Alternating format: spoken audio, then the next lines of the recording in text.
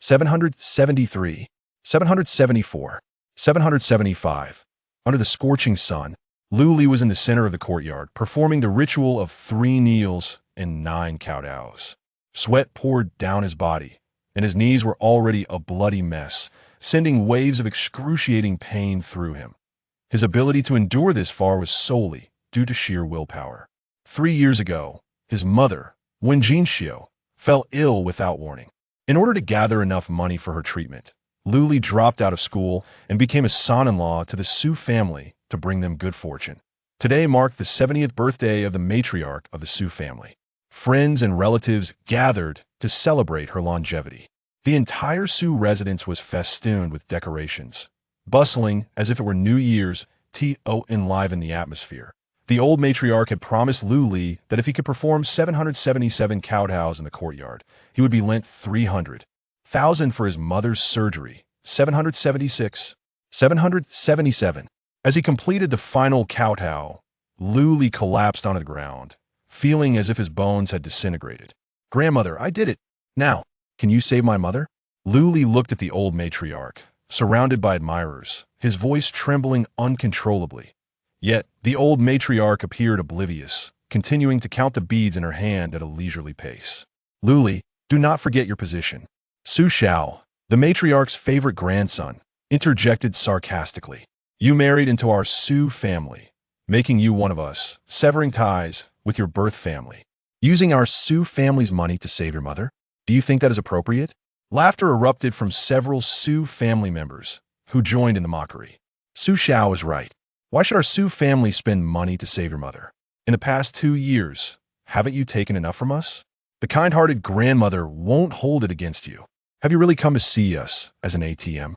Luli clenched his fists, his heart brimming with rage. For 3 years in the Su family, he had endured humiliation, living a life worse than that of a servant. The medical expenses for his mother were earned through his toils in the Su household. Yet, to them, it had become an act of charity from a Su family. Moreover, the promised funds for the surgery had been continually postponed. Had it not been for the old matriarch's birthday today and her request for him to perform kowtows for entertainment, it might have remained indefinitely delayed. His mother's condition had worsened again. He could not afford to wait any longer. Now, the Su family was preparing to break their promise once more. Luli gazed at the old matriarch, suppressing his fury. "Grandmother, you clearly promised me before. You are a believer. You cannot be untrustworthy." Perhaps the mention of believer struck a chord with the old matriarch. She finally paused, speaking indifferently. "I cannot give you the money." Luli questioned angrily, "Why not?" The old matriarch set down her beads, regarding him with a calm demeanor. "Because you stepped in with your right foot when you entered." Luli's eyes instantly turned red with rage. He felt as if he might explode. The reason for this? This was utterly absurd. The Su family members looked on mockingly at Luli, their gazes filled with disdain. Did they think their wealth was so easily obtained? At that moment, a fiery red Ferrari rolled into the courtyard. Luli's wife, Su Xiaoman, emerged alongside a young man clad in an Armani suit. The two walked arm in arm towards the crowd, exuding an air of intimacy. "Who is this young man? He looks somewhat familiar. Isn't he the heir of the Sun Group?" "What? Xiaoman is with young Master Sun." "Haha, that's wonderful. This is a match made in heaven." After an initial surprise, the Su family members began to beam with delight. Lu Li's mother-in-law, Lu Longji, joyfully descended the steps to greet them, simultaneously scolding Lu Li. "Aren't you embarrassed enough? Hurry and get out of the way. Don't block young Master Sun." At that moment, Su Xiaoman and Sun Jingyang had approached Lu Li's side. She suddenly halted, her tone indifferent. "I suppose you've realized it by now, so I won't waste words. You need money, right? I can help you." From her bag, she produced a divorce agreement, waving it in front of Lu Li. "As long as you sign this, the 300,000 will be transferred to you immediately." Lu Li glared at Su Xiaoman, his temples throbbing. Though his marriage to Su Xiaoman had been one of convenience, she was still legally his wife. In every sense, they were a married couple. Yet now, Su Xiaoman stood before him, her husband affectionately entwined with another man. This was not mere disdain, it was a blatant humiliation. Unfazed, Su Xiaoman continued. "Also, I advise you not to harbor any unrealistic fantasies. Even if you don't sign, I have ways to divorce you." Let me be frank, I have long been with Zhengyang. In my heart, there is only one man for me, and that is Sun Zhengyang. You Luli are unworthy. Beside them, Sun Zhengyang grinned, wrapping his arm around Su Xiaoman's slender waist, striking a pose of triumph. Lu Li's face darkened significantly. He felt an overwhelming urge to rush forward and teach this couple a lesson. But at this moment, he had to hold back. Because his mother's life was far more important. Is it true? If I sign, you will give me the money? Lu Li stared at Su Xiaoman, asking in a low voice. Of course. Fine. He'll sign. Lu Li agreed through gritted teeth. Taking the paper and pen, he scribbled his name and pressed his fingerprint down. Can I have the money now? What money? Sun Jingyang said with a forced smile. You want money even after the divorce. Are you out of your mind? Su Xiaoman, stowing away the divorce agreement, also frowned. Haven't you taken enough money from our family over the past 3 years? It's already generous of me not to demand it back. What more do you want? She did not hide the disgust on her face, admonishing him sternly. Don't be so greedy.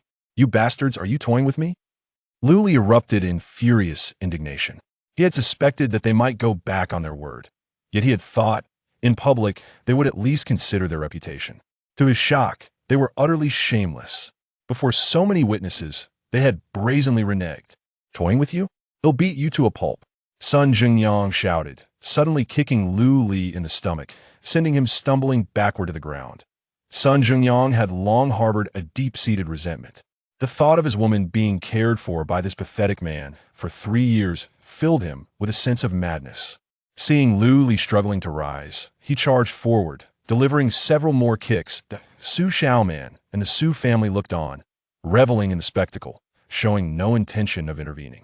Once Sun Jingyang ceased his assault, Su Xiaoman tugged at him, saying, "Enough. Let's go inside. Everyone is waiting. Let's not delay the feast for a useless person." Sun Jingyang, still unwilling to relent, spat defiantly at Lu Li and threatened, "You worthless wretch. I swear, if I ever see you again, I will beat you to a pulp." The Su family ushered Sun Jingyang into the villa, while Lu Li was unceremoniously cast aside.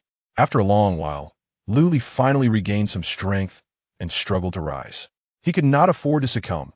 His mother in the hospital still needed his care and was awaiting the surgery fee. Half an hour later, Lu Li arrived at the hospital on a shared bicycle. Upon entering, he noticed a crowd rushing towards the inpatient department, their voices filled with agitation. Something has happened. Someone is about to jump from the inpatient department. What a stroke of bad luck. Why must we endure this? I heard it's a middle-aged woman, one of our patients. She couldn't afford her surgery, so a sense of dread washed over Lu Li as he hurried towards the inpatient department. Upon his arrival, he found a throng gathered before the entrance. When he finally saw the figure lying in a pool of blood, a thunderbolt struck him, leaving his mind in utter turmoil. "Mom!"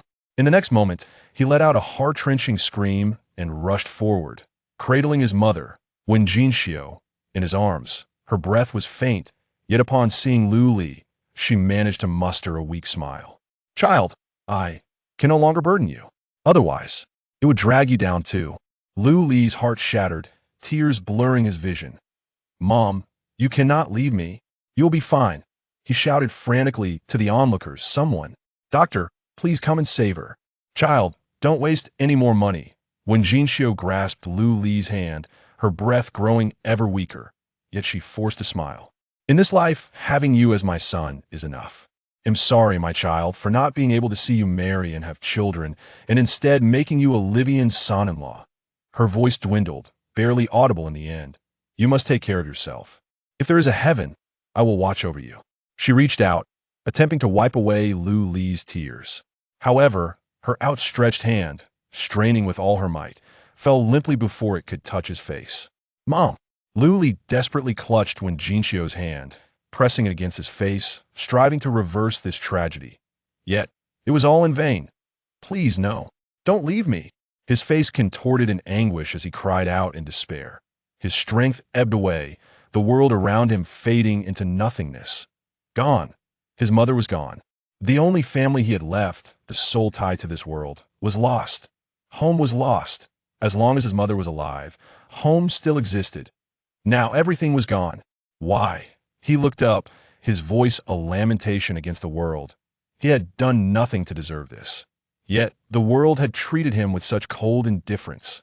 After sacrificing his dignity and everything he had, it cruelly took away his last remaining kin. Why must you do this to me? He unleashed a soul-rending roar. Having always been like an indomitable cockroach, at this moment he completely shattered. His heart surged with tumultuous emotions, akin to molten lava bubbling within. His spirit was overwhelmed with a cacophony of feelings: sorrow, pain, rage, frustration, and an insatiable resentment. He loathed the injustice of this world, and he detested the Sioux family's broken promises and fickleness. But most of all, he hated his own powerlessness. Unable to provide even for his mother's medical expenses, he ultimately brought about her demise in such a tragic manner. In the next moment, his heart felt as if it were boiling, and a sudden metallic taste surged in his throat. He let out a muffled groan, spewing blood as his body faltered and collapsed. Not good. This person has vomited blood and fainted. Extreme anger has taken its toll. Quick, someone! Where are the doctors? Make way, the doctors are coming. The scene descended into chaos, and one noticed that the blood staining Lu Li's clothes also dampened the jade pendant he wore on his chest. Then, a flash of white light pierced his mind. It was fleeting. Lu Li felt as though he had entered a void, surrounded by chaos. Before he could comprehend his surroundings, a commanding voice resonated throughout this realm. I am the immortal of 9 calamities, on the verge of ascension, and I have concealed all my knowledge within this jade pendant.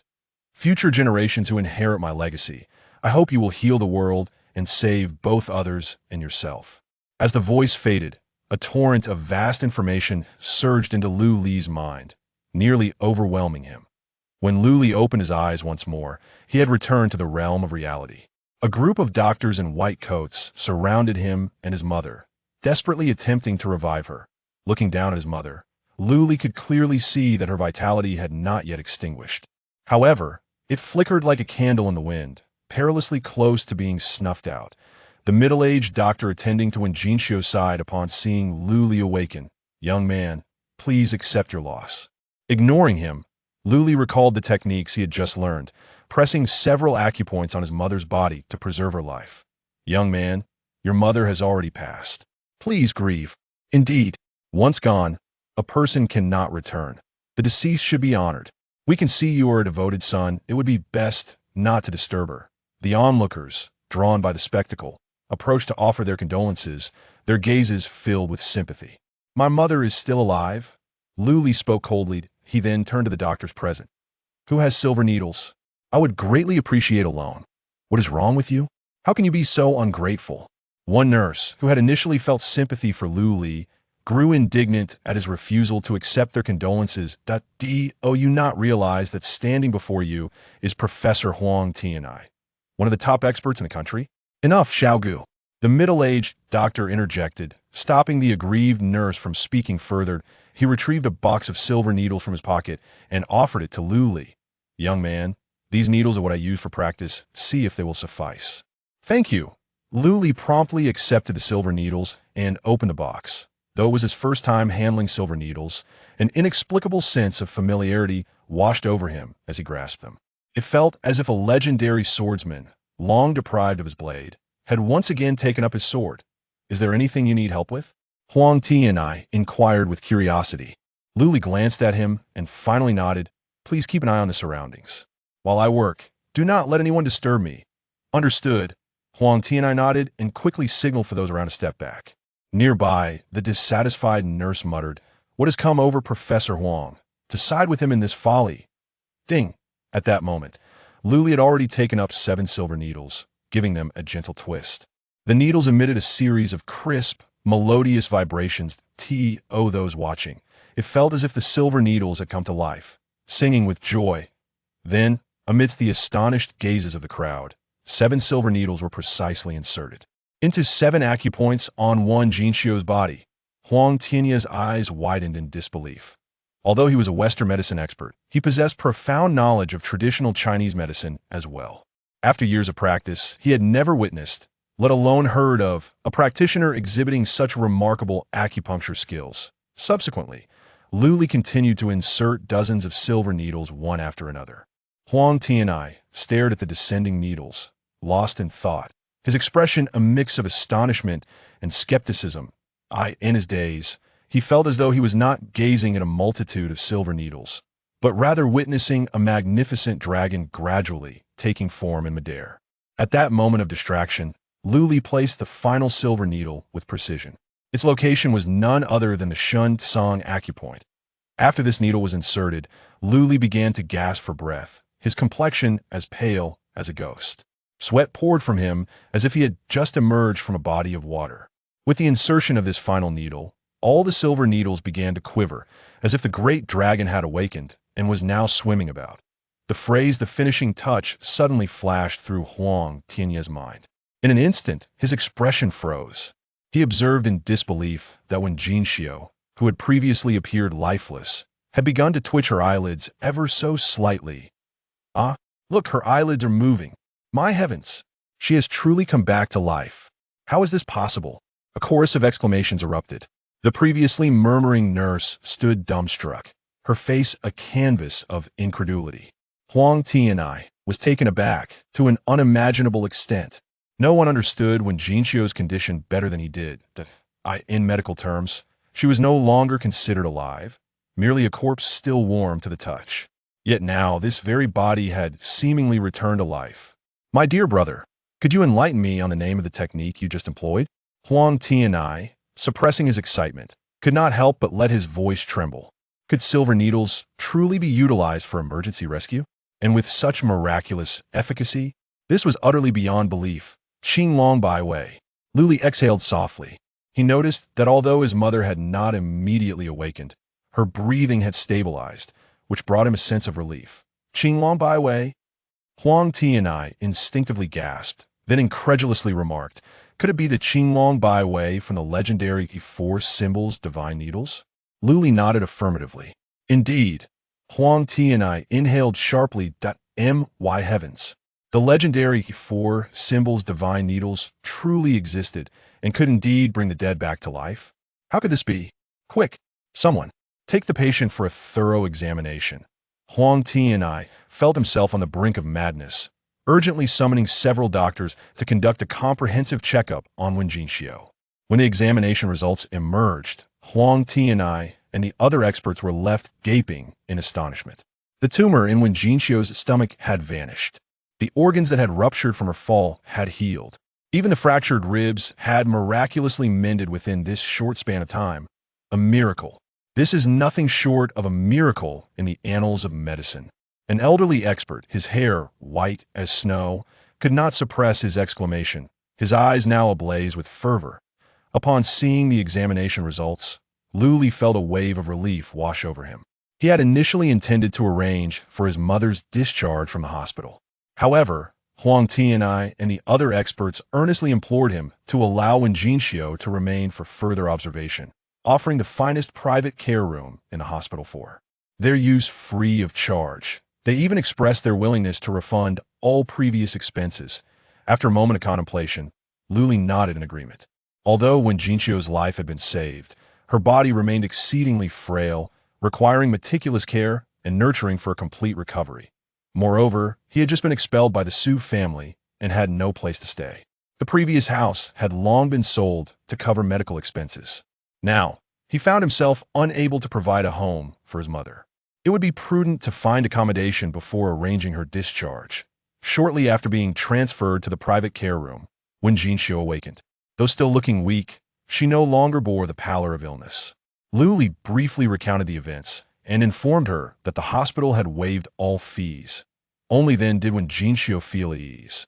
Shaoli, has the Su family been giving you a hard time lately?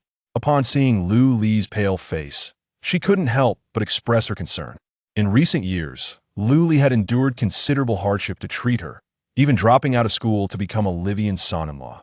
She was well aware of the Su family's true nature. Although Lu Li never complained, she understood that they had made things difficult for him. Lu Li fell silent for a moment, then spoke in as calm a tone as he could muster. Mom, my relationship with Su Xiaoman has ended. Wen Jinxiu was taken aback for a moment, then nodded in agreement. Parting ways is for the best. We have no need for such people. Bang! At that moment, the door to the ward was suddenly kicked open. A young couple swaggered in. Lu turned to look, his demeanor darkening as he shouted, "What do you want?" The intruders were none other than Su Xiaoman and Sun Jingyang. Chapter 3. Exporting Malice. What brings us here?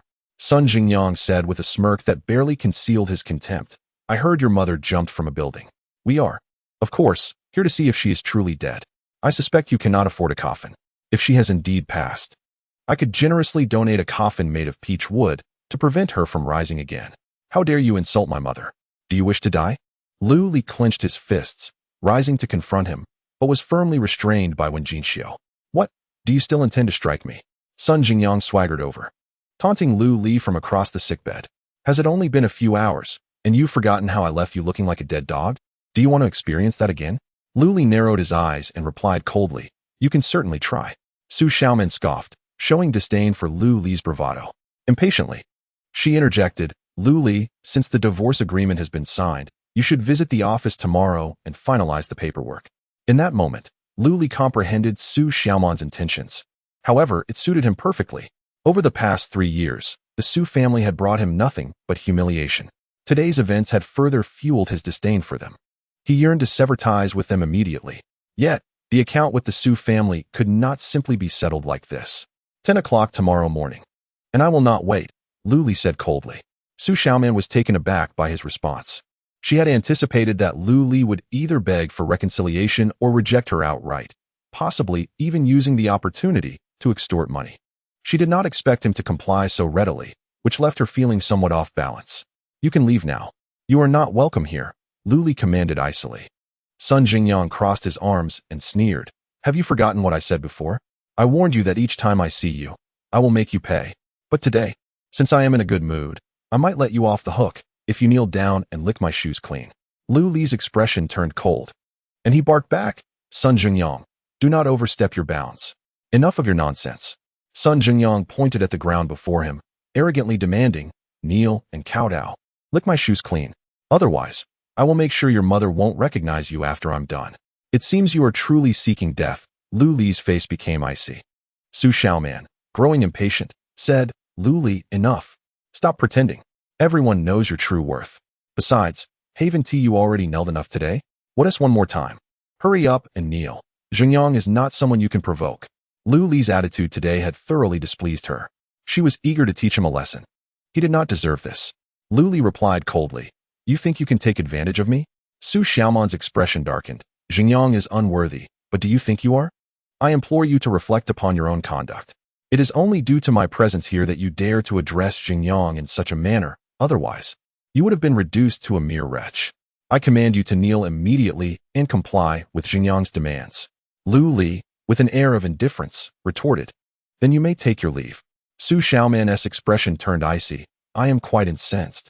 Lu Li, weary of her prattle, simply uttered, Leave. Su Xiaoman turned to Sun Jingyang, exclaiming, Jingyang, I shall no longer concern myself with him. You may deal with him as you wish, without regard for my feelings. That is precisely the response I awaited. Sun Jingyang grinned malevolently, twisting his wrists and neck. Do not act rashly. Let us converse civilly. When Jinxiu desperately grasped Lu Li, who was also inclined to charge forward, and addressed Sun Jingyang with a forced smile, Young master son, Lu Li is merely misguided. You, in your magnanimity, should not stoop to his level. Would you grant me the favor of allowing me to apologize on his behalf? Grant you a favor? Sun Jingyang replied with a smirk, pointing at the ground. Very well. Then you shall kneel in his stead and clean my shoes with your tongue. When Jinxiu's face froze, and she stammered, Young master son. That is rather unreasonable. I assent it. A sharp slap rang out as Sun Jingyang struck her face. When Jinxiu instinctively covered her face, gasping in shock. Another resounding slap followed, as Sun Jingyang bellowed, What do you think you are? An old hag, seeking to save face before me? Do you think I owe you any respect? What of being unreasonable? Am I unable to make things difficult for you? Sun Jingyang, you seek your own demise. Lu Li roared, seizing the moment while Wen Jinxiu was momentarily dazed to free himself from her grasp. In the next instant, Lu Li had circled around the bed and stood before him. Sun Jingyang had yet to react when Lu Li grasped his hair and slammed his head against the bedside table. Bang! A thunderous collision ensued, creating a significant dent in the table. Sun Jingyang let out a cry of agony, collapsing to the floor, blood streaming from his mouth and nose. Two of his teeth knocked out. Both Wen Jinxiu and Su Xiaoman were momentarily stunned. None anticipated such ferocity from Lu Li. Before they could comprehend the situation, Lu Li seized Sun Jingyang's hair once more and forcefully pressed down. Bang, bang, bang. The cacophony of violent impacts echoed relentlessly. Dare to strike my mother? I shall ruin you. Lu Li seethed, his countenance a mask of unprecedented ferocity. Su Xiaoman's face blanched, pointing at Lu Li in panic. Lu Li, have you lost your mind? What right do you have to strike Xingyang? Cease this immediately. When Jinxiu hastily grasped Lu Li, pleading, stop. If you continue, someone may very well perish. Sun Xingyang, struggling to raise his head, was a ghastly sight, bloodied and appearing exceedingly menacing. He paid no heed to the bloodstains on his face. Instead, he drew forth a cigarette, ignited it, and took a fierce drag, growling. You've got some nerve to strike me, Sun Xingyang. Lu Li snatched the cigarette from him and pressed it against Sun Xingyang's face. Ah! Sun Xingyang emitted a wretched scream akin to that of a slaughtered pig, his body convulsing uncontrollably. Su Xiaoman, seething with rage, pointed at Lu Li and exclaimed, Xingyang is the scion of the Sun Group. Do you even consider the consequences of inflicting such harm upon him? With a resounding slap, Lu Li struck Sun Xingyang across the face and turned to Su Xiaoman. Consequences? Is this what you mean? Su Xiaoman gasped, her anger intensifying as she screamed hysterically. You fool! Do you even realize what you're doing? Are you hoping to drag your mother down with you? With another slap, Lu Li retorted, what calamity? He followed with several more resounding slaps, bellowing at Su Xiaoman. Speak up. What calamity are you referring to? Su Xiaoman's face turned ashen, her chest heaving violently. Yet she dared not utter another word. She could not fathom how this usually ineffectual coward had suddenly found such ferocity. Fearing that if she spoke again, Lu Li, in his fury, might kill Sun Xingyang. Sun Xingyang seemed to grasp the gravity of the situation, refraining from further threats, instead gritting his teeth and conceding, You're impressive. Today, I concede defeat. Concede defeat? Lu Li scoffed, kicking Sun Xingyang to the ground. You beat me up before and now come to insult my mother, slapping her in the face. And you think a mere concession will settle it? Do you take me for dough? Sun Xingyang glared at Lu Li, seething. What do you want?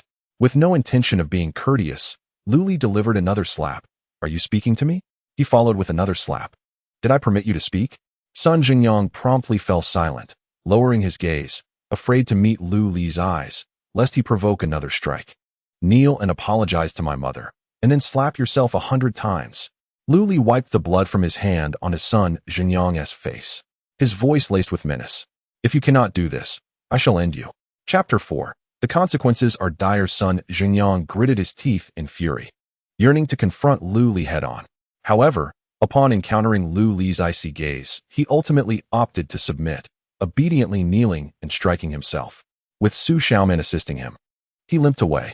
Yet, once outside the hospital room, Wen Jinxiu did not share in their relief. Rather, her face was etched with concern. Her worry was not for herself, but for Lu Li, fearing retribution from Sun Xingyang. In contrast, Lu Li remained composed.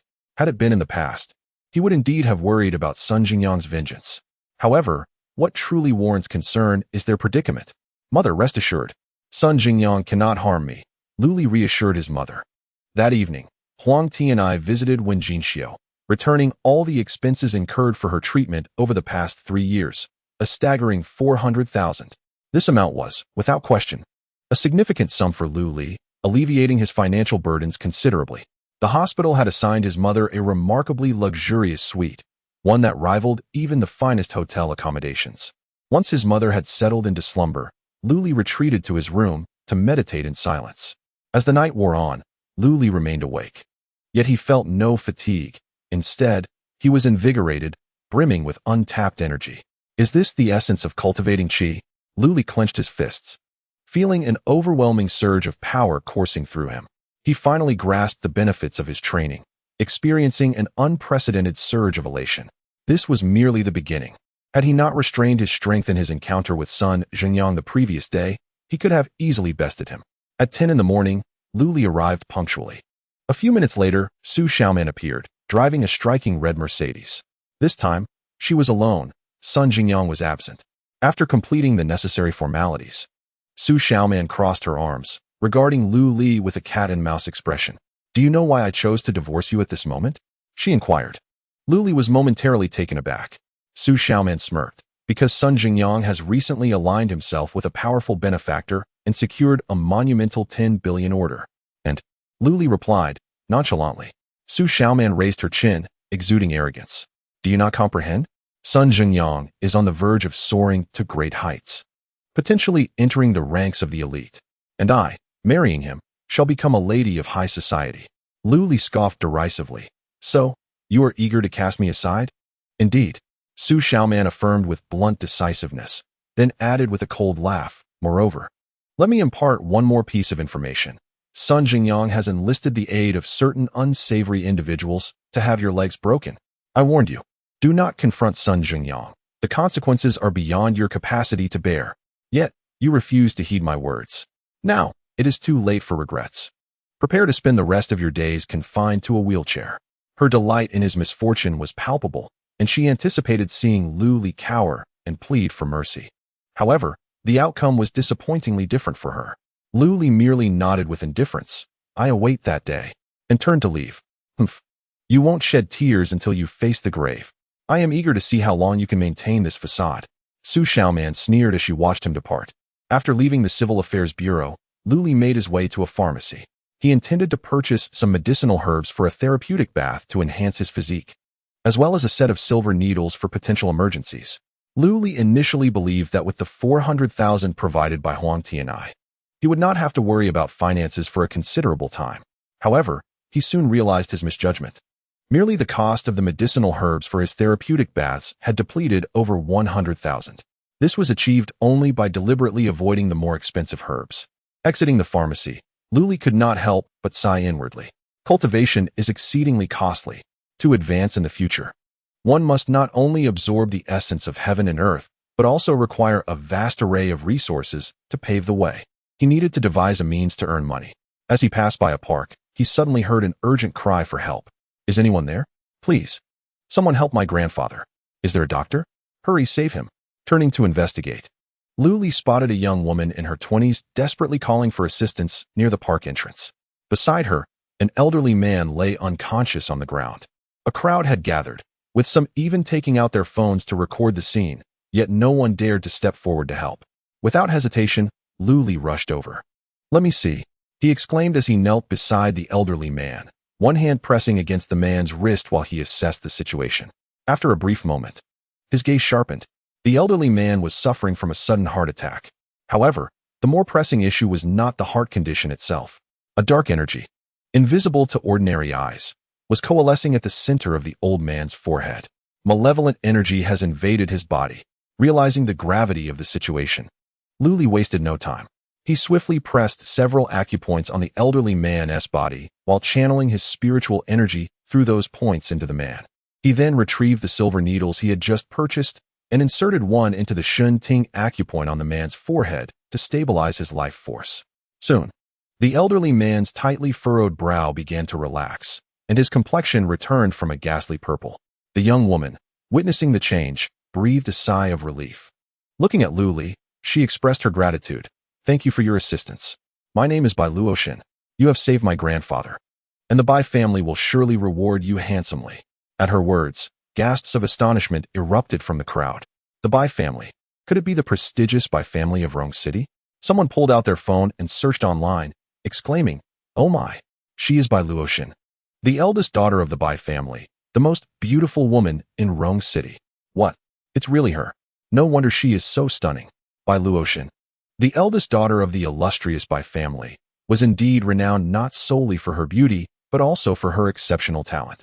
In just a few short years, she had transformed a modest real estate company, which the Bai family had entrusted to her, from an asset base of under 10 million into the second largest real estate firm in Rong City. At such a young age, she commanded a fortune exceeding 100 billion. A quintessential ice queen CEO, a super rich heiress. Crucially, if this young woman was indeed Bai Luoshin, it was evident who the elderly man lying on the ground must be, the head of the prestigious Bai family, Bai Xiongtu. As the air around them filled with exclamations of surprise, Luli appeared oblivious, his gaze firmly fixed upon the elder, his expression growing increasingly grave. He then produced several silver needles, preparing for further treatment of the elderly man. Just then, a young man emerged from the crowd, forcefully knocking the silver needles from Lu Li's grasp. "What are you doing?" Lu Li frowned at the young man. "That question should be directed at you," the young man retorted with a derisive smirk. Pointing at the unconscious Bai Xiong-tu on the ground, he feigned ignorance of the man's identity and mockingly exclaimed, "This elderly gentleman is clearly suffering from a sudden heart attack, yet you choose to treat him with silver needles. Is this treatment? It seems more like murder to me." Although Lu Li found the man's tone quite irksome, he remained patient, considering the elder's condition. Indeed, he does have a heart condition. But the cause of his fainting is not the heart disease, he explained. However, the young man disregarded his words and turned to Bai Luotian, his eyes gleaming with fervor. Adopting a posture of righteous indignation, he declared, "Miss Bai, you must not trust this man. He is nothing but a fraud." "How do you know he is a fraud?" Bai Luotian frowned. The young man responded with an air of certainty, "Your grandfather has suffered a heart attack, and he is being treated with silver needles. If that is not the act of a charlatan, then what is? Besides, who doesn't know that traditional Chinese medicine is just a ruse these days?" As he spoke, he presented his work ID to Bai Luotian, stating, "I am Sun Xiang, a doctor at the People's Hospital. Rest assured, I have already called for an ambulance, and my colleagues will arrive shortly." Bai Luotian, puzzled, replied, "But he just improved my grandfather's condition. Even a blind cat can stumble upon a dead mouse." Sun Xiang retorted, "I am a doctor at the People's Hospital. Who do you think is more trustworthy, me or him?" After glancing at Sun Xiang's ID, Bai Luotian's expression softened somewhat. Lu Li interjected, "This old gentleman's condition cannot be delayed any further. Otherwise, the consequences could be dire." Sun Xiang scoffed, "Kid, you'd best get lost and stop trying to steal the limelight. Otherwise, don't blame me for calling the police on you." Initially, he had merely been an onlooker, uninterested in intervening. However, upon learning Bai Luotian's identity, he seized the opportunity to step forward. Securing a favor from the head of the Bai family could elevate him to great heights. Naturally, he would not allow Lu Li to compete for credit. While speaking, he also retrieved a bottle of quick-acting heart-saving pills, assuring Bai Luotian, "Rest assured, Miss Bai, I will stabilize your grandfather's condition with these. Enough to sustain him until the ambulance arrives." "Wait." Lu Li hastily intervened, addressing Bai Luotian, "Miss, those quick-acting heart-saving pills are ineffective for your grandfather and will only exacerbate the burden on his heart. They are akin to poison for him. Get lost. You know nothing. You fraud." Sun Xiang rebuked harshly before forcefully administering the pills into Bai Xiong-tu's mouth. Despite her inner doubts about Sun Xiang, Bai Luotian did not stop him. Compared to Lu Li, it was undoubtedly easier for Sun Xiang, who could present his work credentials, to earn her trust. Seeing that Sun Xiang had already administered the rapid-acting heart rescue pill into the old man's mouth, Lu Li sighed inwardly. It is challenging to persuade the obstinate. Since the other party harbored distrust towards him, he deemed it unnecessary to elaborate further. However, before departing, he still felt compelled to utter a warning. "Madam, should you wish to believe me, please remember this. The needle positioned on your grandfather's brow must not be removed before he awakens. Otherwise, the consequences could be dire." With that, he retracted the silver needle and turned to leave. His intentions to save were purely altruistic, and he had done all that he could. Bai Luotian watched Lu Li's departing figure, her expression tinged with uncertainty. Beside her, Sun Xiang scoffed, "Miss Bai, do not heed that young man's nonsense. These traditional Chinese medicine practitioners thrive on mystique, pretending to cure ailments without any real efficacy." Thankfully, he left early. Otherwise, I would have had him detained. Not long after Lu Li's departure, an ambulance arrived to transport Bai Xiong-tu and the others to the hospital. The emergency specialist attending was none other than Huang Tianai, who had previously been involved in the emergency treatment of Wen Jinxiu. After assessing Bai Xiong-tu's condition, Huang Tianai inquired in astonishment, "How long has the patient been unwell?" Bai Luotian recollected, "Approximately 40 minutes. 40 minutes? Huang Tianai exclaimed, casting another glance at the patient on the bed, unable to believe his eyes. Ordinarily, if Bai Xiong-tu had been in distress for more than 8 minutes without effective intervention, even if he were revived, he would likely end up in a vegetative state. Yet here he was, having endured such a duration without suffering irreparable harm. This was nothing short of a miracle. Who administered first aid to the patient? Huang Tianai asked. Sun Xiang promptly stepped forward. "Professor Huang, it was I. I am a resident physician at our hospital.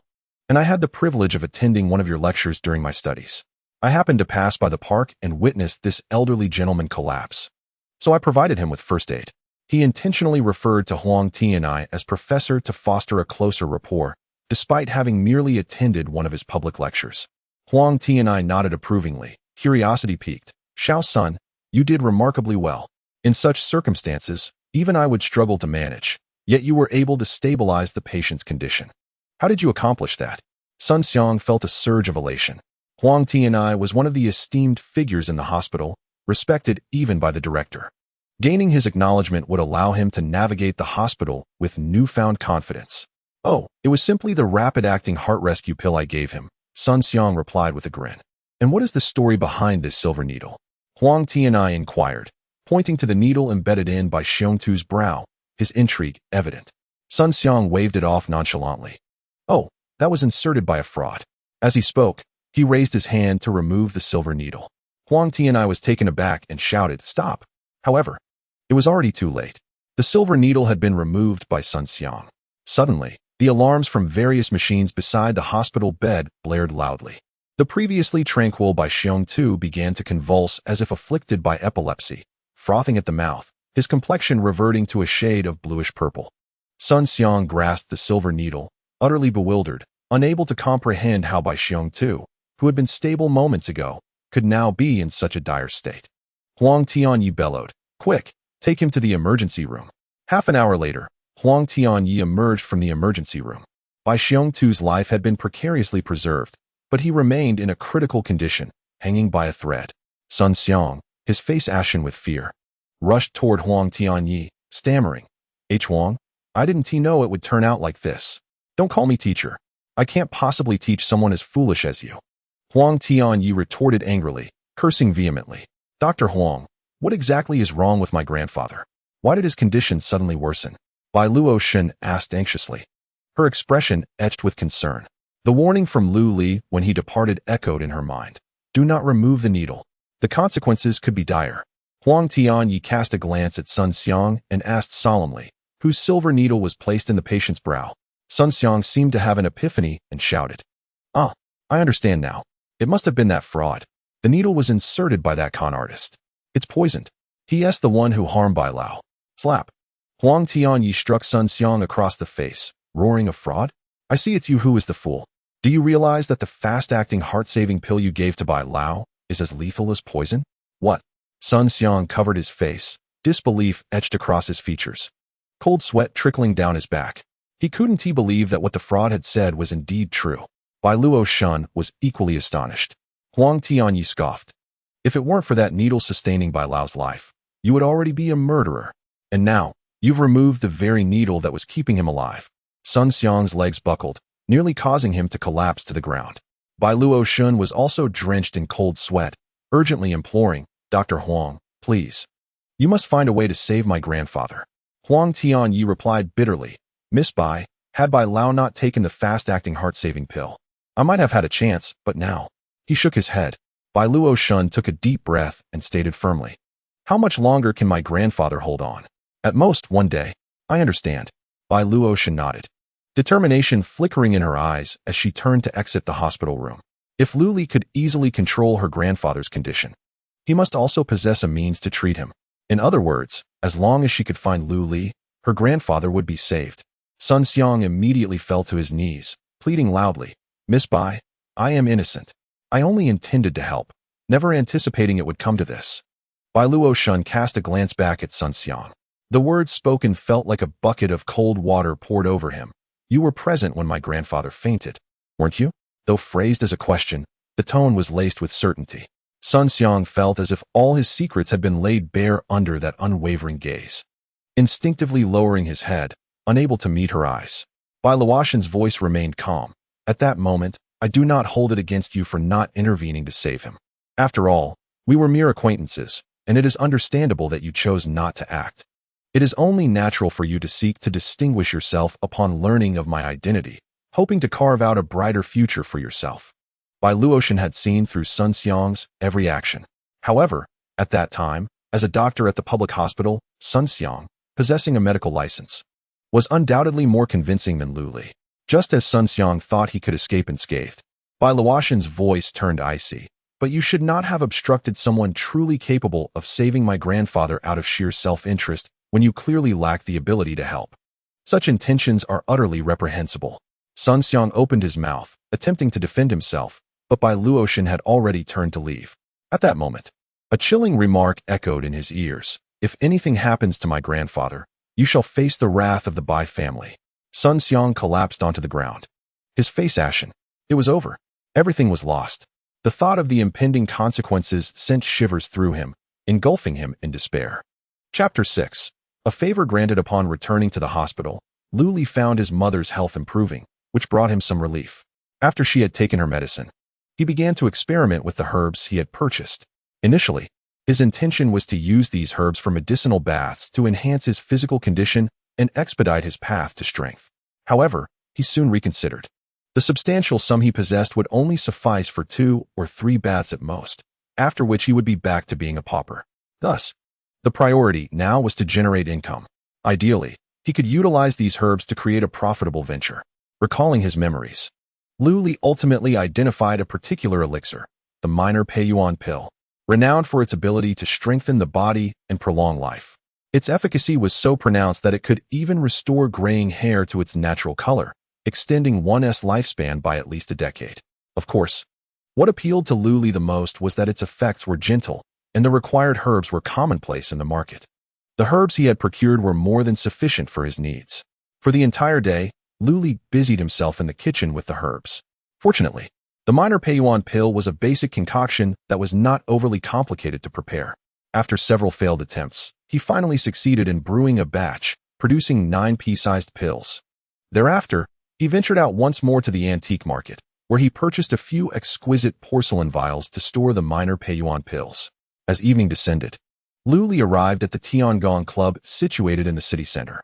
This is a renowned leisure and entertainment establishment in Chengdu, frequented by the affluent and elite. A simple fruit platter here commands a price in the thousands. Furthermore, the venue hosts a weekly auction featuring an array of luxury goods, including extravagant cars, prestigious watches, antique jewelry, and artworks by celebrities, alongside an occasional peculiar item that piques the interest of bidders. His purpose for visiting, however, is not for consumption, but to sell his medicine. Although he has successfully concocted the ordinary Peiyuan pills, he must sell them to achieve any success. Conventional pharmacies would undoubtedly dismiss his product, lacking formal credentials. Thus, Lu Li hoped to test his fortune in this place. He recalled that last year, Su Xiaoman had celebrated her birthday here and had called him to pick her up after a night of revelry. Regrettably, Lu Li was unaware that this establishment operated on a membership basis and was halted at the entrance by the security personnel. Just as he contemplated leaving, a BMW pulled up beside him. A young man with slicked back hair and a Rolex emerged from the window. Upon recognizing the individual, Lu Li's brow furrowed slightly. It was Lu Wendong, his university classmate and a scion of wealth. During their school days, he had often displayed disdain towards Lu Li, even proclaiming that being poor was a fundamental sin, suggesting that someone of Lu Li's background should labor in construction. Lu Li, are you here for the class reunion? I don't recall sending you an invitation, Lu Wendong remarked, leaning against the car door, sizing up Lu Li with a smirk. Class reunion? Lu Li was momentarily taken aback, quickly realizing that his former classmates were gathering here today. However, he had dropped out in his second year to marry into the Su family and had lost contact with them long ago. Since you're here, why not join us? Lu Wendong suggested, parking his car and stepping out, gesturing for Lu Li to follow. No need. I have other matters to attend to, Lu Li declined, shaking his head. That's not acceptable, Lu Wendong countered, seizing Lu Li's arm. After all, we were classmates. Since fate has brought us together, let us catch up. By the way, Su Banzhong is also here. Aren't you going to greet her? Su Qingyao. Lu Li expressed surprise. Su Qingyao had been their class monitor and was renowned as the school beauty, rumored to come from a well-to-do family. When Lu Li had to drop out due to his mother's illness, many classmates had teased him in their group chat, but Su Qingyao had selflessly contributed 100,000 yuan, claiming it was from the class. Later, Lu Li learned that the entire amount had come from her own pocket. He had been contemplating a way to repay her. Let us go then. With this thought, Lu Li nodded in agreement. As Lu Wendong observed Lu Li's departing figure, a meaningful smile spread across his face. He dragged Lu Li to the class reunion, not out of a desire to rekindle old friendships, but rather because he had heard that Lu Li, the son-in-law, had been cuckolded by his wife. If this were to be revealed in front of everyone, Lu Li would undoubtedly be utterly humiliated, forever unable to hold his head high. Upon entering the Caesar Palace, Lu Wendong led Lu Li into a grand private room where a group of classmates were already engaged in enthusiastic conversation. Upon seeing Lu Wendong, they greeted him warmly. "Oh, Brother Dong has arrived. Mr. Lu is now quite the big boss.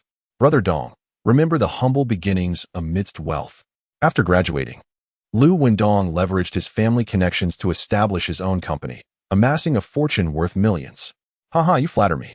Lu Wendong exchanged pleasantries before introducing Lu Li to the group. "Look who has joined us." Lu Li waved and smiled at everyone. "Hello, it's been a while." "Oh, it's Lu Li. You're here too." The group seemed to notice Lu Li for the first time, exchanging a few polite words before returning their attention to Lu Wendong. They were aware of Lu Li's circumstances, a mother in grave illness, having dropped out of school to become a live-in son-in-law. Naturally, such a person was deemed unworthy of their time. Lu Wendong, on the other hand, had always been a figure of prominence during college and was thriving in life post-graduation. Far beyond Lu Li's reach, Lu Li remained unfazed. The 3 years of living as a son-in-law had long since exposed him to the fickleness of human relationships. "Lu Li," a voice called out to him. Turning his head, he saw a beautiful and elegant young woman a short distance away, waving at him.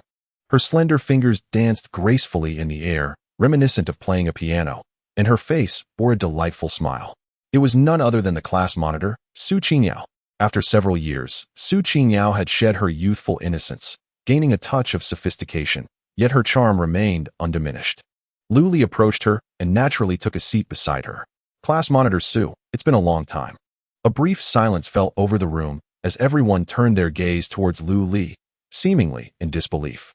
What courage did Lu Li possess to sit next to Su Qingyao? Lu Wendong's expression darkened, his face akin to someone who had just tasted something unpleasant.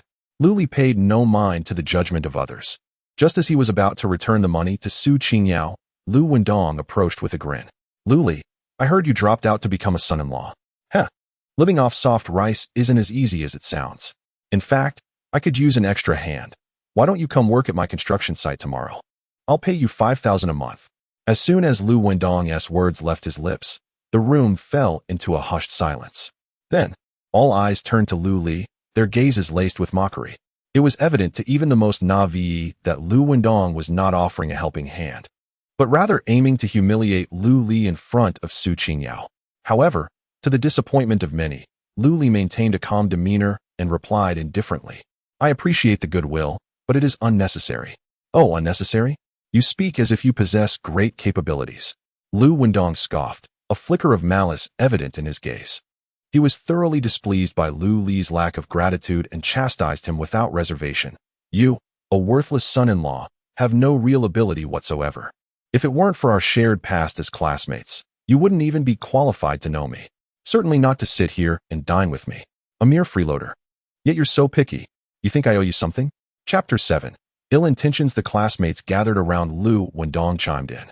"Lu Li, I must say, you truly are ungrateful. Dong Guo is helping you by introducing you to a job. If you had any pride, would you still resort to being a son-in-law living off others?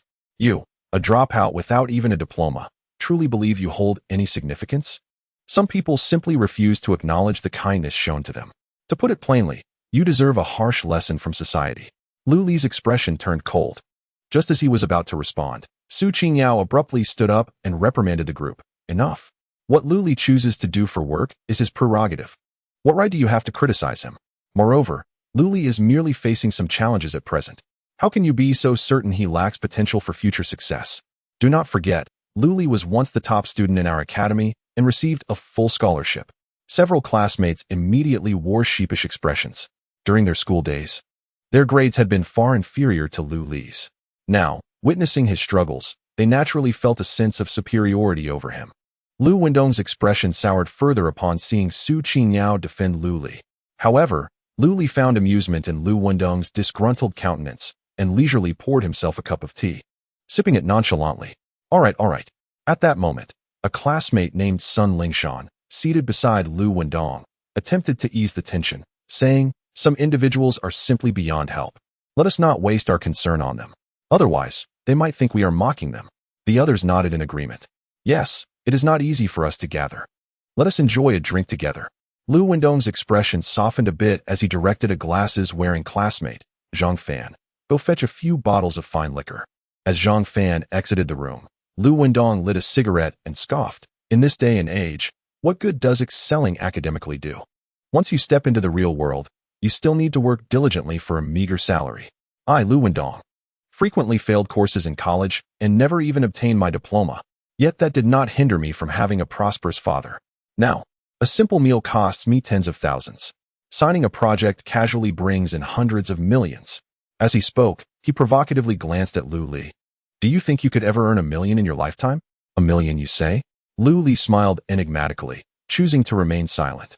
In the past, earning 10 million was indeed a formidable challenge for him. However, now with the ancestral legacy in his possession, if he could not even amass such a sum, it would be better to seek an end through misfortune. Just then, the door to the private room was knocked upon twice. A woman in her 30s, elegantly clad in a cheap how, entered. Her skin was as white as snow, and her figure was alluring, with a plunging neckline that left many of the men present parched with desire. The newcomer was none other than the manager of the establishment, Sister Fei, who had come to toast the guests. Everyone was aware that the Tiangong Club boasted an impressive background. The personal visit from the manager to offer a toast greatly gratified their vanity, and each time the glasses were filled, they were swiftly drained. However, as Sister Fei made her rounds, the glass of red wine in her hand remained almost untouched. Before departing, she instructed a waiter to leave behind a particular bottle of red wine. One male classmate picked up the bottle and gasped, "Goodness, it's a 1996 Lafite. Although it pales in comparison to the 1982 vintage, it's still worth about 20,000 on the market." The others were equally astonished. Most of this group hailed from ordinary families, with half of them earning less than 10,000 a month. A bottle of wine costing 20,000 was certainly beyond their means. Moreover, this wine was a gift from the club. It was a testament to Dong Ji's influence that even the female proprietor of the Tiangong Club came to toast him. I have heard that Sister Fei has a formidable background, being the partner of the notorious figure Lei Hu. I have visited this place with friends before, and even spending 70 or 80,000, I couldn't manage to have Sister Fei offer a toast, let alone see her face. Another male classmate lamented. I have also heard of Lei Hu. Rumor has it that he has significant connections, straddling both the underworld and legitimate circles. Even the city's elite must show him respect. Sun Lingshan scoffed. In my opinion, Donggu is the real deal. No matter how formidable Lei Hu is, his woman still has to come and toast Donggu. Indeed, the real boss here is Donggu. The others chimed in agreement. Lu Wendong savored their flattery, adopting a pose of authority as he declared. While it is true that Lei Hu is a big player, he cannot be considered at the pinnacle. Do you know who the true elites of Rongqing are? The crowd, curious, inquired who? Lu Wendong boasted. It is, of course, those wealthy families. Although they may not flaunt their names publicly, their influence reaches nearly every corner of Rongqing. Take the owner behind the Tiangong Club, Lei Hu, for instance. He is indeed a significant figure, with connections in both the underworld and legitimate society. Yet, to those wealthy families, Lei Hu is merely a pawn. He then pretended to reveal a deep secret, saying Lei Hu was once affiliated with the Bai family, and he served as the driver for the head of the Bai clan. His current status is a result of the Bai family's backing. The crowd was taken aback, increasingly admiring Lu Wendong for knowing such secrets. Even Lu Li was momentarily stunned. The Bai family? Today, I encountered a pair of a grandfather and grandson at the park entrance, seemingly belonging to the illustrious Bai family. I was taken aback by their impressive background. Lu Wendong proclaimed with pride, my ambition is not to become a person like Lei Hu, but to establish a prestigious family akin to the Bai clan. As he spoke, he retrieved an exquisite invitation from his pocket, flaunting it before the crowd. In 3 days, a grand commercial banquet will be held at Bai Lu Mountain Villa, where nearly half of the influential figures in Rome City are expected to attend. The host of the event is none other than the esteemed Bai family. Behold, this is the invitation to the gathering. The onlookers gazed at Lu Wendong's invitation, their eyes nearly brimming with envy. This was no mere invitation. It was a passport to high society. Brother Dong, will you take us along to broaden our horizons? Sun Lingshan clung to Lu Wendong's arm, playfully shaking her chest. her eyes sparkling with excitement. Such a high-profile banquet would suffice for her to show off on social media, even if just to capture a few photos for her posts. If she happened to meet a notable figure at the event and won his affections, perhaps she could become someone like Sister Faye. The others, too, gazed at Lu Wending with eager eyes. Lu Wending chuckled heartily, waving his hand grandly and responding, "Of course, we shall go together. Brother Dong is magnificent." The crowd encircled Lu Wending, showering him with compliments and toasting repeatedly. The atmosphere in the private room was exuberant. Several female classmates, noticing Lu Wending's interest in Su Qingyao and recognizing their own unworthiness in his eyes, intentionally included Su Qingyao, pouring her drinks with subtle intent. Meanwhile, Lu Li sat alone, feeling out of place. It was precisely this sense of isolation that allowed Lu Li to observe everything keenly, especially Lu Wending, who frequently cast glances at Su Qingyao, his gaze imbued with fervor and ulterior motives. Lu Li's expression hardened. This scoundrel clearly harbored ill intentions. Chapter 8. I am just joking. Once the drinks on the table were depleted, Lu Wending noted that Zhang Fan had yet to return with more, prompting him to cease the toasting. He lit a cigarette and boastfully addressed Su Qingyao. "Class leader Su, I have recently heard about your family's predicament. It's not that I am unwilling to assist you, but in this day and age, who isn't short on funds? Even the landlord has no surplus grain. Did you not see that illustrious Su Padai, who owes the bank 20 billion? Lu Li grasped the situation after hearing a few remarks. It turned out that Su Qingyao's family company was facing issues with its financial chain and could no longer secure loans through conventional means. Recently, Su Qingyao had been seeking Lu Wending's assistance to facilitate some funds for circulation. Lu Li pondered for a moment. He believed that his 9 small pay yuan pills could fetch a handsome sum. He held this confidence. If he could not sell them in this establishment, he planned to seek out Huang Tianai, who had witnessed his medical skills and might help him find a market. Su Qingyao had previously assisted him on numerous occasions, so upon witnessing her in distress, he could not feign ignorance. At that moment, the door to the private room was pushed open, and Zhang Fan entered. Cradling a box of Wuliangye in his arms, a smug expression adorning his face as if he had gained some advantage. "Why are you so late?" Lu Wendong complained, then beckoned everyone to continue drinking. He personally poured a glass for Su Qingyao, raising it as he proclaimed, "Class leader Su, let us continue our revelry. We shall not return until we are thoroughly intoxicated." "I can't. I've had quite enough already. I truly cannot drink any more," Su Qingyao protested, shaking her head repeatedly. Yet Lu Wendong was relentless, chuckling, "Class leader, I've already poured this drink. With so many witnesses present, you wouldn't deny me this small favor, would you?" Nearby, Sun Lingshan and others joined in the encouragement, teasing her. "Indeed, class leader. It's merely a glass of wine. It's nothing at all. Dong Gu has been holding it up for ages. If you refuse, it would be a slap in his face. Class leader, we all know your capacity for alcohol. We've only just begun.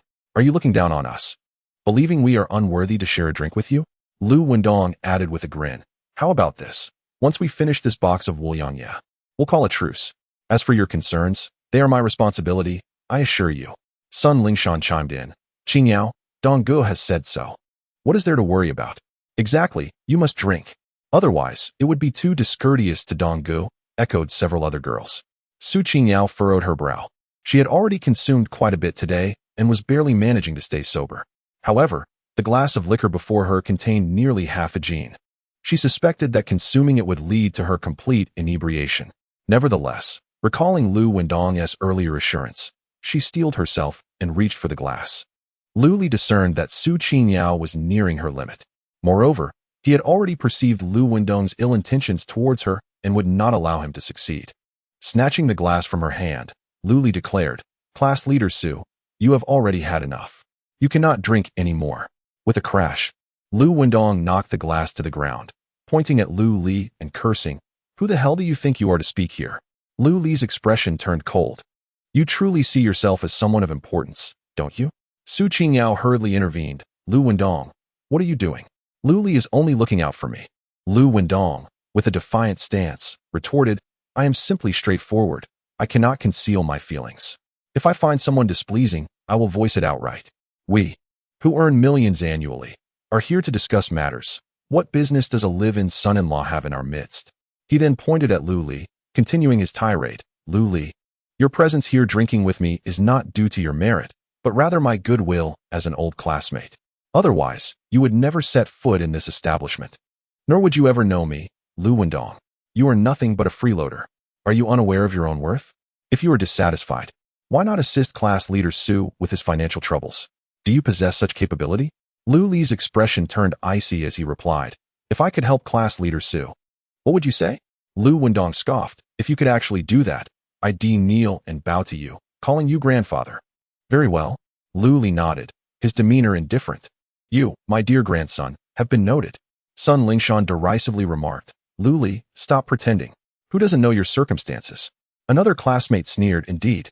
I heard your mother has been hospitalized for so long, and you can't even afford the surgery costs. What are you pretending for? A male classmate, with a hint of amusement, suggested, Lu Li, since everyone is here today, shall we crowdsource some funds for you? Lu Wendong's top sycophant, Zhang Fan, mockingly addressed the crowd. Of course, he can't produce any money. Haven't you heard? Lu Li's wife has cheated on him and tossed him out of their home. Now he's homeless. What? Zhang Fan. Is this true? No way. Lu Li was actually cheated on by his wife. This is scandalous. The crowd buzzed with excitement, eager for more details. Zhang Fan chuckled, placing a hand on Lu Li's shoulder. I was just joking, Lu Li. You're not angry, are you? Lu Li smiled faintly, not at all. Without further ado, he struck Zhang Fan across the face. Zhang Fan yelped in pain, stumbling back before collapsing onto the ground. Lu Li smiled coolly. I was merely jesting with you. Surely, you're not angered by that. Lu Li, what are you doing? Sun Lingshan angrily chastised. We're all classmates. How can you resort to violence? Exactly. Such a lack of upbringing. Another chimed in. A barbarian. He shouldn't have been allowed to attend our gathering. He lowers our standards. Lu Li surveyed the crowd with a frosty gaze. Are you all blind? Can't you discern right from wrong? Su Qingyao stepped forward in support of Lu Li. Just now, Zhang Fan spoke so harshly, yet none of you stood up for him. What right do you have to criticize Lu Li now? Sun Lingshan retorted. How can it be the same? Lu Li is merely a good-for-nothing who relies on others. What qualifications does he have to compare himself to Zhang Fan? Lu Li replied coolly, I apologize, but I cannot tolerate such foul airs. Kindly keep your distance. Sun Lingshan's cheeks flushed, a mixture of anger and indignation coursing through her. Lu Wendong, maintaining a serious demeanor, stated, Lu Li, if you are dissatisfied with everyone, you are welcome to leave. We do not wish for your presence. Lu Li shrugged nonchalantly, preparing to depart, only to be obstructed by Lu Wendong. What do you mean? Lu Li asked, staring directly at Lu Wendong with calmness. Lu Wendong replied, I was referring to earlier. Now that you've struck Zhang Fan, it cannot simply be overlooked. Here is your chance. Kneel and apologize to Zhang Fan, and then give yourself 10 slaps. For the sake of our shared history as classmates, I will let today's incident go. Otherwise, do not blame me for my lack of courtesy. Lu Li could not help but scoff. What are you? Do you truly think you are worthy of issuing commands to me? Lu Wendong's expression instantly turned frigid, his voice low and menacing. Are you truly seeking death? Do you dare to strike me? I shall end you.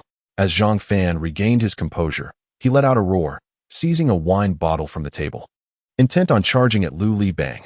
Just then, the door to the private room was forcefully kicked open. Immediately, a wine bottle whistled through the air, crashing against the wall with a resounding thud. In an instant, the bottle shattered, crimson liquid mingled with shards of glass, splattering throughout the room. Chapter 9. I am brothers with Tiger Master. Lu Li, quick on his feet, wrapped his arm around Su Qingyao's waist and spun adeptly, evading all the wine and debris. The others, however, were not so fortunate, becoming drenched in wine, with several sustaining cuts from the glass shards. The room descended into chaos, screams erupting all around. Lu Wendong, with a cut on his forehead from the debris, grimaced in pain. Sun Lingshan, adorned in designer attire, was incensed as she yelled, which scoundrel threw that bottle? Step forward if you have the guts. Lu Wendong was seething with rage. Having already been provoked by Lu Li, he could not tolerate the audacity of this intruder disrupting his domain. If he did not vent this anger, he might as well give up his standing. You bastard!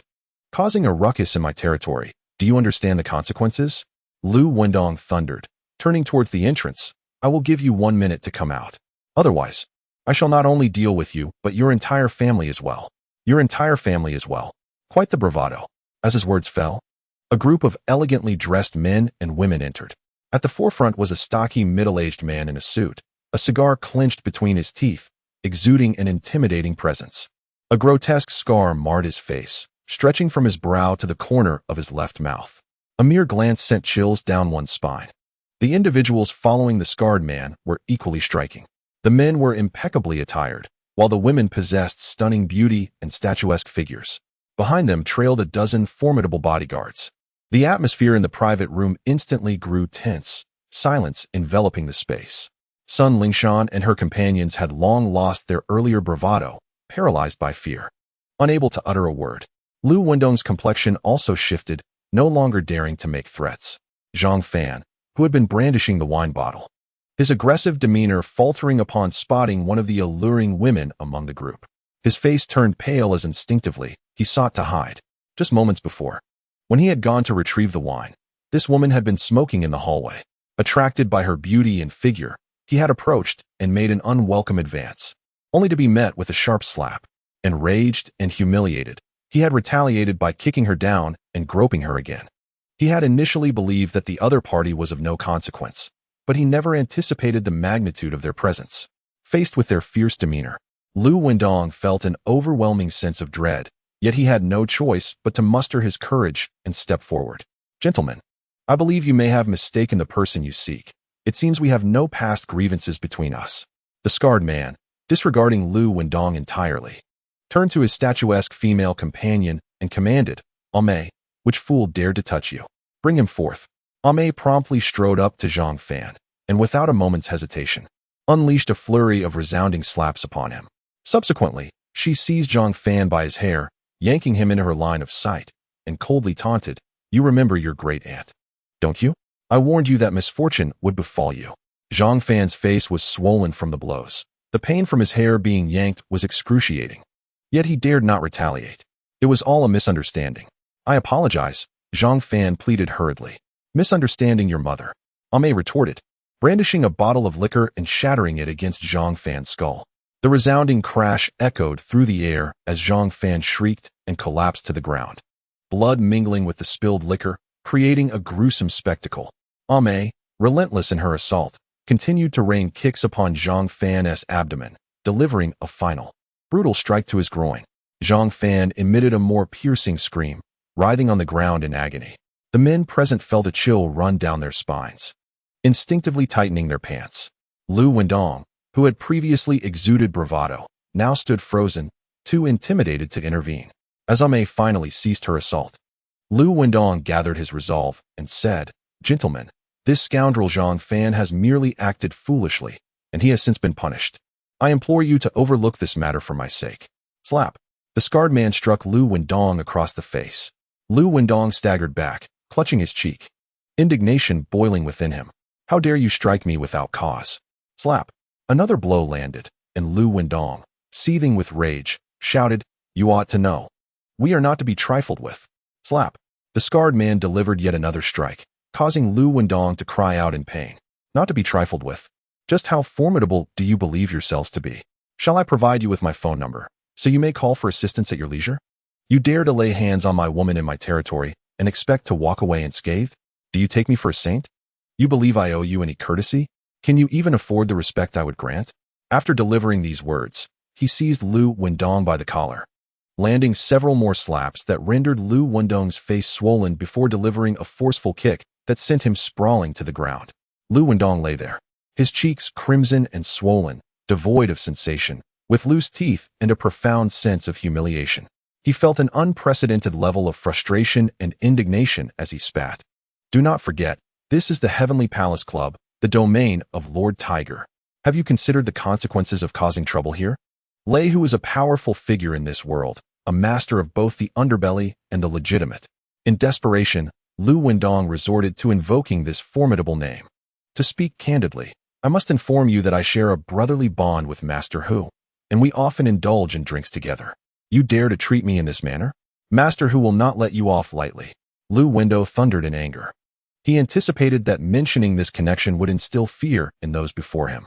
However, to his astonishment, upon uttering these words, the expressions of the crowd, including the burly man with the slicked back hair, turned peculiar. Lu Wendong brandished his phone, a cold smirk gracing his lips. What? Do you not believe me? Would you only be satisfied if I called Master Hu right now? Upon hearing Lu Wendo's assertion, Sun Lingshan and the others felt emboldened. Summoning her courage, Sun Lingshan stepped forward and declared loudly, Brother Dong is indeed a close friend of Master Hu. By striking Brother Dong, you are slapping Master Hu in the face. Consider the consequences of your actions. She did not forget to turn back to Lu Wendo, urging Brother Dong, call Master Hu now and let them face the repercussions. Other classmates also stepped forward in agreement. You found yourselves in serious trouble. Brother Dong is not only a brother to Master Hu, but also a distinguished guest of the Bai family. Brother Dong, we cannot let this grievance go unresolved. Call Master Hu. They must pay the price. Lu Wendo, gripping his phone, directed a cold gaze at the scarred man and his companions, sneering. You all know what kind of person Master Hu is. Are you truly certain that you want to disturb him over such a trivial matter? Slap. The scarred man struck Lu Wendo across the face once more. What nonsense are you spouting? Fight back. How dare he continue to strike? Sun Lingshan, seething with rage, shouted at Lu Wendo, Brother Dong, immediately call Master Hu and make them pay for this. Yet, Lu Wendo appeared as if he had not heard her. Observing this, Sun Lingshan frowned and urged, Brother Dong, why are you still hesitating? Call Master Hu at once. Lu Wendo's lips twitched slightly, and he mentally cursed Sun Lingshan and her ancestors. If he had known Master Lei Hu, would he have waited until now? I believe this matter is too trivial to trouble Master Hu. He retorted defiantly. As long as you apologize, I can overlook today's incident. The group, including the scarred man, erupted into laughter at his words. Lu Wendo's expression darkened, and he spoke in a low voice. You are compelling me to summon Master Hu. With that, he unlocked his phone, feigning the act of searching for a number. Yet, after several seconds, it seemed he had not yet found the contact. Ame tilted her head towards the slick-back man, grinning. Master Hu, perhaps he does not possess your number. Should I provide him with your contact so he can try? What? Lu Wendo trembled, nearly throwing his phone away. He looked at the scarred man in disbelief. You are Master Hu? Master Hu. This scarred man was none other than the renowned owner of the Tiangong Club, the illustrious Master Hu. Sun Lingshan and the others also felt their vision darken, nearly fainting. How could Lu Wendo be such a fool as to not recognize Master Hu? This was not merely a blunder. It was a grave mistake. Chapter 10. Do not touch her. Indeed, I am the Thunder Tiger. Thunder Tiger nodded, a teasing glint in his eyes as he gazed at Lu Wenden, saying, How could I possibly recall having a brother such as you? The scar on his face, when he smiled, resembled a writhing centipede, sending chills down the spine. Lu Wenden wished for a crack in the earth to swallow him whole. He never anticipated that the scarred man before him was none other than Thunder Tiger, the proprietor of the Heavenly Palace Club. Sun Lingshan and the others trembled in fear, their earlier bravado evaporating. Even Su Qingyao displayed signs of tension upon realizing that the bald man before her was Thunder Tiger. However, Luli remained remarkably composed. Though he had only recently begun his training, his progress was astonishing. In preparation for Sun Jingyang's retaliation, he had even taken the initiative to learn some martial arts. He was confident that as long as firearms were not involved, these individuals would not pose a threat to him. Sir Tiger, it was my mistake. I should not have recklessly invoked your name. Lu Wenden forced a smile that was more grotesque than tears, pleading, Please, have mercy on me this time. As for the disrespect towards your woman, that was Zhang Fan's doing, and has nothing to do with us. Without hesitation, he cast Zhang Fan to the wolves. At this moment, it was clearly a case of better a dead friend than a living enemy. Sun Lingshan and the others nodded vigorously, desperately disassociating themselves from Zhang Fan while vehemently condemning him. Thunder Tiger narrowed his eyes, yet his expression remained deceptively jovial. Are you instructing me on how to conduct my affairs? Lu Wenden felt an increasing bitterness in his heart. It was evident that the situation was far from resolvable. He resorted to invoking his father. Sir Tiger, my father is Lu Sangui, with whom you have shared drinks. In light of his reputation. Slap. Thunder Tiger delivered a resounding blow that sent Lu Wenden sprawling to the ground, grinning menacingly. You think you can leverage your father against me? Shall I call him to see if he dares to ask for any favors from me? Lu Wenden promptly fell silent, too frightened to utter another word. At that moment, Thunder Tiger's attention was drawn to Sun Lingshan, who, though not a classical beauty, was well-groomed and undeniably striking, her figure voluptuous and alluring, her curves exquisite. The pronounced attributes she possessed put her in a league of her own among her female peers, commanding admiration. Thunder Tiger's gaze became fixated on her, and Sun Lingshan, appearing as a frightened little bird, evoked a sense of protectiveness in him that was difficult to resist. With a mischievous grin, Thunder Tiger declared, "I shall grant you an opportunity. The men may leave, but the women shall stay to accompany me for the night. In exchange, I shall overlook today's transgressions." As he spoke, he began to stride towards Sun Lingshan. Panic-stricken, Sun Lingshan turned pale. As Thunder Tiger approached, she felt as though her soul had fled her body. Paralyzed with fear, "What do you intend to do?" A male classmate, who had an interest in Sun Lingshan, stepped forward, warning, "I caution you. This world still abides by the rule of law." Bang! Thunder Tiger seized a bottle and smashed it against his forehead. The adversary fell to the ground, crying out in agony, blood streaming from his forehead. A companion rushed forward, intending to assist him, but was met with a brutal kick to the face from Lei Hu, causing blood to spurt from his mouth and nose. Lu Wendong merely parted his lips, only to be seized by Lei Hu by the collar, receiving a barrage of slaps across his face. Instantly, the entire private room fell into a chilling silence, with no one daring to utter a word. Lei Hu scrutinized the trembling Sun Lingshan, as though appraising his prey. Indeed, delightful and tear-streaked, she evoked a sense of pity. As he reached out to caress her face, Sun Lingshan resembled a frightened fawn, desperately attempting to evade the advancing claws, yet lacking a shred of courage.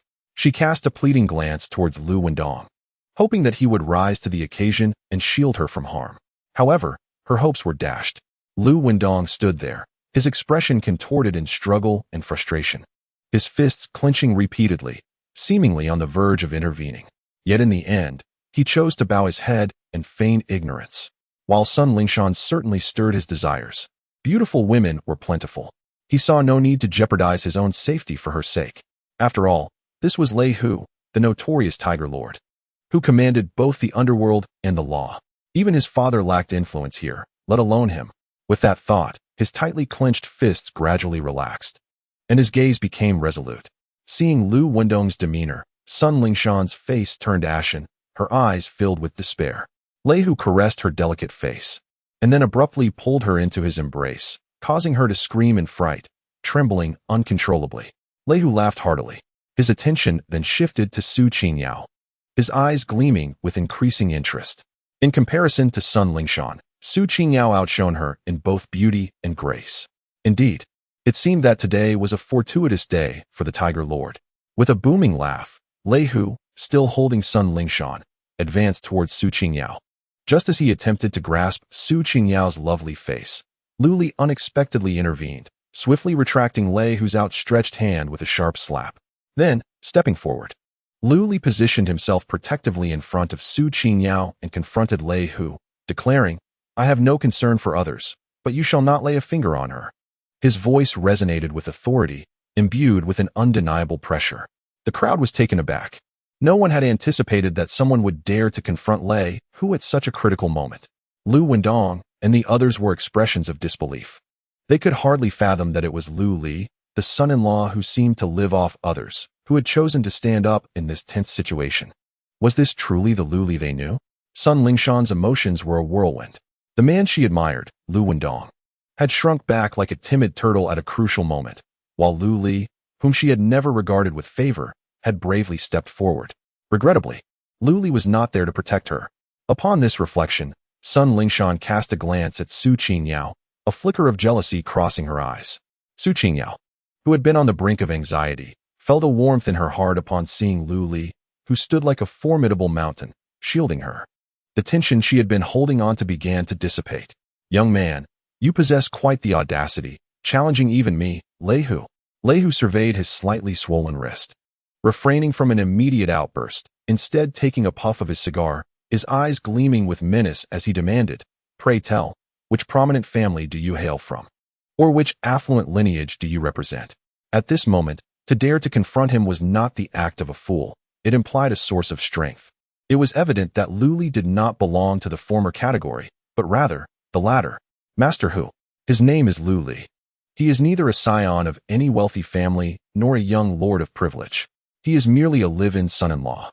Lu Wendong interjected, leaping up to divulge Lu Li's secrets without hesitation. He is our university classmate, utterly devoid of any background, just a poor boy.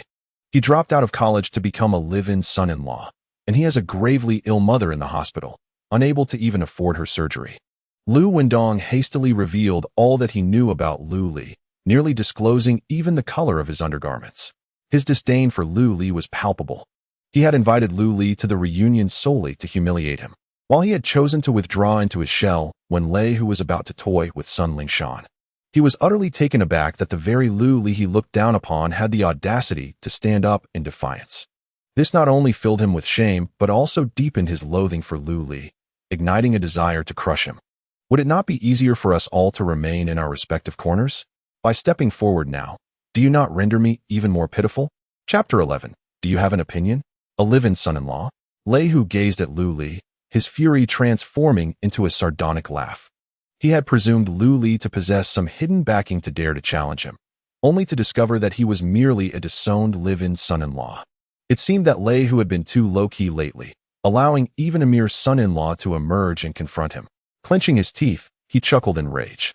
Upon hearing this, Lu Wendong trembled in fear, his legs quaking uncontrollably, his hatred for Lu Li intensifying. It was evident to all that Lei Hu was genuinely enraged. If there had been some minor friction before, Lu Li's blatant challenge now publicly slapped Lei Hu in the face. Lei Hu was a formidable figure in Rongqing, a ruthless character straddling both the legal and illegal realms. How could he possibly tolerate the provocation of a live-in son-in-law? He could scarcely fathom the terror that would unfold when Lei Hu unleashed his wrath. Master Hu, we truly are not acquainted with him. He merely came here today to shamelessly mooch food and drink. Lu Wendong shouted, desperately attempting to distance himself from Lu Li. The other classmates hurriedly nodded in agreement. We haven't seen him in years. He does not belong with us. Lu Li, you must bear the consequences of your own actions. Do not implicate us. How can you all act this way? Su Qingyao gazed at her classmates, feeling a mix of anger and disappointment. Lu Wendong's face flushed as he urged, Qingyao, it would be wise for you to distance yourself from him to avoid being dragged down. The others echoed his sentiments. Indeed, Lord Hu had already decided to let us off the hook, yet it was Lu Li who insisted on stepping forward to show off. Why should we suffer for his recklessness? We were never close to him. At this moment, Lei Hu revealed a mischievous smile. Internal strife. How intriguing. He turned to Su Qingyao and remarked, if you wish to sever ties with him now, I will not make things difficult for you. Today, not only will he be made an example of, but he will also face a heart-wrenching fate. Lu Li, too, looked at Su Qingyao, remaining silent. He was curious to see what choice she would make. Qingyao, why are you still dawdling? Did you not hear Lord Hu? Come over here. Lu Wendong beckoned to Su Qingyao urgently. She hesitated momentarily before resolutely rejecting. Lu Li stood up for me. No matter what happens today, I will stand with him. Lu Wendong's expression instantly stiffened. Lei Hu, with a sinister grin, declared, how amusing. Since you both wish to be a pair of star-crossed lovers, I shall grant your wish. Lu Li narrowed his eyes at Lei Hu, asking, are you certain you want to persist in this confrontation? Persist? Lei Hu sneered menacingly. Do you think you are worthy to utter such words to me? He was a formidable underworld figure, dominating both the legal and illegal realms, and today, he was being openly challenged by a mere son-in-law. If he could not reclaim his dignity, he would have no place left in this world. Seizing a bottle, Lei Hu smashed it onto the ground and bellowed, clear the area. Instantly, the bodyguards behind him sprang into action, seizing Lu Wendong and the others, forcing them out. Lu Li, you have brought us to ruin. Sun Lingshan and others shouted at Lu Li, venting their pent-up frustration and fear. Lu Wendong's face twisted in rage as he pointed at Lu Li, shouting, you bastard. You are the one who has led us to this plight. I will kill you one day. Unable to confront Lei Hu and unwilling to silently endure this humiliation, he naturally placed the blame on Lu Li. Lu Li turned to Su Qingyao and said, you should leave with them. Su Qingyao shook her head firmly. I have already stated that I will stand with you. Lu Li leaned closer and whispered in her ear, I can buy some time here. Only by leaving this place will you have the chance to devise a plan to save me.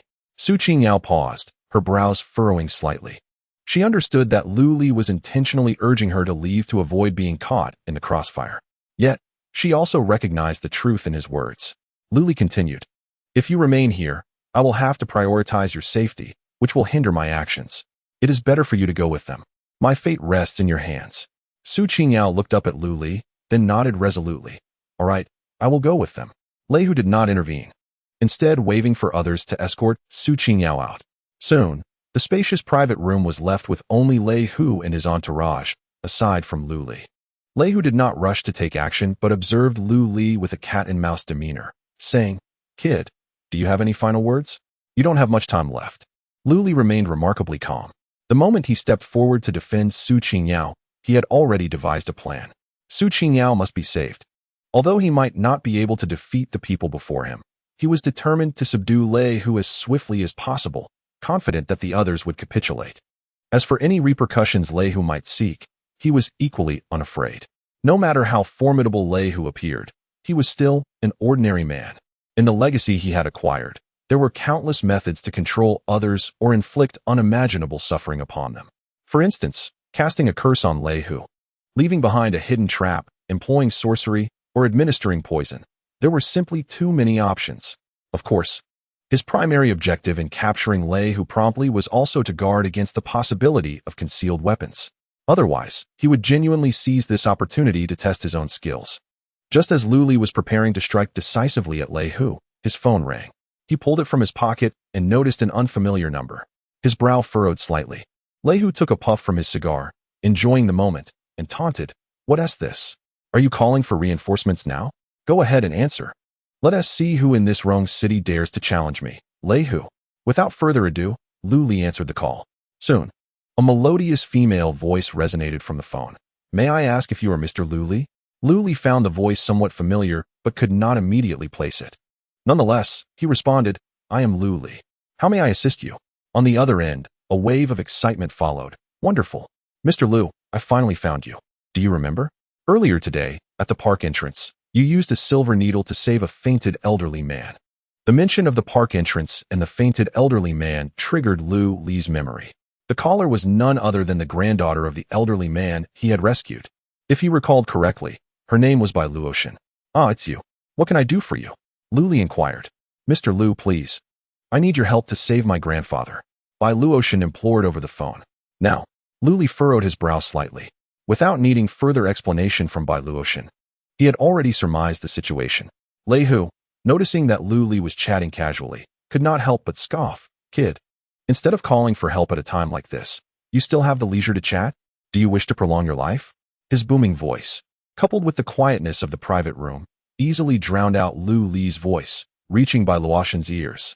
Bai Luotian, seated opposite, fell silent for a brief moment. After approximately 2 seconds, her voice resonated once more. "Mr. Lu, have you encountered some troubles? Would you care to share them with me?" "Indeed, I have encountered a predicament." Lu Li nodded, revealing without reservation, "I have a conflict with the owner of the Tiangong Club." "The owner of the Tiangong Club? Lei Hu?" Bai Luotian's tone shifted abruptly. "Indeed, it is he. Do you know him?" Lu Li inquired, somewhat taken aback. Bai Luotian refrained from elaborating, instead hastily responding. "The Tiangong Club, is it? I understand. Inform Lei Hu that I shall arrive in 10 minutes. Have him await my presence." Upon ending the call, Lu Li appeared pensive. Lei Hu, cradling a wine glass in one hand and a cigar in the other, exuded an air of dominance. Noticing Lu Li putting away his phone, he remarked with a hint of amusement, "Finished your call? Do you wish to continue? I shan't intervene. Bring forth all your backing. I am eager to see who in this wrong city can possibly rescue you." He had resolved to thoroughly deal with Lu Li today, even dismantling his support system alongside him. Lu Li cast a peculiar glance at him and replied, "No need for that. She said she would arrive within 10 minutes. And until then, you shall wait." "Make me wait? What audacity!" Lei Hu scoffed, his anger transforming into a chilling laughter, his eyes glinting ominously. In the entirety of Rong City, those who could command him in such a manner were few and far between. None of these individuals were accessible to someone of Lu Li's standing. Draining his glass of red wine, Lei Hu grinned malevolently. "Very well. I shall wait for 10 minutes. Let us see which fool dares to provoke me, Lei Hu." He then pulled out a chair to sit down. The accompanying women stood obediently behind him, their gazes directed at Lu Li filled with pity. Over the years, Lu Li was the first to so brazenly incite Lei Hu's wrath. The current tranquility was merely the calm before the impending storm. In 10 minutes, Lu Li would face Lei Hu's thunderous fury. At that moment, Misfortune would not befall Luli alone, but also his friends and family. Time swiftly passed. In less than 10 minutes, accompanied by a resounding crash, the door to the private room was abruptly flung open. The bodyguard at the entrance was caught off guard and was sent flying. Following this, 2 women clad in fitted attire and sporting ear-length hair surged into the room, engaging in combat without uttering a word.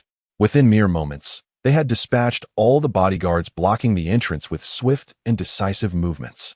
"Curse it!" Lehu rose abruptly, consumed by rage, pointing at the 2 intruders as he bellowed. "Who gave you the audacity to run rampant in my territory?" "I did. By Luoshan. Do you have an issue with that?" A voice, indifferent yet commanding, echoed through the room. Clad in white, her long hair flowing gracefully, By Luoshan, reminiscent of a celestial being descending to the mortal realm, entered the private room. Chapter 12. The heir of a prominent family, the expression of Lei, who momentarily froze in anger, his eyes widening in disbelief as he exclaimed, "The eldest young lady? What brings you here?" The crowd behind Lei, who also displayed shock at this revelation. The eldest young lady? It was astonishing that there was someone who could compel Lei Hu to address her in such a manner. However, Bai Luoshan paid no heed to Lei Hu. Instead, she swiftly approached Lu Li. Upon seeing that Lu Li appeared unscathed, the tension in her delicate features finally eased somewhat. "Mr. Lu, are you all right?" Bai Luoshan inquired. Still unable to shake off her concern, Lu Li shook his head, reassuring her, "I am fine." Upon hearing this, Bai Luoshan felt a wave of relief wash over her. She then formally apologized to Lu Li, stating, "Mr. Lu, it is my Bai family's failing in discipline that nearly allowed Lei Hu to harm you. I, Bai Luoshan, sincerely apologize." She continued, "Regardless of how you wish to deal with Lei Hu, my Bai family will harbor no grievances." Lu Li looked taken aback, instinctively glancing at the rigidly standing Lei Hu. He noticed with some surprise that Lei Hu's complexion had paled, and beads of cold sweat had formed on his forehead. It appeared that Lu Wenden's words held truth. The Bai family was indeed the powerful backing behind Lei Hu. What Lu Li did not realize was that families as affluent as the Bai clan typically had their own clean hands, responsible for clandestine dealings and unscrupulous activities. Lei Hu was the Bai family's clean hand. In his early years, he served as Bai Xiongtu's chauffeur, and the scar marring his face was a testament to the time he took a blade for Bai Xiongtu. Consequently, the Bai family had tirelessly supported Lei Hu over the years. "Since he is of the Bai family, let Miss Bai handle this matter," Lu Li suggested, shaking his head. Bai Luoshan nodded, accepting the responsibility without hesitation. When she turned to face Lei Hu, her once charming visage had transformed into an icy mask of severity. "Just now, you mentioned sending Mr. Lu on his way." Lei Hu stood frozen, his eyelids twitching. He quickly abandoned his previous arrogance, stepping forward with a bow and a sycophantic smile. "Young lady, this is a misunderstanding. I was unaware that Mr. Lu is your friend." Bai Luoshan replied coldly, "Kneel and apologize to Mr. Lu." The smile on Lei Hu's face faltered once more. "Young lady, I slap." Bai Luoshan's hand struck Lei Hu's face with a resounding crack. "Apologize." The pain radiated across Lei Hu's cheek. "Young lady, you cannot slap." Another strike from Bai Luoshan. "Apologize." Lei Hu stumbled back a couple of steps, his face swelling from the blows. "Young lady, for the sake of the old master, slap." Without hesitation, Bai Luoshan delivered yet another blow. "Apologize." A wave of humiliation surged through Lei Hu, mingled with a seething anger. Since ascending to power in the underworld, he had never been so publicly humiliated. Furthermore, being compelled to kneel and apologize to a mere son-in-law was an affront to his pride. Did he not care for his dignity? At that moment, Bai Luoshan's voice cut through the tension. "Do you wish to stand on your own?" Lei Hu's expression shifted dramatically. He no longer dared to procrastinate, and, with a thud, knelt on the ground, exclaiming, "Mr. Lu, I am deeply sorry. I apologize for my previous offenses. Please forgive me." The atmosphere fell into a profound silence. Ame and the companions who came with Lei Hu stared wide-eyed, unable to believe the spectacle before them. Lei Hu had truly knelt down. Moreover, he was kneeling before an insignificant junior, a son-in-law. Bai Luoshan turned to Lu Li and inquired, "Mr. Lu, are you satisfied with this outcome?" Lu Li shrugged, remaining non-committal. "Since I have entrusted this matter to Miss Bai, I shall leave it entirely in your hands." Bai Luoshan exhaled in relief, understanding that Lu Li did not intend to pursue the matter further. However, she had no intention of letting Lei Hu off the hook so easily. "Do you think I am merely using this opportunity to reprimand you?" Her voice was cool as she continued, "Are you unwilling to accept this? Planning to regain your lost dignity through Mr. Liu? Have you even begun to contemplate how to take revenge on him?" Bai Luotian's gaze fixed on the kneeling Leihu. Her tone icy. Leihu was startled and hurriedly replied, "I wasn't thinking that at all. Even if you had such thoughts, it would be of no consequence." Bai Luotian's tone remained indifferent, yet she added, "But should you act upon them, you should be well aware of the consequences." Leihu was instantly drenched in cold sweat. He indeed had harbored vengeful thoughts against Lu Li. As Bai Luotian had pointed out, he dared not retaliate against her and could only seek to reclaim his pride at Lu Li's expense. To his astonishment, Bai Luotian had seen through his intentions. A newfound respect for her blossomed within him. Truly, she was the chosen successor of the old master. "You ought to be grateful for my timely arrival." Bai Luotian's tone held a hint of amusement. "What would your fate be if my grandfather were to discover that you nearly harmed his savior?"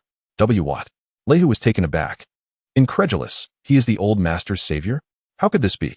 Bai Xiongtu was the esteemed head of the Bai family, and everyone he knew was either wealthy or powerful. A son-in-law like Lu Li surely lacked the qualifications to even approach Bai Xiongtu, let alone be his savior. Bai Luotian spoke with an air of indifference. "You must have heard about the events unfolding in the Bai family today. Allow me to enlighten you, Mr. Liu is the one who saved my grandfather at noon. Furthermore, he is the divine physician that the Bai family is earnestly seeking. Only he possesses the ability to save my grandfather." At her words, Leihu could not help but gasp, a cold sweat breaking out on his back. If he were to delay the treatment of the old master due to his actions, the wrathful Bai family would undoubtedly tear him apart. Realizing this, Leihu felt his emotions drain away, replaced by a burgeoning gratitude toward Bai Luotian. He respectfully bowed his head and said, "Thank you, Miss Bai, for your reminder. I, Leihu, acknowledge my mistake." Lu Li observed this scene, compelled to admire Bai Luotian's tactics. Truly, as the daughter of a prominent family, her prowess was remarkable. She had struck him with a slap, forced him to kneel in apology, and ultimately left him feeling grateful. Bai Luotian coldly remarked, "Do not presume that this matter will simply pass. I shall grant you 3 days to contemplate. Regardless of the means you employ, you must provide Mr. Liu with an explanation and seek his forgiveness. Otherwise, I shall ensure that you receive an explanation of my own." "Understood." Leihu promptly responded with deference, leading his subordinates out of the private room. Soon, only Lu Li and Bai Luotian remained within. The 2 female bodyguards that Bai Luotian had brought stood vigil outside the door. Without further ado, Bai Luotian directly articulated her purpose. "Mr. Liu, I implore you to save my grandfather. Given your previous knowledge of his condition, I trust you possess a remedy to heal him, correct?" "I do indeed have a method to treat your grandfather." Lu Li pondered briefly before responding. "However, I will require some time to prepare certain items. How does tomorrow sound?" A hint of bitterness crossed Bai Luotian's pretty face as she confessed, "To be candid, my grandfather's condition is quite dire. I fear he may not endure for long." "Fear not." Lu Li smiled, retrieving a delicate porcelain vial from his bag. "Inside this vial is a small Peiyuan pill, which I have personally crafted. If you place this pill in his mouth to dissolve, he will be safeguarded from any life-threatening danger." "Is it truly so?" Bai Luotian exclaimed joyfully upon receiving the vial. After securing the Peiyuan pill, she promptly filled out a check for 10 million as compensation. Lu Li waved his hand, saying, "You have rendered me significant assistance today. Consider this Peiyuan pill as my recompense." "That cannot be." Bai Luotian shook her head. "When I entered, I observed Mr. Liu unscathed, his demeanor calm and composed, exhibiting no signs of distress. This indicates that you possess a trump card. Even without my assistance, you could resolve this issue. I merely serve to enhance your efforts, not to provide essential support." Lu Li felt a slight shock within. The perceptiveness of this young lady from the Bai family was indeed remarkable. After contemplating, he said, "Let us defer this discussion until after your grandfather's recovery. If it is convenient, could I borrow a vehicle? It would facilitate my preparations." "That is easily arranged." Bai Luotian produced a set of car keys and handed them to Lu Li. "This vehicle is one I acquired just a few days ago, parked downstairs. Given the substantial value of your Peiyuan pill, if you do not mind, let this car serve as compensation for the pill, while the consultation fee shall be separate." "Very well," Lu Li nodded, realizing that individuals from affluent families often prefer to avoid indebtedness, so he refrained from further declining. However, upon seeing the emblem on the keys, his gaze sharpened. A Rolls-Royce. Chapter 13. Whose accomplishment? As Lu Li exited the establishment, he spotted Lu Wendong and others gathered in a nearby open space. Lu Wendong and Zhang Fan were crouched together smoking, while Sun Lingshan and several other women chattered animatedly, their faces illuminated with the joy of having narrowly escaped disaster. Only Su Qingyao stood there, scanning her surroundings as if searching for something, her face etched with anxiety and concern. Previously, she had attempted to enter the club several times, but was thwarted by Sun Lingshan and others. When Lu Li approached, she immediately spotted him and hurried over. Lu Li, are you all right? Did they give you any trouble? I'm fine. Lu Li shook his head. At that moment, Lu Wendong and the others also stood up. Seeing Lu Li emerge unscathed astonished them all.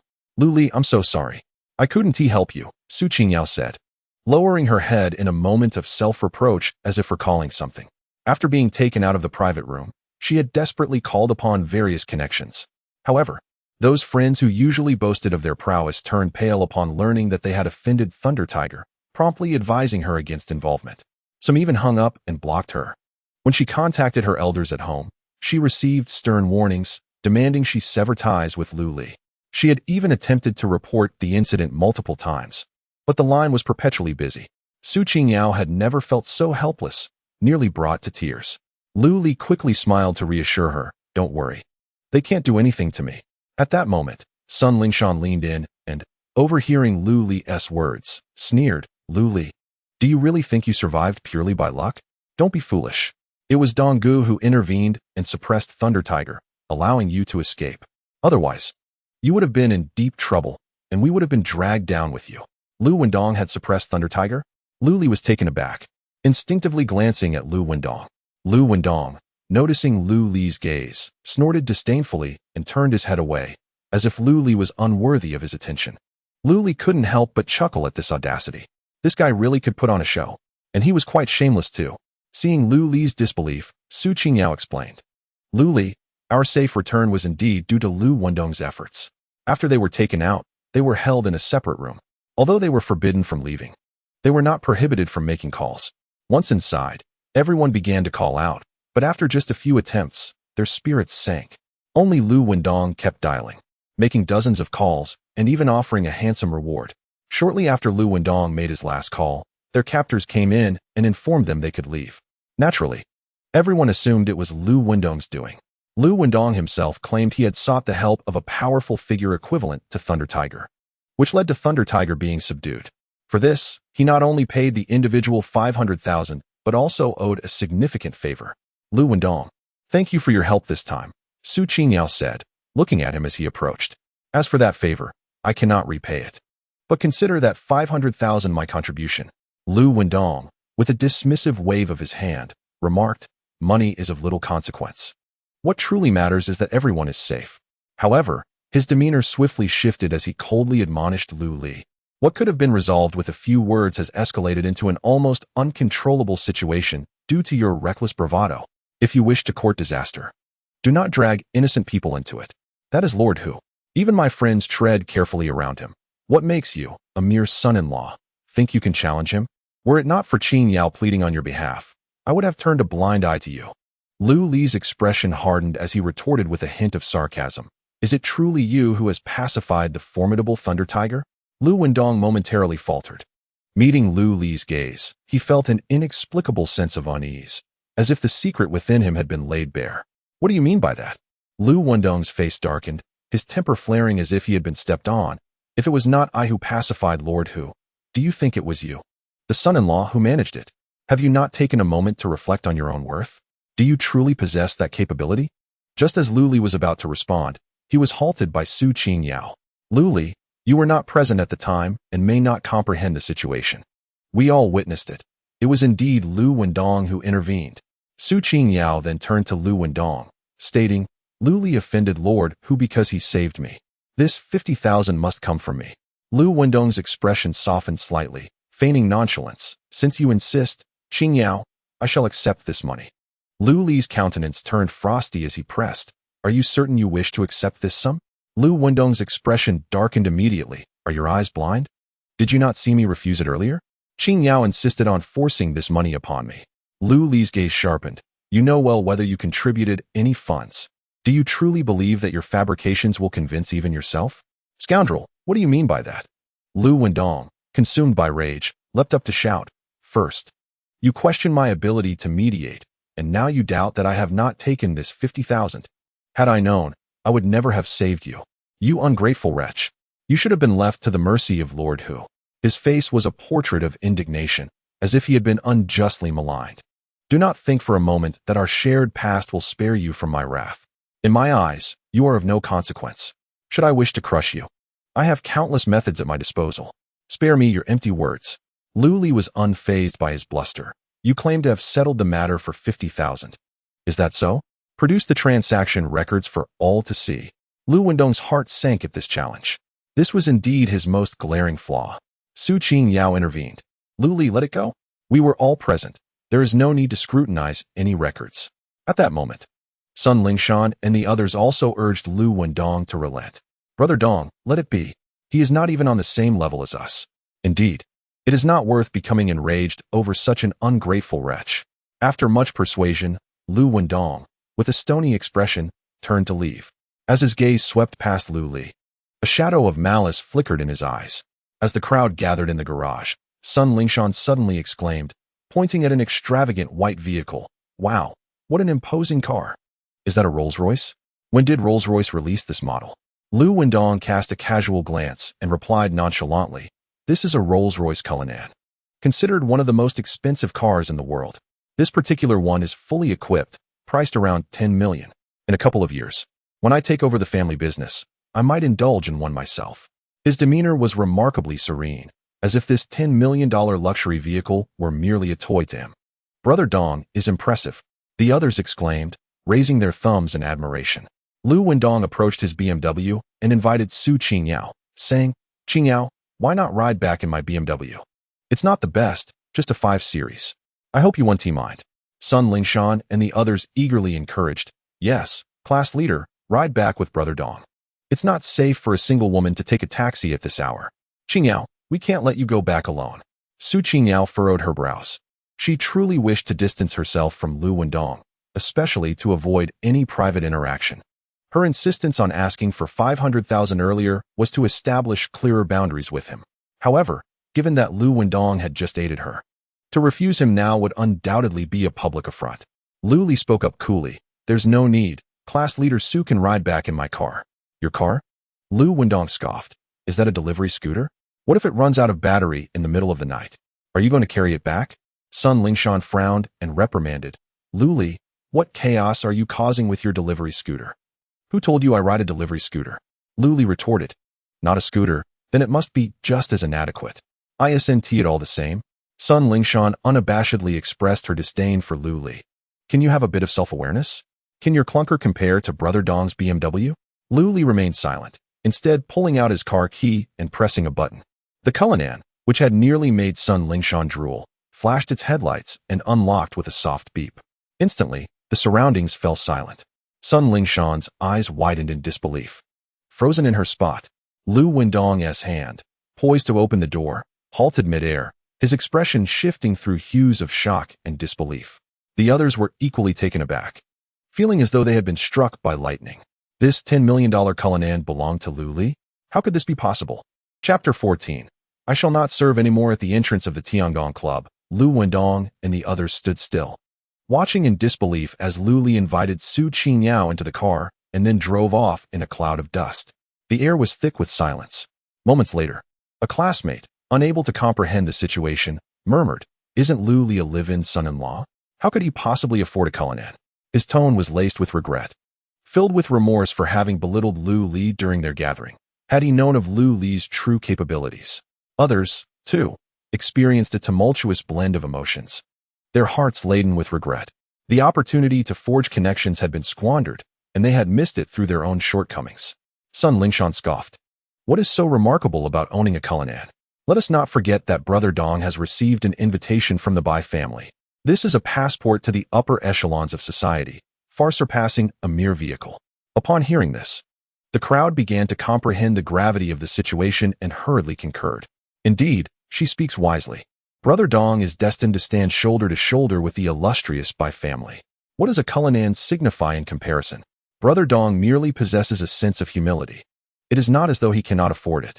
Lu Li pales in comparison to Brother Dong. They have already incurred Lu Li's wrath. And if they further offend Lu Wendong, it would be a catastrophic misstep. Lu Wendong's expression softened slightly as he scoffed. Surely, you do not believe that vehicle truly belongs to Lu Li? That man, a rejected son-in-law, cannot even afford to pay for his mother's medical expenses. How could he possibly purchase a Cullinan?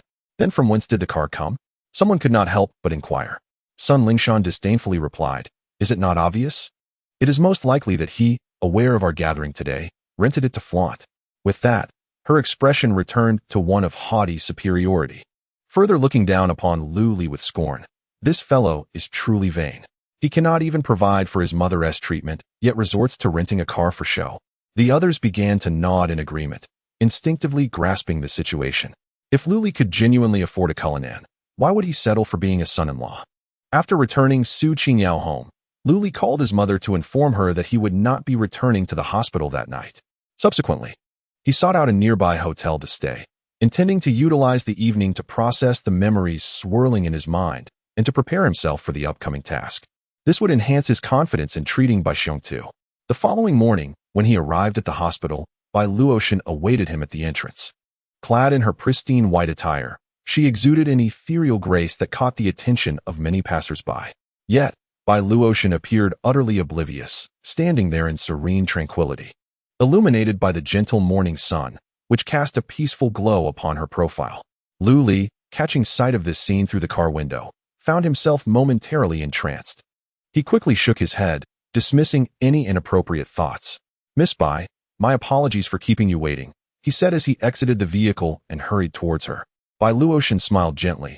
It's no trouble at all. I arrived not long ago. I thought you might be unfamiliar with the location, so I chose to wait here. As they conversed, the two made their way into the hospital. Bai Xiongtu remained in the intensive care unit. With daily expenses running into the tens of thousands, a mere trifle for the affluent Bai family. Outside the ICU stood numerous elegantly dressed individuals. As the two were about to enter, they were obstructed by a middle-aged man clad in a suit. Third uncle, what are you doing? Bai Luotian furrowed her brows slightly. This man was none other than her uncle Bai Jingtian. Beside him stood a distinguished middle-aged couple, Bai Luotian's parents, Bai Jingxing and Lu Yan. Bai Jingtian barred the entrance. Wearing a disingenuous smile, Luotian, Dr. Qi is currently treating your grandfather. It would be inconvenient for you to enter. Please wait outside. Bai Luotian replied calmly, is that so? I have also invited a renowned physician who can assist in treating grandfather. Upon hearing this, Bai Jingtian instinctively glanced at Lu Li and couldn't help but scoff. Luotian, are you serious? This young man looks hardly capable of medical practice. He seems more like a charlatan. Bai Jingxing, Bai Luotian's father, frowned as well. Luotian, your uncle has already summoned Dr. Qi Xiaoshan to treat your grandfather. He is one of the 3 great physicians of the Great Xia and will undoubtedly cure him. Her mother, Lu Yan, tugged at Bai Luotian's sleeve. Yes, Luotian, it would be best if you did not complicate matters. Lu Li observed the situation with a furrowed brow. It was evident that Bai Jingtian was intentionally obstructing Bai Luotian from bringing him in to treat the elderly patriarch of the Bai family. What astonished him further was that Bai Luotian's parents were not siding with her, but rather assisting Bai Jingtian. However, Bai Luotian appeared unfazed, stating softly, yesterday. He was the one who rescued grandfather at the park. That was merely a stroke of luck. Bai Jingtian scoffed, if he truly possessed such skills. Your grandfather would have recovered by now, instead of being in intensive care. With that, he turned to Lu Li, his gaze laced with warning and a hint of menace. You, young man, have the audacity to swagger into our family.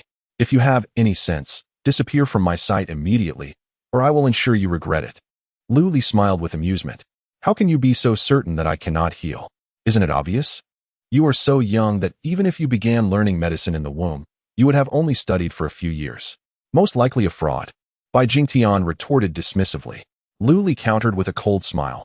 By your logic, why seek a doctor at all? Wouldn't it be better to find a turtle to treat your father? Bai Jingtian was left speechless, his face flushed with anger. Just then, a voice emerged from the intensive care unit. Let them in. Bai Jingtian was momentarily taken aback, but ultimately complied and stepped aside. The speaker was none other than the esteemed physician Qi Xiaoshan, whom he had invited. Qi Xiaoshan was not an ordinary doctor, but one of the three great physicians of the Great Xia, possessing remarkable medical skills and vast connections. Even Bai Xiongtu would treat Qi Xiaoshan with utmost respect. Bai Jingtian certainly did not dare to offend him. Once inside, they found Bai Xiongtu lying on a hospital bed, seemingly in a deep slumber, with all the various medical devices already removed. At that moment, a white-haired elder was administering acupuncture to Bai Xiongtu. The elder in question is none other than the renowned acupuncturist Qi Xiaoshan. Lu Li's gaze swept over the silver needles adorning Bai Xiongtu, and he couldn't help but exclaim in surprise, "The Tai Yi Divine Needle. Burning mountain fire." Qi Xiaoshan, who had been focused on his acupuncture, glanced up at Lu Li with a hint of astonishment. He nodded, acknowledging Lu Li's insight, before resuming his work. For Lu Li, that fleeting compliment felt like an immense accolade. However, Lu Li's expression grew solemn as he observed the silver needle poised to descend from Qi Xiaoshan's hand. He spoke with a grave tone. If that needle were to be inserted, the patient would undoubtedly perish. At this pronouncement, the atmosphere fell into a profound silence. Qi Xiaoshan's hand, clutching the silver needle, froze in midair. "You wretched scoundrel, do you dare to curse my father?" After a brief moment, Bai Jingtian bellowed in fury, attempting to seize Lu Li by the collar, only to have Lu Li step back to evade him. Then, he turned his scorn upon Bai Luo Shan. Sneering, "Bai Luo Shan, behold, this is the divine doctor you have summoned. I suspect you are eagerly wishing for your grandfather's demise so that you may seize the reins of the entire Bai family." Bai Luo Shan ignored him, casting a contemplative glance at Lu Li, as if pondering something. The other members of the Bai family also regarded Lu Li with disdain. Qi Xiaoshan fixed his sharp gaze upon Lu Li. "Young man, do you truly comprehend the gravity of your words?" Lu Li replied calmly, "If I am not mistaken, your understanding of the Tai Yi Divine Needle is incomplete. The first 9 needles are accurate, but the 10th is merely your own conjecture. The authentic burning mountain fire does not manifest in this manner. Should you proceed with that needle, the patient may indeed awaken, but within 5 minutes, he will turn pale, tremble violently, and ultimately bleed to death." "Enough!" Qi Xiaoshan interrupted Lu Li, his fury palpable. "The Tai Yi Divine Needle is an ancient acupuncture technique, long thought to be lost, reputed to possess the power of resurrection. Qi Xiaoshan had fortuitously stumbled upon fragments of its techniques in ancient texts, dedicating over 30 years to its study, finally piecing together the remnants. How could he not be enraged at having his proud achievements belittled by a mere child? With a cold snort, Qi Xiaoshan concluded that Lu Li must have encountered some mention of the Tai Yi Divine Needle elsewhere, and was now attempting to show off his knowledge to garner attention. This realization extinguished any prior fondness he had felt for Lu Li, replaced by an overwhelming sense of disdain. "Ignorant child, you know nothing," Qi Xiaoshan scoffed, turning away to disregard Lu Li entirely. Bai Jingtian, seething with rage, growled, "Bai Luo Shan, look at the mess you've created. Why don't you quickly remove this fraud? Are you deliberately trying to bring about your grandfather's demise?" Bai Jingxing and his wife glared at Lu Li with fury. Bai Jingxing spoke sternly, "I care not for the methods you employ to deceive my daughter. I implore you to leave at once. The Bai family does not welcome you." Lu Yan even resorted to verbal abuse. "You deceitful charlatan, get out. If you do not leave, I shall call the police to have you arrested. Prepare to face imprisonment." Lu Li's expression was somber. He had kindly reminded them, yet they indiscriminately hurled insults at him. Even with his normally good temper, he felt a surge of anger. He refrained from further discourse with these people and turned to leave. As Lu Sun aptly stated, "Good advice is often wasted on the damned." I shall not tolerate this any longer. Chapter 15. The true inferno of the mountain. As Lu Li stepped out of the special care building, the rapid sound of high heels echoed behind him. Bai Luo Shan hurriedly caught up, saying, "Mr. Lu, I apologize for what just transpired." "Madam Bai, you are too courteous." Lu Li waved his hand, returning the car keys to her. "It is I who should apologize. I regret that I could not be of assistance. Perhaps it is best you keep your vehicle." However, Bai Luo Shan did not accept the keys, shaking her head. "The car is a reward for the Peiyuan pill, unrelated to the treatment. Moreover, what happened earlier was directed at me, not you." Upon hearing this, Lu Li's expression shifted to one of surprise. It seemed he had not misjudged the situation. Bai Luo Shan offered no further explanation, simply stating, "It is merely internal strife." Lu Li contemplated her words thoughtfully, refraining from further inquiries. "Mr. Lu, Is it true what you said earlier? Is there an issue with Dr. Chi's acupuncture? Bai Luotian asked with evident concern. Qi Xiuxian was one of the 3 great medical kings of the Great Xia, and his reputation as the king of acupuncture was well known. By both merit and renown, he was deemed more trustworthy. Yet Bai Luotian had made a similar mistake before. She was unwilling to err a second time. Furthermore, both her recent rescue and Lu Li's Peiyuan pill had already demonstrated his capabilities. At her words, Lu Li's demeanor grew serious as he nodded. Absolutely true. Madam Bai. You would do well too. Before he could finish, Bai Luotian's phone rang urgently. Almost immediately, a panicked voice broke through the line. Luotian, you must return quickly. Your grandfather has just regained consciousness. But after only a few words, his complexion turned ashen, and he began to tremble violently, then coughed up a considerable amount of blood. What? Bai Luotian turned sharply to Lu Li, her astonishment unmasked. Regaining consciousness followed by spitting blood, turning pale, and continuous bleeding. These symptoms mirrored exactly what Lu Li had previously warned her about. Bai Luotian took a deep breath, looking earnestly at Lu Li. Mr. Lu, I implore you, please save my grandfather. Lu Li sighed inwardly, realizing he could not simply walk away from this. Let us go, he replied, turning back toward the special care building. Upon their return, the intensive care unit was in disarray. Bai Xiongtu lay motionless on the bed, while several large pools of blood stained the floor, a harrowing sight. Qi Xiuxian's expression was one of disbelief as he muttered to himself, How is this possible? How is this possible? Even now? He could not accept that the fault lay within his acupuncture technique. Dr. Qi, what on earth is happening? How has my grandfather suddenly changed like this? Bai Luotian inquired as she approached. Qi Xiuxian seemed momentarily lost in thought, mechanically turning his head. Upon seeing Bai Luotian, he appeared to emerge from his reverie and sighed. While there is still a little time, you should hurry and bid farewell to old Bai. What? Bai Luotian's lovely face turned ashen. At that moment, Lu Li stepped forward, assessed Bai Xiongtu's condition, and calmly declared, Do not worry. Your grandfather still has hope. His voice, though soft, resonated with immense confidence. Instantly, the entire ward fell silent, all eyes turning to Lu Li. Bai Luotian exclaimed with delight, Mr. Lu, do you truly mean it? My grandfather can really be saved? This cannot be. Qi Xiuxian vehemently contradicted her, asserting, Old Bai has already passed. Even if the greatest immortal were here, there would be no remedy. Young man, if you dare to cause a scene here, I will not hesitate to call the authorities and have you arrested.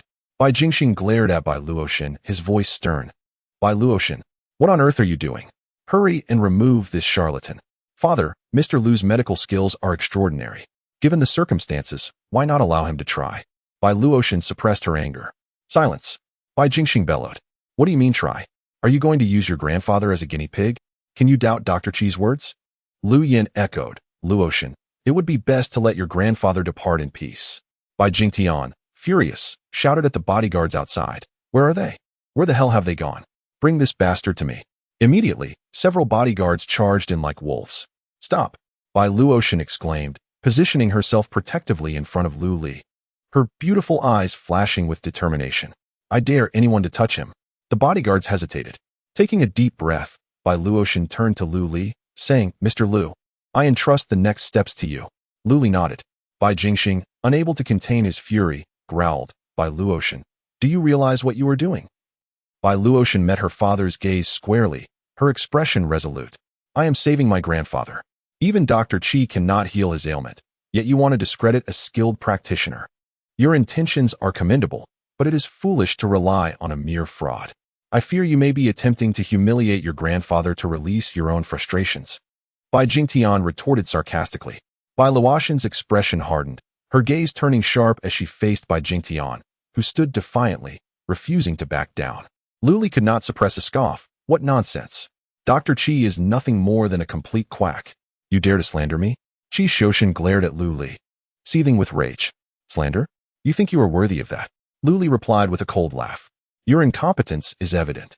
You dare to administer needles without proper skill. Now you cannot even distinguish between feigned death and true demise. What else could you possibly be but a quack? Very well. Very well. Qi Xiuxian, his anger causing his beard to bristle, laughed in fury. You claim you can save old Bai? Then I shall permit you to try. Should you be capable of awakening the venerable Bai, I shall bow in apology and thereafter treat you with the respect befitting a master. However, should you fail in this endeavor, at this juncture, his voice faltered abruptly, his gaze fixed upon Lu Li with an ominous intensity. Then today, I shall eradicate this menace for the sake of the people. Prepare to languish in prison, to prevent your continued harm to others. The gathered assembly felt a chill course through them.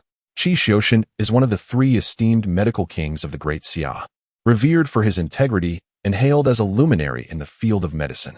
Even a high-ranking official would defer to him, setting aside his official capacity. The connections he has forged over the years in his medical practice alone would instill trepidation in any aristocratic family. The Bai family was able to summon Qi Xiaoshan with such haste merely due to a favor owed to them from years past. To speak candidly, a single utterance from Qi Xiaoshan could lead to Lu Li's utter ruin. Qi Xiaoshan's gaze bore down on Lu Li, radiating a chilling ferocity as he inquired with deliberate precision, "Do you dare to wager?" Bai Luotian instinctively sought to dissuade Lu Li, but it was already too late. What is there to fear? Before she could voice her thoughts, Lu Li retorted resolutely, "I accept this wager." Having declared this, he wasted no further words and swiftly approached Bai Xiongtu's bedside, arranging his prepared needles with care. Silver needles? Qi Xiaoshan was taken aback as Lu Li produced silver needles to treat Bai Xiongtu, finding the situation both amusing and absurd. Bai Jingtian and the others were equally speechless. Qi Xiaoshan is the needle king among the 3 great medical kings of the Great Xia. Who, in all of the Great Xia, possesses a deeper understanding of silver needles than he? As the crowd looked on with disdain, Lu Li commenced his treatment of Bai Xiongtu with the first technique of the Tai Divine Needle, Burning Mountain Fire. Qi Xiaoshan, already weary of the unfolding spectacle, was about to call for Lu Li's apprehension when he inadvertently caught sight of Lu Li's needle technique. In the next moment, his eyes widened in astonishment, and he could not suppress a gasp. The Tai Divine Needle, Burning Mountain Fire. A bit of knowledge indeed. Lu Li spoke nonchalantly, his head not lifting as he deftly placed 9 silver needles. His technique mirrored that of Qi Xiaoshan's prior method. However, the 10th needle diverged drastically. While Qi Xiaoshan's 10th needle targeted Bai Xiongtu's blind ointment point, Lu Li instead pierced the Bai Wei point.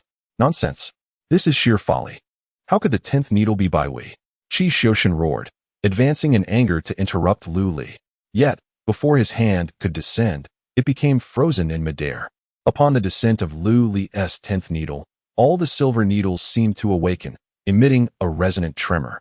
Subsequently, the silver needles transformed into a vivid crimson, as though they had been scorched. They have turned red. These silver needles have inexplicably turned red. How is this possible? Witnessing this spectacle, the Bai family could not help but exclaim in astonishment. Qi Xiaoshan stood rooted in disbelief, as if struck by lightning. He had recognized that this was indeed the first form of the Tai Divine Needle, Burning Mountain Fire, the true flames of the mountain.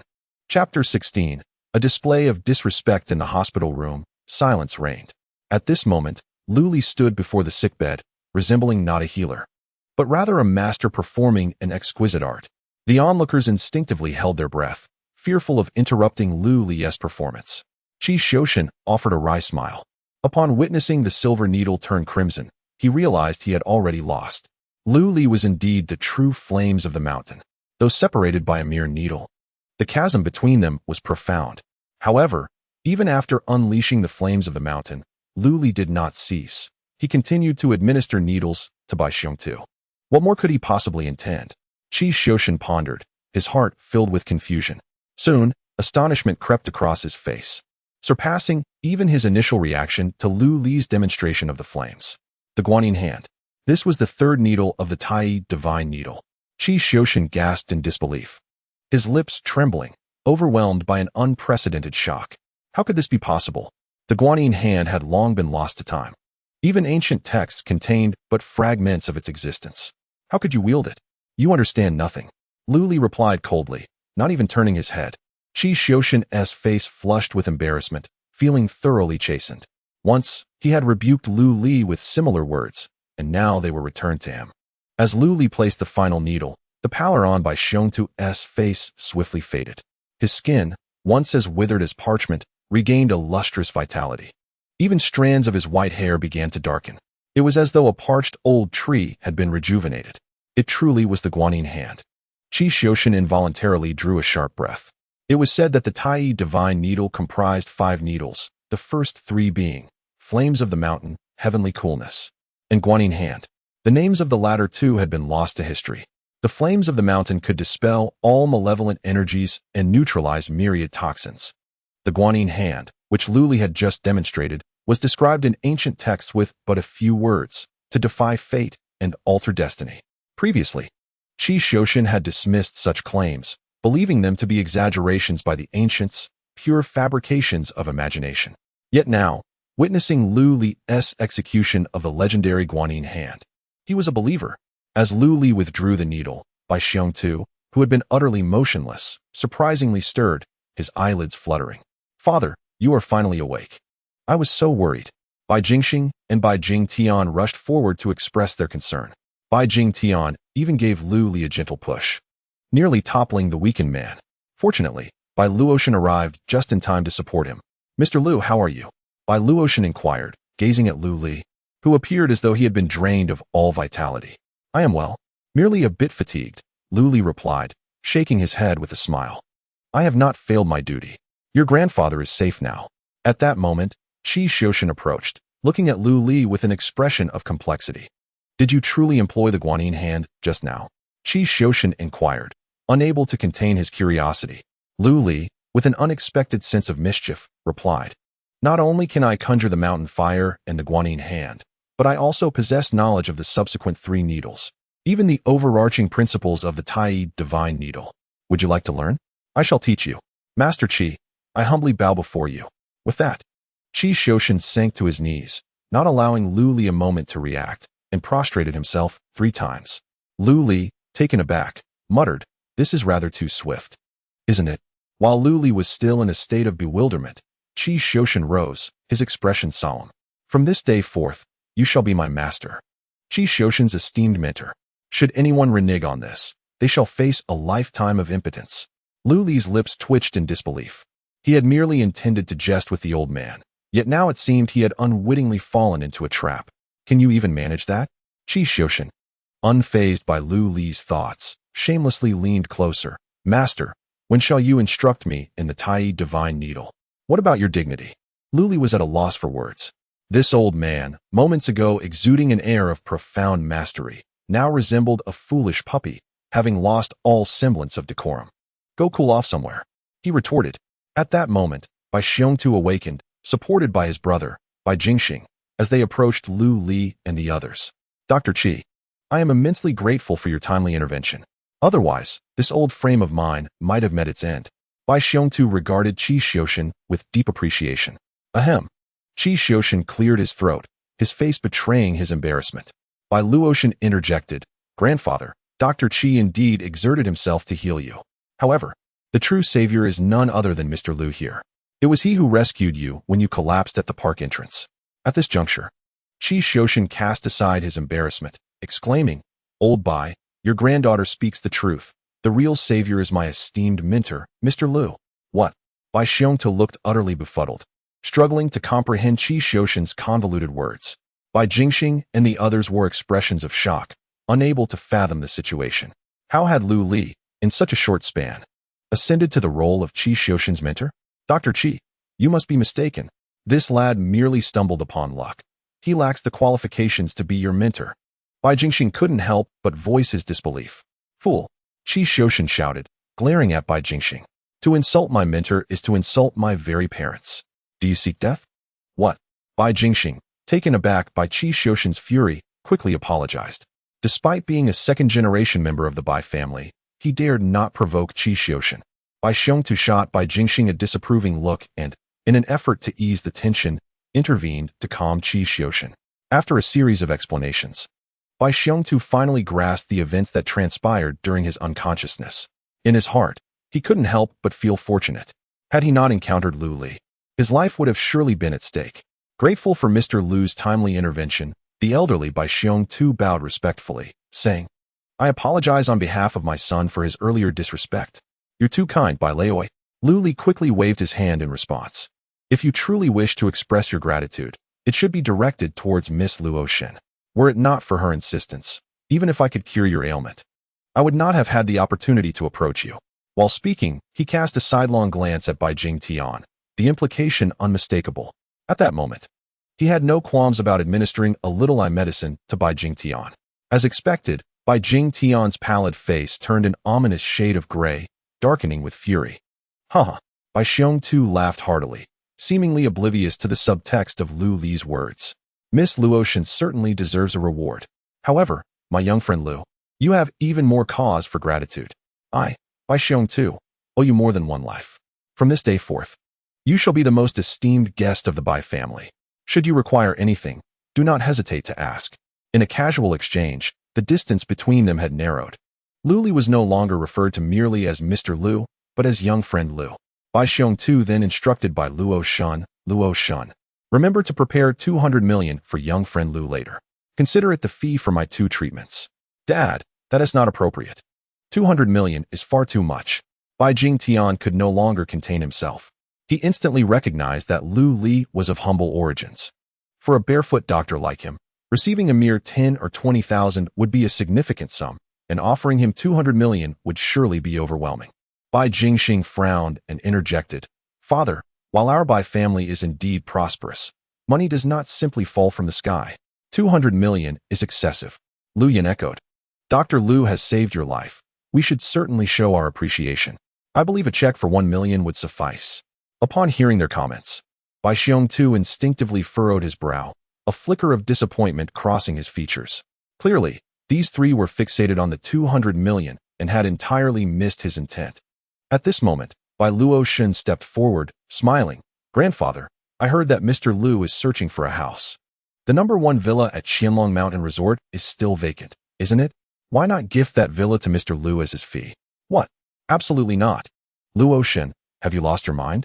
Bai Jingxing and the others immediately jumped up to object, as if their tails had been stepped on. However, Bai Xiongtu's eyes brightened, and he nodded with a smile. That's a splendid idea. Let us settle on that. Bai Jingtian, now frantic, exclaimed, Father, are you not fully aware of what you're saying? That is Qianlong Mountain Resort. It is the very cradle of our family's prosperity. At one point, someone offered 500 million to purchase the number 1 villa, and you dismissed them. Now you wish to give it away for free to this young upstart? Bai Jingxing and his wife began to speak up as well. Silence. Barked by Bai Xiongtu coldly uttered a reprimand, his gaze laced with disdain towards the trio, and declared, This household is not for you to dictate. What of Qianlong Villa? What of Villa number 1? Ultimately, it is merely a residence. Do you really believe that my life holds less value than a mere house in your eyes? Bai Jingxing and the others immediately lowered their heads, silenced. Bai Xiongtu then turned to Lu Li, smiling as he said, Young friend Lu, if you so wish, I would gladly offer the property at Qianlong Villa as your medical fee. Upon hearing this, Lu Li couldn't help but marvel inwardly. Truly, the Bai family is a prominent dynasty, overflowing with wealth. Qianlong Villa, he had heard of, is one of the most illustrious affluent areas in Rong City. It is replete with opulent mansions. Even a modest residence in the outskirts commands a price in the tens of millions. Its status in Rong City is akin to that of the illustrious Tangqin Yi Pin in the Magic City. Furthermore, just as Bai Jingtian had mentioned, Qianlong Villa is the birthplace of the Bai family's prosperity. The Bai family's core enterprise is real estate. In his youth, Bai Xiongtu made his name in the real estate circle by betting it all on the Qianlong Villa project, thereby amassing vast wealth for the Bai family. Hence, Qianlong Villa holds extraordinary significance for both the Bai family and Bai Xiongtu's day. Just as Lu Li was about to decline, he caught sight of Bai Jingtian standing behind Bai Xiongtu, his eyes shimmering with threats and malice. Lu Li smirked coldly within and promptly reversed his refusal, saying, Then I shall graciously accept. Chapter 17. We are different. After bidding farewell to Bai Xiongtu, Lu Li visited his mother and then accompanied by Luo Shun to Qianlong Villa. Nestled in the heart of Rong City, Qianlong Villa is an oasis of tranquility amidst the bustling surroundings. The environment is serene, with meandering streams and an abundance of negative ions, making it the most pristine spot in Rong City. The entire Qianlong Villa is built upon a modest hillside. Standing at the foot of the hill, Lu Li inhaled deeply, unable to suppress the brightness in his eyes. What an abundance of spiritual energy! If he could cultivate in such a place, his progress would undoubtedly be twice as rapid compared to elsewhere. Bai Luoshun pointed to a solitary villa perched atop the summit, saying, "That is Villa number 1. The pinnacle of Qianlong Villa. A few years ago, someone offered 500 million to purchase it, but my grandfather declined." Luli was taken aback. 500 million. Just days prior, he was troubled over surgical fees amounting to hundreds of thousands, even having to humble himself in seeking aid from the Su family. Now, he stood before a villa valued at 500 million. As the two conversed, a young couple, hand in hand and accompanied by a real estate agent, approached them. It was Sun Zhengyang and Lu Li's ex-wife, Su Xiaoman. Sun Zhengyang was the first to spot Lu Li, his teeth clenched in fury. As if he had encountered a nemesis. "Lu Li, you filthy loser." Su Xiaoman was momentarily taken aback upon seeing Bai Luoshun beside Lu Li. A glimmer of jealousy flickered in her eyes. Su Xiaoman could be considered a rare beauty, with a commendable background. However, when compared to Bai Luoshun, she appeared more like a mere servant. Particularly, the innate elegance and nobility that Bai Luoshun exuded made Su Xiaoman feel a sense of inferiority. Unable to suppress her jealousy, Su Xiaoman scoffed, "Lu Li, you truly are a scoundrel. We have just divorced, and you've already taken up with such a mistress," completely tarnishing the reputation of the Su family. Lu Li could not help but chuckle coldly. "So, after our divorce, if I am with someone else, I am a scoundrel? And what do you call your infidelity during our marriage?" Su Xiaoman retorted with a haughty disdain, "What do you think you are? What right do you have to compare yourself to me? Besides, even if I were to stray, that would be your fault. If you weren't so inept, would I have ever been drawn to another?" Lu Li merely smiled icily, uninterested in further banter. Yet, Su Xiaoman persisted, sizing up Bai Luoshun and saying, "My dear lady, it seems you are quite desperate, even picking up my discarded trash. Alas, you've miscalculated. He is no rich heir, nor does he possess wealth. Rather, he is a rejected son-in-law of the Su family, a penniless wretch who can offer you nothing. Additionally, he has a nearly dying mother to care for." Bai Luoshun replied indifferently, "Only incapable women rely on men for everything. We are not the same." Su Xiaoman's face flushed with indignation. Yet she found herself unable to counter the remark. Sun Zhengyang, with a cheerful demeanor, interjected, "My lady, you seem somewhat unfamiliar. I am Sun Zhengyang, from a family involved in the building materials business. Let us get acquainted. Who knows, there may be opportunities for collaboration in the future." As he spoke, he presented a finely crafted business card to Bai Luoshun. Bai Luoshun crossed her arms, not even glancing at it. "I'm afraid you lack the qualifications." Sun Zhengyang, undeterred, smiled, "Why push me away so harshly? Surely you've heard of our Sun family, which must mean you know the prestigious Bai family." Bai Luoshun raised an eyebrow. "The real estate conglomerate? Indeed, we are the real estate tycoons of Rongqing," Sun Zhengyang proclaimed proudly, "and our Sun family is one of Bai's key business partners." With that, he presented his card to Bai Luoshun once more. "Thus, having more friends opens more doors. Perhaps one day you may find yourself in need of my assistance." This time, Bai Luoshun accepted the card, casting a meaningful glance at Sun Zhengyang. "The Sun family, noted. I shall remember." She then disregarded him entirely and walked up the mountain with Lu Li. Sun Zhengyang attempted to follow, but was stopped by a nearby agent. "I'm sorry, Mr. Sunday. That area is a villa district. To view the properties, you must first pass a screening," the agent explained. "What are the requirements?" Sun Zhengyang inquired. The agent replied, "You must have at least 100 million in your account." Sun Zhengyang was immediately taken aback. While his net worth was indeed 100 million, that included his assets, properties, and company shares. Asking him to produce 100 million in liquid funds was another matter entirely. "Apologies, my capabilities do not permit." Sun Zhengyang reluctantly withdrew his gaze and turned to Su Xiaoman, saying, "Xiaoman, shall we continue to look at the villa? What is the point?" Su Xiaoman retorted, her voice laced with frustration. "Didn't you say you had connections to deal with Lu Li? Why is he still unharmed?" Sun Zhengyang gritted his teeth and declared, "I will call my uncle right away and have him eliminate this scoundrel." Meanwhile, Lu Li and Bai Luoshun made their way towards the villa atop the mountain. As they ascended, the spiritual energy in the air grew denser. Upon reaching the summit and the first villa, the atmosphere brimmed with vitality. Before them stood a magnificent villa reminiscent of a castle, flanked by expansive lawns. Behind the villa, a gentle stream meandered. The interior was not extravagantly decorated but exuded elegance, characterized by a refined and tasteful design. It was impeccably maintained by a team of 10, consisting of housekeepers and gardeners, ensuring that everything was in perfect order. What do you think? Are you satisfied with this place?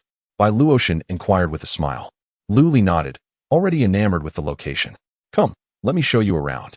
Bai Luotian suggested cheerfully. Lu Li agreed. Half an hour later, Bai Luotian received a phone call and hurriedly took her leave. In the evening, Lu Li carried a container of chicken soup to the hospital for his mother. As he exited the community, he was suddenly surrounded by a group of people. Then, Sun Jingyang swaggered forward from the crowd. What a coincidence, we meet again, he remarked, his gaze fixed on Lu Li with a mischievous grin, exclaiming. Isn't it a small world? Lu Li responded with a cold smirk. What's wrong? Was that slap last time not sufficient to teach you a lesson? At this, Sun Jingyang's lips twitched slightly, as if the sting of humiliation resurfaced. He pointed an accusatory finger at Lu Li, cursing, don't act tough in front of me. Today, I'll settle both old and new scores with you. With that, he snapped his fingers, and the door of a nearby van swung open. Several individuals promptly unloaded 10 crates of empty bottles. Sun Jingyang picked up one of the bottles, swinging it in his hand mockingly. Do you see this? These are all prepared for you. Remember, do not dodge or retaliate. Once I smash these 10 crates, regardless of whether you live or die, our grievances will be settled. If you dare to fight back or evade, I will incapacitate you first, then go after your mother. Chapter 18. I only care about results, Sun Jingyang. Do you wish to die?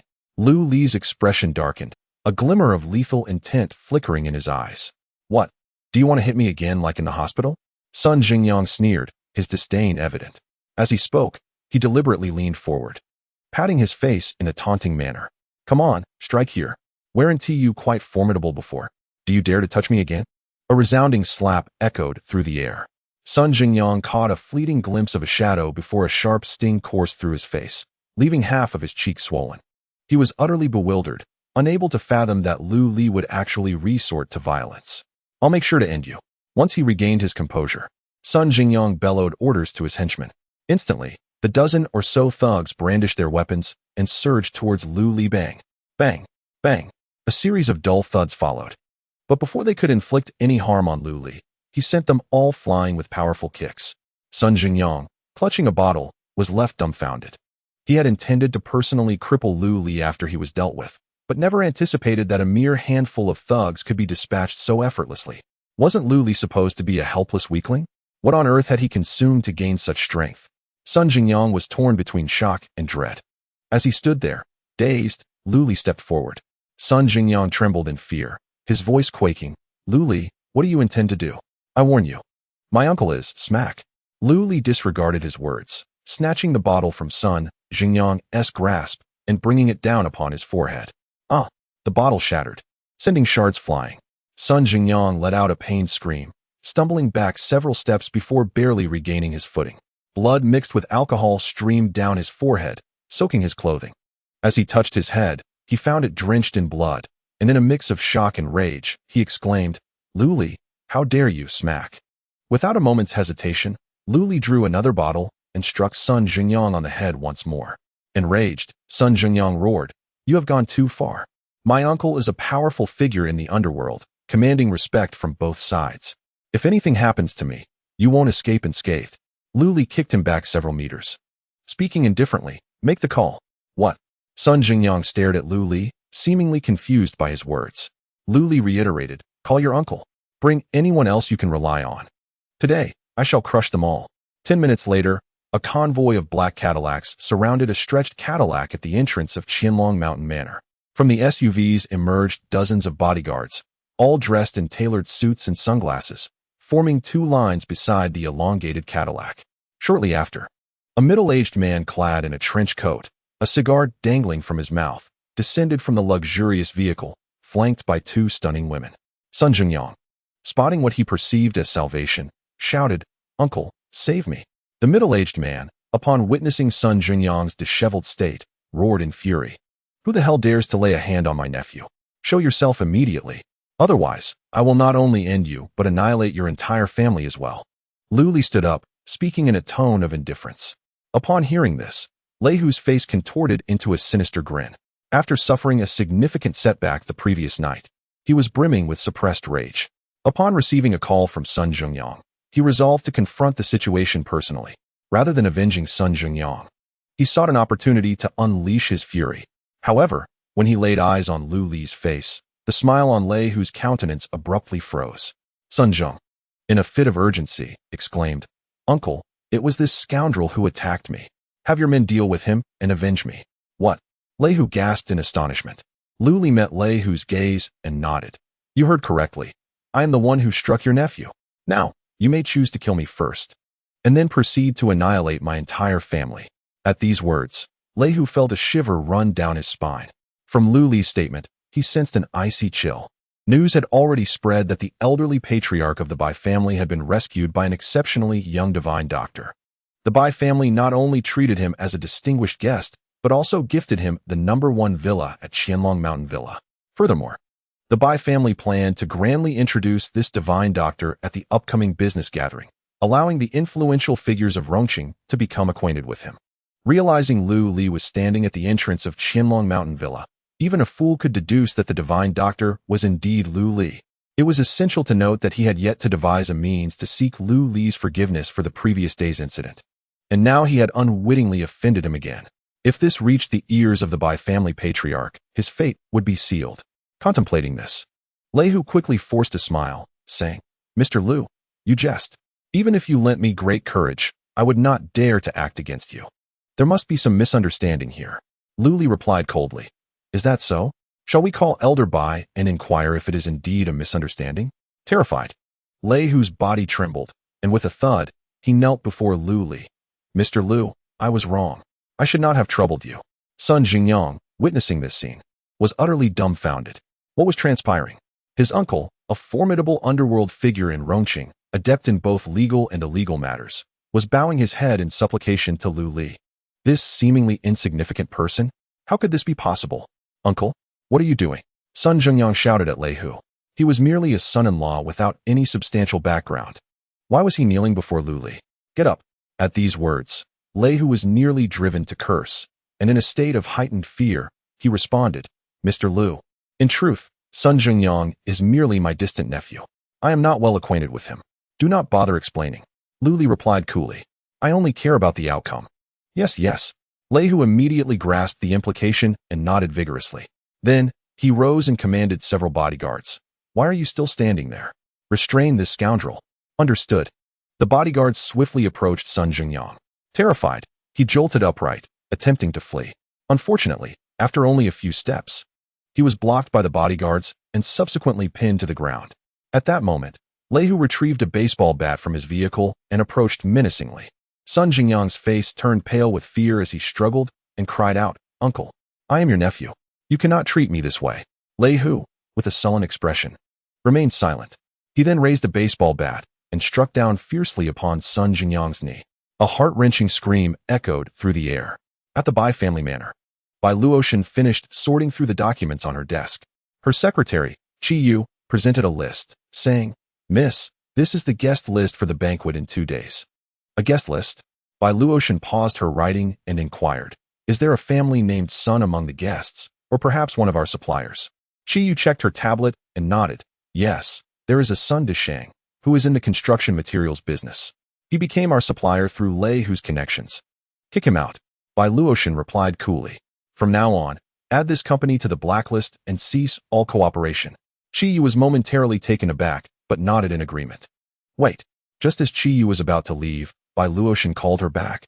"Change my mind. Let them stay. Additionally, have Steward Zhou personally deliver an invitation to the Su family." "The Su family?" Chi Yu asked, puzzled. "I haven't heard of this family in Rongqing." Bai Luotian's face revealed a knowing smile.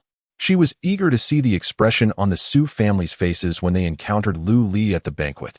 It would surely be a spectacle. Chapter 19. Enemies on a narrow path at the Su residence. Su Xiaoman grew increasingly anxious waiting for news from Sun Jingyang. Just as she prepared to call him, a Rolls-Royce suddenly stopped in front of the villa. A middle-aged man in a suit emerged from the luxury car, asking, "Is this the Su family?" Su Xiaoman instinctively nodded, "Yes, I am Su Xiaoman." The man respectfully replied, "Miss Su, hello. I am Zhou Fu, the steward of the Bai family. I am here by the request of my lady to deliver an invitation to the Su family." He then presented a beautifully crafted invitation to Su Xiaoman. An invitation? Su Xiaoman was puzzled, but as she read the contents of the invitation, Her eyes widened in shock. You are from the prestigious Bai family. This invitation is for the banquet in 2 days? News of the Bai family's upcoming banquet had already spread throughout the upper echelons of Rongqing society. Countless individuals were desperate to gain entry. Su Xiaoman was no exception. The reason she had been so eager to kick Lu Li out was that Sun Jingyang could attend this banquet and even bring a guest. She never expected that her own family would also receive an invitation. Trembling, she accepted the invitation, realizing her name was inscribed upon it. This was a privilege that even Sun Jingyang did not possess. Moreover, the Bai family had not just invited her alone. They had extended the invitation to the entire Su family. In other words, the Su family can invite as many people as they desire. Now that the invitation has reached Miss Su's hands, I shall take my leave. Zhou smiled at Su Xiaoman and then bid farewell. Once the Rolls-Royce disappeared from view, Su Xiaoman gazed at the invitation in her hand and leaped up in excitement. Splendid. I, Su Xiaoman, shall soon step into high society. At that moment, the matriarch of the Su family and others, drawn by the commotion outside, emerged. The matriarch furrowed her brow and said, Xiaoman, what are you making such a fuss about? Su Xiaoman rushed forward, exclaiming, Grandmother, look. This is the invitation to the Bai family's business gathering the day after tomorrow. They have invited us. What? The matriarch was taken aback, quickly snatching the invitation to peruse it closely, her joy surging forth. Wonderful. Truly wonderful. Heaven bless the Su family.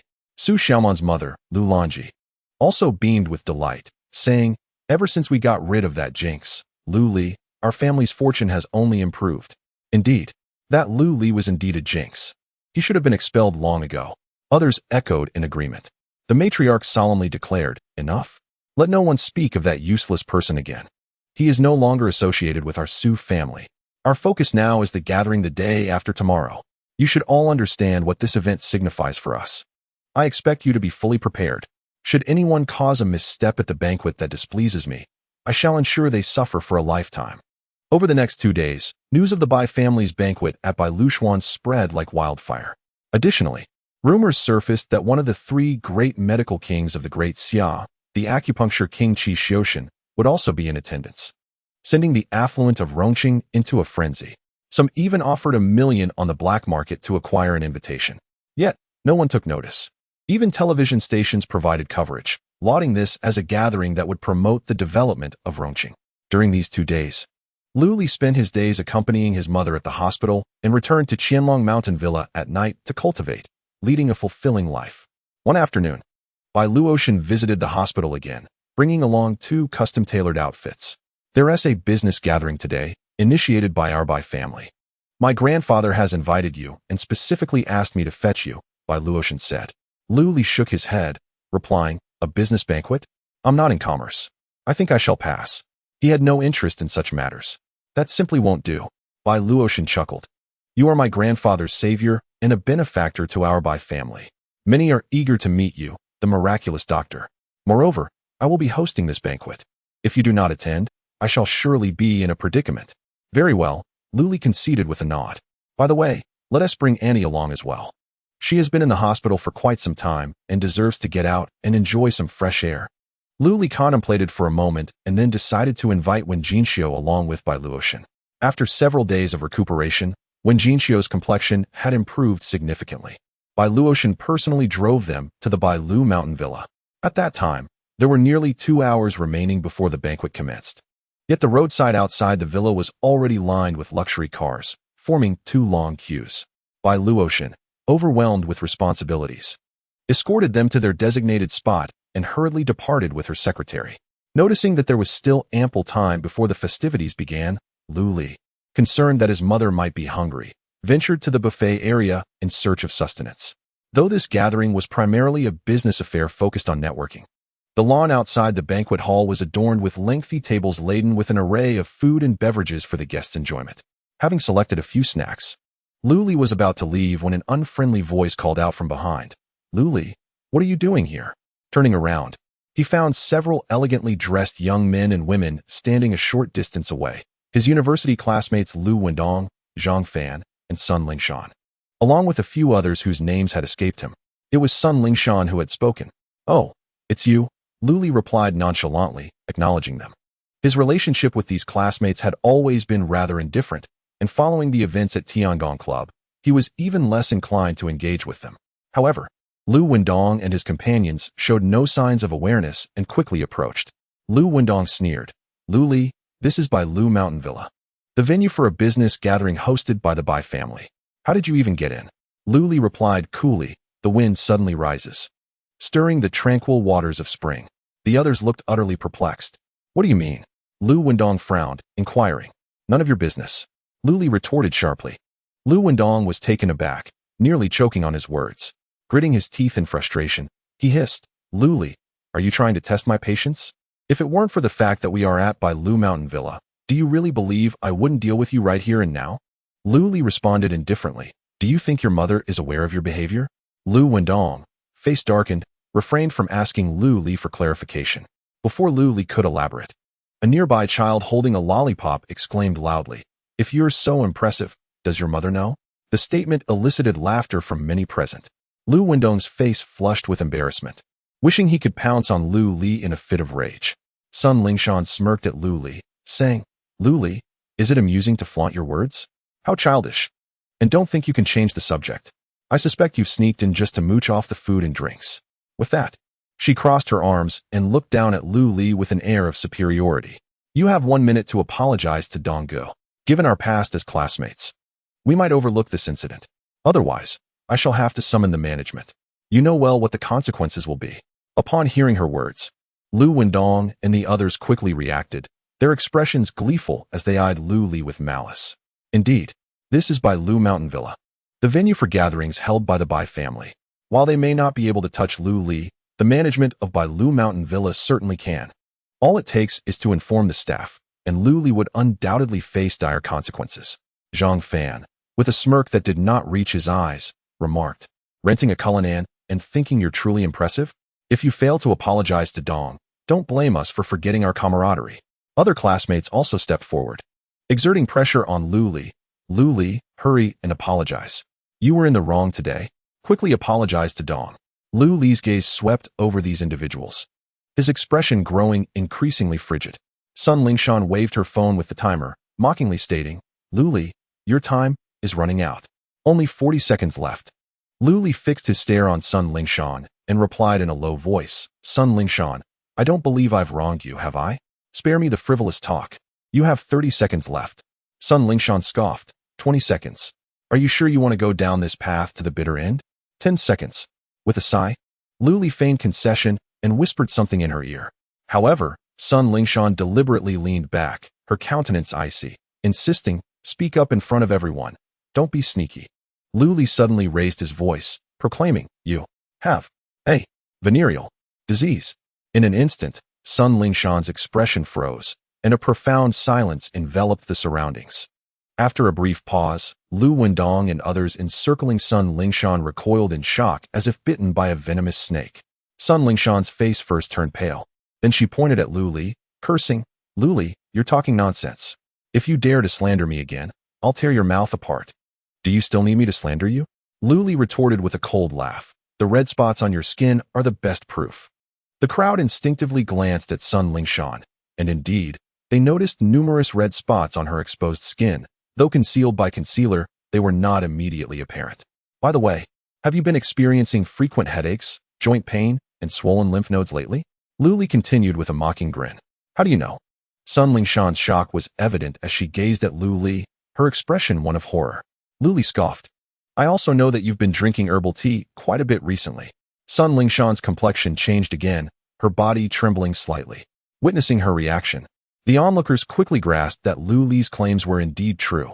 Lu Li coldly asserted, "If you think this is merely a result of excessive liver fire, you're sorely mistaken. These are symptoms of syphilis. Moreover, you've already reached the second stage. For the sake of our shared school days, I advise you to seek medical treatment promptly. While syphilis is not incurable, if you continue to delay, your body may become riddled with abscesses and even experience severe deterioration of your vital organs." At that moment, Lu Li clicked his tongue, choosing not to continue speaking as he turned and departed. Sun Lingshan's complexion turned pale, and she yearned to explain herself to Lu Wendong and the others. However, before she could utter a word, Lu Wendong and the others had already retreated several steps, avoiding her as if she were a venomous serpent. Sun Lingshan's expression instantly morphed into one of despair. The fragile vessel of friendship had capsized. Meanwhile, within the banquet hall, shortly after Lu Li's exit, Su Xiaoman and her family, surrounding the esteemed matriarch Su Laotai, arrived at the Bai Lu mountain villa. Sun Jingyang accompanied them as well. However, his appearance was quite pitiful. With bandages wrapped around his head and plaster encasing his arms and legs, he leaned on a crutch. Despite this, Sun Jingyang insisted on attending, for the Bai family's grand gathering was indeed a rare occasion. Upon entering the banquet hall, Su Laotai couldn't help but exclaim, "If our Su family could inhabit such a grand residence, I would die a contented soul." Lu Lanji, standing nearby, chuckled, "Mother, such words are rather inauspicious. The Bai family has invited us and specifically requested for Xiaoman to attend. How significant is that? In my view, the Bai family must see potential in Xiaoman and wish to nurture her talent. Our Su family is destined to soar." Sun Jingyang nodded in agreement and revealed, "I overheard my father mention that the Bai family intends to champion a young talent at today's banquet, though the identity remains unknown. It must be our Xiaoman." Lu Lanji asserted confidently, "Otherwise, why would the Bai family invite us and insist on Xiaoman's presence?" Everyone nodded in agreement, finding logic in her words. Su Laotai shared the same sentiment, gazing at Su Xiaoman with pride. "Our Su family is destined for greatness." At that moment, Su Xiao suddenly pointed to a seat in the front row and exclaimed, "Xiaoman, that person appears to be your former mother-in-law." Su Xiaoman looked up, her expression darkening. Indeed, Su Xiao had indicated none other than Lu Li's mother, Wen Jinxiu. Lu Lanji, upon spotting Wen Jinxiu, became furious and exclaimed, "That lowly individual was supposed to be awaiting death in a hospital. How did she end up here?" Su Xiao scoffed. "She likely knows her time is near and has chosen to throw caution to the wind, sneaking in here for a free meal. What an unrefined countrywoman. She should reflect on her own worthiness. Is this upscale venue one she deserves to enter?" Lu Lanji fumed. "I shall have her removed at once." "Wait," Sun Jingyang interjected.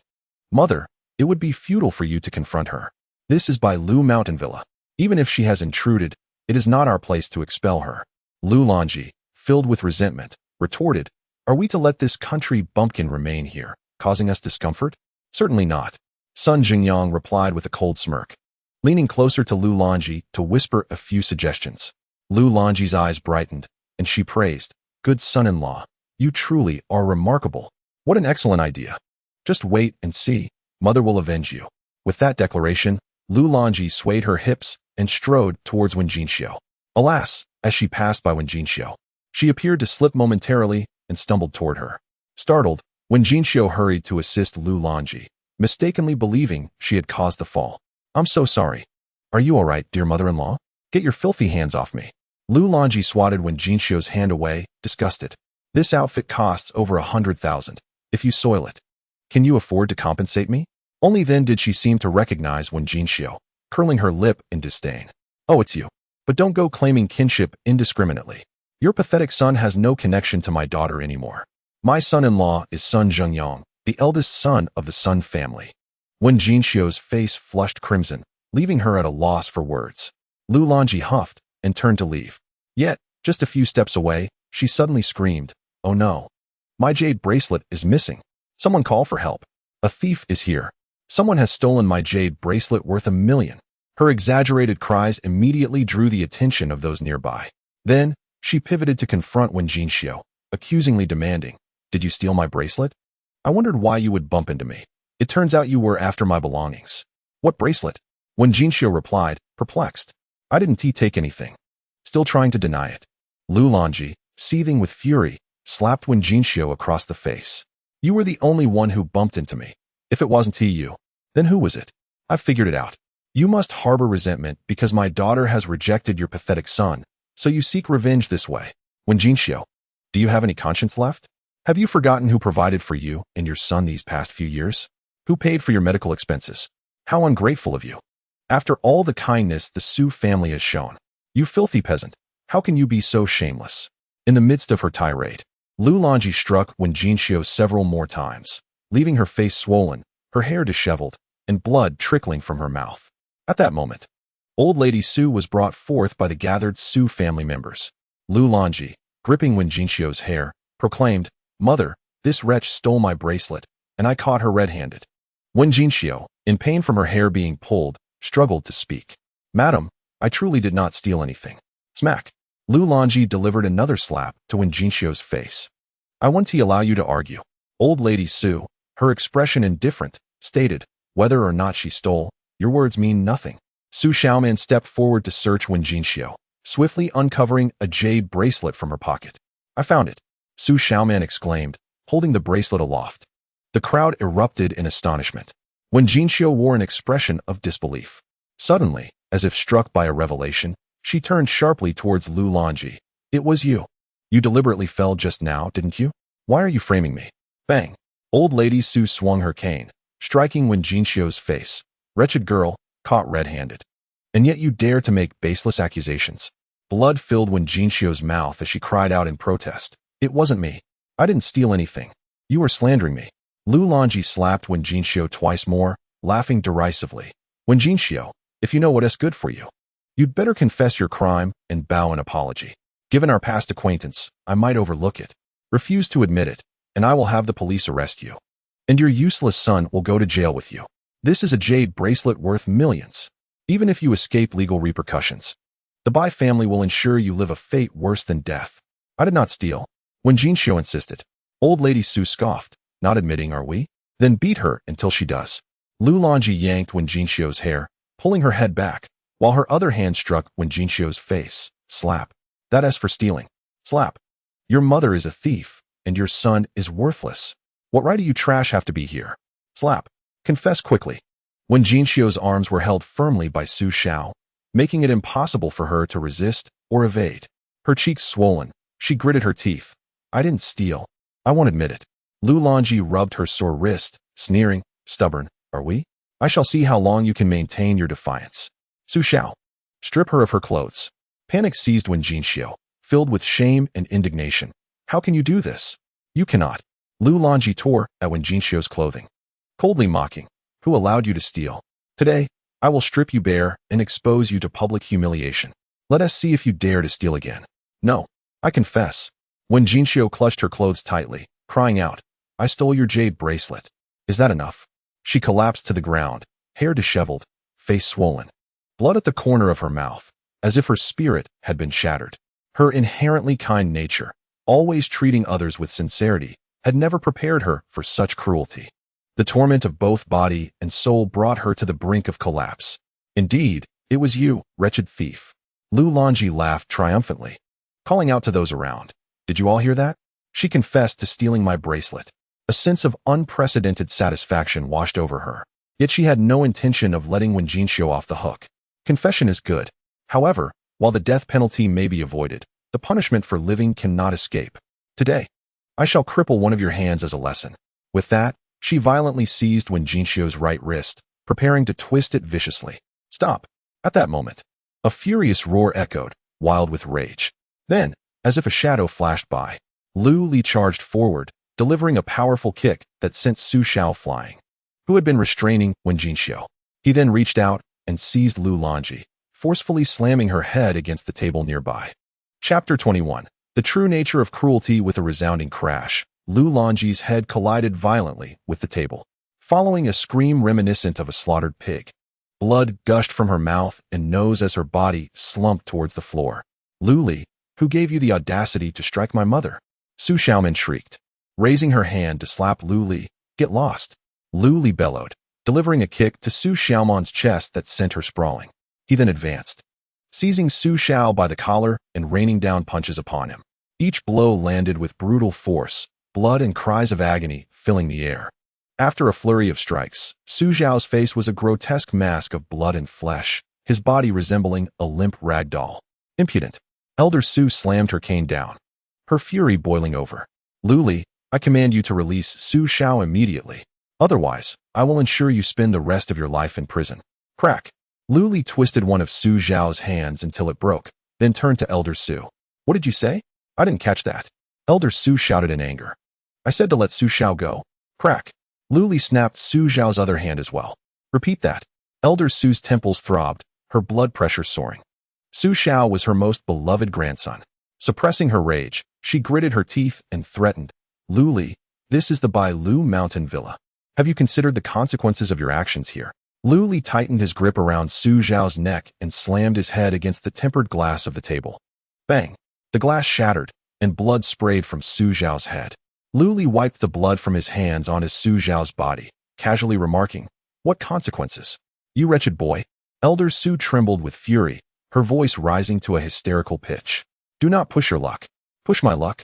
Lu Li scoffed, kicking the unconscious Su Zhao aside and striding towards Lu Longji. "Today, let me show you what it truly means to go too far." Lu Longji trembled in fear, nearly fainting on the spot.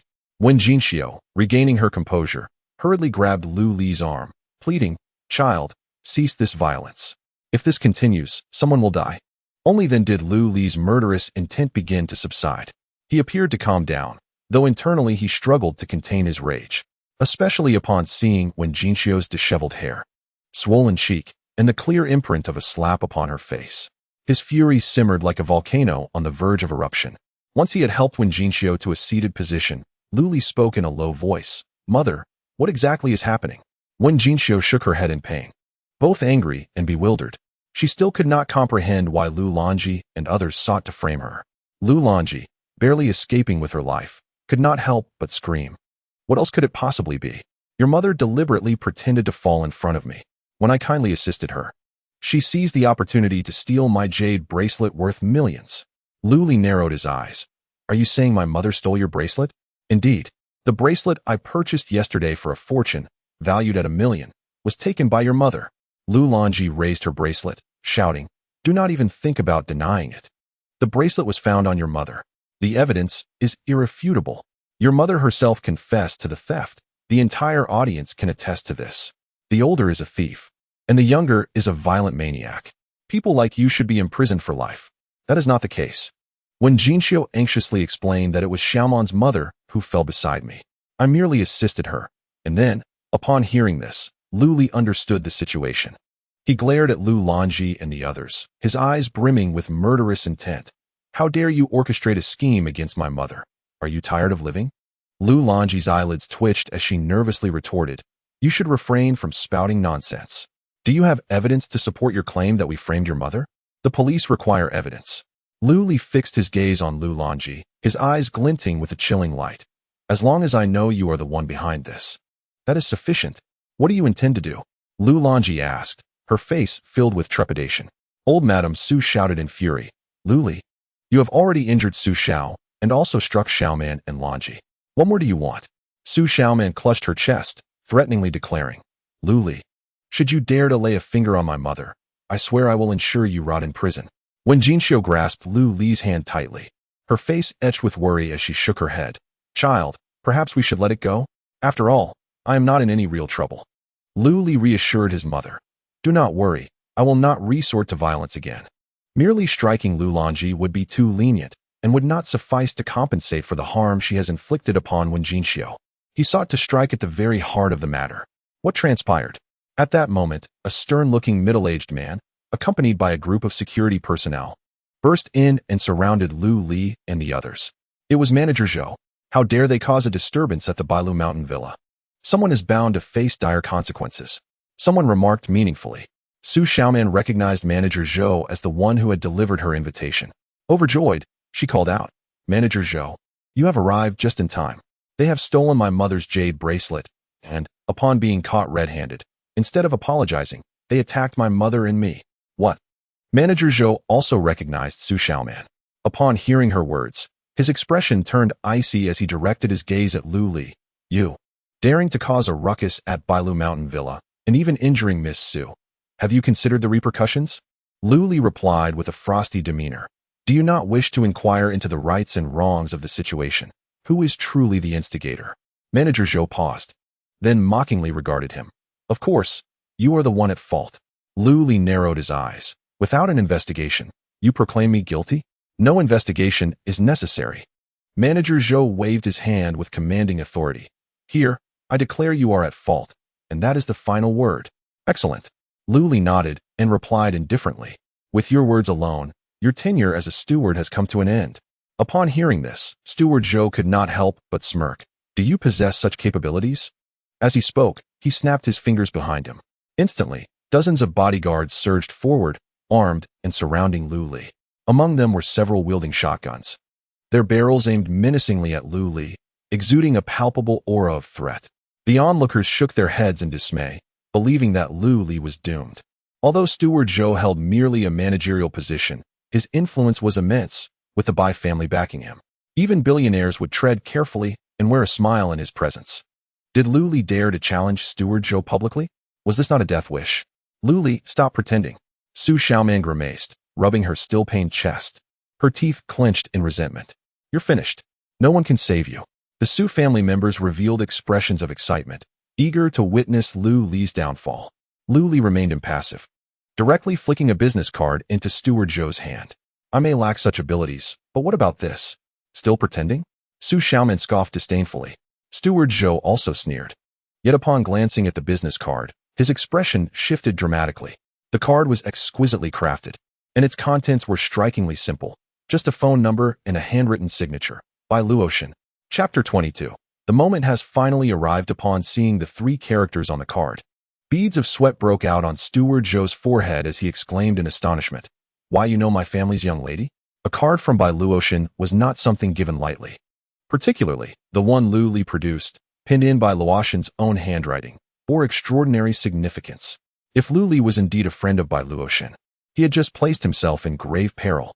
At that moment, Sun Jingyang, leaning on a cane, suddenly emerged from the crowd, shouting, Uncle Zhou. Do not be deceived by him. He could never know the young lady of the Bai family.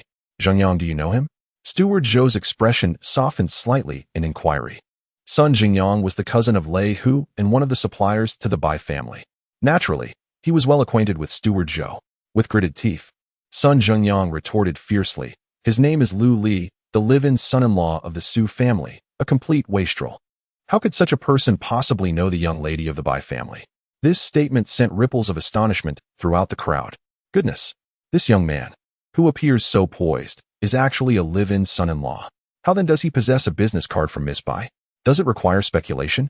He must have either stolen it or found it. Murmurs of disbelief echoed among the onlookers. Shortly thereafter, another voice rang out. We can attest to that. A group of individuals entered from the entrance, none other than Lu Wendong, Zhang Fan, and a host of Lu Li's classmates. Lu Wendo raised his hand and shouted. This Lu Li is our university classmate. Due to his moral degradation, he was expelled from school and became a live-in son-in-law. Zhang Fan and others echoed his sentiments. We can all attest that he could not possibly know the young lady of the Bai family. He is nothing more than a loser, uneducated and utterly vain, who revels in boasting. At that moment, Old Lady Su also stepped forward to deliver a devastating blow to Lu Li, Manager Zhou. This individual was indeed once a live-in son-in-law of our Su family, but I have expelled him. Today's incident is merely his attempt at revenge against us. I cannot ascertain whether he knows the young lady of the Bai family, but I surmise that a live-in son-in-law without even a job would hardly have the opportunity to associate with her. After a brief glance at Lu Li, she added, Of course, for caution's sake, Manager Zhou may wish to verify this with Miss Bai. As her words settled in, Manager Zhou's already grim expression darkened further, almost dripping with malice. No need for verification. He snarled at Lu Li, gritting his teeth.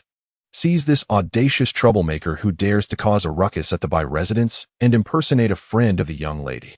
First, break his legs. Then hand him over to the police. Should he dare to resist, incapacitate him completely. Surrounding onlookers displayed expressions of shock, their gazes towards Lu Li tinged with pity. This young man was surely doomed.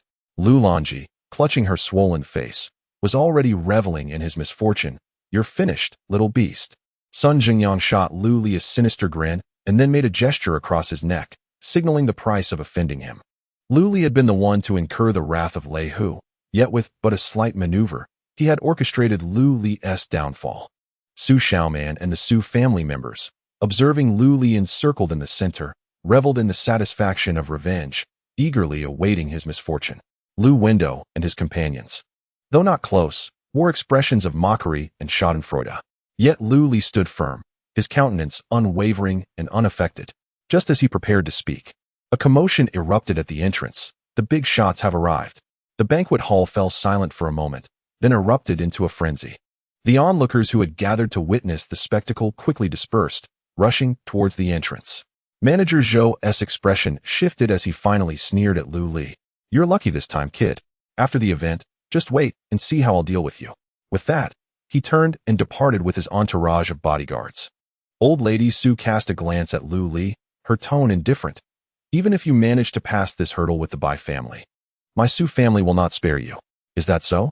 Just as well, for I have no intention of sparing you either." Lu Li directed his gaze at Old Lady Su, his voice icy. "The humiliation your Su family has inflicted upon me over the past 3 years, the harm caused by Su Xiaoman, and the slander against my mother today, I have noted every grievance, and I shall return them tenfold. Were you not just inquiring what I intend to do next? Now, I can reveal the answer. I shall render the Su family a mere shadow of its former self. You will kneel before my mother and beg for forgiveness. Each member of the Su family shall live in a state of fear and despair. And as for Lu Longji, I shall compel you to break one of her legs with your own hands." The faces of the Su family turned ashen. A chilling aura emanated from Lu Li's words. Elder Su, with a dismissive snort, retorted, "What audacity." After uttering this, she departed with Su Xiaoman and the others. In comparison to the distinguished figures they were set to meet, Lu Li was utterly inconsequential. Even her most cherished grandson, Su Xiao, was merely assisted away by a staff member. Once the crowd dispersed, when Jinxiu grasped Lu Li's hand, expressing her concern, "Child, shall we leave now?" She feared that these individuals might retaliate against Lu Li. "Mother, do not worry," Lu Li reassured her, patting Wen Jinxiu's hand. "We shall be fine. In fact, today marks the beginning of the Su family's nightmare." Soon, a procession of notable figures entered, greeted by waves of astonished gasps within the banquet hall. "Oh my, the renowned Dr. Qi Xiushin has arrived. Is that the expert Huang Tianai from the People's Hospital? I hear he is soon to become the director. The enigmatic owner of Tiangong Club, Lei Hu, is also here. And look, our very own Zhang Ziki, the cinematic diva hailing from Rongqing. Even President Ma from Citibank has graced us with his presence." The crowd was abuzz with excitement. The individuals entering spanned various industries, each a paragon at the pinnacle of their respective fields. Among those most exhilarated were the Su family members, for they were acutely aware that the young luminary the Bai family would champion at the banquet was none other than Su Xiaoman. Not far away, Lu Winton and his companions were equally thrilled. Their usual encounters with such esteemed figures were akin to climbing the heavens, apart from brief glimpses on television. Close contact was virtually impossible. Just as anticipation reached a fever pitch, the lights dimmed. A single spotlight illuminated the stage, and soon Bai Luotian, microphone in hand, gracefully stepped into the spotlight. Dressed in resplendent attire, she appeared as though she had emerged from a painting. Noble, elegant, and breathtakingly beautiful, she exuded an otherworldly grace. Gasps of awe erupted from the audience. Goodness, is she truly the eldest daughter of the Bai family? Utterly stunning. She is like a celestial being descended to earth. Without a doubt, the most beautiful woman in Rongqing. A perfect blend of beauty and intellect. At this moment, countless voices echoed heartfelt admiration. Su Xiaoman gazed at Bai Luotian on stage, feeling a pang of inadequacy. Yet soon, she was filled with renewed determination. One day, she too would stand at the center of the stage, basking in resplendent glory, much like the esteemed eldest daughter of the Bai family. Sun Zhengyang gazed fervently at the stage, his eyes ablaze with anticipation. The two remained unaware that Bai Luotian was the same person who had stood alongside Lu Li at Qianlong Villa the previous day. As the applause subsided, Bai Luotian addressed the audience, expressing her gratitude for their attendance at the commercial gala hosted by the Bai family. She articulated 2 primary objectives for this event. Firstly, to provide an opportunity for networking, and secondly, to take this occasion to recommend an exceptional talent to those present in Rongqing. This individual was highly regarded by her grandfather and was considered a valuable asset to the Bai family. The crowd erupted in cheers, with the Su family particularly exhilarated. It's happening. It's finally happening. Chapter 23. Out of reach below the stage, Lu Longji tugged at Su Xiaoman's arm while pointing towards Bai Luotian, exclaiming, "Xiaoman, did you see that?" After Miss Bai finished speaking, she glanced in your direction. "What? Really?" Su Xiaoman responded, both startled and elated. Sun Jingyang snapped his fingers, chuckling. "Tonight is a sure thing." Grandma Su, equally thrilled, reminded Su Xiaoman, "Xiaoman, stay composed. The more significant the moment, the more you must maintain your poise. You must leave a good impression. I understand, Grandma. Su Xiaoman nodded earnestly. The Su family was ecstatic, believing that their fortunes would soon soar. Congratulations, old lady. The Su family is on the brink of prosperity. Don't forget to lend us a hand in the future. Nearby guests, observing the Su family's excitement, assumed that the young talent being promoted by the Bai family was Su Xiaoman. They approached to flatter her, wearing smiles of ingratiation. Grandma Su engaged warmly in conversation with them, while Su Xiaoman maintained a reserved demeanor. At that moment, Bai Luoxin's voice resonated once more. In fact, this talented individual is present within the banquet hall. Now, let us warmly welcome Lu Shini to the stage with a resounding round of applause. Su Xiaoman instinctively rose, ready to stride towards the stage. Yet, in the next instant, her foot halted mid-step, leaving her utterly bewildered. The exhilarated Su family members were equally stunned. Lu Shini? What is this? Lu Longji, equally perplexed, murmured, Did Miss Bai make a mistake? Isn't the young talent the Bai family intends to promote Su Xiaoman? Why is there suddenly talk of this Lu Shini? A nearby individual couldn't contain their laughter, remarking, You must be desperate for fame. The Bai family is indeed recommending Lu Shini. Exactly. Lu Shini is the savior of old Bai and a treasured guest of the Bai family. Who do you think you are? Many around began to chime in with their comments. The Su family soon realized they had made a grave misjudgment, leaving them feeling utterly embarrassed. Su Xiaoman stood frozen, her face flushed with humiliation, especially feeling the multitude of gazes fixed upon her. She wished fervently for a crevice in the ground to swallow her whole. At that moment, not far off, Lu Li adjusted his attire, stood up leisurely, and made his way toward the stage. This scene instantly captivated the attention of everyone present. Lu Wendong and his companions widened their eyes, soon revealing expressions of schadenfreude. This fellow must be out of his mind, to dare act so recklessly in such a setting. He seems to be courting his own demise. Lu Wendong exclaimed with glee. Zhang Fan shouted even louder. Lu Li, what do you think you're doing? Bai Xiaojia only called for Dr. Lu, not you, her son-in-law. By deliberately voicing Lu Li's name and emphasizing his status, he aimed to ensure everyone remembered Lu Li. Initially, the Su family shared in the amusement. But upon hearing Zhang Fan's words, their expressions shifted to alarm. Matriarch Su barked, Get down. Do you think this is a place for you? Su Xiaoman erupted with curses. Lu Li, what the hell are you doing? If you want to die, don't drag us down with you. Lu Longji frantically waved her hands at the crowd, insisting, Please, everyone, do not misunderstand. We are not associated with him. The Su family has long severed ties with him. They feared that should the Bai family become enraged, not only would they deal with Lu Li, but they might also retaliate against his ex-wife's family. Lu Li, seemingly unfazed, did not spare them a glance and strode confidently toward the stage. Meanwhile, Zhou, the security officer, observed with a darkened expression, assuming Lu Li intended to expose him. He charged forward with several bodyguards, blocking Lu Li's path. Before he could issue an order to apprehend Lu Li, Huang Tianai, an expert from the People's Hospital, was the first to notice him, rising excitedly and calling out, Dr. Lu. Following suit, Lei Hu leapt up, forcefully pushing Zhou aside, bowing deeply, Dr. Lu. Please take your seat. At the center of the stage, Qi Xiuxin hastily approached Lu Li, kneeling in reverence. Qi Xiuxin pays homage to my master. A moment of profound silence enveloped the room, as the assembly stood frozen, unable to comprehend the unfolding scenario. Zhou was left perplexed, instinctively glancing at Bai Luoxin on stage. She had already stepped forward and gestured invitingly toward Lu Li, smiling gently. Dr. Lu, please come up. In an instant, the esteemed figures on stage began to react. Rising to greet Lu Li, Dr. Lu, Dr. Lu, Dr. Lu. The guests below, witnessing this, also rose to their feet. At that moment, the entire banquet hall became singularly focused, all eyes fixated upon Lu Li, taking a deep breath. Lu Li assisted the kneeling Qi Xiuxin to his feet and offered a slight bow to the crowd before advancing onto the stage.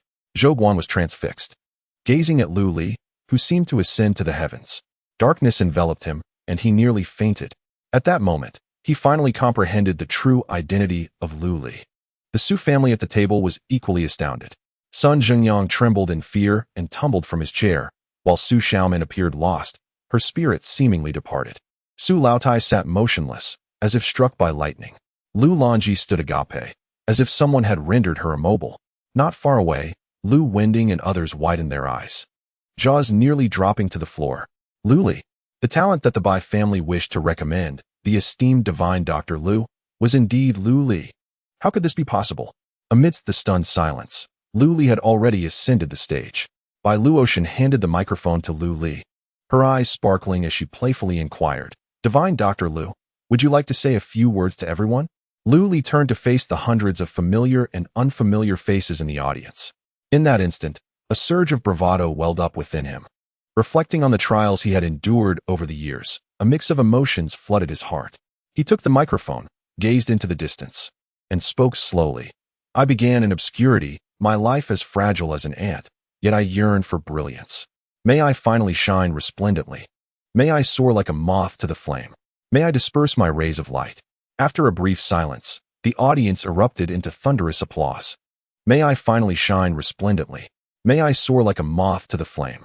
May I disperse my rays of light." Bai Luotian whispered the verses Lu Li had recited. And when she looked back at him, her beautiful eyes shimmered with newfound brilliance. Below the stage, when Jinxiu watched Lu Li with tears of joy welling in her eyes, unable to contain her excitement, her face aglow with pride. That was her son. He was so exceptional. In his quest to heal her, he had sacrificed his education, relinquished his dignity, and bent his back to become a despised son-in-law. Now, he had finally returned. Meanwhile, Lu Wending and his companions resembled withered eggplants. Their expressions a complex tapestry of envy, jealousy, despair, and trepidation, but predominantly filled with regret. They were filled with remorse. Lu Li had once been their university classmate, one of the 4 pillars of their lives. His meteoric rise would have been a significant boon to them. Yet, they had inadvertently buried that opportunity. The Su family at their table was plunged into mourning. The man at the center of the stage, once their son-in-law, was now a source of glory that rightfully belonged to them. Yet, they had squandered it with their own hands. Lu Li, the divine Dr. Lu? Su Xiaoman paid no heed to the fallen son Zhengyang, instead fixating on the radiant figure on stage, feeling that the greatest irony of her life lay before her. That man had once been her husband. In the past, she had treated him with indifference, discarding him like refuse. After today, she realized she could no longer aspire to such heights. Chapter 24. I give you a month's time, Dr. Lu. I raise a toast to you. Dr. Lu, I sincerely hope for your guidance in the future. As the banquet commenced, the guests below eagerly approached, offering toasts and presenting their business cards with unrestrained enthusiasm. Those who graced this gathering were not mere commoners. They were shrewd individuals. Would they truly regard Lu Li as an ordinary physician? Did they not witness the notorious Lei Hu, who navigated both the underworld and the upper echelons, behaving like a devoted lapdog in his presence? Even if Lu Li were merely a dog, with the backing of the Bai family and such prominent figures, he would undoubtedly transform into a formidable force. In stark contrast, Lu Wendong's table was enveloped in a somber atmosphere, resembling a burial. Both laughter and tears were absent. Wasn't Lu Li merely a son-in-law? How could he possibly be a revered doctor if he couldn't even cure his own mother's ailments? Watching Lu Li bask in the limelight, Lu Wendong's composure shattered, unleashing a low growl of fury. There was not only astonishment, but also an overwhelming sense of dread. Yet, this time, no one echoed his sentiments. Zhang Fan and the others maintained a heavy silence, and some cast glances at Lu Wendong filled with resentment. If it weren't for Lu Wendong, how could they have opposed Lu Li?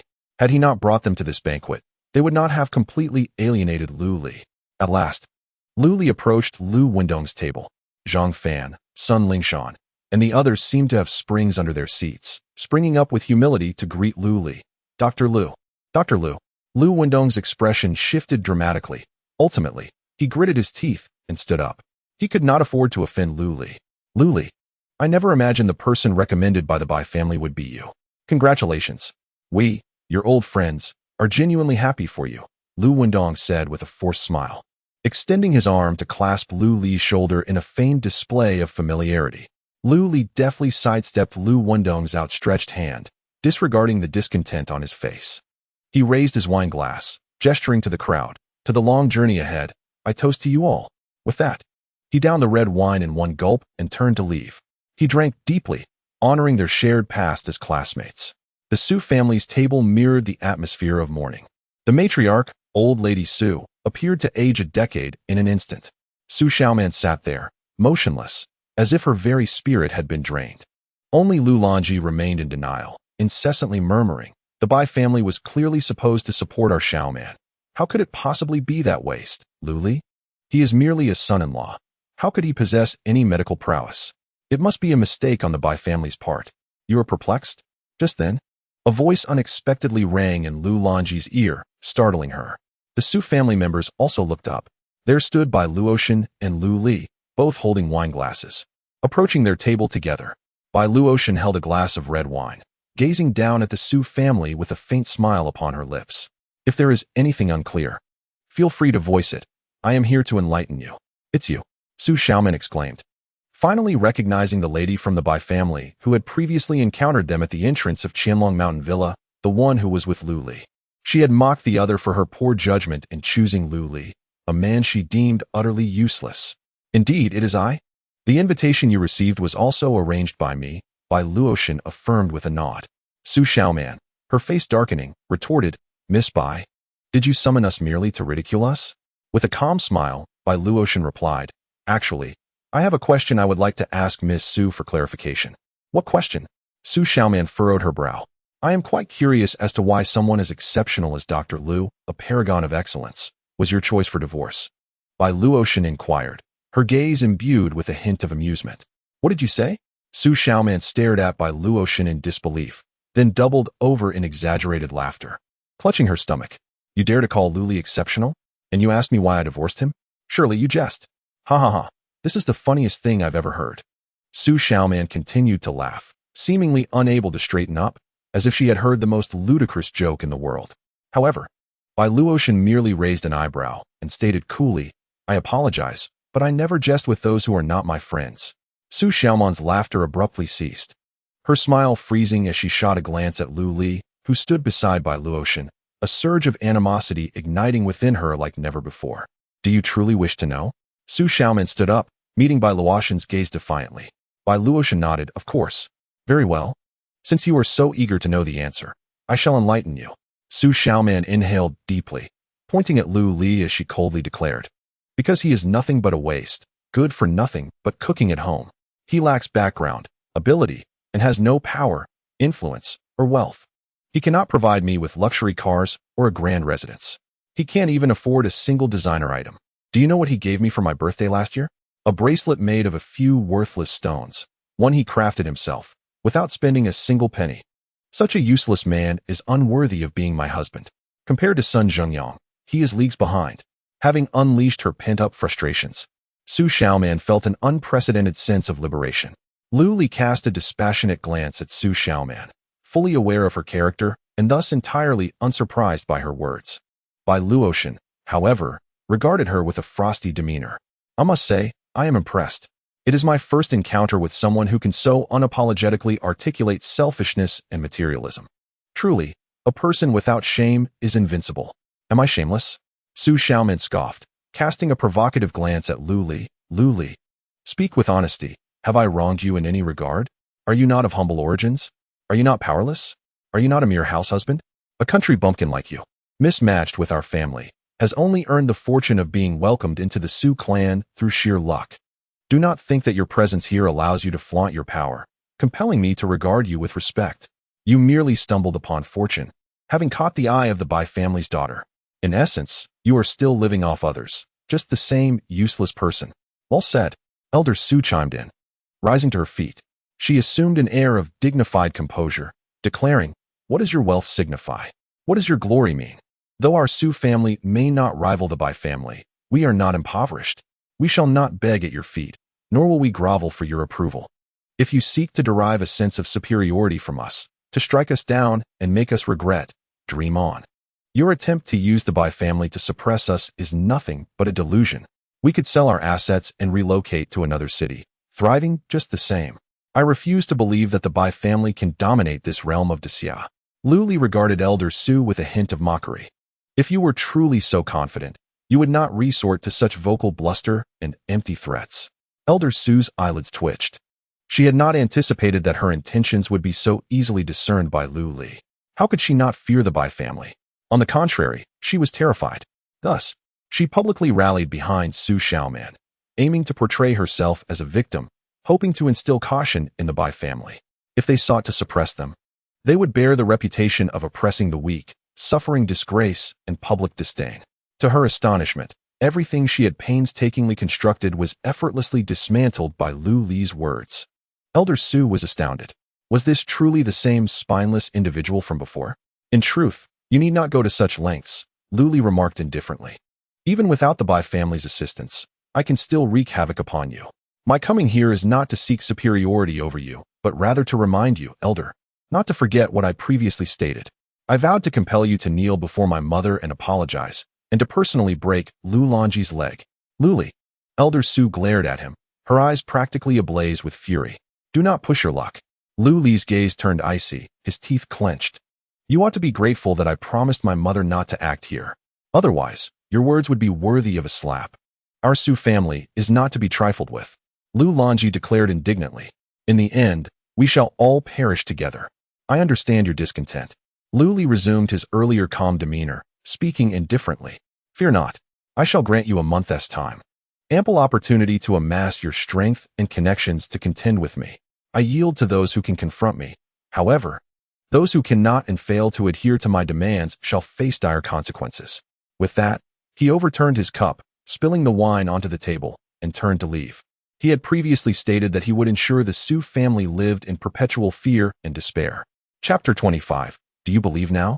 The banquet persisted until 9 o'clock in the evening, finally drawing to a close. Some rejoiced while others were filled with trepidation. Undoubtedly, every individual present would remember one name, Lu Li. After today, the name Lu Li would undoubtedly echo throughout the various circles of Rong City.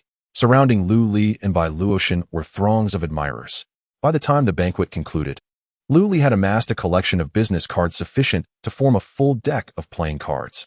From a distance, Lu Li noticed his mother, already weary and on the verge of dozing off, prompting him to bid farewell to Bai Luotian. Just then, a Bentley glided into Bai Luotian. A young man clad in Armani emerged from the vehicle, striding purposefully toward Bai Luotian. Some lingering guests, upon spotting this young man, expressed delight and hurried to engage him in conversation. Yet, he disregarded them entirely, making his way straight to Bai Luotian, seemingly impervious to their presence. Witnessing this scene, someone could not help but scoff. Who is this person? So arrogant? You don't even recognize him?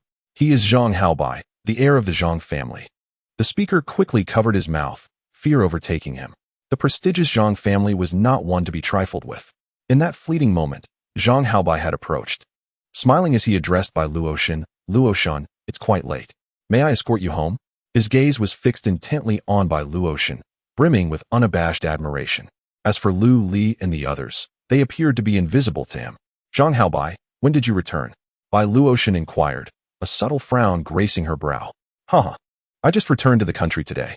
Unfortunately, my flight was delayed, causing me to miss your banquet, Zhang Haobai replied with a smile, his expression perfectly conveying a sense of regret. Afterward, he surveyed the crowd surrounding them, frowned slightly, and bluntly stated, since the conversation has nearly concluded, it's time to disperse. Miss Bai has other matters to attend to. The surrounding guests promptly took the hint and departed. Lu Li remained rooted in place, having noticed the flicker of disdain in Bai Luotian's eyes. Clearly, she was quite averse to the individual before her, yet for certain reasons, she could not outright reject him. Recognizing this, Lu Li felt it would be remiss to leave without acknowledging Bai Luotian's kindness today. Moreover, Zhang Haobai's condescending tone irked him immensely. Noticing Lu Li's reluctance to move, Zhang Haobai's expression darkened, and he scowled. Are you deaf? Did you not hear what I said? Lu Li cast a glance at him and spoke calmly. Is this your home? Zhang Haobai was taken aback, seemingly unprepared for someone to address him so boldly. Who are you? A glint of malice flickered in Zhang Haobai's eyes. Then, as if a thought struck him, he scrutinized Lu Li for a moment and exclaimed, You must be that renowned physician Lu. Lu Li nodded lightly. Indeed, I have heard of you. You are the one who cured old Bai's ailment. It seems you possess some skill. Zhang Haobai acknowledged with a nod. He then produced a checkbook from his pocket, swiftly filled out a check, tore it off, and handed it to Lu Li. This 1 million is your reward. Remember to serve Luotian well in the future. I shall not treat you poorly. He adopted a condescending demeanor, akin to a master bestowing charity upon his servant. Lu Li made no move to accept the check, nor did he even glance at it. He simply regarded Zhang Haobai with a cold smile. At that moment, he finally comprehended why Bai Luotian harbored disdain for this man. Zhang Haobai was indeed exceptionally irritating. What's the matter? Is it too little? Zhang Haobai raised an eyebrow, observing Lu Li's refusal to take the check. He then filled out another check for the same amount and presented both to Lu Li. Take them. Lu Li remained steadfastly in place. Zhang Haobai's expression darkened, and he narrowed his eyes at Lu Li, saying, "Are you being ungrateful?" "Enough." Bai Luotian interjected sharply, frowning at Zhang Haobai. "This is Bai Luotian, not your home. It would be best for you to rein in your little tricks, or do not blame me for expelling you." "Luotian, please do not be angry. I shall put it away," Zhang Haobai replied hastily with a smile. "You know my intentions. I only wish to help you gather talent. There is no ulterior motive." Bai Luotian maintained her frosty demeanor as she retorted, "What do you mean? You are well aware of your intentions. Do not assume everyone else is a fool. Furthermore, I have made my feelings abundantly clear. I do not like you, nor will I marry you. You need not waste any more time on me." Zhang Haobai's countenance darkened, and he protested, "Luotian, why? We grew up together, childhood sweethearts, perfectly matched. I consider myself worthy of you. Why won't you give me a chance?" "There is no why.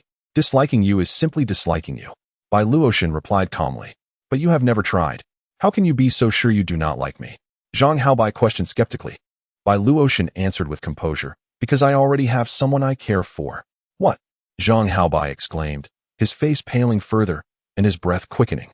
He instinctively clenched his fists, veins bulging at his temples. "This is impossible. You must be lying to me. Luotian, you cannot be serious. After all this time, I know nearly everyone you know. How could I be unaware of someone you like?" Gradually, he began to regain his composure.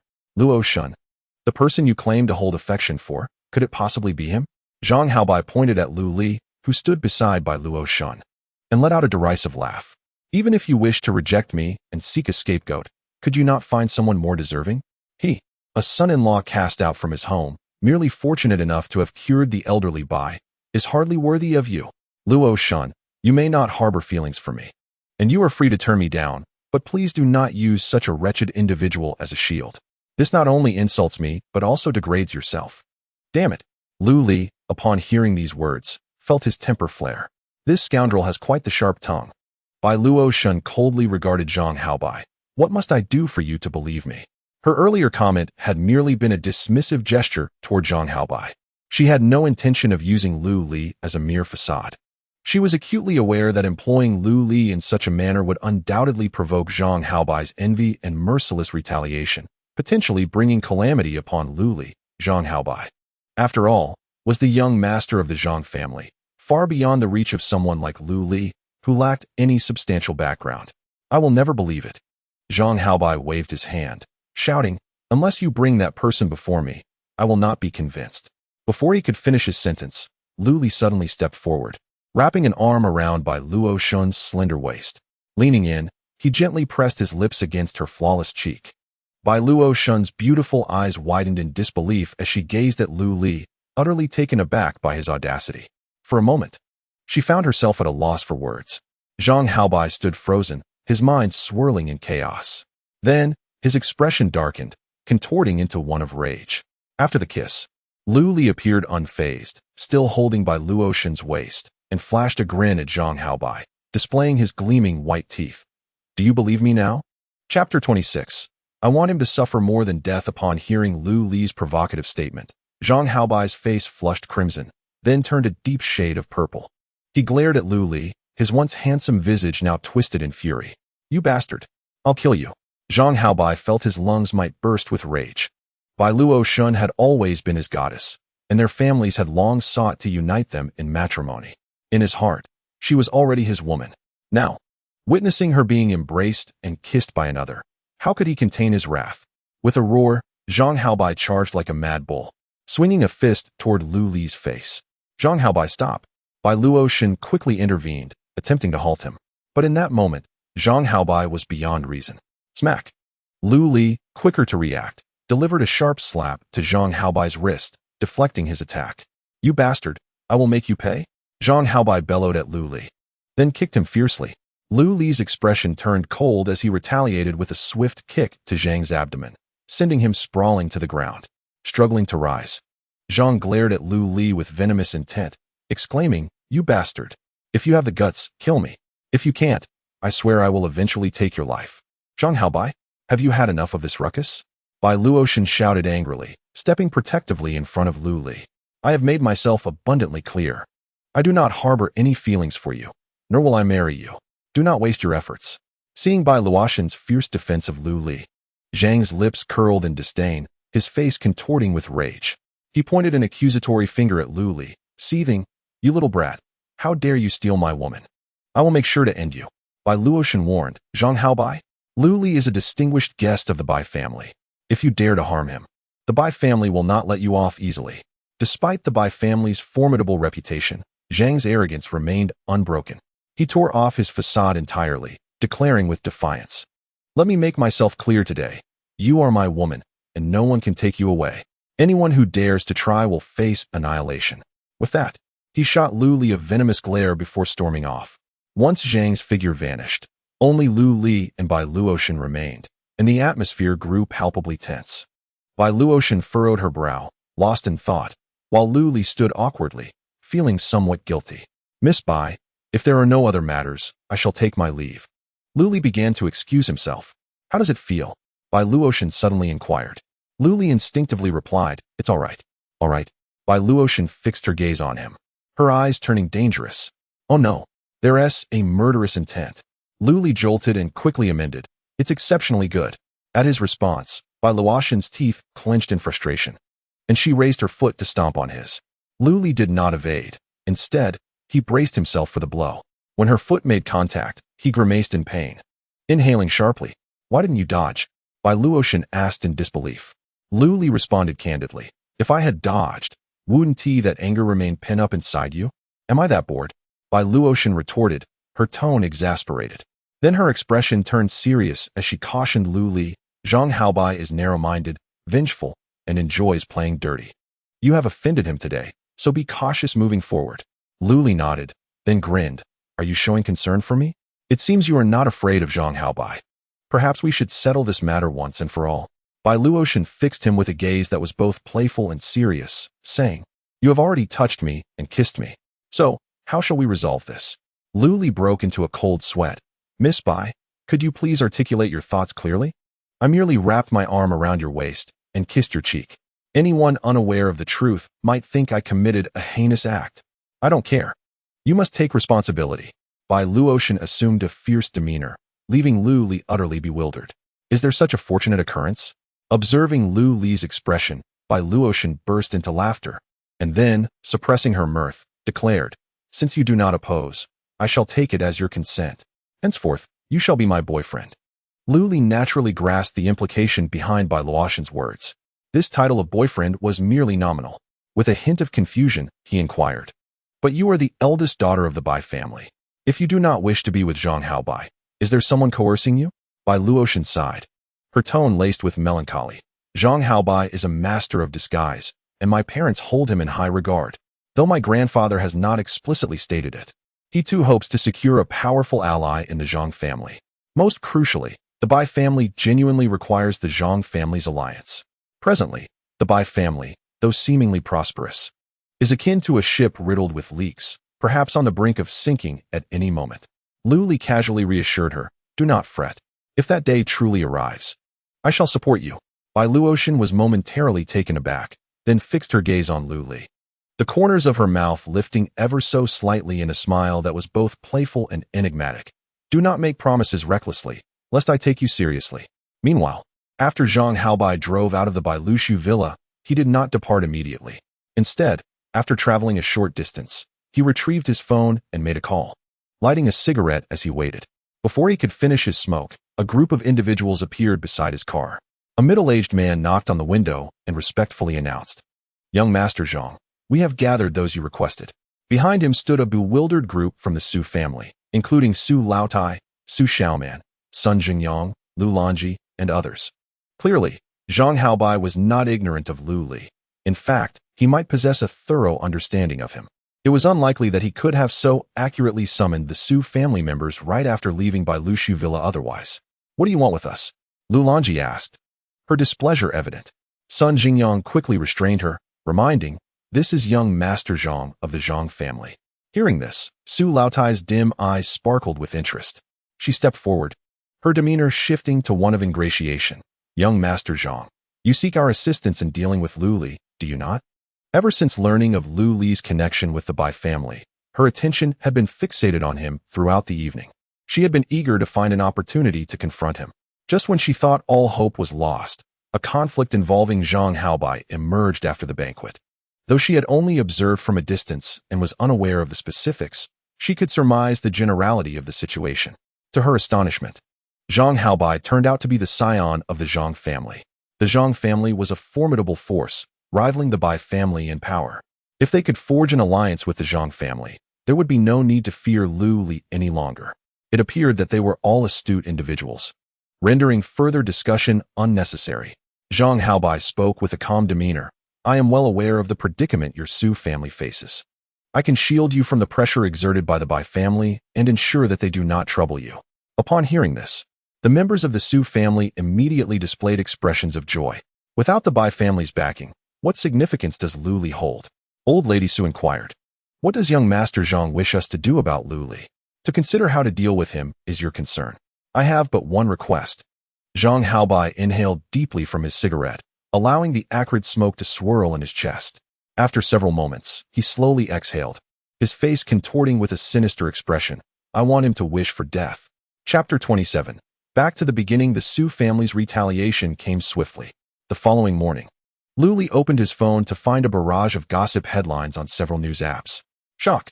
The talent recommended by the Bai family in Rongqing turns out to be a son-in-law, unveiling the secrets behind Dr. Lu. Is he a young medical prodigy or a grand swindler? From a mere son-in-law to a newly minted tycoon, he achieved this with one simple act. Rongqing's premier soft rice king. Exaggerated headlines continually popped up across various news platforms. The content was not entirely fabricated. Rather, it contained a blend of truth and deception. Yet, the most critical details had been distorted, and several interviews with Su Xiaoman were included, lending an air of authenticity. This successfully crafted Lu Li into an indolent figure who, after latching onto the Bai family's fortunes, discarded his former wife, portraying him as a traitorous opportunist. Moreover, several female activists on Weibo relentlessly stirred the pot, thrusting Lu Li into the local trending searches. The so-called feminist movement, which outwardly advocates for gender equality, often demands that men shoulder all responsibilities, using feminism as a pretext to maximize female interests. These individuals typically assert their power by bullying and exploiting men, inciting gender conflict to further their agendas. Once a few emotionally charged articles surfaced, the feminists descended upon the comments section like flies drawn to filth, unleashing a torrent of vitriol. The quality of Chinese men is always thus. Daily male phobia. Men are truly repugnant. Initially, they were taken aback, but upon discovering that the individual in question was male, their condemnation seemed only natural. After perusing the news and comments, Lu Li could not help but sneer derisively. It was evident to him that this was the handiwork of the Su family. No one else could possibly possess such intricate knowledge of his affairs. Certainly, the Su family alone lacked the capacity for such an elaborate scheme. If Lu Li were not mistaken, the mastermind behind this was none other than Zhang Haobai. The only person he had recently offended with such influence was Zhang Haobai alone. To his surprise, they had indeed colluded. Lu Li held his phone with a cold smile. This tactic was masterful, achieving multiple objectives in one fell swoop. First and foremost, it tarnished his reputation, leaving him in disrepute. Furthermore, upon the emergence of this news, the Bai family, even if solely to preserve their reputation, would likely not hesitate to sever the bond between Lu Li and Bai Luotian. This is also the reason why Lu Li speculates that the mastermind behind this is Zhang Haobai. Additionally, the Bai family, once public opinion swells, may very well step forward to clarify and even distance themselves from Lu Li. Consequently, Bai Luotian's efforts to advocate for Lu Li at the banquet yesterday would amount to naught. Lu Li would be reduced to his original state, not merely that, but he would also be branded with derogatory labels such as the first gigolo of Rongqing and the ungrateful wolf, forever affixing him to the pillar of shame. This is a strike not just at his life, but at his very spirit. Lu Li's speculations were not misplaced. Before long, another piece of news emerged. Bai Jingtian, the third son of the Bai family, personally stepped forward to clarify 3 points to the reporters. First, The relationship between the Bai family and Lu Li is merely that of a typical doctor and patient. Second, Bai Luotian's recommendation of Lu Li at the banquet yesterday was solely her personal action, not representative of the Bai family. Bai Luotian merely wished to express her gratitude to Lu Li, with no ulterior motives, contrary to the rumors circulating online about her being enamored with him. Lastly, Bai Jingtian asserted that he does not believe Lu Li cured Bai Xiongtu. 4. Prior to Lu Li's intervention, it was Qi Xiushan, one of the three great medical kings of the Great Xia, who was treating Bai Xiongtu's day. He contended that Lu Li was merely fortunate, intervening just as Bai Xiongtu was on the verge of awakening, thus reaping the accolades that rightfully belonged to Qi Xiushan. Furthermore, he provided a treatment video. The footage depicted Qi Xiushan administering treatment to Bai Xiongtu, followed by Lu Li's entrance. The critical content within the video was naturally omitted and obscured. Upon viewing, the audience was left with the impression that as soon as Lu Li brandished his silver needles, Bai Xiongtu regained consciousness. The release of this video left countless individuals flabbergasted. Lu Li found himself at the center of public scorn, and within the span of a single morning, he had transformed from a promising youth of Rongqing into a charlatan denounced by all. Some even took to the internet to declare their desire for Lu Li to vacate Rongqing. After perusing some comments, Lu Li put away his phone, feeling a profound sense of tranquility. Their machinations were indeed well calculated, yet they posed little threat to him. It is worth noting that he owes a debt of gratitude to the Su family. Over the past 3 years of being integrated into the Su family, he has endured an abundance of humiliation, his character having been tempered into something remarkably resilient. Furthermore, his relationship with Bai Luotian is not one of genuine romance. Thus, the Bai family's efforts to thwart them would have little effect on him. As for the Bai family's attempts to dissociate themselves, Lu Li could only scoff. These individuals were miscalculating. His true support has never been the Bai family. Conversely, when Jin Xiu, upon witnessing the online slander against Lu Li, was incensed, and it was only after Lu Li's persuasion that she managed to have her breakfast. At this moment, the members of the Su family were gathered in their villa. Upon witnessing the news of Bai Jingtian's attempt to distance himself from the situation, everyone erupted into joyous laughter. "Ha ha, dear grandmother, your strategy is truly remarkable." Su Xiaoman, clutching her phone, couldn't help but laugh heartily, filled with admiration for Su Laodai. This maneuver, a veritable trifecta of cunning, undoubtedly originated from Su Laodai herself. From this day forth, that wretched Lu Li shall be regarded with disdain. Lu Longji wore an expression of schadenfreude, relishing the thought of how he would maintain his arrogance now. Just a despicable creature who relies on the power of others. Su Laodai scoffed, her face etched with disdain. The memory of Lu Li's harsh words directed at her during last night's banquet filled her eyes with a chilling glare. Did this insolent wretch truly believe that by allying with the Bai family, he could challenge her authority? Today, she would strip Lu Li of his pretensions. Heh, that scoundrel is doomed. Without the Bai family's support, he is likely to be toyed with mercilessly by young Master Zhang. Sun Jingyang remarked with glee. This trivial matter hardly requires young Master Zhang's intervention. Su Xiaoman, massaging her still aching chest, gritted her teeth and vowed, once the Bai family thoroughly expels him, I shall ensure he learns the true meaning of cruelty. Meanwhile, within the Grand Xiongtu building at the city center, Bai Luotian forcefully kicked open the door to Bai Jingtian's office, storming in with a fierce demeanor. Bai Jingtian, caught in a compromising position with his secretary, was nearly rendered impotent by the shock of her entrance. The secretary hastily fled the scene. Bai Jingtian shouted angrily, "Bai Luotian, what madness is this?" Bai Luotian fixed her piercing gaze on him, her eyes filled with unprecedented intensity. "Who permitted you to act in such a manner? What have I done?" Bai Jingtian feigned innocence, his face a mask of surprise. "Do not play the fool," Bai Luotian retorted coldly. "Who gave you the right to speak recklessly to the reporters?" Bai Luotian. Bai Jingtian abruptly stood, sneering. "Mind your tone. Do not forget that I am your third uncle. Is this how you address your elders?" "Indeed. It was I who disclosed the clarification to the reporters, but I did so to protect the reputation of the Bai family and yours. That country bumpkin merely stumbled upon good fortune by curing your grandfather. We have already shown him great generosity by granting him Villa No. 1 at Tenglong Mountain Villa. His audacity to exploit the Bai family's name is nothing short of greed.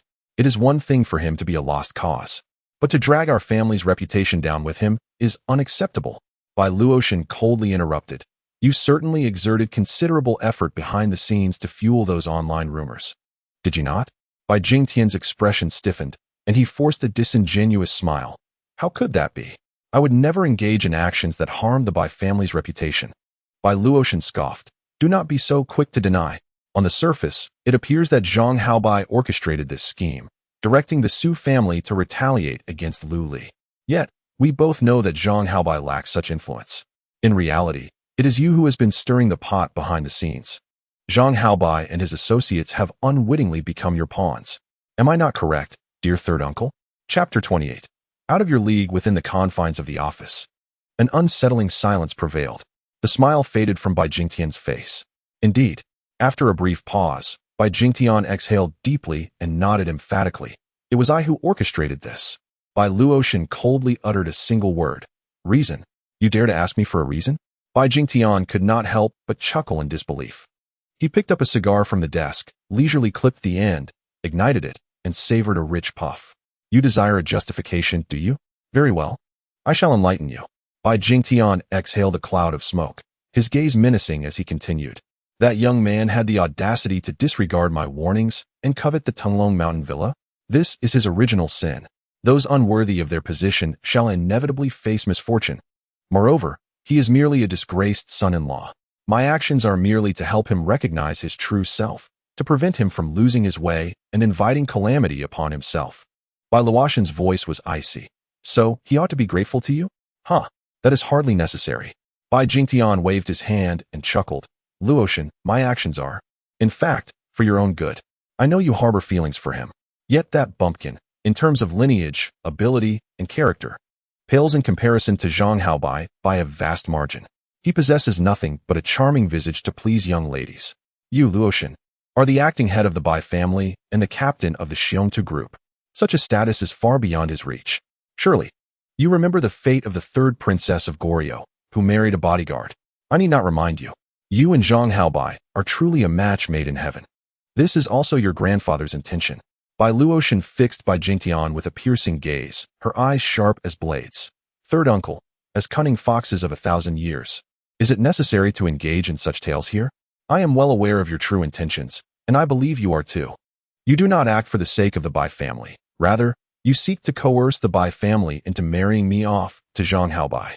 In doing so, you not only eliminate me as an obstacle, but also destroy Lu Li. Furthermore, you would effortlessly seize control of the Bai family while gaining the Zhang family as an ally. It is the epitome of a threefold victory. Moreover, Zhang Haobai's serendipitous return yesterday, arriving just before the conclusion of the banquet at Bai Lu Mountain Villa, was surely part of your scheme, wasn't it? Bai Luotian regarded Bai Jingtian with a face full of mockery. Bai Jingtian shrugged, maintaining his composure. If you wish to lay blame, you can always find a pretext. I could just as easily claim that you are the mastermind behind all this, attempting to frame me. Luotian, if you wish to complain to your grandfather, mere conjecture will not suffice. You must present evidence. I require no evidence. Bai Luotian replied indifferently. I did not come here to complain to grandfather, but to remind you of something. What is it you wish to remind me of? Bai Jingtian chuckled. He was utterly unfazed by Bai Luotian's admonishments. I am the acting head of the Bai family. As long as I hold this position, you shall forever remain a subject. Matters of the Bai family are not for you to voice your opinions on. Furthermore, let me remind you not to meddle in my private affairs with your underhanded tactics. Do not blame me for disregarding our familial bond. With that, Bai Luotian turned and departed. Bai Jingtian stared at her retreating figure, the smile upon his face having vanished, replaced by an overwhelming gloom. Upon returning to her office, Bai Luotian received a call from her grandfather, Bai Xiongtu, summoning her to Bai Lushu Mountain Villa. When she arrived, Bai Xiongtu was practicing Tai Chi on the lawn. He looked remarkably well, his complexion rosy and his spirit vibrant. Even his previously white hair showed signs of returning to black. Bai Luotian watched attentively until he completed a set of movements, at which point she stepped forward to offer him a towel.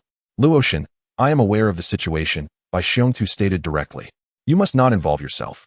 Bai Luotian frowned slightly. Grandfather, Lu Li is your savior and a guest you personally invited. This seems inappropriate.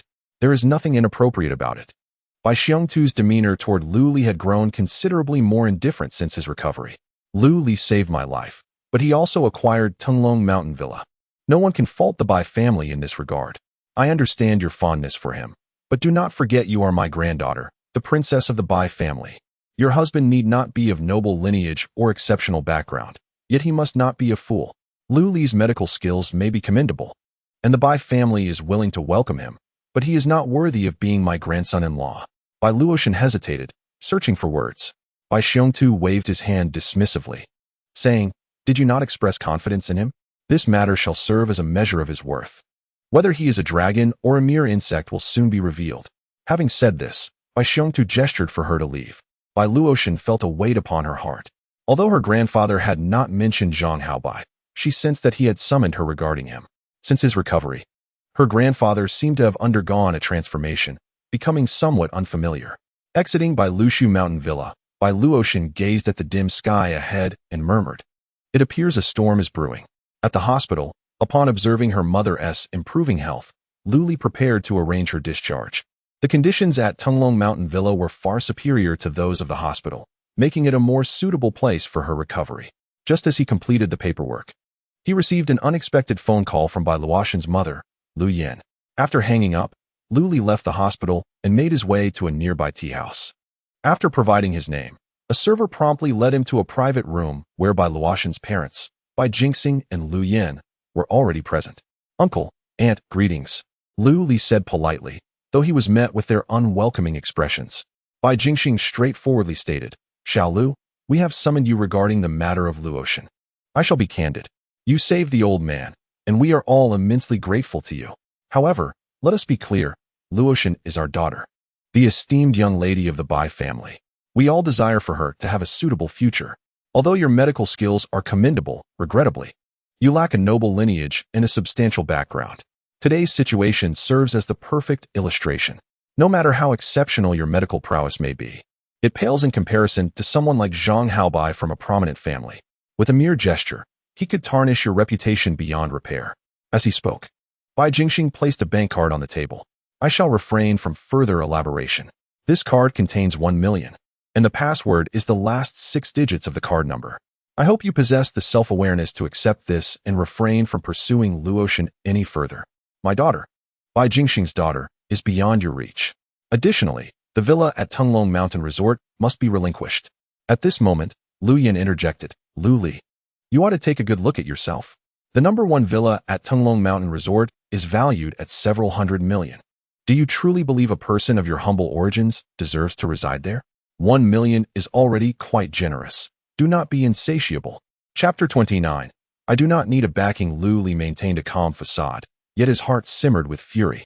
He did not deny his affection for Bai Luotian and had anticipated encountering obstacles. Nevertheless, the words of Bai Jingxing and his wife ignited his anger. "Uncle, Auntie, you speak true. I do not possess a formidable family like Zhang Haobai," Lu Li replied calmly. "However, I do not require any backing. I can be my own mountain." As he spoke, he extended 3 fingers and waved them before the couple's eyes. "In no more than 3 years, I shall acquire the strength that will command your respect." "Just you?" Bai Jingxing scoffed, his expression rife with disdain. "What audacity! If you do not believe me, then let time bear witness," Lu Li replied coolly, unwilling to engage further. After uttering those words, he turned to leave. "Brat!" Bai Jingxing slammed the table, standing in anger. "Stop right there. I have not finished speaking. Who allowed you to leave?" Lu Li, however, paid him no heed. Bai Jingxing's face turned a deep shade of fury. Never before had a young man been so audacious before him. Lu Yin, equally enraged, exclaimed, "What does this scoundrel intend to do? Is 1 million not enough for him?" Bai Jingxing snorted coldly. What else could he want? This little brat is accustomed to living off others. He has set his sights on the wealth of the Bai family, intending to use Luotian as his personal ATM. "Husband, what should we do?" Lu Yin asked anxiously. "If this rogue continues to pursue Luotian, will the Zhang family not be ruined? Since he refuses to accept our goodwill, we shall serve him a bitter remedy." Bai Jingxing gritted his teeth, his eyes icy. Upon returning to the hospital, Lu Li found Wen Jinxiu already packed. He first greeted Huang Tianai before departing the hospital with his mother. Along the way, Wen Jinxiu gazed at Lu Li, several times on the verge of speaking, yet hesitating. Lu Li chuckled and said, "Mother, if you have something to say, please do so directly. There is no need for such formality with your son." After a moment's contemplation, When Jinxiu cautiously inquired, "Son, this car I sent inexpensive. Is it a gift from Miss Bai?" Upon seeing the expression on Wen Jinxiu's face, Luli immediately understood the underlying concern. "Rest assured, mother, it is indeed a gift from Miss Bai, but it was not simply bestowed. Rather, it was earned through my own efforts," Luli explained with a smile. The small Peiyuan Dan he gifted to Bai Luotian had rejuvenated by Xiongtu by at least a decade. Surely, a mere car could not compare to that. He then briefly recounted his experiences treating Bai Xiongtu. Over the past few years, Luli had delved into numerous medical texts in an effort to cure Wen Jinxiu's ailment. This, too, was well understood by Wen Jinxiu. After hearing Luli's account, she finally felt at ease. "Son, where are we headed?" It was only when Luli brought the car to a halt that Wen Jinxiu realized they had arrived in an area of stunning natural beauty. Surrounding them were lush greenery and the melodious chirping of birds. Expansive, neatly manicured lawns made it feel akin to a golf course. Not far away stood a series of stately villas. The air was thick with invigorating negative ions. Unable to restrain herself, Wen Jinxiu inhaled deeply, feeling a wave of tranquility wash over her. Had it not been for their recent departure from the hospital, she might have thought she had already left Rongqing. "Mother, we are indeed going home," Luli said with a smile as he parked the car by the roadside. They were merely at the foot of Qianlong Mountain Villa, with several hundred meters still to the villa at the summit. He intended to show Wen Jinxiu around the vicinity to prevent them from losing their way. "Home?" Wen Jinxiu queried, puzzled. Their house had long been sold, and Luli had been expelled from the Su family. Where could they possibly call home? Upon spotting a familiar landmark, realization dawned upon her, and she exclaimed, "Could this be Qianlong Biyuan, the affluent district of our Rongqing? I visited here when I worked in domestic service." Qianlong Biyuan was the outer area of Qianlong Mountain Villa, consisting of 18 individual villas, while Qianlong Biyuan primarily featured row houses and garden apartments. Even the most modest garden apartments were not inexpensive. "Indeed," Luli replied with a smile, "from now on, our home will be here." He took Wen Jinxiu's hand and began to lead her inside. Just then, a voice called out from behind them, "Wen Jinxiu?" They turned to see a middle-aged woman, elegantly dressed and carrying a basket, approaching them. "Ah, it really is you," the woman exclaimed, hastening her steps toward Wen Jinxiu, her face reflecting surprise. "I heard you were hospitalized due to renal failure. What brings you here? Are you unable to afford treatment and considering giving up?" Upon hearing the words of the middle-aged woman, Luli furrowed his brow. Is this how one speaks? The woman before him was Ma Lan, a former neighbor from their old neighborhood. Not only was she sharp-tongued, but she also delighted in taking advantage of others. During her time working in domestic service alongside Wen Jinxiu, she had often exploited Wen's kindness. Eventually, her family moved away, and it was rumored that her son had become successful. Luli never expected to encounter her here. Wen Jinxiu managed a strained smile, saying, "Ah, it's you. Sister Lan, my illness has already healed. I just got discharged today and came out for a stroll with my son." "Oh, congratulations," Ma Lan exclaimed, scrutinizing Luli with a smirk. "So this is your son? I heard he has become a live-in son-in-law. TSK, living off someone else. Quite a different life indeed. Unlike my son, who insists on starting from scratch with some entrepreneurial venture. After all these years of hard work, he is still just a small business owner with barely 100 million to his name." While she spoke enviously of Luli, her eyes betrayed her disdain. When mentioning her own son, however, her face radiated pride. Luli felt a wave of speechlessness wash over him. The air of superiority she exuded left him at a loss for words. Meanwhile, when Jinxiu's gaze dimmed, a flicker of self-reproach crossing her features. The term live-in son-in-law undoubtedly struck a nerve. If it weren't for her burdens, Luli might not have found himself in such a predicament. Even if he were not as successful as Ma Lan's son, perhaps he could have enjoyed a happy family life instead of dropping out of school to become a live-in son-in-law. His life's trajectory had been irrevocably altered. Now, even Ma Lan, whom they hadn't seen in years, was aware of their situation, illustrating the extent of the impact. Ma Lan observed Wen Jinxiu's reaction with immense satisfaction. When Luli was accepted into a prestigious university, he had been the pride of the entire street. In contrast, her son had dropped out of high school to get involved with the wrong crowd, frequently landing himself in trouble, leaving her unable to hold her head high in front of the neighbors. Finally, the tables had turned. "Mom, shall we go?" Luli noticed his mother's lack of enthusiasm and attempted to lead her away, disinterested in further conversation with Ma Lan. when Jinxiu managed to smile towards Ma Lan, saying, "Sister Lan, we shall take our leave now. Perhaps we can catch up another time. Don't be in such a hurry to leave."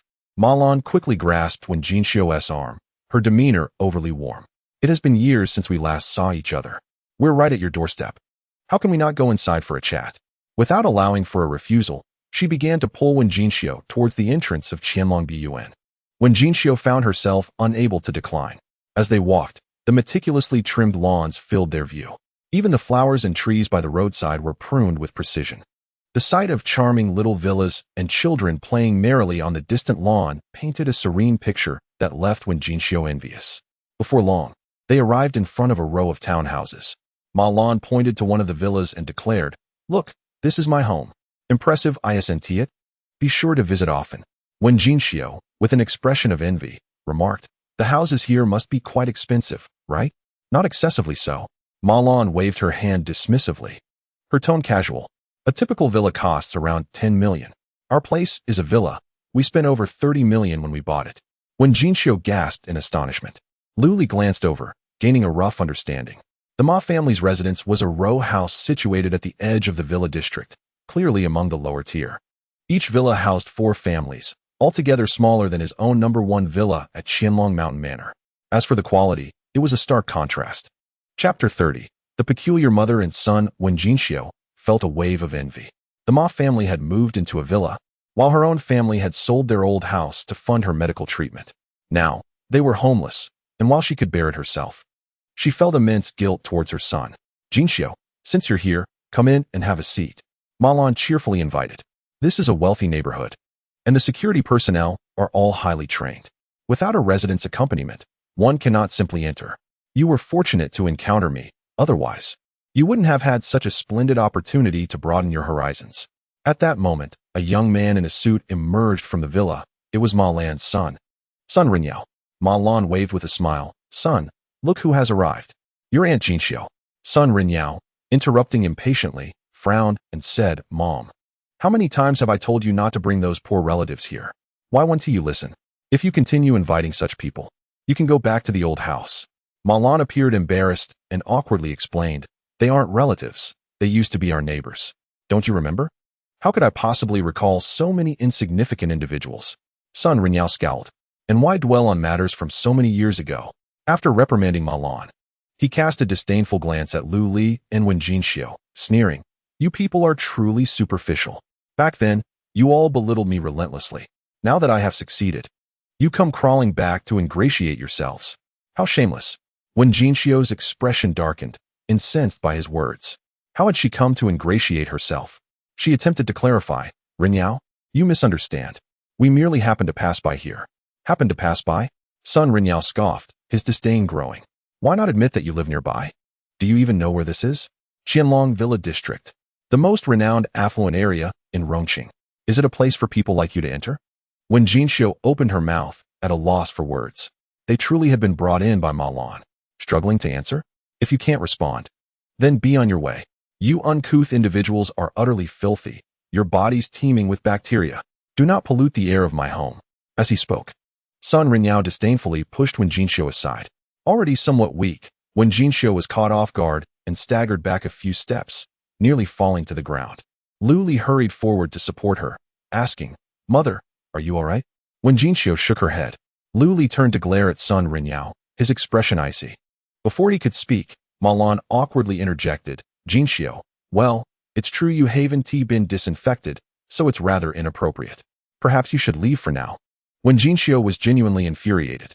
Is there anyone so demeaning? It was bad enough that Ma Lan's son was a scoundrel. But who would have thought Ma Lan herself would be so indiscriminate? Not only did she refuse to apologize, but she also sided with her son to drive them away. Grasping Lu Li's wrist in anger, she exclaimed, "Son, let us go." Yet Lu Li stood his ground, his gaze fixed on Son Rinyao, radiating cold fury. "What are you staring at?" Son Rinyao sneered, pointing at Lu Li with disdain. "Let me tell you, whether you seek a loan or want me to help you find a job, if you don't want to humiliate yourself, it's best to keep your mouth shut." Lu Li forcefully swatted away Son Rinyao's hand, coldly retorting, "So you are Son Rinyao? Don't presume that a bit of wealth makes you significant. Just because you dress in fine attire does not elevate you above others. Your lack of civility renders you nothing more than a clown, regardless of your riches. Furthermore, this is a public area, not your home.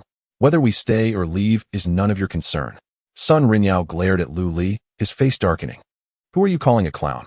Ma Lan also scowled. Why are you so lacking in manners? What is wrong with my son speaking a few words to you? If it weren't for my presence, would you even have the chance to enter this affluent district? Truly an ungrateful wretch.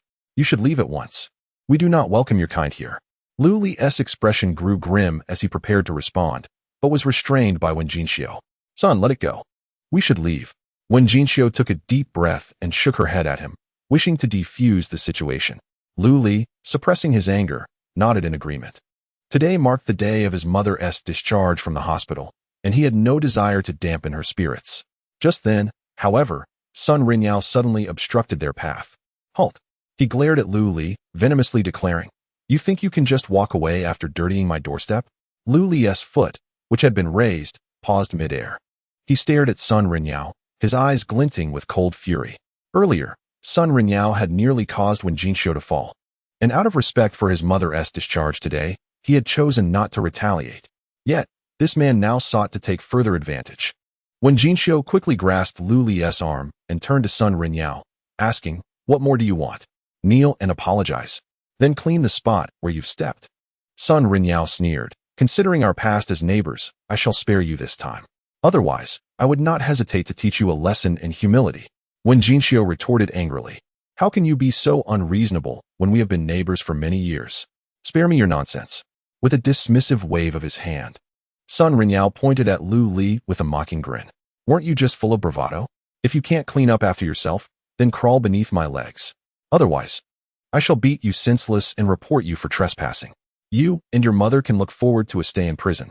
His demeanor was arrogant, showing blatant disregard for Lu Li.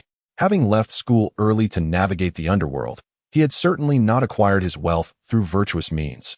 Rather, he was involved in unscrupulous dealings, exploiting the vulnerable. Lu Li's expression turned icy.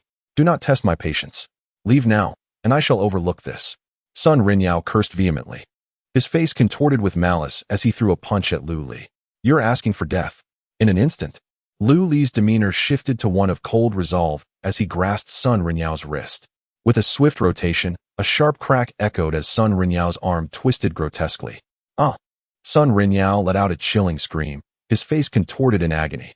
You bastard, let me go, or I will have someone kill you. Even in his pain, he dared to maintain his bravado. Lu Li chuckled coldly and twisted harder. Another sickening crack resonated as Sun Rinyao's wrist snapped. Lu Li delivered a powerful kick to his chest, sending him sprawling. Scoundrel! Ma Lan shouted in fury, rushing forward to slap Wen Jinxiu across the face. Look at the monster you've raised. How can you call yourself a mother? If anything happens to my son, you will pay? Wen Jinxiu gasped, stumbling back several steps, her cheeks swelling with the imprint of the slap. You're asking for trouble. Lu Li seethed, delivering a kick to Ma Lan's abdomen, propelling her away. At that moment, a piercing alarm blared throughout the Qianlong villa. Struggling to rise from the ground, Sun Rinyao activated the concealed alarm at the entrance, clutching his injured wrist, his face a mask of rage and vengeance. You dare to lay hands on me at my doorstep? You're blind if you think I'll let this go. If I don't finish you today, I am not Sun Rinyao. As his threats hung in the air, a group of security personnel armed with batons and shields rushed towards them. The formation was impeccable, the training exemplary, exuding an air of intimidation far superior to that of the ordinary security personnel in residential complexes. Upon witnessing such a formidable assembly of security guards approaching, Ma Lan's arrogance surged once again. Pointing at Wen Jinxiu, she seethed, Wen Jinxiu, your son is doomed. How dare he act out in Qianlong Yuan? Captain Wang will not let him escape unscathed. If you do not wish for your son to be maimed, then kneel and apologize immediately. Otherwise, I assure you that I will make your lives unbearable. At that moment, Wen Jinxiu felt a wave of anxiety. Mom, do not worry, Lu Li reassured her, grasping her hand. We will be fine. On the contrary, it is they who will face misfortune. We will face misfortune? Sun Rinyao scoffed. You must still be asleep. I am a resident of Qianlong Yuan. What can an outsider like you possibly contest against me? Suddenly, the sound of hurried footsteps echoed. A dozen uniformed and well-trained security personnel rushed forth. Sun Rinyao shouted at the leader, Captain Wang, you have arrived just in time. This brat sneaked in from outside and has injured both my mother and me. Quickly, have your men apprehend them all. What? Captain Wang, upon hearing this, cast a cold gaze towards Lu Li and his companion. In the next instant, his pupils dilated in shock. This was not. Captain Wang's heart sank. Although he was the head of security at Qianlong Buyuan, the entire establishment ultimately served the elite Qianlong Mountain Villa. The moment Lu Li became the owner of the number 1 villa, his photograph had been dispatched to Captain Wang. Thus, he instantly recognized Lu Li's identity. Realizing this, Captain Wang hastened towards Lu Li, son Rinyao, under the impression that Captain Wang was about to take action himself, wore a sinister smile. He had heard of Captain Wang's legendary prowess as a former Special Forces soldier who, armed with nothing but a belt, had dispatched numerous armed assailants with ease, one of whom had suffered broken ribs from a single kick. Had it not been for timely medical intervention, that assailant would have surely perished. You were quite the bully just now, daring to lay hands on me. Sun Rinyao gritted his teeth, glaring menacingly at Lu Li. As he spoke, he leaned towards Lu Li, challenging him. If you have the guts, try hitting me again. With no words wasted, Lu Li swiftly retaliated, delivering a slap that sent Sun Rinyao flying. Ah! Sun Rinyao cried out as he crashed to the ground, half of his face swelling. He had never anticipated that. In front of so many security guards, he would still dare to take action.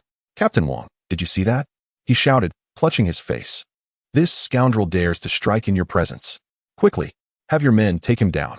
No, have them capture him. I want to personally break his arms and legs.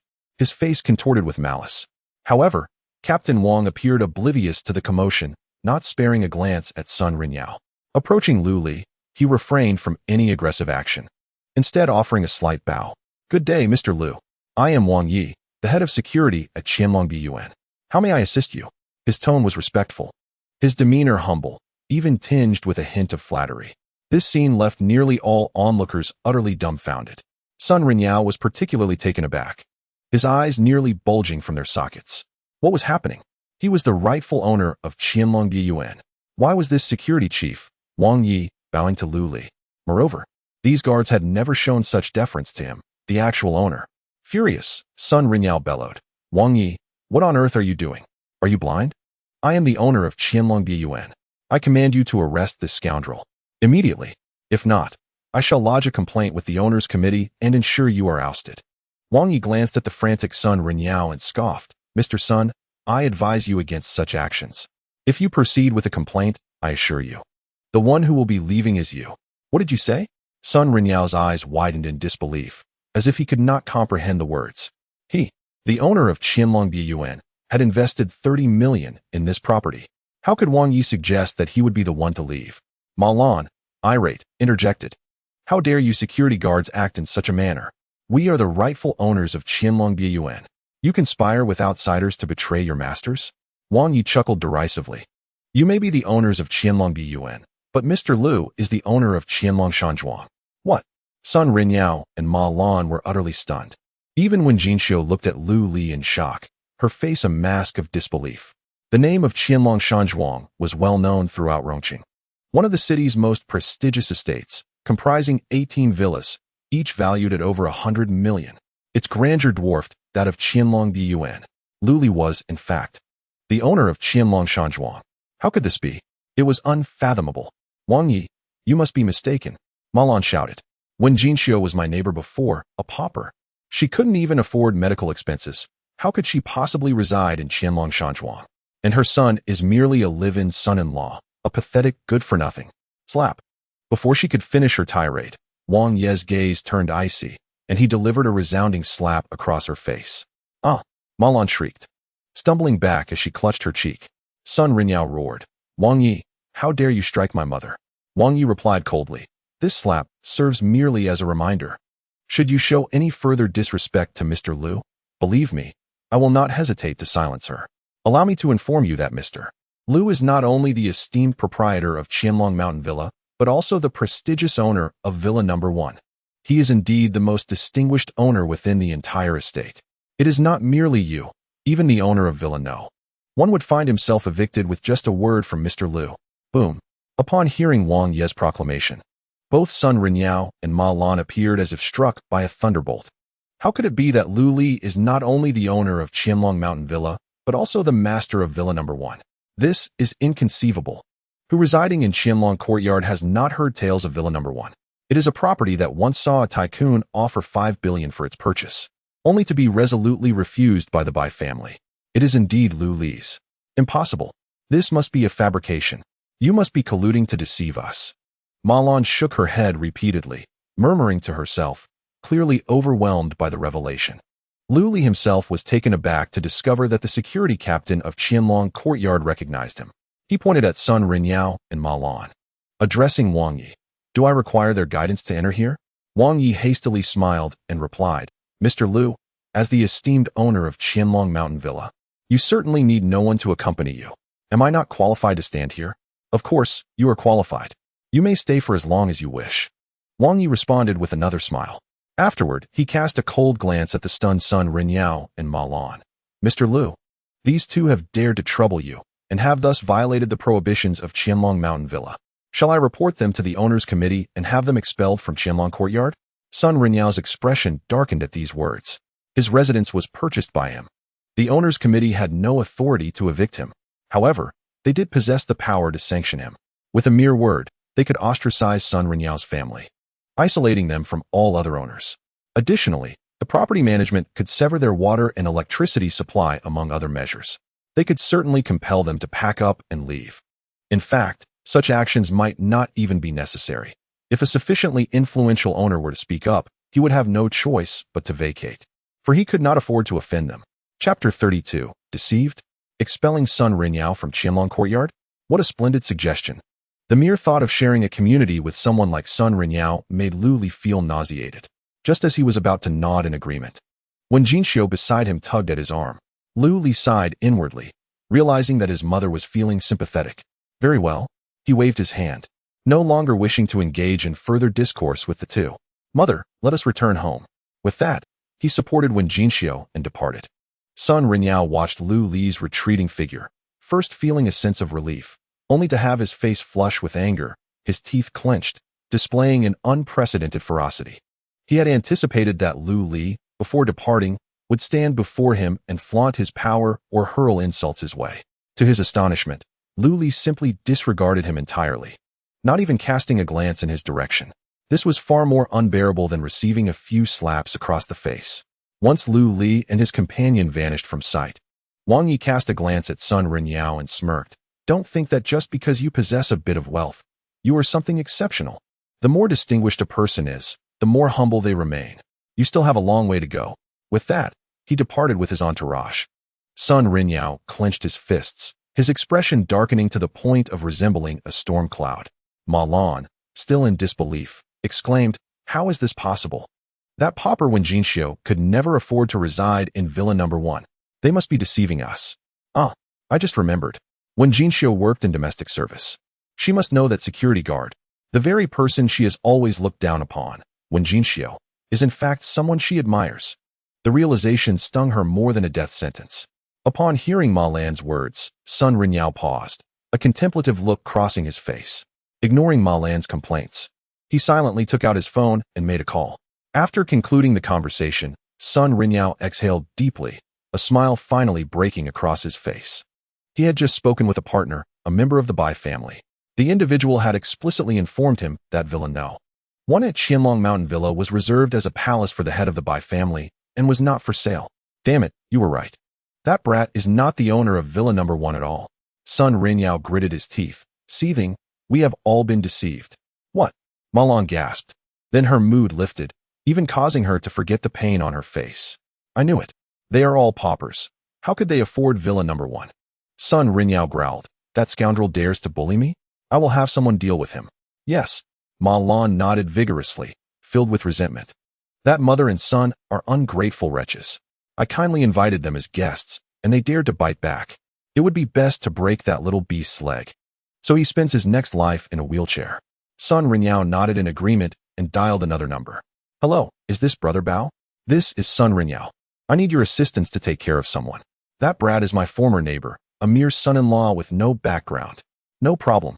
Once the task is complete, I will reward you with 100,000. Meanwhile, after exiting Qianlong Biyuan, Lu Li led Wen Jinxiu to Qianlong Mountain Villa. Upon seeing Villa Number 1, Wen Jinxiu was so astounded that she was momentarily rendered speechless. "Son, is this truly our house?" she asked, pointing at the villa that resembled a castle. Disbelief etched across her face. "Indeed," Lu Li replied with a smile. "Mom, this will be our home from now on." At that moment, the servants and housekeepers of the villa discovered Lu Li at the door and hurried out to greet him.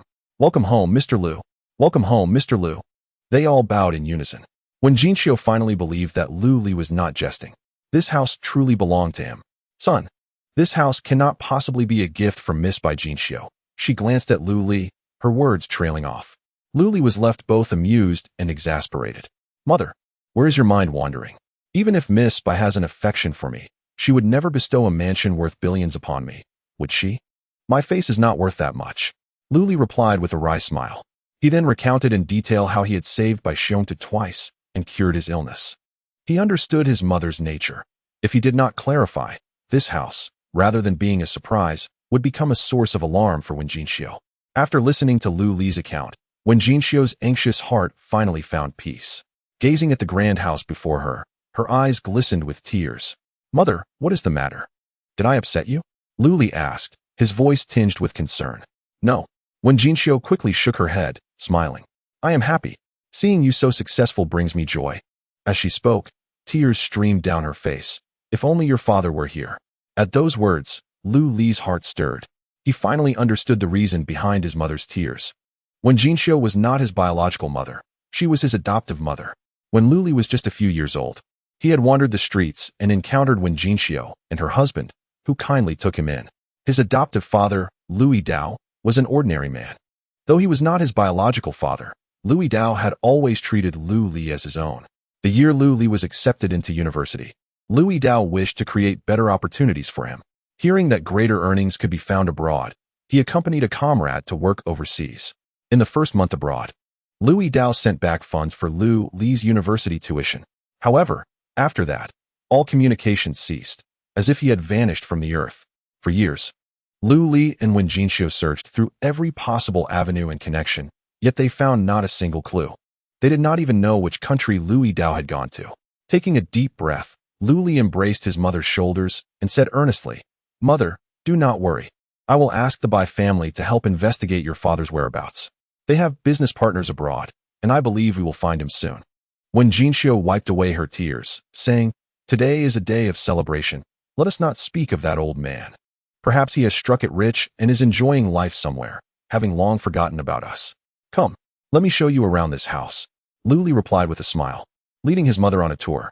Half an hour later, while they were exploring the backyard, Lu Li's phone suddenly rang, causing his brow to furrow. The caller was none other than the proprietor of the Tiangong Club, the underworld figure Lei Hu. "Mother, please take a stroll," Lu Li said. Wishing to keep his connections with the underworld hidden from Wen Jinxiu, he turned away to answer the phone.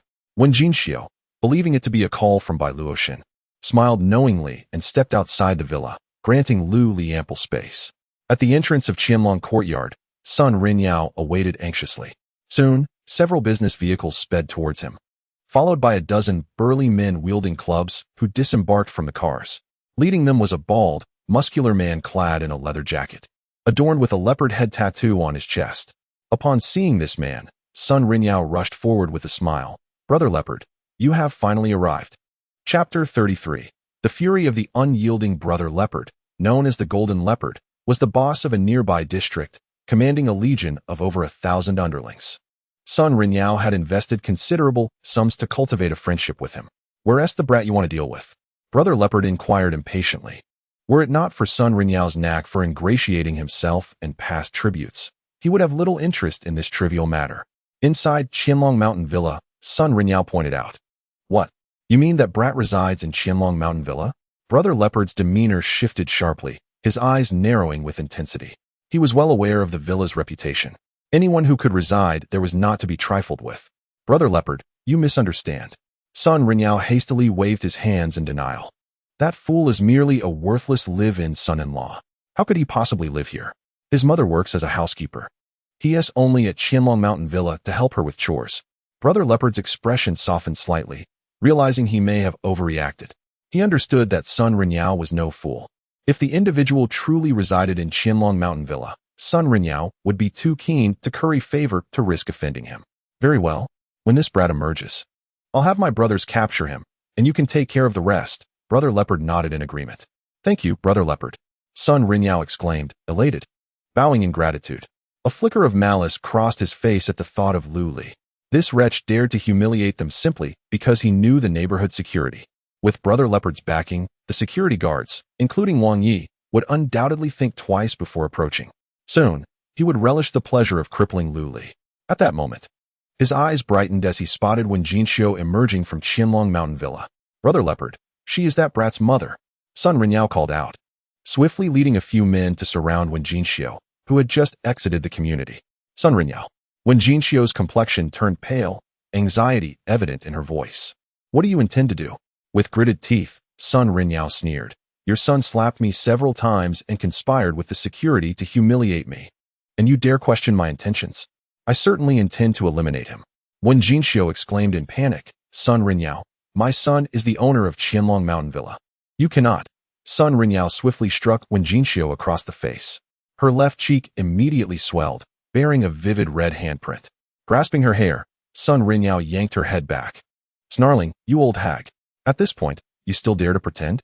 If your son is the owner of Qianlong Mountain Villa, then I must be the richest man in Rongqing. My son truly is the master of Villa number 1. Wen Jinxiu retorted loudly. Enough of your pretense. Sun Rinyao gritted his teeth, delivering several more slaps that left Wen Jinxiu's cheeks swollen and her lips cracked. If you wish to avoid death, call your son to come out. After tiring himself from the beating, Sun Rinyao sneered. Wen Jinxiu, her face a mask of terror, replied, my son is not inside. He left long ago. Slap. Sun Rinyao delivered yet another blow, mocking, do you take me for a fool? I have been waiting here. If he left, would I not know? With that, he snatched Wen Jinxiu's phone. What are you doing? Give me back my phone. Wen Jinxiu panicked, frantically attempting to reclaim her device from Sun Rinyao. Get away.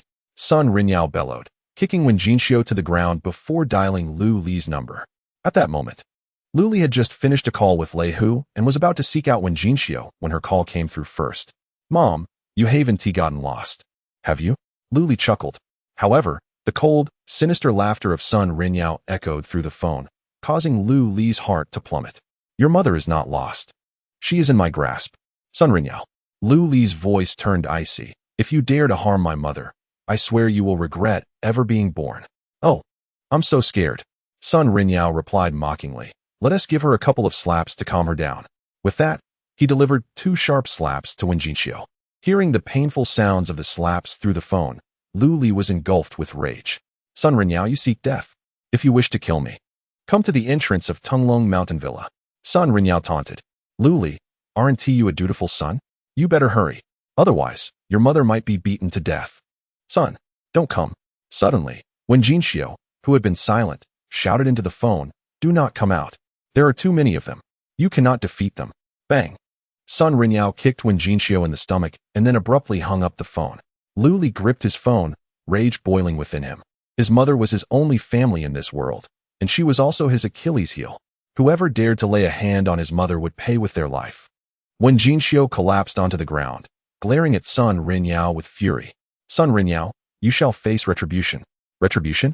Sun Rinyao could not contain his laughter, mocking her. I've been mixing in this world since my teenage years, engaging in despicable acts of oppression and exploitation. Do you think my villa was obtained through virtuous means? Heaven itself does not punish me. Who dares to bring retribution upon me? You lowly peasants at the bottom of society? Rest assured, I won't kill you. Yet, when your son arrives, you will witness how I torment him to death. At his words, Wen Jinxiu shivered involuntarily. She had always been kind-hearted, never imagining that a person could be so vile. You monster! I will fight you with all I have. With a resolute expression, Wen Jinxiu charged at Sun Rinyao, determined to perish rather than allow her son to fall into his clutches. Get lost. A cruel glint flashed across Sun Rinyao's face as he kicked Wen Jinxiu in the chest, sending her flying.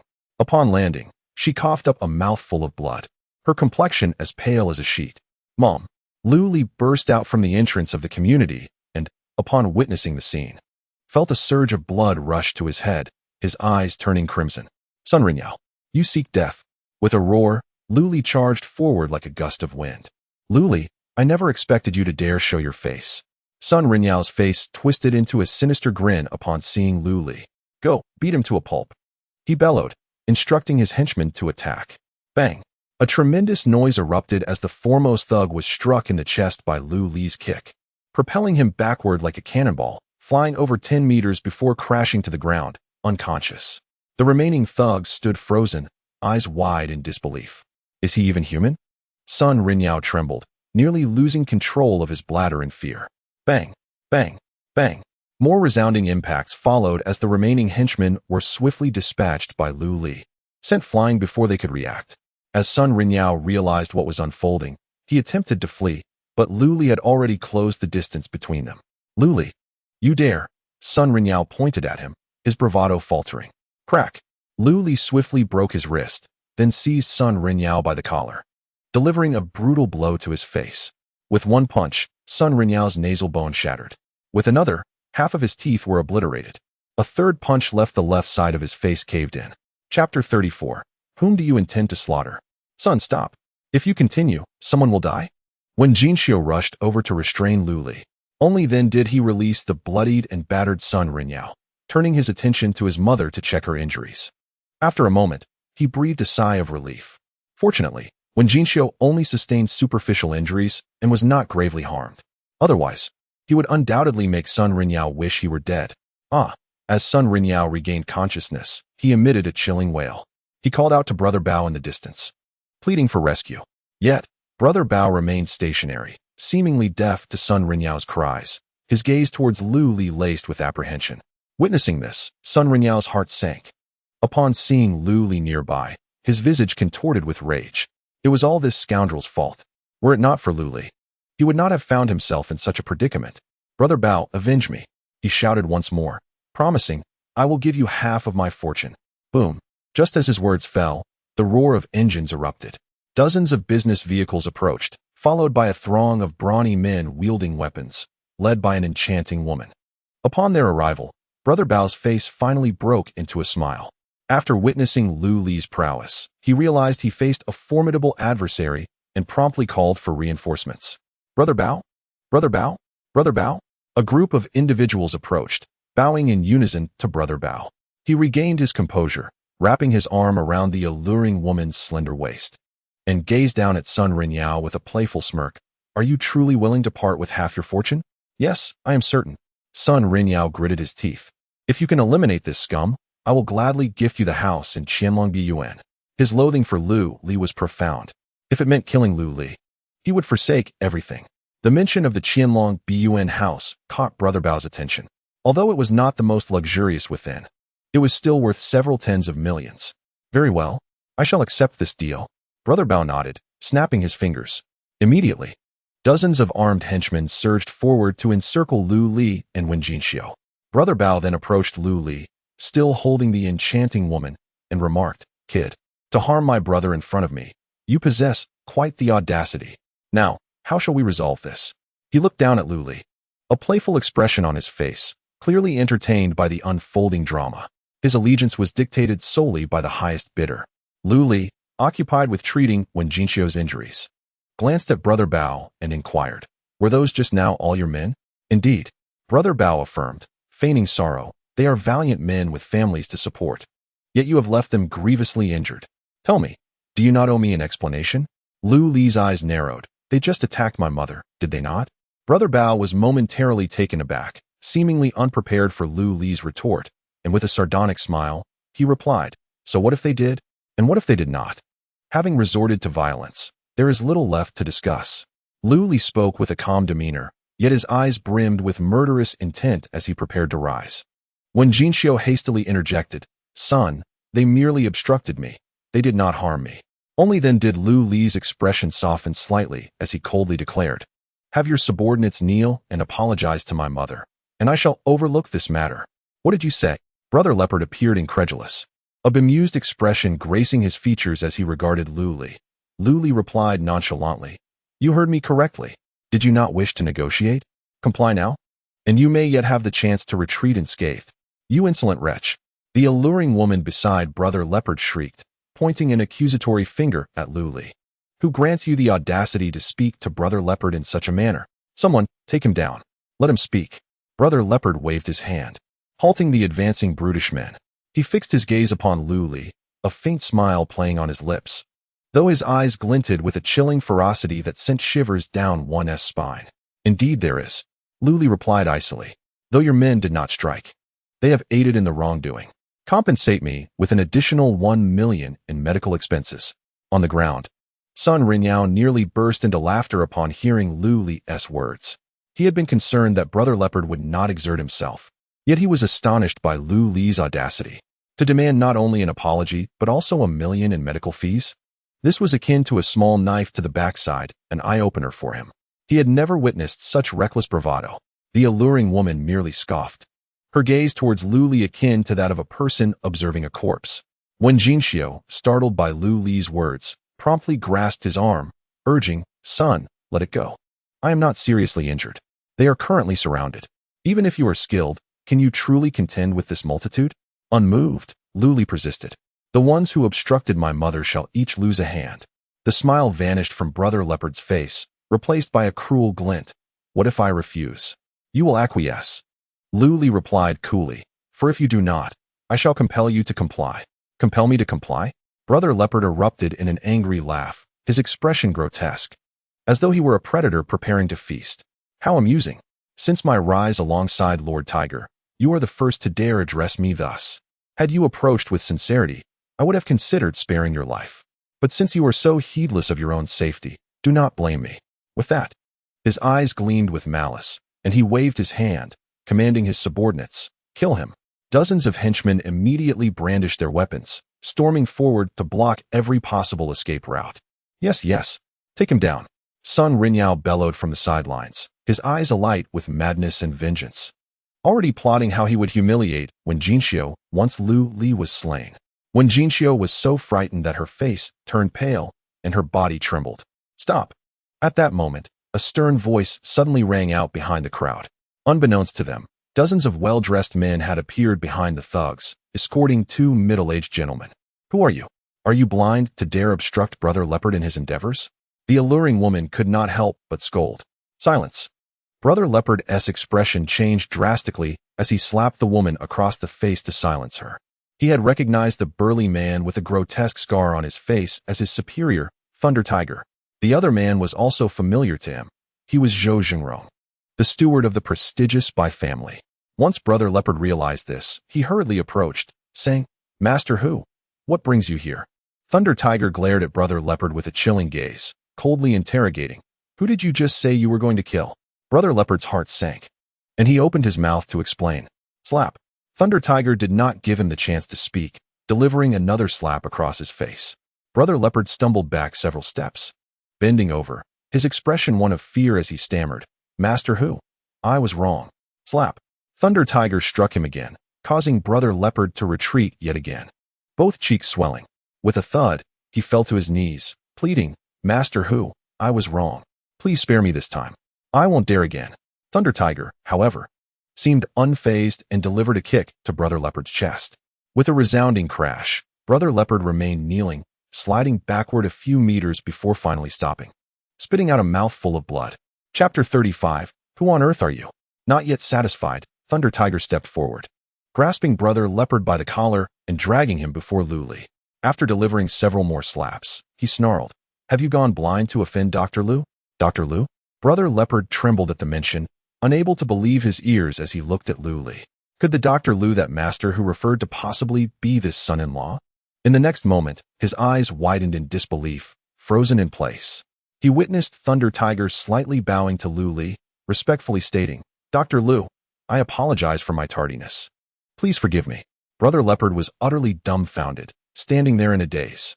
This was Thunder Tiger, a figure who traversed both the underworld and the elite.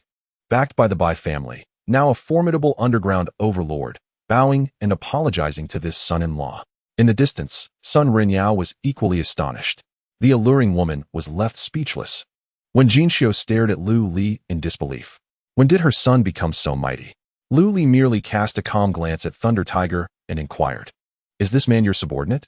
Yes, Dr. Lu, Thunder Tiger replied, suddenly feeling a prickling sensation on his back, hastily adding, Brother Leopard is indeed my subordinate. However, since he has provoked your ire, you may deal with him as you see fit. I shall harbor no grievances. Upon hearing this, Brother Leopard was jolted back to reality from his shock. He hastily knelt before Lu Li, pleading for mercy. Divine Dr. Lu, I was in the wrong. I beseech you to spare me. I truly did not lay a hand on anyone. My brothers did not act either. It was all Sun Renyao's doing. We are not involved. Lu Li remained indifferent, offering no response. In the avalanche, no snowflake is innocent. Moreover, he had already granted Brother Leopard an opportunity. Since he is affiliated with Lord Tiger, let Lord Tiger decide his fate. Lu Li turned to Lei Hu, his tone calm and devoid of emotion. I trust that Lord Tiger will render me a just resolution. Lei Hu was momentarily taken aback, and a profound expression flickered in his eyes. His earlier heavy-handedness had indeed stemmed from anger, but it also bore the weight of a calculated strategy. The financial leopard was once his comrade in conquering the world, and he could not simply abandon him. He had anticipated that Lu Li might show leniency out of respect for him and the recent altercation, but to his surprise, Lu Li's heart was as cold as iron, unmoved by sentiment.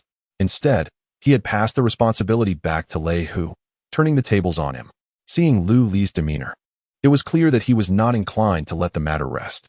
Despite his reluctance, Lei Hu could only sorrowfully conclude that he must sever ties with Ma Su.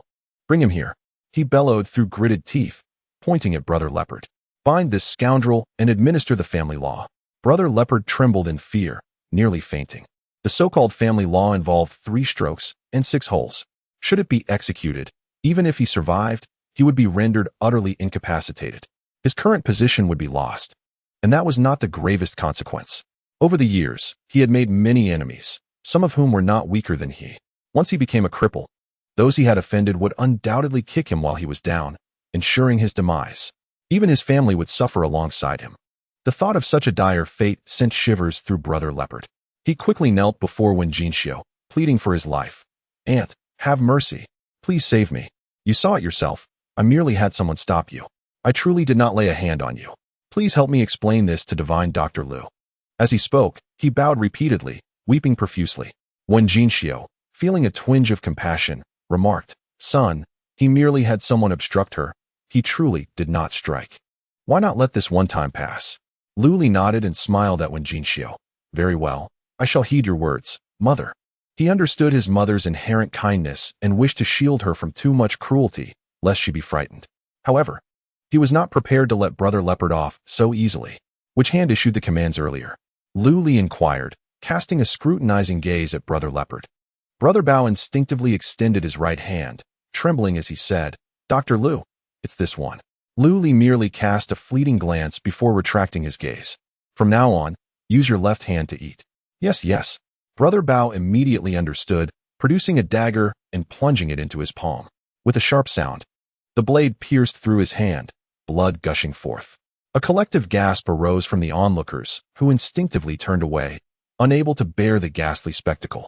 Brother Bao, racked with pain, trembled incessantly, his face drenched in cold sweat.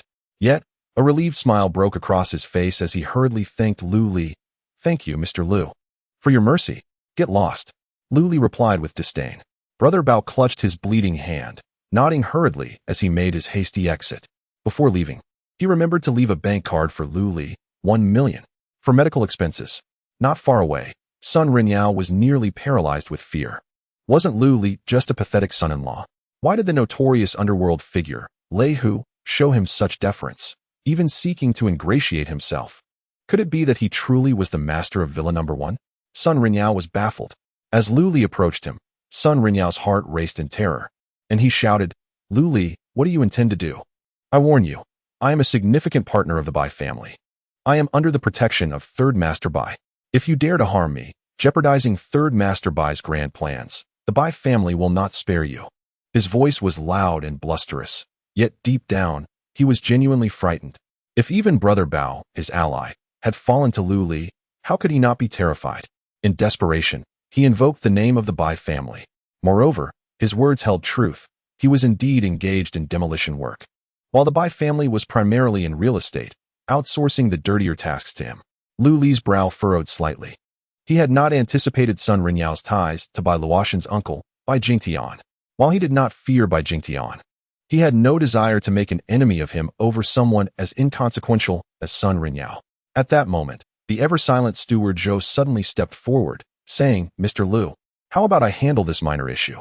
Luli glanced at him. To be honest, he harbored no fondness for this steward, even feeling some aversion. However, since he had agreed to let Lei Hu bring Zhou along, he would not refuse the steward's goodwill at this juncture. Upon receiving Luli's nod, Steward Zhou smiled and turned to Sun Renyao. "Your name is Sun Renyao, correct?" Sun Renyao instinctively replied, "Yes, and what of it?" Zhou merely smiled without answering, then pulled out his phone and made a call. As soon as the call ended, Sun Renyao's phone rang. Upon answering, his face drained of color, and the device fell from his trembling hands, his expression one of utter shock. The content of the phone call was rather straightforward. The Bai family had severed all ties with him. "Luli, who are you truly?" Sun Renyao gazed at Luli, teetering on the brink of madness, his eyes filled with astonishment and dread. Wasn't he Luli merely his impoverished neighbor? Wasn't he just a son-in-law? Why was even the underground overlord, Lei Hu, treating him with such deference? Why did a mere acquaintance of Luli manage to sever all his connections with the Bai family with a single phone call? Chapter 36. Master Luli offered no response. Instead, he approached Sun Renyao and picked up a baseball bat from the ground. "Luli, you cannot do this," Sun Renyao exclaimed in terror, frantically gesturing. "We are neighbors, remember? When we were young, I even treated you to a meal." Bang! Luli delivered a powerful kick to Sun Renyao's chest, sending him sprawling to the ground. As Sun Renyao struggled to rise, Luli placed a foot on his back, forcing him down once more. This time, Sun Renyao was genuinely terrified. His body trembled uncontrollably, and a murky yellow liquid streamed down his trousers. "Luli, I beg you. I truly understand my mistakes. Please forgive me this time. Let me go?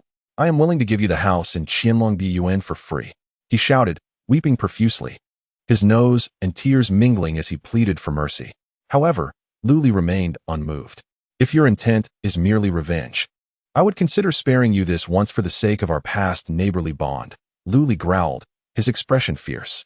"But you chose to retaliate against my mother. She has always been kind-hearted, only remembering the goodness of others, even at the expense of herself, and she would never wish to harm anyone. Why could you not spare her, especially after her recent illness? How could you be so ruthless?" As he spoke, Luli nearly roared, his face contorted with rage. Sun Renyao began to wail, "I was wrong. I apologize. I repent. Please forgive me this time. I will never dare again." "Now you wish to apologize and beg for mercy?" Luli replied with a cold smirk. "I'm afraid I cannot accept that. Go repent in a wheelchair." With that, he swung the baseball bat down hard upon Sun Renyao. Crack! The sharp sound of shattering bone echoed through the air, followed by Sun Renyao's agonizing scream. Luli had shattered Sun Renyao's kneecap. He then proceeded to strike 3 more times, breaking Sun Renyao's other leg and both of his arms. Onlookers watched in horror, their hearts racing. Even Lei Hu and the manager were stunned by Luli's brutality and coldness. Sun Renyao was left unconscious from the pain. Luli casually tossed aside the baseball bat as if nothing had occurred and assisted Wen Jinxi, saying, "Mom, let us return home." Half an hour later, at Tenglong Villa, within the first villa, after Luli had finished treating Wen Jinxiu's injuries, he finally arrived at the reception room to meet Lei Hu and manager Zhou. Upon Luli's entrance, both Lei Hu and manager Zhou, who were savoring their tea, rose in unison to greet him. "Dr. Liu," they exclaimed. Despite having waited for half an hour, neither of them exhibited any discontent. This was partly due to the connection with Bai Luoxin and the Bai family, but more significantly, it was the scene at the entrance of Qianlong Mountain Villa that had profoundly impacted them. Luli's ruthless and cold demeanor left an indelible impression on them. "Gentlemen, thank you for your understanding concerning the matter at the entrance. I prefer to be straightforward. Let us speak candidly," Luli stated, aware of their intentions yet refraining from voicing it. The two exchanged glances, and Lei Hu was the first to speak. "Dr. Liu, I have come specifically to apologize regarding the Tiangong Club incident." With that, he placed a signed check on the tea table. "As a man of simple means, I have little to offer, but please accept this token of my sincerity." Manager Zhou also placed a similar check on the table, smiling as he added, "Mr. Liu, I, Zhou Jingrong, failed to recognize your significance. I hope you will graciously accept this small gesture." It was evident that the two had conspired beforehand. Lu Li did not even glance at the checks, but instead regarded them with a knowing smile. Have you not seen today's news? Upon hearing this, Lei Hu and Zhou Zhengrong exchanged another look, revealing a hint of unease. They were well aware of Lu Li's reference and had indeed seen the news. Lu Li had become a prominent figure in the upper echelons of Rongqing society, earning the notorious title of the city's foremost kept man. While this in itself was not particularly scandalous, after all, there is a certain skill in living off the affluence of others. This morning's statement from Bai Jingtian to the media had unequivocally stripped Lu Li of the pedestal upon which Bai Luotian had placed him. It was clear that the Bai family held no regard for Lu Li. The only one who genuinely supported him was Bai Luotian. Moreover, Bai Jingtian's declaration carried another implication. It signified that the Bai family did not endorse Bai Luotian's support for Lu Li. This meant that even if Bai Luotian wished to aid Lu Li, she could not leverage the resources of the Bai family. Consequently, the support Lu Li had garnered was painfully meager.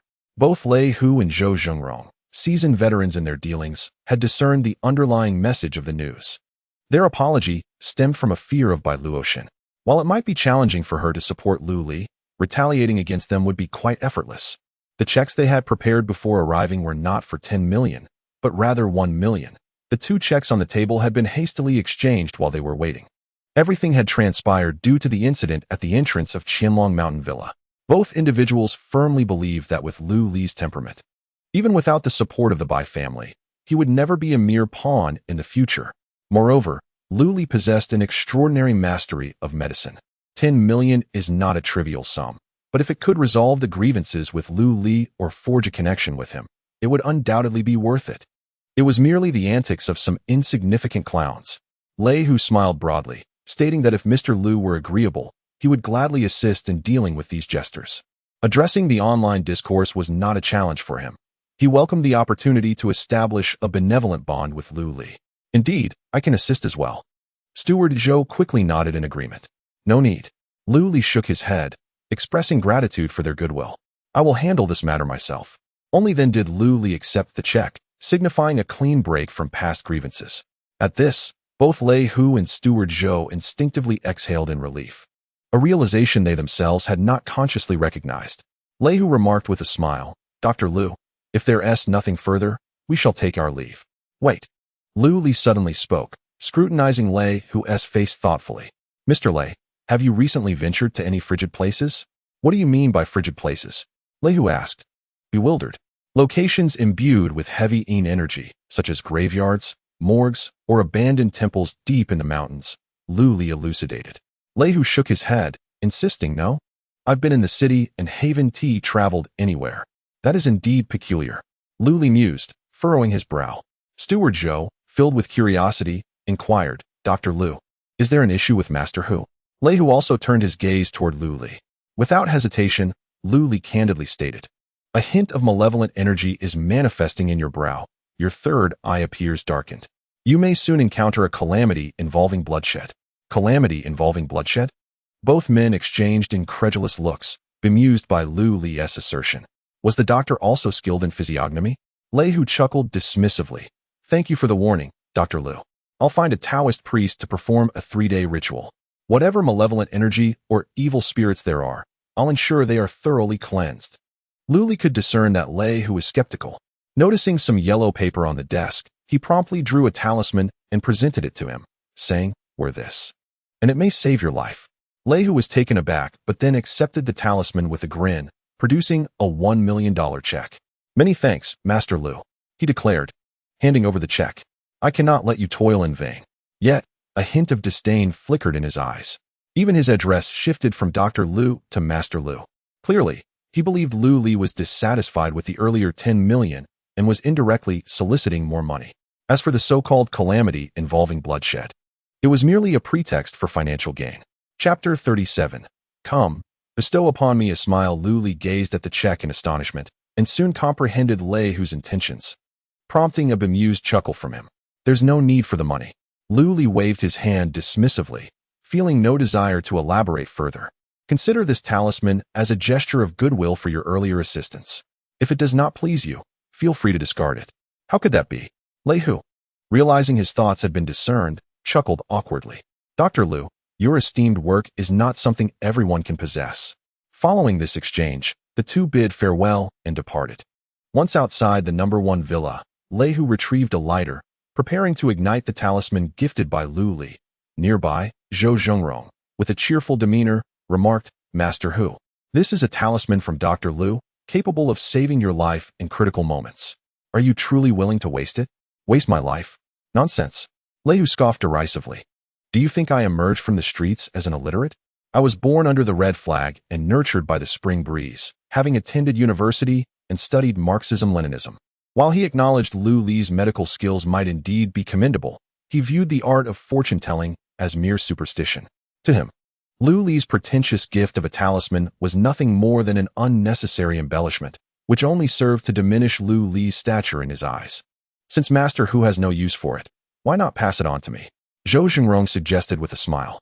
Lei Hu promptly tossed the talisman back to Lu Li, saying, "If Manager Zhou desires it, he is welcome to take it." After accepting the talisman, Zhou stored it away carefully. His belief in Lu Li's words was not absolute.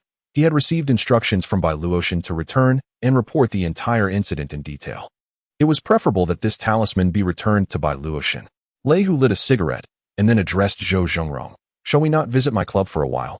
Naturally, Zhou Zhengrong was pleased to forge a connection with Lei Hu. "I am most grateful, Master Hu," he said, and without hesitation, he climbed into Lei Hu's Bentley.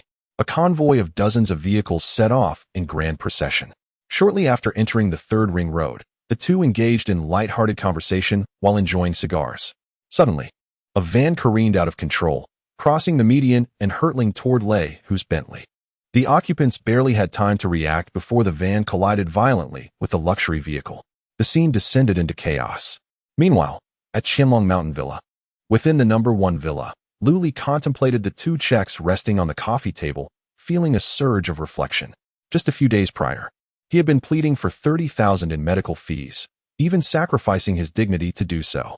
Now, he resided in a villa worth hundreds of millions and drove a luxury car valued at tens of millions. He even possessed over 20 million in cash. It felt like a dream. Yet, Lu Li remained acutely aware.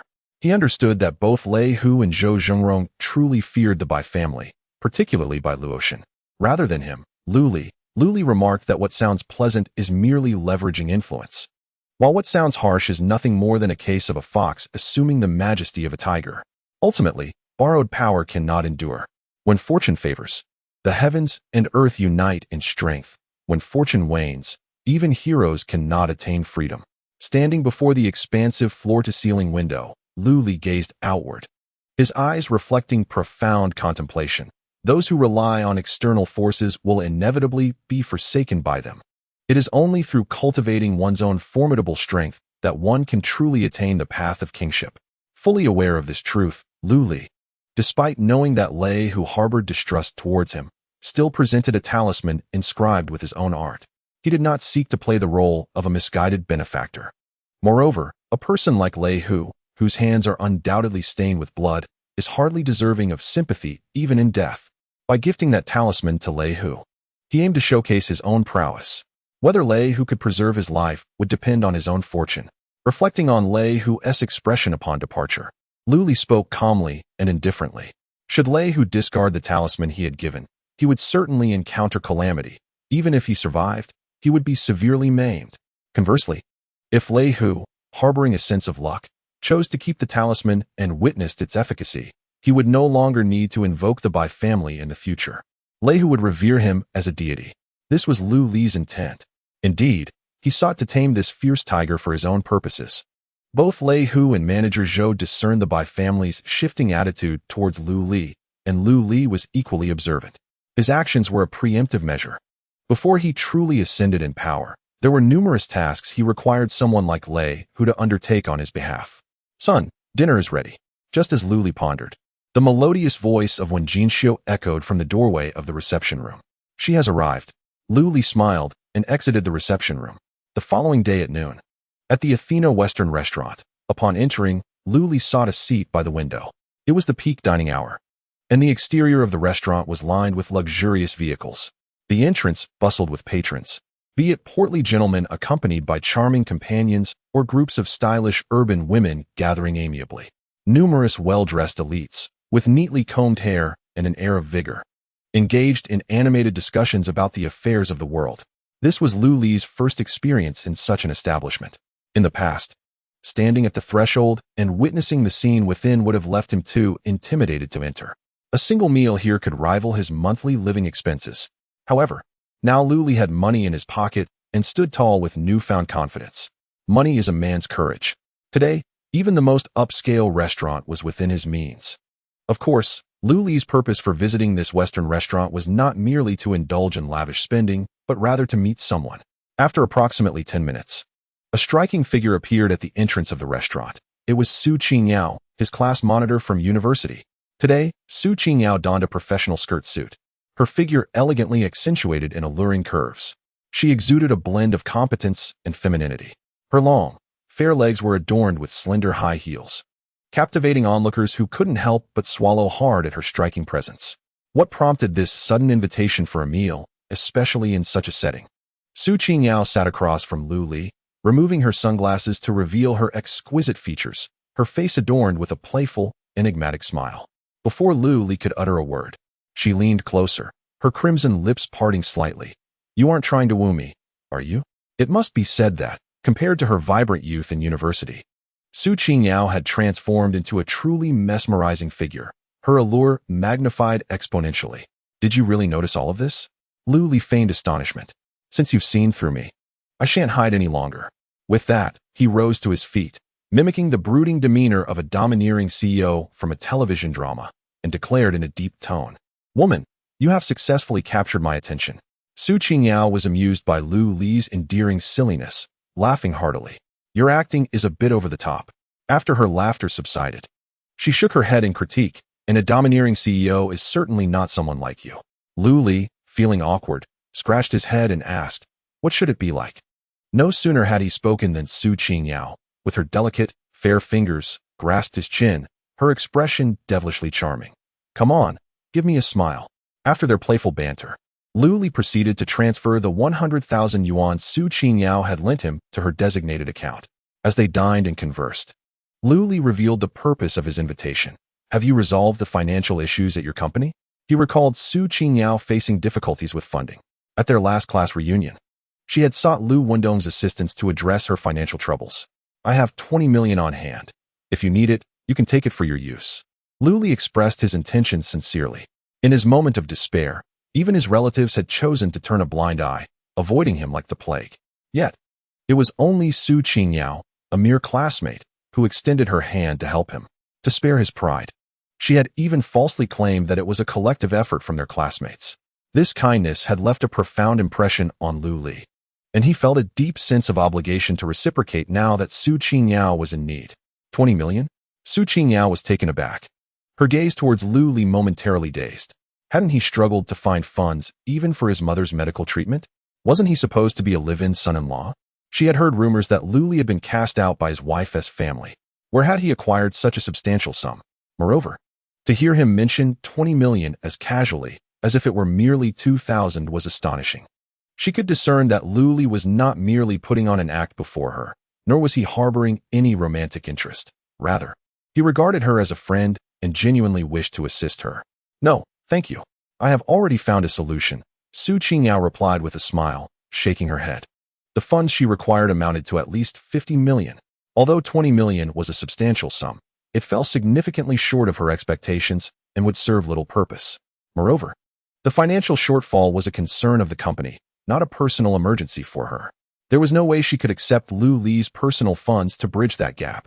"If you truly wish to help me, then accompany me to a gathering tonight," Su Qingyao suggested after a moment of contemplation.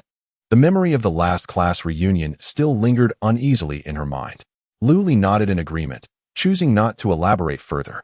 At that moment, a beautiful waitress approached, carrying a bottle of red wine. "Good evening, madam. This is your wine." "I did not order any wine," Su Qingyao replied, taken aback, and then turned to Lu Li. He shook his head, indicating he had not ordered any either. They had merely requested 2 servings of steak, a vegetable salad, and some desserts. Due to their need to drive, neither had opted for wine. The attractive waitress smirked. "This bottle of red wine was not ordered by this gentleman. It was sent to you by young Master Zhou." "Young Master Zhou?" Both of them followed the direction indicated by the waitress. "Not far away. A young man dressed in Givenchy was waving at them, smiling particularly at Su Qingyao. His face displayed an appropriately charming smile, and his slender fingers, reminiscent of a pianist, lightly gestured in the air. As he raised his hand, he inadvertently revealed a luxurious Patek Philippe watch adorned with a profusion of diamonds on his wrist. Handsome, wealthy, and exuding gentlemanly elegance. Anyone who laid eyes on him would undoubtedly consider him the epitome of a perfect partner. Nearby, several other impeccably dressed young men in suits, each sporting fine watches, were evidently elites themselves. Su Qingyao averted her gaze, casting a meaningful glance at Lu Li, as if to convey, "You see? This is how a domineering CEO ought to conduct himself." Lu Li chuckled lightly, unfazed by the display. His earlier portrayal of a domineering CEO was merely a jest in alignment with Su Qingyao's sentiments. She then returned her attention to the waitress, her demeanor turning icy. "I do not know any young Master Zhou. Please take this wine back."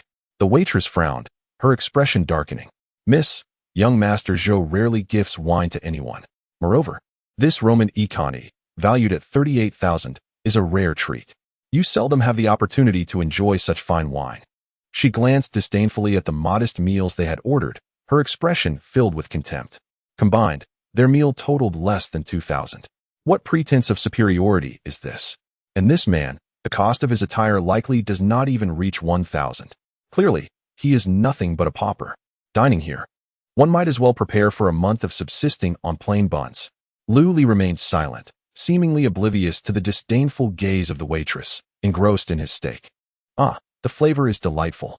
Su Qingyao, however, with a frosty demeanor, remarked, "Have I not been clear enough? Remove the wine, and kindly refrain from disturbing our meal." The attractive waitress displayed her impatience, retorting, "Miss, young Master Zhou is a senior executive of the Xiongtu Group, youthful, charming, and affluent. He surpasses the gentleman beside you by 1,000-fold. Countless women vie for his attention. You should feel honored, not dismissive." In her eyes, Su Qingyao's refusal was merely a facade, concealing her true intentions. She had encountered many such individuals before. Were she aware of young Master Zhou's background, she would likely have swiftly discarded the man opposite her. With a face as cold as frost, Su Qingyao declared, "Leave." Her reluctance to engage with the waitress did not imply a lack of temper. The beautiful waitress, tired of feigning civility, scoffed, "That's enough. Continuing this charade is pointless." In a fit of anger, Su Qingyao slammed her hand on the table, demanding, "Fetch your manager." Young Master Zhou, having observed the unfolding situation, promptly rose and approached Su Qingyao. The young men at the same table exchanged smirks, engaging in idle chatter. With young Master Zhou taking the initiative, a spectacle was surely to follow. The unfortunate man was bound to face dire consequences. Once young Master Zhou set his sights on a woman, she was as good as won. How long do you think it will take for young Master Zhou to secure her affections? I wager no more than a day. The group unabashedly speculated, completely unconcerned that Lu Li and Su Qingyao might overhear. Clearly, they regarded the pair with contempt. The attractive waitress, her eyes gleaming with ambition, cast another disdainful glance at Lu Li, her contempt deepening. How could he be so brazenly indifferent while his woman was being courted right before him? This was sheer cowardice. Su Qingyao noted Lu Li's demeanor, feeling a tinge of disappointment. She had assumed he recognized the formidable background of young Master Zhou and was thus concealing his trepidation behind his meal. "Hello, beautiful. Allow me to introduce myself. I am Zhou Bai." Zhou Bai positioned himself beside Su Qingyao, raising his glass with a charming smile. "Shall we share a drink and become friends?" His demeanor was warm, his movements graceful, exuding an undeniable charm that left no room for criticism. Naturally, Lu Li was utterly disregarded. Su Qingyao chose to ignore Zhou Bai and turned to Lu Li, suggesting, "This establishment is infested with flies. Let us find another place." "What sort of attitude is that?" The beautiful waitress glared at Su Qingyao, asserting, "Young Master Zhou has approached you. Do not be ungrateful. If you provoke him, the consequences will be dire." "Oh, do not be so rude." Zhou Bai waved dismissively at the waitress, smiling amiably. "Beautiful ladies do possess certain privileges." Having said that, he turned to the side and addressed Lu Li. "Sir, to be frank, I have taken a fancy to your woman. Since you have finished your meal, you might as well leave at once." As he spoke, he carelessly tossed his Ferrari keys and an American Express black card onto the table. The laughter of his companions echoed from afar, their thumbs raised in approval of Zhou Bai's brazen and blunt demeanor. The other patrons in the vicinity, intrigued by the unfolding scene, cast curious glances, their expressions reflecting a desire for entertainment amidst the chaos. Su Qingyao, too, fixed her gaze on Lu Li, a flicker of anticipation glimmering within her. However, Lu Li appeared oblivious, continuing to savor his steak. A full stomach, after all, is essential for the exertions that lay ahead. Observing this, the beautiful waitress regarded Lu Li with increasing disdain. Her initial judgment had proven correct. He was nothing more than a coward. Faced with Zhou Xiao's blatant attempt to undermine him, he dared not utter a word. How pitiful. He hardly embodied the essence of manhood. Seeing that Lu Li had ignored him, Zhou Bai seized Lu Li's collar, forcing a smile that lacked sincerity. You little brat. Are you so thick-skinned that you cannot comprehend human speech? Let me be frank. A woman as stunning as this one is beyond your grasp. Depart quickly, or you will suffer severe consequences. Finally finishing the last morsel of his steak, Lu Li wiped his mouth and looked at Zhou Bai, inquiring, Do you know the repercussions of grabbing my collar? Repercussions? Zhou Bai erupted into laughter, his arrogance on full display. How audacious. You dare speak to me in such a manner? You certainly possess some guts. A sly grin adorned Zhou Bai's face as he tightened his grip on Lu Li's collar, simultaneously raising his other hand to strike Lu Li's face. Come, enlighten me about these repercussions. Yet, this time, his intentions did not unfold as he had hoped. Lu Li swiftly countered, capturing Zhou Bai's outstretched hand, and with a sudden twist, crack, the sound of breaking bones echoed through the air. Zhou Bai held in agony. His face contorted in pain. The beautiful waitress gasped in shock, and Su Qingyao was taken aback. The surrounding diners felt their hearts race, their eyes wide with disbelief. Lu Li seized the opportunity, tightening his grip around Zhou Bai's neck, and forcefully slammed his head onto the table. Bang! The tremendous noise reverberated through the restaurant. Dishes rattled, and cutlery flew about. Zhou Bai, blood oozing from his mouth and nose, staggered, collapsing towards the ground. Thud! Lu Li delivered a powerful kick to his chest, sending him sprawling. This, my friend, is the consequence. Chapter 39. An additional 10 million. The restaurant fell into a profound silence. All eyes were fixed on Lu Li, their expressions a mixture of shock and disbelief. No one could have anticipated that Lu Li would respond so forcefully, employing such ruthless tactics. You scoundrel! The beautiful waitress, regaining her composure, pointed an accusatory finger at Lu Li and exclaimed, Who do you think you are to lay a hand on Zhou Xiao? You are doomed. Utterly finished. Even your family shall suffer alongside you. The noise ceased as Lu Li coldly declared, swiftly delivering a resounding slap. The sharp sound echoed throughout the venue. The beautiful waitress staggered back, collapsing to the ground, utterly stunned. The surrounding patrons were equally taken aback, many instinctively twitching at the corners of their mouths.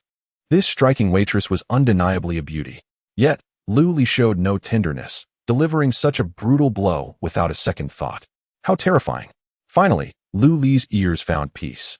He smiled at the dazed Su Qingyao, saying, In the future, when encountering such wretches, there's no need for idle chatter.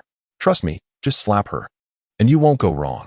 Su Qingyao, initially taken aback, soon found herself smiling gently, nodding in agreement. I shall remember. You dare strike me, you bastard? Zhou Bai struggled to rise. His face was smeared with blood, rendering him a fearsome sight. I assure you, you are finished. No one can save you. With his words, Zhou Bai's companions lifted their chairs, enclosing Lu Li in a threatening circle. Simultaneously, several security guards rushed into the restaurant. Clearly recognizing Zhou Bai, they entered with batons in hand, glaring menacingly at Lu Li. The beautiful waitress, covering her face, gritted her teeth and spat. You scoundrel, dare to be so arrogant. Zhou Xiao is a high-ranking member of Fiancée Group, the nephew of the director Zhou Zhengrong, backed by the powerful Bai family. You, a mere country bumpkin, dare to lay hands on Zhou Xiao? Do you even know how to write the word death? Upon hearing Zhou Bai's identity, the patrons collectively gasped in shock. Fiancée Group, a real estate giant in Rongqing, and the Bai family, a name that needs no introduction, a prominent household in Rongqing, known by all. Many began to feel pity for Lu Li, realizing this young man had kicked a hornet's nest. Not only was he in peril, but his beautiful companion would likely share the same dismal fate. Zhou Bai reveled in the fearful glances directed at him, sneering. You truly have guts, boy. You dare strike me, Zhou Bai. I can assure you, I am very angry, and the consequences will be severe. You would do well to kneel and apologize now. Sever your own arm, and let this woman accompany me for a month. Otherwise, I will ensure you are crippled and tossed into prison to face dire consequences. I will also use my connections to uncover your identity, your family, and all your friends, and involve them as well. Su Qingyao could not help but retort angrily. You are going too far. Otherwise, I will call the police. Call the police? The beautiful waitress sneered. Which officer would dare intervene in Zhou Xiao's matters? Su Qingyao attempted to speak, but was interrupted by Lu Li. Allow me to handle this, Lu Li asserted, blocking her path. Now that you are afraid, you seek mercy? The beautiful waitress sneered repeatedly. Let me tell you, if you wish to avoid a dismal fate, comply immediately with young Master Zhou's demands. Furthermore, the blows dealt by young Master Zhou cannot go unpunished. You must compensate 1 million in medical expenses as restitution. Her eyes glimmered with avarice. Considering Zhou Bai's wealth, he undoubtedly looked down on such a sum. If she served young Master Zhou well, perhaps this money might fall into her hands. Complying with young Master Zhou's demands and compensating another million? Lu Li narrowed his eyes. Indeed, do you have any objections? The beautiful waitress scoffed. She was convinced that Lu Li was as vulnerable as meat on a chopping board. Let me inform you. Demanding 1 million is already young Master Zhou's leniency. Otherwise, with a mere word from him, your family could be reduced to ruins. Well said. Zhou Bai nodded in agreement. Exuding dominance. Though I may not value 1 million, you must not refuse. I care not whether you sell your car, your house, or resort to selling blood or kidneys. You must pay an additional 1 million. Should you fail to produce it, your entire family shall suffer. Lu Li chuckled coldly. You are young Master Zhou, a prominent figure in the Xiongtu group. 1 million in medical fees hardly befits your status. As he spoke, he tossed a check into Zhou Bai's hands. I offer you 10 million. A gasp rippled through the crowd upon hearing Lu Li's declaration. They were astonished that this seemingly ordinary young man could so casually produce 10 million. Even Zhou Bai was taken aback. For him, 10 million was no trivial sum. Can you truly produce 10 million? Zhou Bai asked, skepticism lacing his voice as he picked up the check for a closer inspection. The check was legitimate, not a forgery. It indeed stated 10 million. However, upon noticing the signature on the check, Zhou Bai's scalp prickled. Zhou Zhengrong. Those 3 characters pierced his vision like needles. Upon closer inspection, he recognized the unmistakable handwriting of his uncle. There was no doubt. Cold sweat broke out on Zhou Bai's forehead as a foreboding sensation washed over him. Today, it seemed, he had encountered an insurmountable obstacle. Seeing Zhou Bai silent, the beautiful waitress cautiously inquired, Young Master Zhou, this check isn't fake, is it? This check is genuine. Zhou Bai managed to respond, albeit with difficulty. It is indeed real, but far too hot to handle. Others might not understand Zhou Zhengrong. Yet he knew well that despite being a director of the Xiongtu group and in charge of the Bai family affairs, his uncle was a miser, a veritable penny pincher. Not to mention 10 million. Even $1,000 would be impossible to extract from his pockets.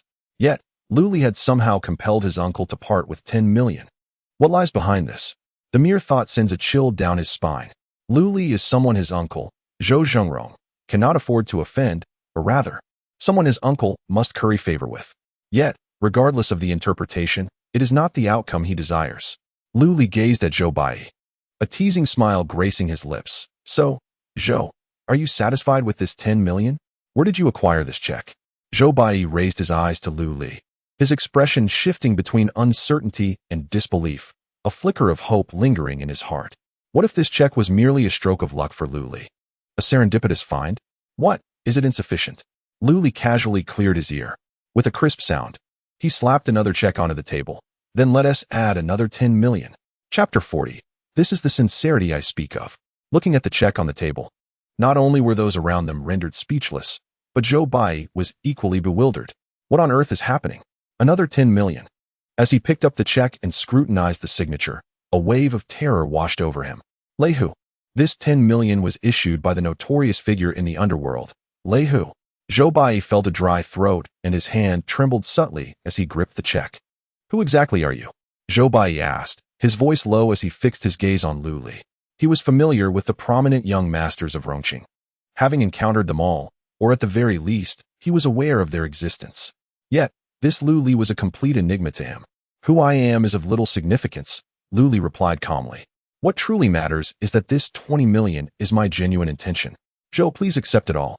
The beautiful waitress was equally astonished by Lu Li's generosity. She never anticipated that this seemingly inconspicuous individual could possess such wealth, and to present it so boldly, 20 million at once. Had she known, she would have demanded more from Lu Li, perhaps even boldly asking for 1 million outright. "Zhou, since he is so sincere, you should accept it," the waitress urged, her heart brimming with joy. After all her efforts to promote Zhou Bai, even if she could not partake in the feast, surely she could savor a taste of the broth. However, Zhou Bai ignored her suggestion. He cast a deep glance at Lu Li, then withdrew his phone to call his uncle, Zhou Zhengrong, the director of Fiancée Group. The call connected swiftly. But it seemed Zhou Zhengrong was embroiled in a challenging situation, hastily uttering a few words before hanging up. Yet, those few words plunged Zhou Bai into an icy abyss. Lu Li was the savior of the Bai Xiong, the most esteemed guest of the Bai family, the owner of Villa No. 1 at Qianlong Mountain Villa. The young lady of the Bai family held affection for him, having gifted him the priceless Cullinan diamond. Moreover, Lu Li had saved both his and Lei Hu's lives. Offending Lu Li would mean incurring Lei Hu's wrath, who would act before the Bai family could intervene. Zhou Bai felt a sudden dizziness, an indescribable sense of helplessness washing over him. The last vestige of hope vanished into thin air. With a thud, he knelt before Lu Li, pleading in earnest, "Mr. Lu. No, Lord Lu.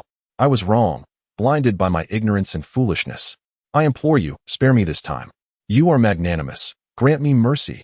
I assure you, I shall never dare to offend again." As he begged vociferously, he struck himself across the face repeatedly. The onlookers in the restaurant were rendered speechless, witnessing the stark transformation of Zhou Bai from arrogance to abject submission. No one had anticipated such a turn of events. Su Qingyao gazed at Lu Li in astonishment, unable to fathom that he could truly produce 2 million and compel Zhou Bai to kneel. Was this the same Lu Li she had known?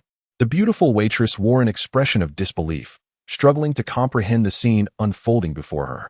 Zhou Bai was a high-ranking member of the Xiong group, with connections that ran deep. "Young Master Zhou, what are you doing?"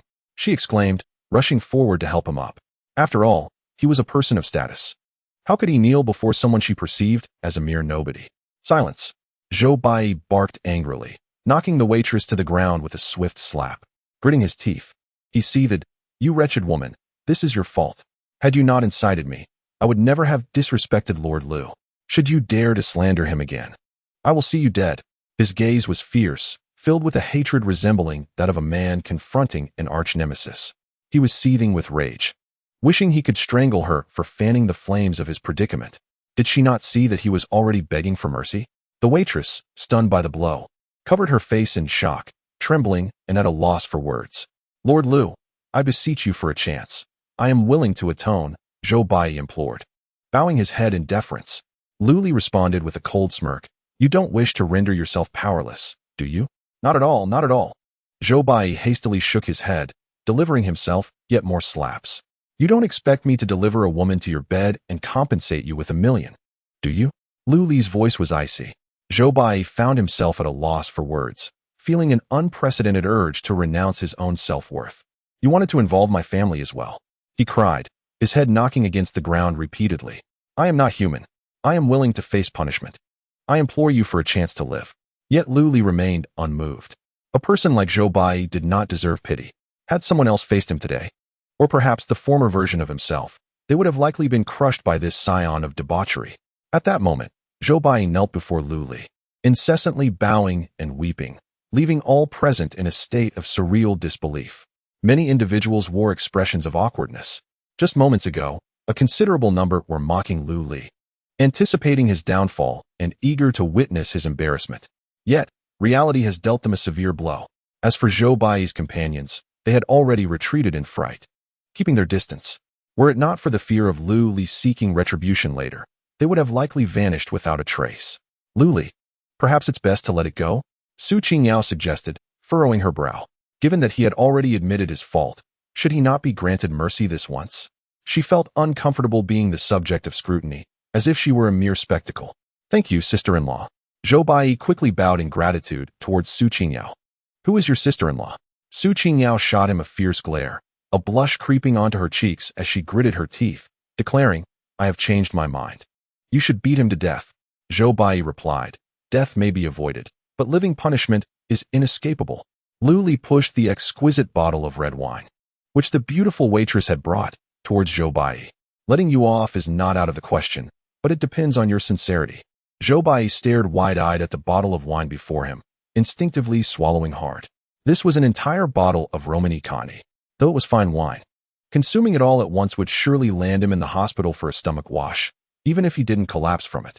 However, considering the consequences of offending Lu Li, Zhou Bai gritted his teeth and said, Lord Lu, I was wrong before. My sincerity lies within this wine. With that, he seized the bottle and pretended to gulp it down in one go. Yet, Lu Li suddenly snatched the bottle back and, with a resounding crash, smashed it against Zhou Bai's forehead. The bottle shattered. Zhou Bai let out a horrified scream, collapsing to the ground. Blood mingled with the crimson wine flowed down his hair, staining his expensive suit a deep red. This is the sincerity I speak of. Lu Li discarded the broken bottle and, without a care for anyone else, departed the restaurant with Su Qingyao. Chapter 41. A debt repaid by the son. Upon exiting the restaurant, Lu Li parted ways with Su Qingyao. Before leaving, she reminded him not to forget to accompany her to the gathering that evening. Lu Li naturally agreed wholeheartedly. Afterwards, he made a trip to the bank, depositing 2 checks along with the 1 million compensation from the Golden Leopard into his personal account. Upon returning to Villa No. 1, Lu Li discovered his mother, Wen Jinxiu, seemingly lost in thought while holding her phone. Mom, what are you pondering so deeply? Lu Li inquired with a smile. Wen Jinxiu glanced at Lu Li, hesitating to speak. Finally, she cautiously remarked, the day after tomorrow is your uncle's 60th birthday. Your aunt just called to say they are preparing a birthday banquet and reminded us to come for dinner. Upon hearing it was his aunt's call, Lu Li's expression darkened instantly. His uncle's family was the most prosperous among his father's siblings. Not only did they run a business and enjoy affluence, but they also drove a BMW and resided in a 3-story villa they had built themselves. The son and daughter have both secured positions in prestigious companies through his connections. Ironically, when the uncle's son was in university, he expected his father to provide him with a monthly allowance, under the pretext that he was the family's sole university student. A source of pride for the clan. Naturally, they felt entitled to benefit from this situation, mandating a monthly contribution of 1,000 yuan to support their cousin, Lu Hao. However, when Lu Li entered university, the uncle abruptly changed his tune, claiming that times had changed and that university students were no longer as rare or valuable as they once were during Lu Hao's time. In truth, the gap between their university enrollments was merely 1 year. Moreover, 3 years prior, when Wen Jinxiu fell gravely ill, Lu Li braved the torrential rain to beseech the uncle's family for financial assistance to cover her medical expenses. Instead of compassion, he was met with hostility and was unceremoniously thrown out. The rationale was that his father, Lu Yidao, was merely a foster son and not truly part of the family. Thus, they were under no obligation to help. They tossed him a mere 200 yuan and dismissed him, subsequently locking their doors and blacklisting his number. With no alternatives left, Lu Li reluctantly dropped out of school and married into the Su family, becoming a son-in-law intended to bring joy. What infuriated Lu Li further was that during Wen Jinxiu's hospitalization, the uncle and his wife actually visited her, not out of concern, but to confront her about why Lu Hao's living expenses had not been provided. They even caused a scene at the hospital, accusing Wen Jinxiu of being an ungrateful wretch, which provoked her to faint on the spot. Ultimately, it was Lu Li who arrived, eyes aflame, and chased them away with a knife for 2 blocks. Since that incident, they had not dared to create further disturbances at the hospital, and the family ceased all communication. Lu Li was perplexed as to when his mother re-established contact with the uncle's family, but he was certain that his aunt had no genuine intentions. Going out for a meal? Lu Li scoffed. Did they possess such goodwill? It seemed more likely that the invitation was a guise for soliciting gifts and amassing wealth. Wen Jinxiu, too, grasped the ulterior motives of the uncle's family. With a sigh, she remarked that they were still family, and it would be best to avoid any further conflict. Furthermore, she recalled that before his departure abroad, his father had urged them to look after the uncle's family. At this point, when Jinxiu appeared to recall something sorrowful, her eyes glistening with unshed tears. All right, mother. I will heed your wishes. We shall go, Lu Li promptly replied. Rest assured, I have observed Father's countenance. He is not a man destined for an early demise. Our family shall reunite, sooner or later. Wen Jinxiu couldn't help but chuckle at Lu Li's words. Even if you wish to comfort me, could you not find a more plausible reason? When did you become so adept at reading faces? I was unaware of this talent. Lu Li opened his mouth, but refrained from explaining. He had indeed not possessed such skills before. However, within the legacy he acquired, there was a wealth of knowledge regarding medical practices and divination. Judging one's lifespan through facial features was merely the most rudimentary aspect of this art. Moreover, the words he just spoke were not merely intended to comfort Wen Jinxiu, but rather were heartfelt truths. He had specifically delved into studying photographs of Louis Dao, discovering that Louis Dao was certainly not destined for an early demise. On the contrary, Louis Dao possessed an exceptionally resilient fate. Furthermore, there were certain matters that, despite his current capabilities, he found utterly opaque. This only solidified Lu Li's conviction that his father was still alive. Since you have agreed, let us procure some gifts to ensure your aunt is pleased, Wen Jinxiu declared as she rose. I shall take care of the gifts myself. With a playful embrace around Wen Jinxiu's shoulders, Lu Li teased, Mother, our immediate priority is to purchase you a few decent outfits at the mall. Otherwise, do you believe your aunt will allow you to cross the threshold? How dare you?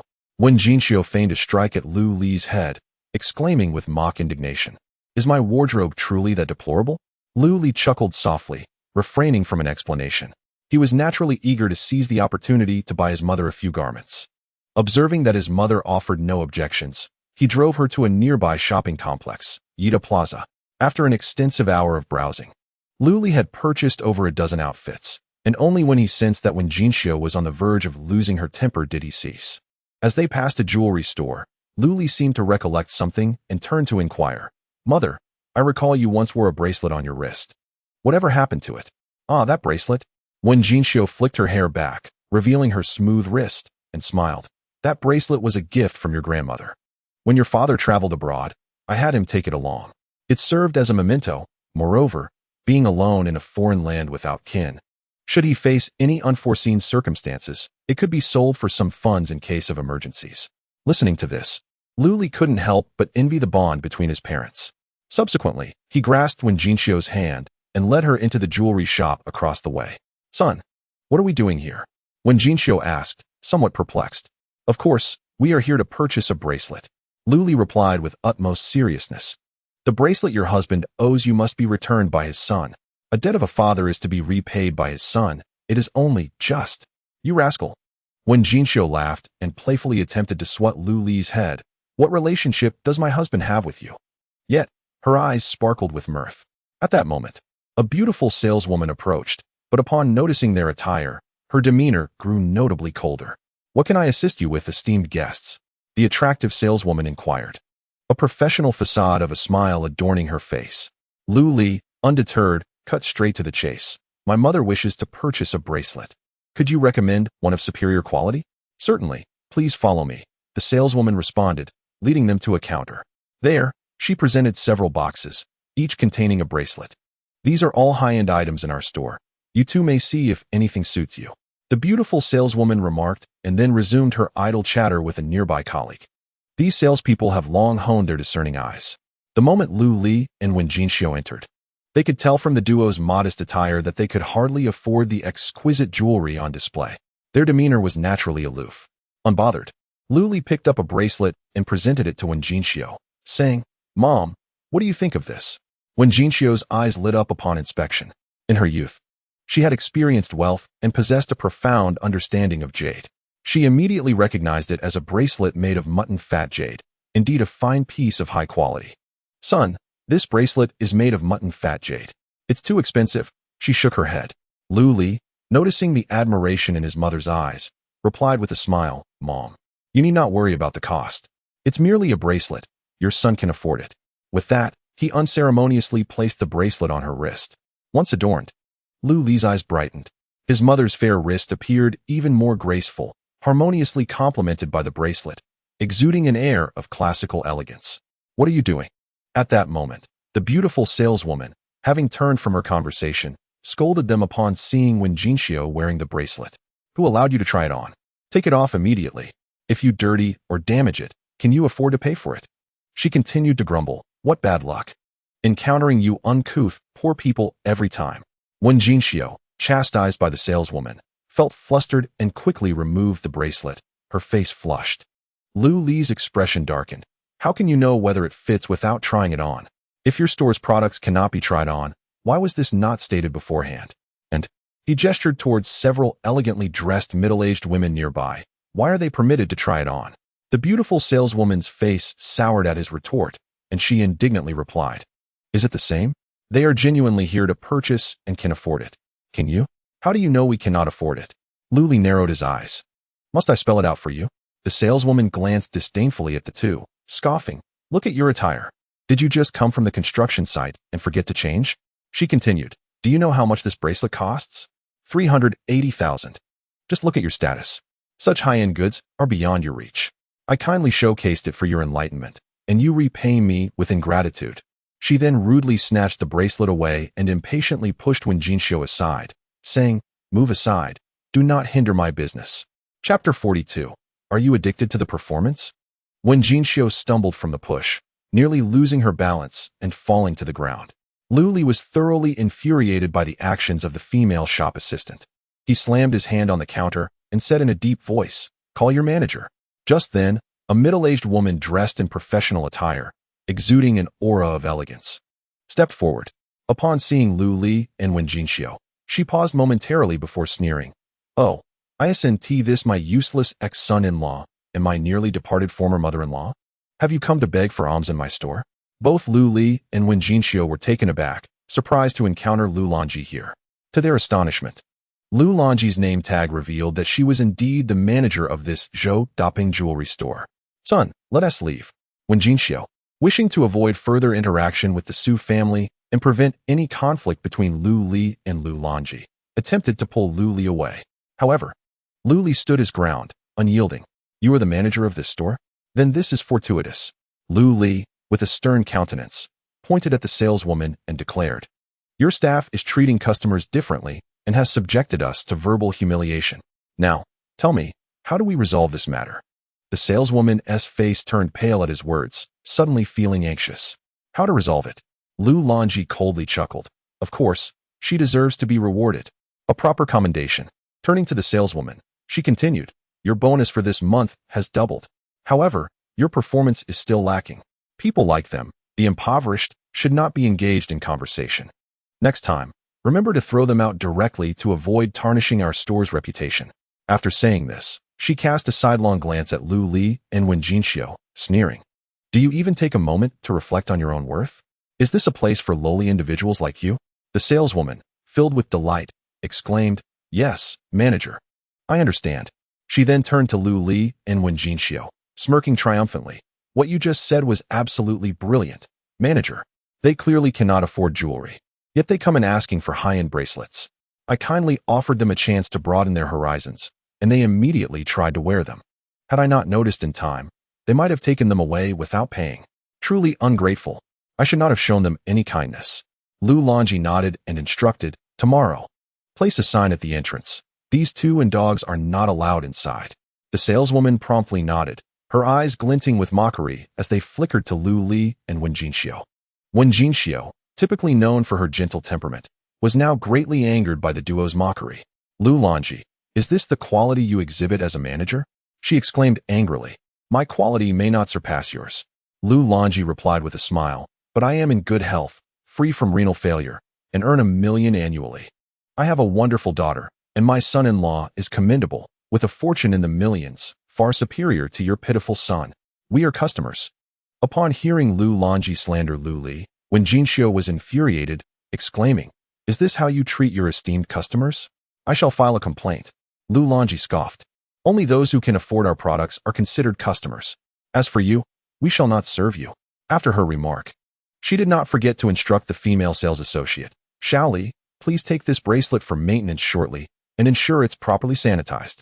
We wouldn't want to spoil the experience for other patrons and tarnish our shop's reputation. The attractive saleswoman quickly nodded and replied, Understood, manager. Wen Jinxiu, our families are no longer connected. Wen Jinxiu could not contain her indignation. Is it not enough that you and your cohorts have bullied my son for years? Why must you persist in your harassment? Harassment? Lu Longji retorted with disdain. Wen Jinxiu, have you lost your mind? Or do you suffer from delusions of persecution? I am the manager of a large establishment, earning a six-figure salary, residing in a villa, and driving luxury cars. I indulge in the finest of foods daily. Look at you, aging prematurely, without a home, a car, or a job, merely a bundle of ailments. And your pathetic son, huh? He thought clinging to the Bai family would ensure his success and allow him to live off handouts for life. Now look at him, he's been cast aside. Your son has become a public figure, the king of freeloaders in Rongqing. You two are a pair of worthless misfits. What reason do I have to relent? With a wave of her hand, she impatiently ordered, leave at once. Do not obstruct my business. This isn't a place for people like you. The trinkets sold on Yaozi Street are but a few coins. Such items are suitable for the likes of you impoverished souls. Son, let us go. When Jinxiu angrily pulled Lu Li to leave. Yet, Lu Li remained still, fixing his gaze upon Lu Longji. Lu Longji, it seems you have not learned your lesson from our last encounter. I shall grant you one more chance. Gather your staff and apologize to my mother. I shall overlook today's events if you comply. Otherwise, the consequences will be yours to bear. Lu Longji could not help but laugh heartily. What a farce. You are but a mere shadow without the Bai family's backing. You dare threaten me with consequences? Show me what you've got. I cannot wait to see it. If you're capable, have the owner fire me. It appeared that Lu Li had made his decision, for he cast a deep glance at Lu Longji and refrained from further banter. Instead, he took Wen Jinxiu's hand. Mom, let us find another store. You could visit 100 stores, and you still could not afford anything. Lu Longji sneered. After exiting Zhou Depeng Jewelry, Lu Li led Wen Jinxiu directly into a larger, more opulent jewelry store across the street, Sihai Jewelry, owned by the jewelry tycoon Chen Sihai. The two establishments were not far apart. The staff at Sihai Jewelry had noticed the earlier commotion, but still greeted them with courtesy. Lu Li wasted no time and stated, do you have high-end bracelets in your store? Please show me. Yes, please hold on. Several female attendants hastily presented 10 exquisite bracelets, laying them out upon the counter. Lu Li selected the one of the lowest quality and declared, I shall not take this one. Please package the remaining 9 for me. Buzz. Upon hearing this, the attendants were taken aback, their expressions frozen in disbelief. They initially presumed that Lu Li had merely entered their store to save face, avoiding an overly embarrassing situation. To their astonishment, Lu Li indeed chose the least desirable piece and requested to purchase the others. Even the store manager was stirred, rushing over to confirm, Sir, these bracelets are quite valuable. Collectively, they may exceed 10 million. Are you certain you wish to proceed with the purchase? Lu Li emphatically placed his bank card upon the counter and commanded, charge it. Ha ha. Lu Longji, witnessing this spectacle from across the counter, could not suppress her laughter. Turning to the attendants behind her, she jested, are you all truly captivated by this performance? I am well aware of this fool's capabilities. If he can indeed charge 10 million, I shall feast on my own excrement for 3 days. The attendants behind Lu Longji shared her mocking demeanor, eagerly awaiting Lu Li's imminent ejection. Chapter 43. You ought to thank them. The staff at Sihai Jewelry similarly doubted Lu Li's ability to procure such a sum of over 10 million. Nevertheless, they diligently processed his transaction, swiping his card on the machine. Ding! Transaction successful. In an instant, the attendants widened their eyes in astonishment. An astonishing sum of 12,098,000 had indeed been charged. The entire Sihai Jewelry establishment erupted in commotion. When Jinxiu gazed at Lu Li, utterly astonished by her son's newfound wealth, the female attendants at Sihai Jewelry fixed their gaze upon Lu Li, their eyes gleaming with excitement, akin to sharks sensing blood in the water. Lavish spending. This was no mere rustic. He was undoubtedly a tycoon. How ridiculous that Zhou Depeo Jewelry had expelled such a wealthy patron. Outside Zhou Depeo Jewelry, Lu Longji, hearing the uproar from across the way, quickly grasped the situation. How is this possible? Where could that fool have acquired such wealth? She muttered, stunned into silence. That was over 10 million. Even the entirety of the Su family could scarcely amass such funds. The attendants behind her were equally dumbfounded. The attendant who had previously assisted Lu Li and Wen Jinxiu was filled with regret, lamenting what could have been. That was an order exceeding 12 million. Had it been finalized under her watch, her commission alone could sustain her for several years. Within Sihai Jewelry, Lu Li and Wen Jinxiu were ushered into the VIP reception room. Several beautiful attendants busied themselves, serving tea, offering water, presenting snacks, and even providing a shoulder massage for Wen Jinxiu, all with an enthusiasm surpassing that of devoted servants. News of the affluent patron's presence spread swiftly among the staff of Sihai Jewelry. Numerous tourists meandering around Yida Plaza, along with employees from various shops, flocked to the entrance of Sihai Jewelry to catch a glimpse of the affluent. After half an hour, once all formalities were completed, when Lu Li and Wen Jinxiu emerged with their purchases, the area was already teeming with onlookers. Those unaware of the situation might easily mistake it for the presence of a celebrity within. At that moment, Chen Guangquan, the manager of Sihai Jewelry, and Zhao Jingguang, the manager of Zhou Depeng Jewelry, happened to be enjoying tea and conversation at Yida Plaza. Upon hearing the commotion, they both hurried over. As Lu Li stepped out of Sihai Jewelry, Chen Guangquan warmly greeted him. "Ah, Mr. Lu, it is a pleasure to meet you. I am Chen Guangquan, the manager of Sihai Jewelry. Thank you for your patronage." While speaking, he respectfully handed Lu Li a membership card. "Please accept this card. From now on, you will be our most esteemed VIP at Sihai Jewelry, entitled to an 18% discount at any of our locations." Beside them, Zhao Jingguang's envy was palpable. Chen Guangquan had indeed struck gold. With this order exceeding 10 million, his targets for the year would pose no concern. Why was he not so fortunate? Lu Li, smiling as he shook hands with Chen Guangquan, replied, "If anyone deserves gratitude, it should be the staff and manager of Zhou Depeng Jewelry across the way. This order of over 10 million was initially intended for them. Unfortunately, the staff looked down on me, and the manager, of the same ilk, promptly ushered me out."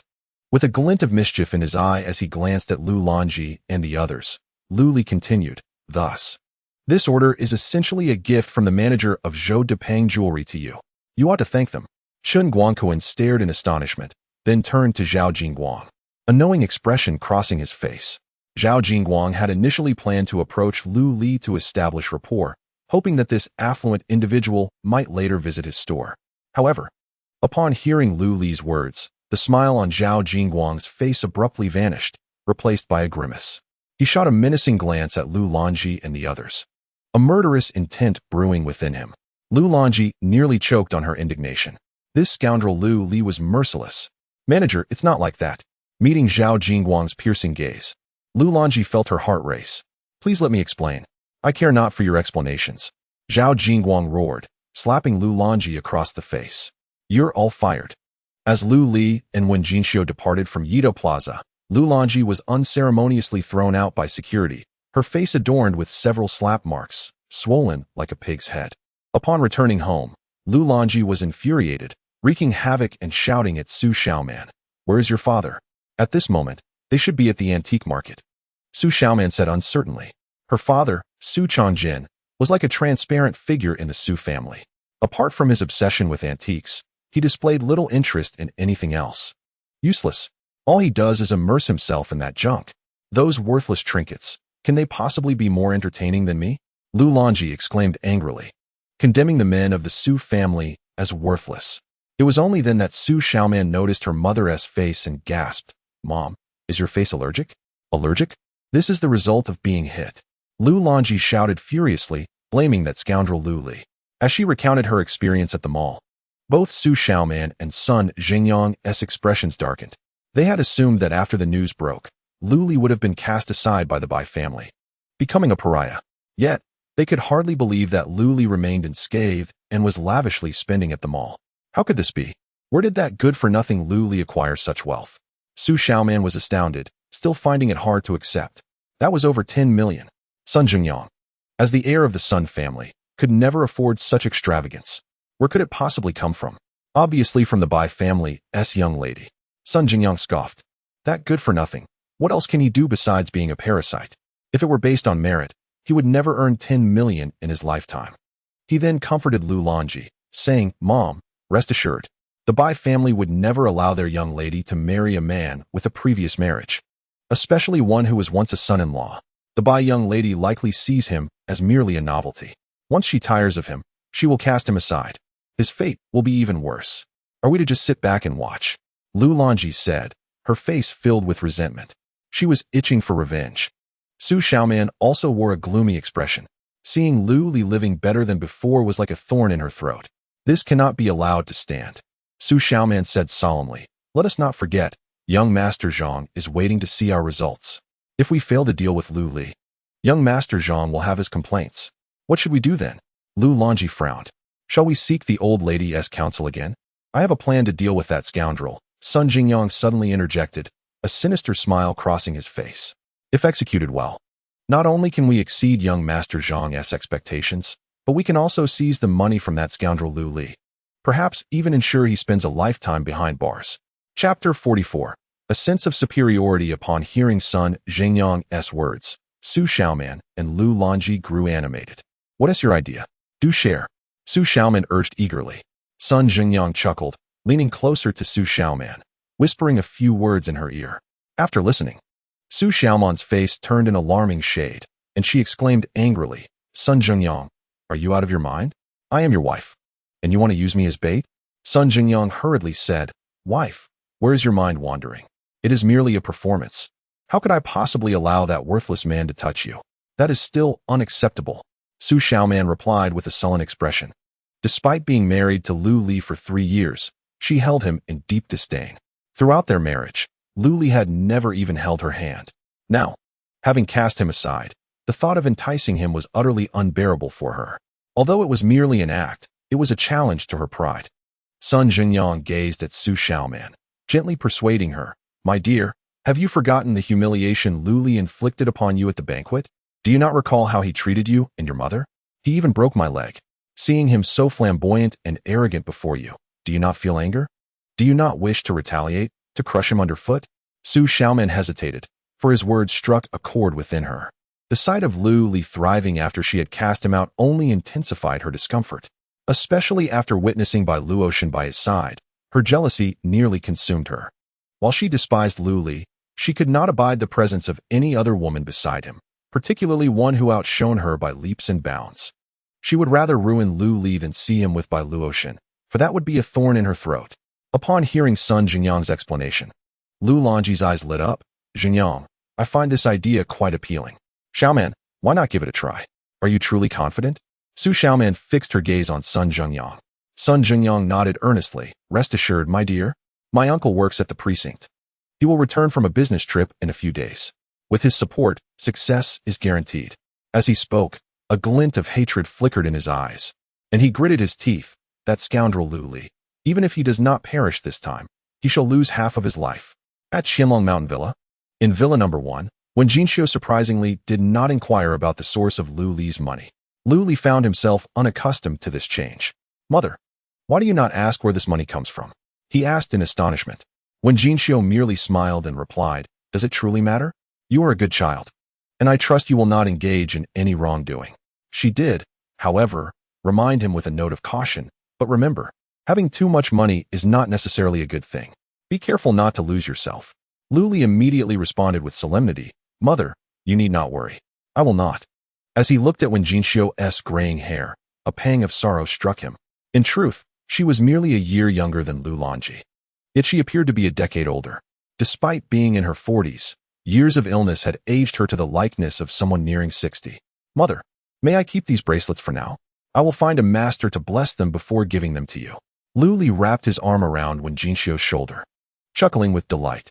His intention was not to seek the blessing of a master, but rather to imbue the bracelet with a gathering spirit formation.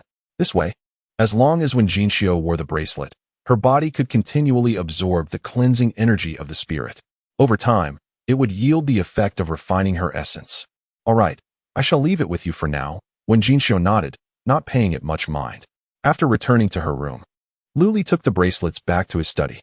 For the entire afternoon, he endeavored to engrave the gathering spirit formation onto them. However, the outcome was disheartening. 8 out of the 9 bracelets exploded. With the last one remaining, Lu Li hesitated to continue. If this one were to meet the same fate, he would find it difficult to explain to Wen Jinxiu. Nevertheless, he gleaned some insights from the experience. The reason all 8 bracelets had failed was not due to his lack of skill, but rather the inferior quality of the materials, which did not meet his standards. The gathering spirit formation was far more intricate than the disposable talisman he had given to Lei Hu, necessitating a medium that could not be compared to mere yellow paper. It seemed he needed to find better materials. Wiping the beads of sweat from his forehead, Lu Li murmured to himself. As dusk approached, he finally exited the study, took a shower, and changed his clothes. After exchanging greetings with Wen Jinxiu, he drove to the Royal Court Hotel. He had promised Su Qingyao earlier that day to accompany her to a gathering. Upon his arrival, Su Qingyao was already waiting at the hotel entrance. Well done, quite punctual. She waved at him. Lu Li smiled teasingly. Even if I'm busy, I wouldn't dare delay matters concerning you, class leader Su. You're asking for it. Su Qingyao laughed, playfully shaking her fist at him. Just as they were conversing, a red Mercedes-Benz coupe pulled up, and a tall, stunning urban woman stepped out, striding towards Su Qingyao. A fragrant breeze followed her, her alabaster skin and long legs, complemented by an exquisitely charming face, certainly drew the attention of many onlookers. However, upon noticing the woman's aloof expression and her lavish attire, several individuals lowered their heads, feeling a sense of inadequacy. She was clad in a Chanel ensemble, carrying an Hermes bag, and wearing Ferragamo heels. The entirety of her outfit surpassed the savings of an average family. ZMO, you've arrived. Su Qingyao approached her with a smile, embracing the woman warmly. After they parted, Su Qingyao introduced Lu Li. Lu Li, this is my high school classmate and dear friend, Li ZMO. She then introduced Lu Li to Li ZMO. Hello. Lu Li greeted with a nod, extending his hand politely. Li ZMO fixed her gaze on Lu Li, a frown marring her brow. Subsequently, she chose to disregard Lu Li entirely, instead directing a cheerful smile towards Su Qingyao. Qingyao, why did you bring a man along? Is it that you do not trust me? Let me be frank. The individual I arranged for you to meet today is a magnate worth billions. Such affluent individuals often possess peculiar preferences. You understand what I mean, don't you? This esteemed businessman prefers not to have strangers nearby during negotiations, especially males. In my opinion, it would be best for your driver to return home. As she spoke, her peripheral vision swept disdainfully over Lu Li, her contempt growing. The cost of her attire alone amounted to several tens of thousands, while Lu Li's ensemble, composed of low-quality items, barely totaled 300 or 400. Clearly, they belonged to vastly different social strata. Whoever you are, Li ZMO impatiently waved a 100 yuan bill at Lu Li. You are no longer needed here. Take a taxi back. Lu Li couldn't help but raise an eyebrow at her audacity. This woman exuded an air of superiority. The idea that the magnate would be uncomfortable with strangers, particularly males. Did she consider herself someone of great importance? Ignoring Li ZMO, Lu Li turned his attention to Su Qingyao. Witnessing this, Li ZMO's frown deepened, angered by Lu Li's apparent lack of respect. What? Is 200 insufficient? Li ZMO produced another 100 yuan note from her wallet and tossed it at Lu Li. 200. Enough for you to grab a bucket of chicken at the KFC across the street and then take a cab home. Don't be ungrateful. Do you even realize the nature of this occasion? What is your standing? Do you think you can mingle in our circle? ZMO. Su Qingyao interjected, her brow furrowing as she expressed her discontent with Li ZMO's condescension. She took Lu Li's arm and stated earnestly, Lu Li is not my driver. He is my boyfriend. Moreover, I am here to conduct business, not to engage in matchmaking. If you insist on having Lu Li leave, then I shall not go either. Lu Li, let us depart. As she spoke, she began to turn away, arm in arm with Lu Li. Hey. Observing this, Li ZMO's expression shifted slightly, and she hurriedly blocked Su Qingyao's path. Qingyao, what are you doing? We had an agreement. How can you simply decide not to go? With a sudden smile, she added, I suggested your friend leave for his own good, to spare him any humiliation. Well, since you are so adamant, I shall refrain from playing the villain. Let us all go in together. Upon hearing this, Su Qingyao's expression softened somewhat. Just as she was about to pull Lu Li inside, Li ZMO obstructed her once more. Is there something else? Su Qingyao inquired, frowning. Li ZMO, still smiling, replied, Qingyao, you go ahead. However, I must privately remind this friend of mine to be mindful of his conduct, lest he inadvertently cause trouble. This should pose no problem, right? Su Qingyao hesitated slightly, instinctively glancing at Lu Li. Li ZMO, noticing this, teased with a smirk. What's the matter? Are you afraid I might steal your boyfriend? Lu Li nodded at Su Qingyao, signaling her to proceed inside while he could manage the situation. Only then did Su Qingyao acquiesce and enter the hotel. Once Su Qingyao's figure vanished, the smile on Li ZMO's face completely froze, reverting to her earlier aloof demeanor. Lu Li regarded her, a sardonic smile playing on his lips. What is it that Miss Li wishes to advise me on? With a snap, Li Zimo did not respond. Instead, she retrieved a lady's cigarette and a diamond-studded lighter from her Hermes bag, lit the cigarette, and took a puff. She regarded Lu Li with a condescending gaze, akin to a queen looking down upon a beggar. Exhaling a cloud of smoke towards Lu Li's face, he furrowed his brow and sidestepped. If you have nothing further to say, I shall take my leave. Upon uttering this, he turned to depart. You truly lack any self-awareness. Li Zimo finally spoke, her voice dripping with arrogance and indifference. Lu Li frowned. What exactly do you wish to convey? Must I have it spelled out for me? A cold smirk danced on Li Zimo's lips. Then I shall be direct. I care not whether you are an impostor brought by Qing Yao or her genuine boyfriend. It would be best for you to vacate immediately. To be frank, I have already contacted young Master Xie. Unless unforeseen circumstances arise, after tonight, Qing Yao will become young Master Xie's woman. Your wisest choice is to turn around and leave at once. Lu Li's expression turned icy. It was abundantly clear that Li Zimo was not here to assist Su Qing Yao with financial matters, but had ulterior motives. Are you finished? Lu Li spoke with indifference. Li Zimo replied coolly, put away your pathetic pride. Take this 200 yuan and vanish. You are unworthy of Su Qing Yao. Darwin's theory of evolution has already elucidated the laws governing this world. Beautiful women belong to the wealthy. The underprivileged have no right to procreate. Lu Li could not suppress a laugh. This woman was indeed frighteningly pragmatic. What do you find amusing? Li Zimo's countenance darkened, displeasure evident. I laugh at your inflated sense of self. Lu Li's smile faded, his icy gaze sweeping over Li Zimo, setting aside whether I am deserving of Su Qing Yao. Who do you think you are to dictate terms before me? You had best pray you harbor no ill intentions towards Qing Yao. Otherwise, I will make you regret ever stepping foot in this world. With that, Lu Li strode into the hotel. Li Zimo stood rooted to the spot, her complexion shifting between shades of anger and humiliation. Watching Lu Li's retreating figure, she stomped her foot in frustration, grinding her teeth as she muttered, Since you seek your own demise, then I shall oblige. I shall make you aware of the consequences of defying me. Lu Li ascended to the 18th floor via the elevator. As he stepped out, he spotted Su Qing Yao waiting at the elevator entrance for him. Upon seeing Lu Li arrive, Su Qing Yao appeared to breathe a sigh of relief and smiled, inquiring, how did the discussion go? Their meeting was indeed one of missed opportunities. Lu Li suppressed his revulsion, deliberately donning a mask of regret. Although Su Qing Yao had her concerns for Lu Li, his words nearly elicited a laughter from her. While she wasn't present during the conversation, she could easily surmise what Li Zimo had to say. Zimo is quite the beauty, and as far as I know, she's still single. Would you like me to play matchmaker? Su Qing Yao remarked with a teasing smile. Lu Li responded with a look of utter despair. Just in me now. As the two bantered, they arrived at the private room Li Zimo had mentioned. Upon opening the door, they were greeted by a gathering of over a dozen young men and women, all radiant and evidently the Armée de la Armée of their generation.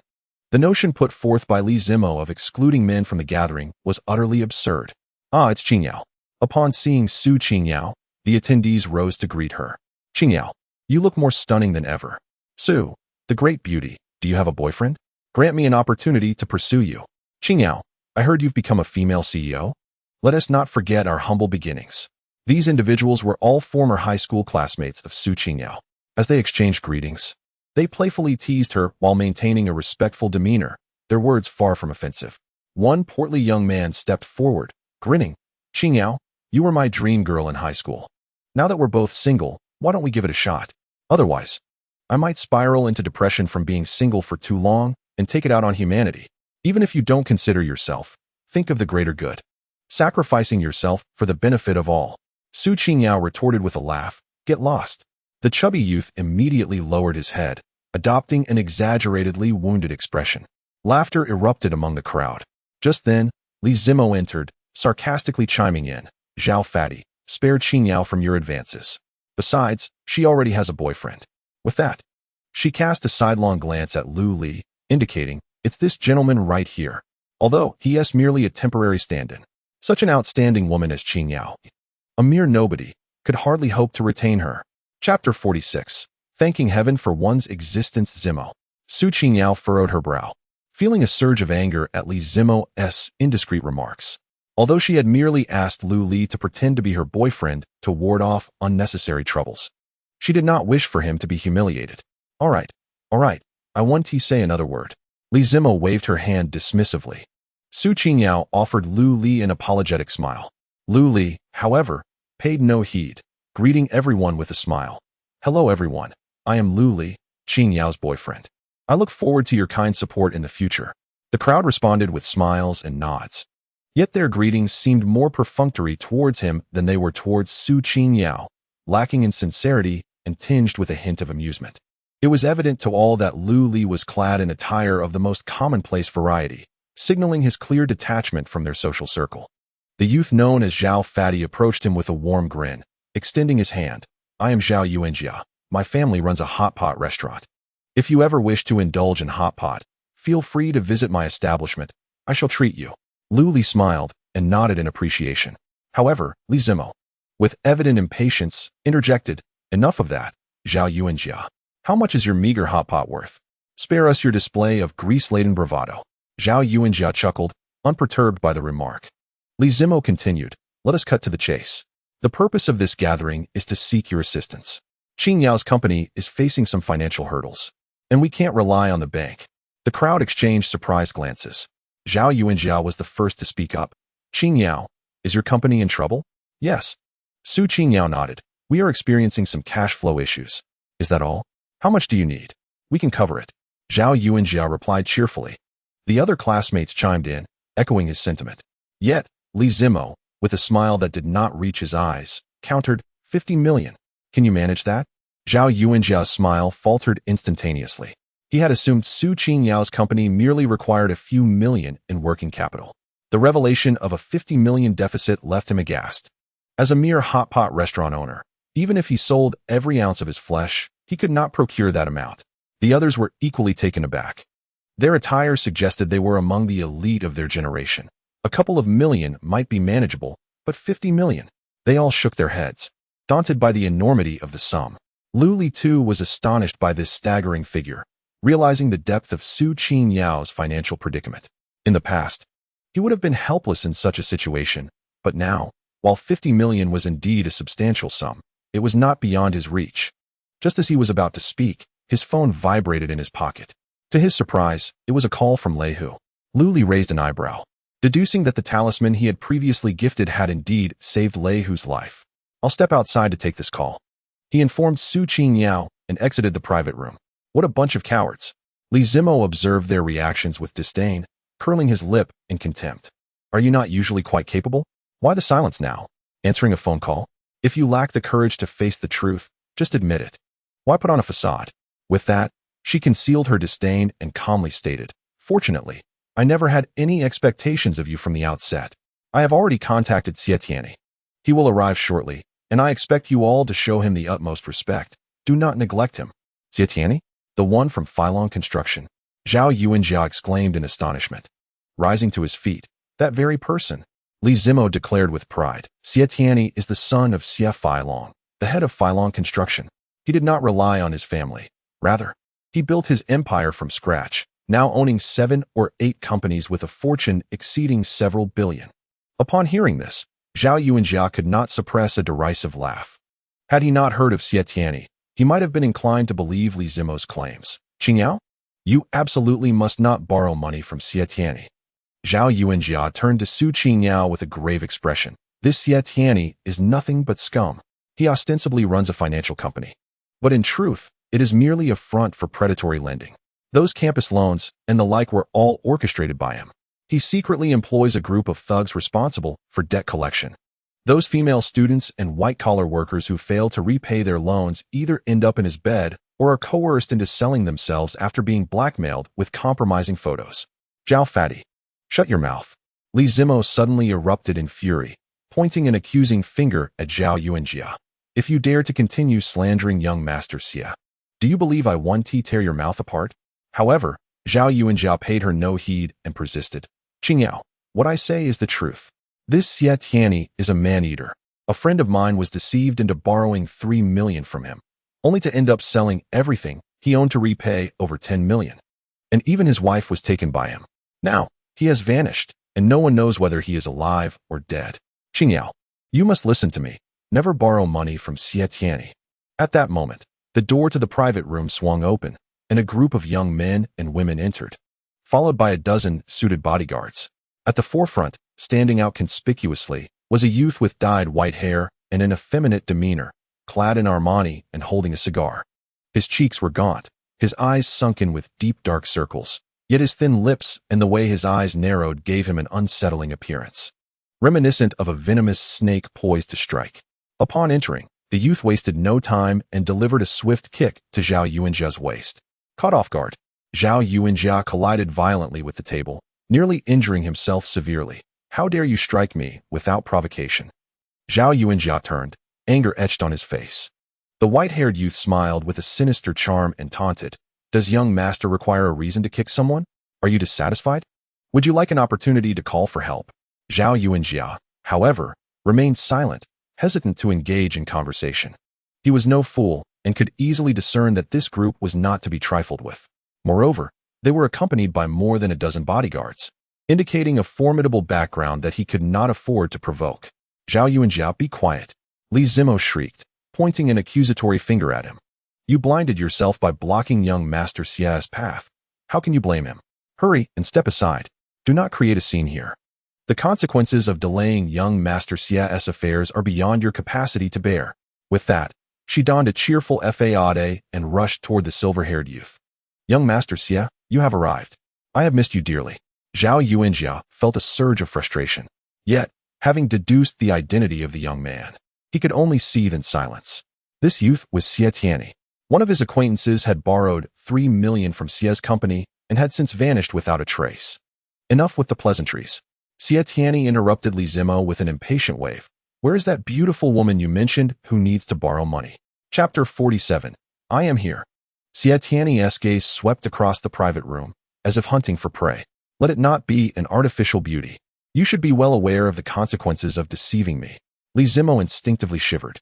Quickly, she plastered on a smile and replied, "Young Master Xie, how could I ever deceive you? I assure you, my dear friend will undoubtedly satisfy your expectations." With that, she hurried to Su Qingyao's side and pulled her up. "Young Master Xie, this is my good friend, Su Qingyao." Su Qingyao felt a strong aversion towards Xie Tianyi's audacity and was beginning to reconsider her desire to borrow money from him. However, it was not the time to refuse him outright. "Hello, young Master Xie, I am Su Qingyao. I find myself in a financial predicament and was hoping to seek your assistance." Upon seeing Su Qingyao, Xie Tianyi's eyes brightened instantly. Indeed, quite impressive. His gaze scrutinized her with a hint of malice. She was even more stunning than in her photographs, and there were no signs of cosmetic alterations. She appeared undeniably natural. Xie Tianyi revealed a satisfied smile. 50 million is not an issue. I trust you are familiar with the terms?" Su Qingyao furrowed her brow in confusion. "What terms?"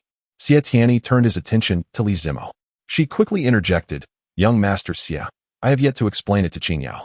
She then hurriedly clarified to Su Qingyao. "The terms are that for a loan of 50 million, you can only take away 45 million, and in 2 months, you must repay 65 million. Su Qingyao raised an eyebrow. "Usury, this is illegal." Xie Tianyi leered at Su Qingyao, a wicked grin spreading across his face as he continued, "Considering your beauty, I shall waive 5 million. However, you must accompany me for a month."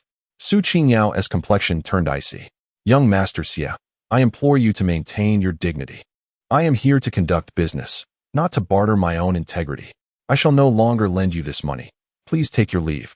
With that, she returned to her seat. Were it not for the fact that Xie Tianyi was invited by Li Zimo, she would have doused Xie Tianyi with tea right in the face. "Qingyao." Li Zimo hurriedly restrained Su Qingyao, expressing his displeasure. "It took considerable effort to invite young Master Xie. How can you simply refuse to lend? A gap of 50 million in funding. Have you considered that apart from young Master Xie, who else could possibly lend you such a sum? Is it not merely a matter of accompanying young Master Xie? What is so significant about it? Young Master Xie is young, handsome, and wealthy. Countless individuals in Rongqing would desire to share a bed with him, given the opportunity. For you, this is hardly a condition. It is practically a boon. Furthermore, it would save you 5 million in interest." She had also borrowed several million from Xie Tianyi. After a few nights spent together, he discovered that she was merely a manufactured beauty. Fortunately, the photographs of Su Qingyao piqued Xie Tianyi's interest. He had already consented, promising that if she helped him get Su Qingyao into bed, he would waive her interest. If Su Qingyao did not borrow this money, how would she repay the interest on several million? Zimo, what are you saying? Su Qingyao gazed at Li Zimo in shock, as if she were looking at a stranger. She could hardly fathom that such shameless words could escape Li Zimo's lips. From Li Zimo's tone, it seemed as though Xie Tiany's terms were a profitable deal for her. She shook her head, unwilling to continue. Young Master Xie, I shall not borrow this money. Please seek others. Not borrowing. Xie Tiany's expression darkened, his eyes narrowing, revealing a menacing glint. You summoned me here and wasted my precious time. You think you can dismiss me with a mere refusal? Let me be clear, you will borrow this money today, whether you like it or not. Su Qingyao retorted coldly. Are you planning to resort to coercion? If you insist on not lending, then you must compensate me 5 million and accompany me for another week. We shall consider the matter settled. Xie Tiany replied with a sinister smile. Otherwise, I will ensure your family's ruin. You are utterly lawless. Zhao Yuanjia exclaimed angrily. Is this how one borrows money? You are nothing short of bandits. Are you not afraid? Bang. Before Zhao Yuanjia could finish his sentence, a bodyguard behind Xie Tiany lunged forward, kicking him in the chest and sending him flying. The entire private room erupted in screams. Xie Tiany dismissed him with disdain. You are no more than an ant. You dare to speak to me? Scoundrel! Who grants you the right to strike at will? A male classmate stood up in fury, shouting, Get out of here! Otherwise, I will call the police and ensure you rot in jail. Slap! A bodyguard stepped forward, swatting the male classmate's phone out of his hand. He then seized the classmate by the collar and delivered a series of slaps, leaving him bloodied and with a swollen face like a pig's head, before finally kicking him away. Several female classmates attempted to assist him, only to be effortlessly overturned by the bodyguard. Stop! Su Qingyao shouted furiously. Xie Tiany, will you not command your men to cease? Do you have no regard for the law? Do you truly believe you can act with impunity? The law? Xie Tiany scoffed, his face twisted with disdain. In this realm, I am the law. I am the king. Indeed, I can act with absolute authority. Any woman I desire shall succumb to me. As he spoke, he strode towards Su Qingyao, exuding arrogance and superiority. Once, Li Zimo had stood before him with the same haughty demeanor as Su Qingyao. Yet now she resembled a meek lamb. He was convinced that Su Qingyao would not be an exception. Qingyao, cease your pretense. It is a stroke of fortune for you that young Master Xie has taken notice of you. At this juncture, Li Zimo, who had sought refuge not far away, interjected with evident dissatisfaction. What harm is there in accompanying young Master Xie? Will it cause you to lose a piece of flesh? Xie Tiany cast a commendatory glance at her. Your introduction is commendable. Consider the 300,000 interest waived. Li Zimo was instantly elated. Young Master Xie, you are truly magnanimous. She is utterly enamored with you. She had introduced quite a number of women to Xie Tiany, but this was the first time she had witnessed him so readily pleased. Zimo, what is this? Su Qingyao's eyes widened as she glanced between Xie Tiany and Li Zimo. Even she, no matter how naive, could grasp the situation at hand. Li Zimo replied nonchalantly, Qingyao, I am doing this for your own good. Being young Master Xie's woman means indulging in luxury, far better than toiling under the disdain of others. Enough. If you continue this charade, young Master Xie may become enraged, and the consequences will be yours to bear. Silence. Su Qingyao retorted, wishing she could slap Li Zimo across the face. You will not silence me. I have no need for a friend like you. You said it yourself. Li Zimo huffed and turned to Xie Tiany. Young master, I will no longer concern myself with her. Do as you please. Xie Tiany grinned maliciously and gestured to the bodyguards behind him. Seize her. Today, I shall conduct a live inspection. Laughter erupted from those accompanying Xie Tiany. Several bodyguards advanced, cornering Su Qingyao against the wall. Xie Tiany. Su Qingyao seethed, clenching her fists as she admonished. Do not push me to the brink. If you dare lay a hand on me, I assure you, you will live to regret it. No one can save you. Regret? Xie Tiany could not contain his laughter. A wild and unrestrained sound. Nothing in this world can make me, Xie Tiany, regret my actions. Today you are mine. I shall see how you can withstand me. With that, he lunged towards Su Qingyao. You cannot contend with him. Allow me. A chilling voice suddenly echoed from the entrance. Luli burst in, forcefully sending the obstructing bodyguard flying.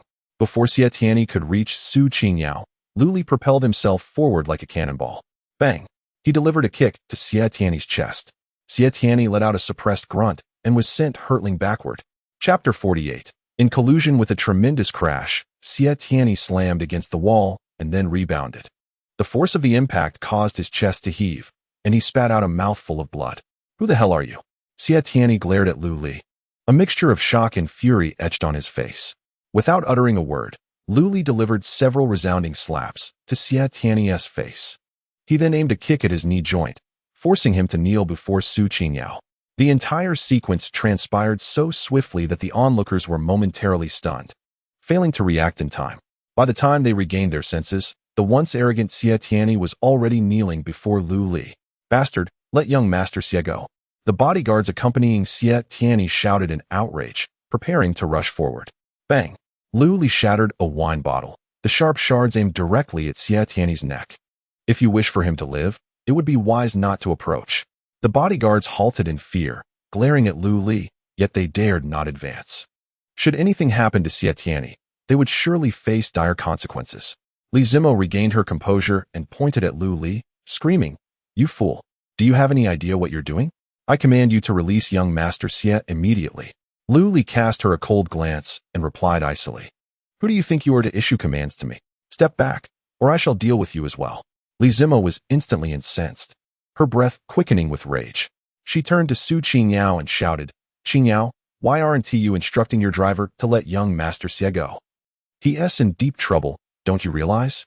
If anything happens to him, not only will he be doomed, but we will also be implicated and suffer his wrath." Su Qingyao stood there coldly, ignoring her. Cough, cough. Xie Tianyi coughed a few times, spitting out blood. He raised his gaze to Lu Li, devoid of fear, instead wearing a sinister grin. "You should heed her advice. No matter who you are or what your background entails, if you touch me, even if the Xie family spares you, Lord Lei will not." "Lord Lei? Lei who?" Lu Li raised an eyebrow, surprise flickering across his face. "Indeed." Xie Tianyi smirked ominously. "This Huangting Hotel and Tiangong Club are all under Lord Lei's domain. You're causing a ruckus on his territory, disrupting his rules. Do you truly believe he will let you off the hook?" His expression turned menacing. Aware that his bodyguards could not intimidate Lu Li, he resorted to invoking Lei Hu to instill fear. "Release me now, and sever that hand of yours. I might still show you mercy." Xie Tianyi fixed his gaze upon Lu Li and intoned solemnly, "Otherwise, should anything befall me, you shall not escape. Your family and all your acquaintances will share in the misfortune."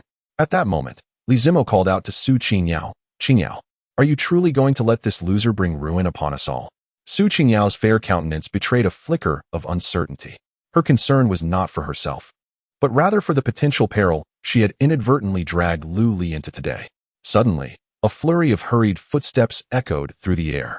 A group of hotel security personnel, flanking a middle-aged man clad in a suit, entered the scene. The man, appearing to be in his early 40s, donned gold-rimmed glasses and exuded an aura of authority that commanded respect without the need for anger.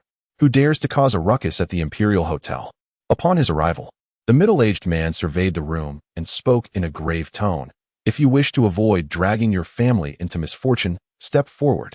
Though his words were directed at the crowd, his gaze ultimately settled upon Lu Li. Lu Li regarded him coolly and replied, "Are you the manager of the Imperial Hotel?" "Indeed. I am Kai Dazhong, the manager of the Imperial Hotel. You dare to create trouble here? Have you considered the consequences?" Kai Dazhong admonished sternly. Upon hearing this, Lu Li couldn't help but chuckle, amusement dancing in his eyes. "How do you know it is I who am causing the disturbance? Xie Tianyi is here bullying others and has even injured a customer, yet you choose to overlook that." Kai Dazhong's expression darkened. "How I conduct my affairs is not for you to critique. Furthermore, I have not witnessed any bullying or injuries inflicted upon customers. Instead, it is you who stands accused of violence, with ample evidence to support it. You would do well to release young Master Xie immediately, or I assure you, you shall be leaving here horizontally." As he spoke, a dozen security guards wielding electric batons surged forward, encircling Lu Li. On the ground, Xie Tianyi raised his head to look at Lu Li, a sinister smile spreading across his face. "You are finished." Li Zimo displayed no attempt to conceal her glee. Seeing Su Qingyao's pallid complexion only intensified her satisfaction. "I warned you long ago, but you wouldn't listen. Now you see the consequences, don't you?" She taunted with delight. Su Qingyao, unperturbed by Li Zimo's derision, clutched her phone, her expression a tumult of anguish and struggle. Yet Lu Li merely laughed. His gaze swept over Xie Tianyi and the middle-aged manager, And he sneered. In collusion, are we? Excellent. By virtue of your words, I can confidently assert that your tenure as manager has reached its conclusion. Are you suggesting I am to be dismissed? The middle-aged manager inquired, his tone laced with amusement. Indeed, Lu Li affirmed, you are dismissed. Kai Dazhong could not suppress his laughter. Xie Tianyi regarded Lu Li with a mocking expression, as though he were observing a fool. Do you even grasp who Manager Kai is? He is the brother-in-law of the Tiger Lord. What do you possess to effectuate his dismissal? Just as those words fell, a robust voice resonated from the entrance. If he cannot, then what of me? Who the hell do you think you are? The middle-aged manager cursed instinctively, without turning his head. However, as soon as the words left his mouth, he abruptly turned around, his expression drastically changing. A group of bodyguards in suits was surrounding a scar-faced man who had just appeared at the door of the private room. The leader among them was none other than Lei Hu. Despite his disheveled appearance, with a bandage wrapped around his head and one arm in a cast, the menacing scar on his face unmistakably confirmed his identity. Even in such a pitiful state, Lei Hu's imposing presence remained unshaken. Almost everyone present held their breath, feeling an overwhelming sense of pressure. Brother-in-law? The middle-aged manager, stunned, quickly approached with a smile. What brings you here? And how did you get hurt? Who dared to injure you? I'll take people to deal with them right away. The once domineering manager Kai had transformed into a sycophant in an instant. However, Lei Hu's eyes turned cold. With a resounding slap, he struck manager Kai, sending him crashing to the ground. The entire room gasped in astonishment. Then, stepping on manager Kai's back, Lei Hu approached Lu Li and, with a thud, knelt before him. Dr. Lu, Lei Hu has arrived late. Please forgive me. The room fell into an eerie silence, as if time had frozen. A pin drop could be heard. Everyone stared in disbelief at Lei Hu kneeling before Lu Li. As if they were petrified, manager Kai, Dazhong, stood there dumbfounded, as if struck by lightning. His brother-in-law, who traversed both the black and white worlds and was akin to a deity in his eyes, was actually kneeling before this young man. The smile on Li Zimo's face had also frozen. Even Su Qing Yao looked at Lu Li in astonishment, as if she were just meeting him for the first time. How did he achieve this? Su Qing Yao's heart was filled with disbelief. She recalled that during their last encounter at the Tiangong Club, Lei Hu had not even known Lu Li. Just a few days had passed, and this notorious figure had bent his knee before Lu Li, displaying such subservience. How could this be possible? Xie Tianyi no longer exuded his previous arrogance. He stared at Lu Li with wide eyes, as if he had seen a ghost. That was Lei Hu, the infamous Tiger Lord, a figure revered in the underworld. Even his father, Xie Feilong, would bow and scrape before him. Yet now, Lei Hu was kneeling to this young man, whom he believed was doomed. Get up, Lu Li said with a calm nod. It is not too late. Yes. Lei Hu stood, his gaze toward Lu Li filled with complexity, the most prominent emotion being reverence. Even in the presence of Bai Xiongtu, the patriarch of the Bai family and his former benefactor, Lei Hu had never been so resolute. Undoubtedly, the incident today served as a vivid lesson for him. Dr. Lu, what is happening? Lei Hu inquired cautiously. It's nothing, nothing at all. Kai Dazhong hurriedly interjected as he rushed over, preempting Lu's response. Brother-in-law, it's merely a misunderstanding. Lei Hu's gaze turned icy as he swiftly struck him aside. Is this a matter for you to discuss? Get out of my sight. Speak again, and I shall have your tongue. Kai Dazhong trembled in fear, silenced by the threat. The others stood in hushed reverence. Meanwhile, Lu Li discarded the remnants of a broken wine bottle and pointed at Xie Tianyi. He coerced my friend into borrowing money, not only bullying him, but also demanding that my friend share his bed. Lei Hu turned his attention to Xie Tianyi, a flicker of malice igniting in his eyes. So it was this scoundrel causing trouble on his territory. Xie Tianyi instinctively trembled, a wave of fear surging from the depths of his being. Lu Li then pointed at the middle-aged manager, Kai Dazhong, who was shielding his face. He, as the manager of the Royal Court Hotel, displays a lack of discernment and unprincipled favoritism towards Xie Tianyi, even claiming I should leave here horizontally. Is that so? Lei Hu's gaze swept over Kai Dazhong and the others, his expression contorted with rage. The chilling intent in his voice was unmistakable. Brother-in-law, it's truly a misunderstanding. Kai Dazhong forced a smile more grotesque than tears. I was unaware that this gentleman was your friend. Otherwise, Lei Hu disregarded Kai Dazhong's pleas, bowing to Lu Li instead. Dr. Lu, it is my fault for not managing my subordinates properly. You may handle him as you see fit. I have no objections. Upon hearing this, the staff of the Royal Court Hotel gaped in astonishment, their eyes nearly popping out. They all knew that Lei Hu was fiercely protective of his own. Moreover, Kai Dazhong was his own brother-in-law. In the past, Lei Hu had often cleaned up his messes. It was precisely this knowledge that had emboldened Kai Dazhong to act with such impunity. But now, Lei Hu was willing to abandon him, leaving Kai Dazhong to face Lu Li's judgment alone. Kai Dazhong was now in a complete panic. He realized he had genuinely encountered a formidable opponent. Lu Li calmly stated, "Since he is your subordinate, you may deal with him as you wish." Lei Hu nodded, refraining from further comment. He had anticipated Lu Li's response. When he turned to Kai Dazhong, his eyes had turned frigid. Kai Dazhong, thoroughly alarmed, stammered, his lips dry and legs trembling. "Brother-in-law, I was wrong. For my sister's sake, please spare me. Kneel." Lei Hu bellowed, causing Kai Dazhong to fall to his knees in terror. Without any superfluous words, Lei Hu stepped forward and delivered dozens of resounding slaps. Kai Dazhong was left battered and bruised, his face swollen like a pig's head, blood oozing from his mouth and nose, his eyes squinting into mere slits. The onlookers in the private room were left in shock, their hearts racing at the sheer brutality displayed by Lei Hu, who showed no mercy whatsoever. Just as everyone believed Lei Hu was about to relent, he seized an iron rod from a bodyguard and mercilessly shattered one of Kai Dazhong's legs. A piercing scream echoed throughout the room, and Kai Dazhong writhed in agony on the floor. The spectators, their eyelids fluttering in terror, trembled at Lei Hu's ferocity. "Drag him away," Lei Hu commanded with a wave of his hand, casting a glance at Kai Dazhong, who lay like a lifeless pig, and ordered the bodyguards to remove him. In the next moment, Lei Hu's gaze shifted to Xie Tianyi. Xie Tianyi, his eyelids twitching uncontrollably, quickly stammered, "Master Hu, this is a misunderstanding." A sharp slap from Lei Hu interrupted him. "Whether it's a misunderstanding or not is not for you to decide." Xie Tianyi, clutching his face, attempted to salvage the situation. "Master Hu, my father is Xie Feilong. For his sake, bang." This time, Lei Hu delivered a kick to Xie Tianyi's face, sending him flying several meters. "Are you really going to use your father to pressure me?" Lei Hu laughed maniacally, his expression twisted with rage. "Shall I call him now? Do you think I, Lei Hu, owe him anything?" Coughing up blood, Xie Tianyi lay on the ground, engulfed in despair. Never before had he felt such hopelessness. In the past, he had always bullied others, deriving amusement from watching them struggle helplessly on the ground. Little did he expect that the tides would turn, leaving him in this very position today. Lei Hu surveyed the room, coldly stating, "I extend you my courtesy, but can you afford it?" The crowd instinctively lowered their heads, too fearful to meet Lei Hu's gaze.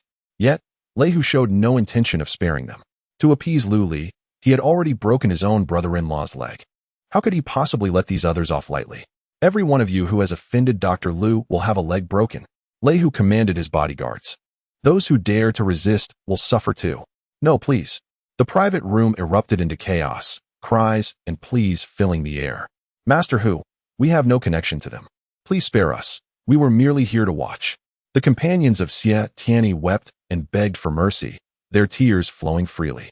Lu Li, however, remained detached, observing the scene as if he were an outsider.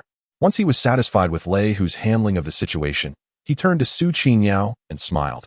"Shall we go?" Su Qingyao nodded mechanically, still reeling from the overwhelming shock. Zhao Yuanjia and the other classmates of Su Qingyao followed suit. When they looked at Lu Li again, the pride and aloofness they once held had vanished, replaced by profound reverence. "Qingyao, save me!" Li Zmo cried out, hastily grasping Su Qingyao's arm, pleading. "I understand now. I beg you, for the sake of our camaraderie, please intercede on my behalf. I do not wish to suffer a broken leg." Su Qingyao glanced at Lu Li, a flicker of compassion crossing her face. Lu Li, perceiving her unspoken thoughts, interjected decisively, "A broken leg can at least be treated. Even if it cannot be healed, one can use crutches or a wheelchair. Have you considered what your fate would have been today had I not accompanied you? Would she have pleaded for your mercy?" At these words, Su Qingyao involuntarily shuddered. Lu Li then surveyed Li Zmo and the others, instructing Lei Hu, "I do not forgive any of these individuals." Chapter 50. An apology at the doorstep. The top floor of the Royal Court Hotel serves as Lei Hu's private palace, entirely off limits to the public, only occasionally utilized by Lei Hu to entertain the most esteemed guests. Presently, in the expansive reception room atop the building, Lu Li leisurely sipped his tea. Lei Hu stood opposite him, slightly bowing, his expression a mix of eagerness and hesitation as he regarded Lu Li. Su Qingyao and the others were not present. Recognizing that Lei Hu had matters to discuss, Lu Li instructed him to arrange for the hotel staff to escort them away. Just as Lei Hu was about to speak, his phone rang. Upon answering, a peculiar expression crossed his face. Dr. Lu, Fei Long has arrived. He is currently in the hotel lobby. Lei Hu looked at Lu Li respectfully. It appears he has managed to appeal to the third master by for assistance. Should we allow him in? Or, the third master by he referred to as naturally by Jing Tian, the younger uncle of Bai Luoshen. Lei Hu had once served as the chauffeur for the elder of the Bai family, and despite his current status as a prominent figure in the underworld, his ties to the Bai family remained substantial. In the past, he would have readily obliged by Jing Tian, but now, Lu Li's stance was paramount. As long as Lu Li wished to avoid a meeting, he would ensure Fei Long was turned away. Since he has come, let them in, Lu Li said nonchalantly. A few minutes later, a middle-aged couple was escorted in by the bodyguards. The man wore an old, slightly faded suit that appeared a size too large, rendering him somewhat mismatched. His face bore a look of sincerity, with rough skin that suggested a laborer's life. At first glance, one might mistake him for a rural worker come to the city. It is hard to fathom that this individual is, in fact, the president of Fei Long Construction. Fei Long. Fei Long Construction is a leading enterprise in the construction industry of Rongcheng. As its president, holding absolute controlling shares, he is a tycoon worth billions. Yet, his attire was even more disheveled than Lu Li's. Particularly striking was his slightly hunched back and the humble smile upon his face, which seemed entirely incongruous with his status. Beside them stood a middle-aged woman, adorned in exquisite jewelry, her features refined and well-preserved, exuding an air of opulence. This woman was none other than Xie Tianyi's mother, Shi Manli. Master Hu. Upon entering, Fei Long repeatedly bowed in apology. I sincerely apologize. My reckless son has caused you trouble. I extend my apologies on his behalf. I am truly sorry. I will bear all the losses incurred today at the Royal Court Hotel. As he spoke, he retrieved a check from his pocket and respectfully placed it on the coffee table. This 10 million is a token of our sincerity. I humbly request that you accept it.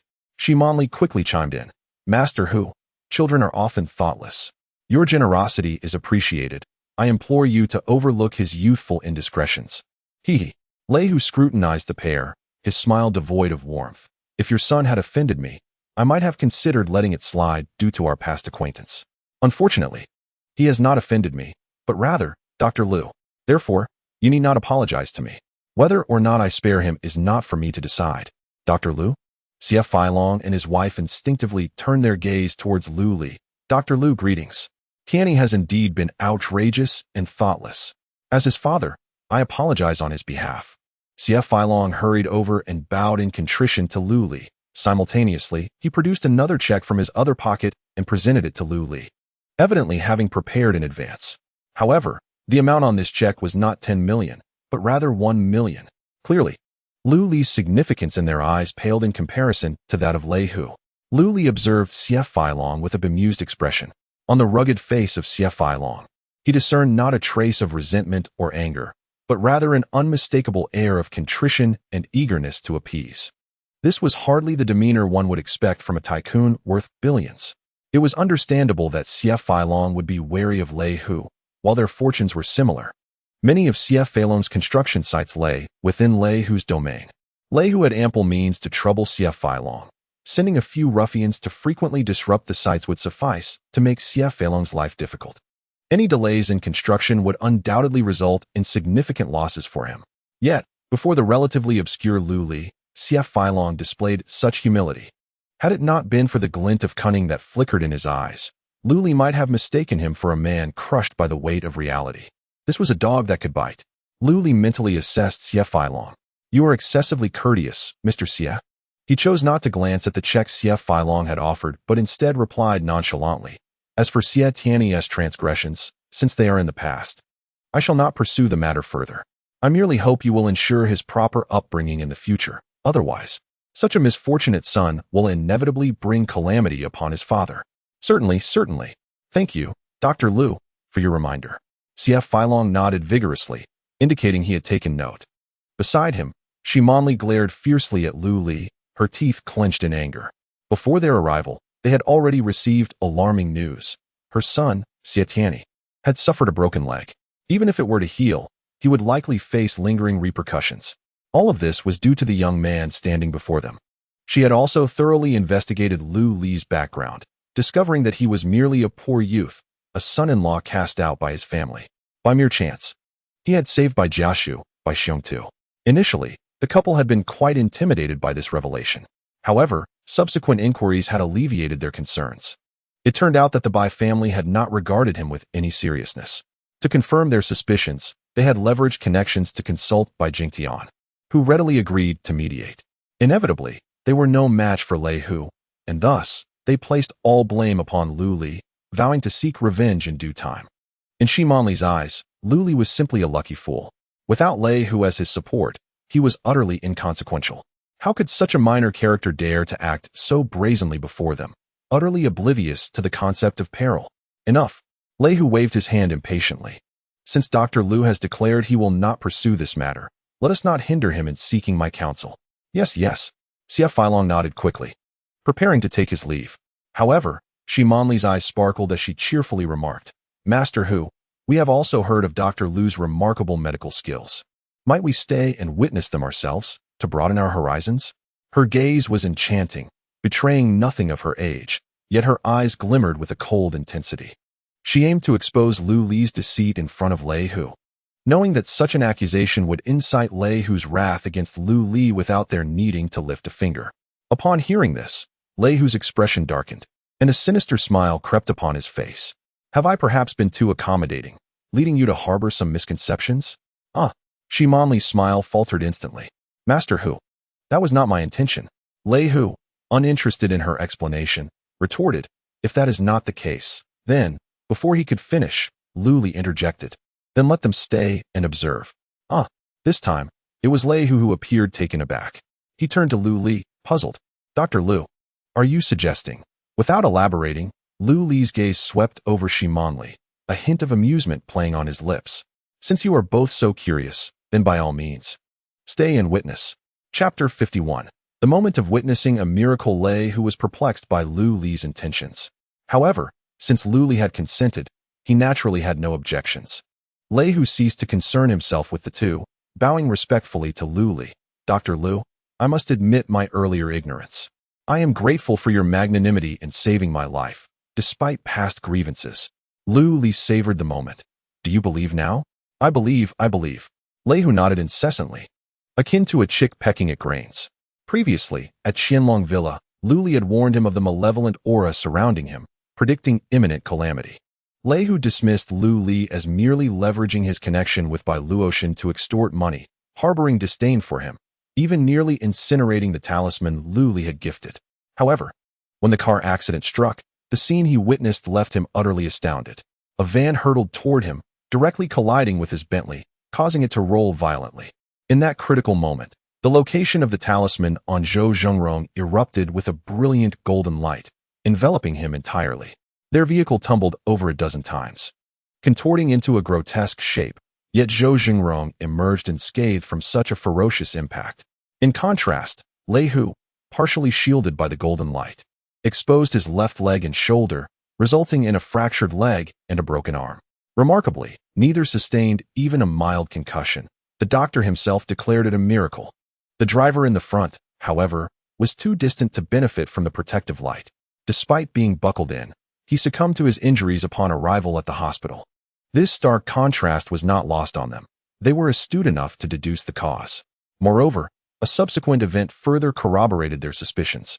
After the incident, when Zhou Zhengrong examined the talisman Lu Li had given him, he discovered that a mere touch reduced it to a pile of ash.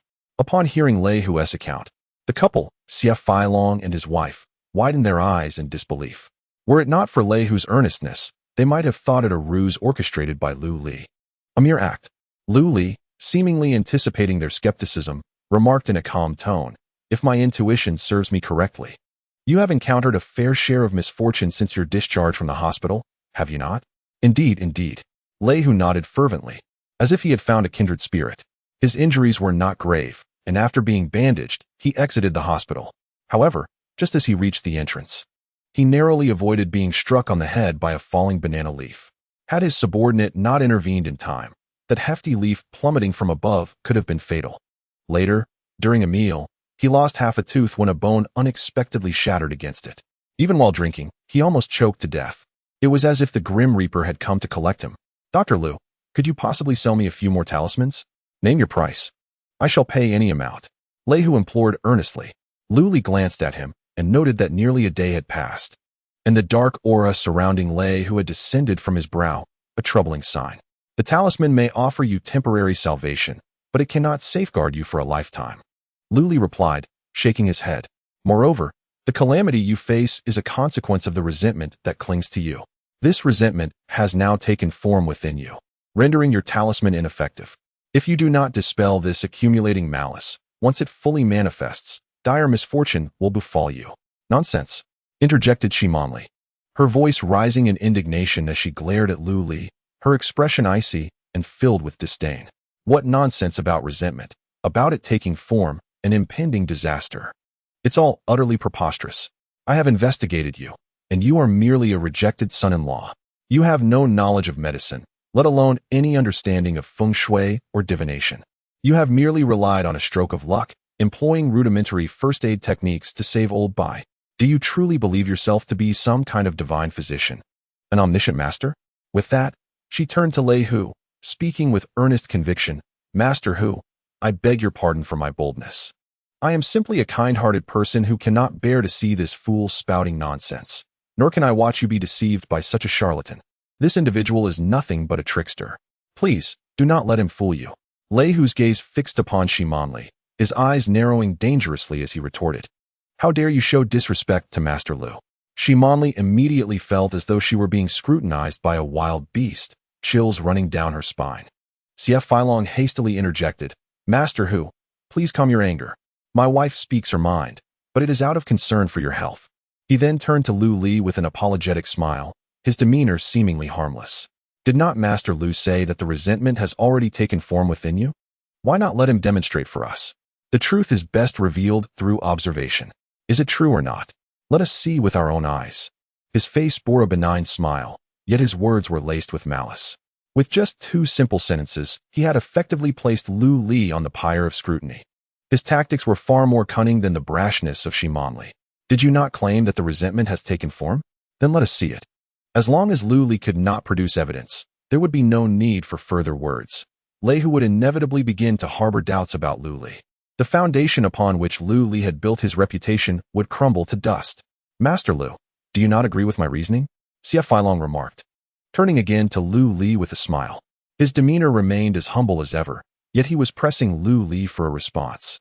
Lu Li regarded Xie Filong with a bemused smile. "Are you certain you wish to see? Are you not afraid of nightmares?" Xie Filong chuckled. "It is indeed better to observe. It will broaden my horizons." Though he spoke in jest, he inwardly scoffed. His current success was not born of naivety. His hands had been stained with blood. Only after building his empire did he begin to cleanse his image. In his impoverished youth, he often slept in graveyards to save money. If there truly existed any malevolent energy or lingering resentment in this world, he would have met his end long ago. Yet here he stood today. Lei Hu turned his gaze towards Lu Li, a conflicted expression crossing his face. He too was curious about the source of the resentment that Lu Li had mentioned, yet he feared that voicing his thoughts might provoke Lu Li's ire. Let us observe. Lu Li, however, did not place him in a predicament. Instead, he gestured towards Lei Hu's abdomen and said, "It resides 3 inches above your navel. There." A vague visage of a ghost has already begun to take form. Once the ghostly face fully materializes, calamity shall befall you. Lei Hu was taken aback. He hastily lifted his garment to inspect, only to be met with bewilderment.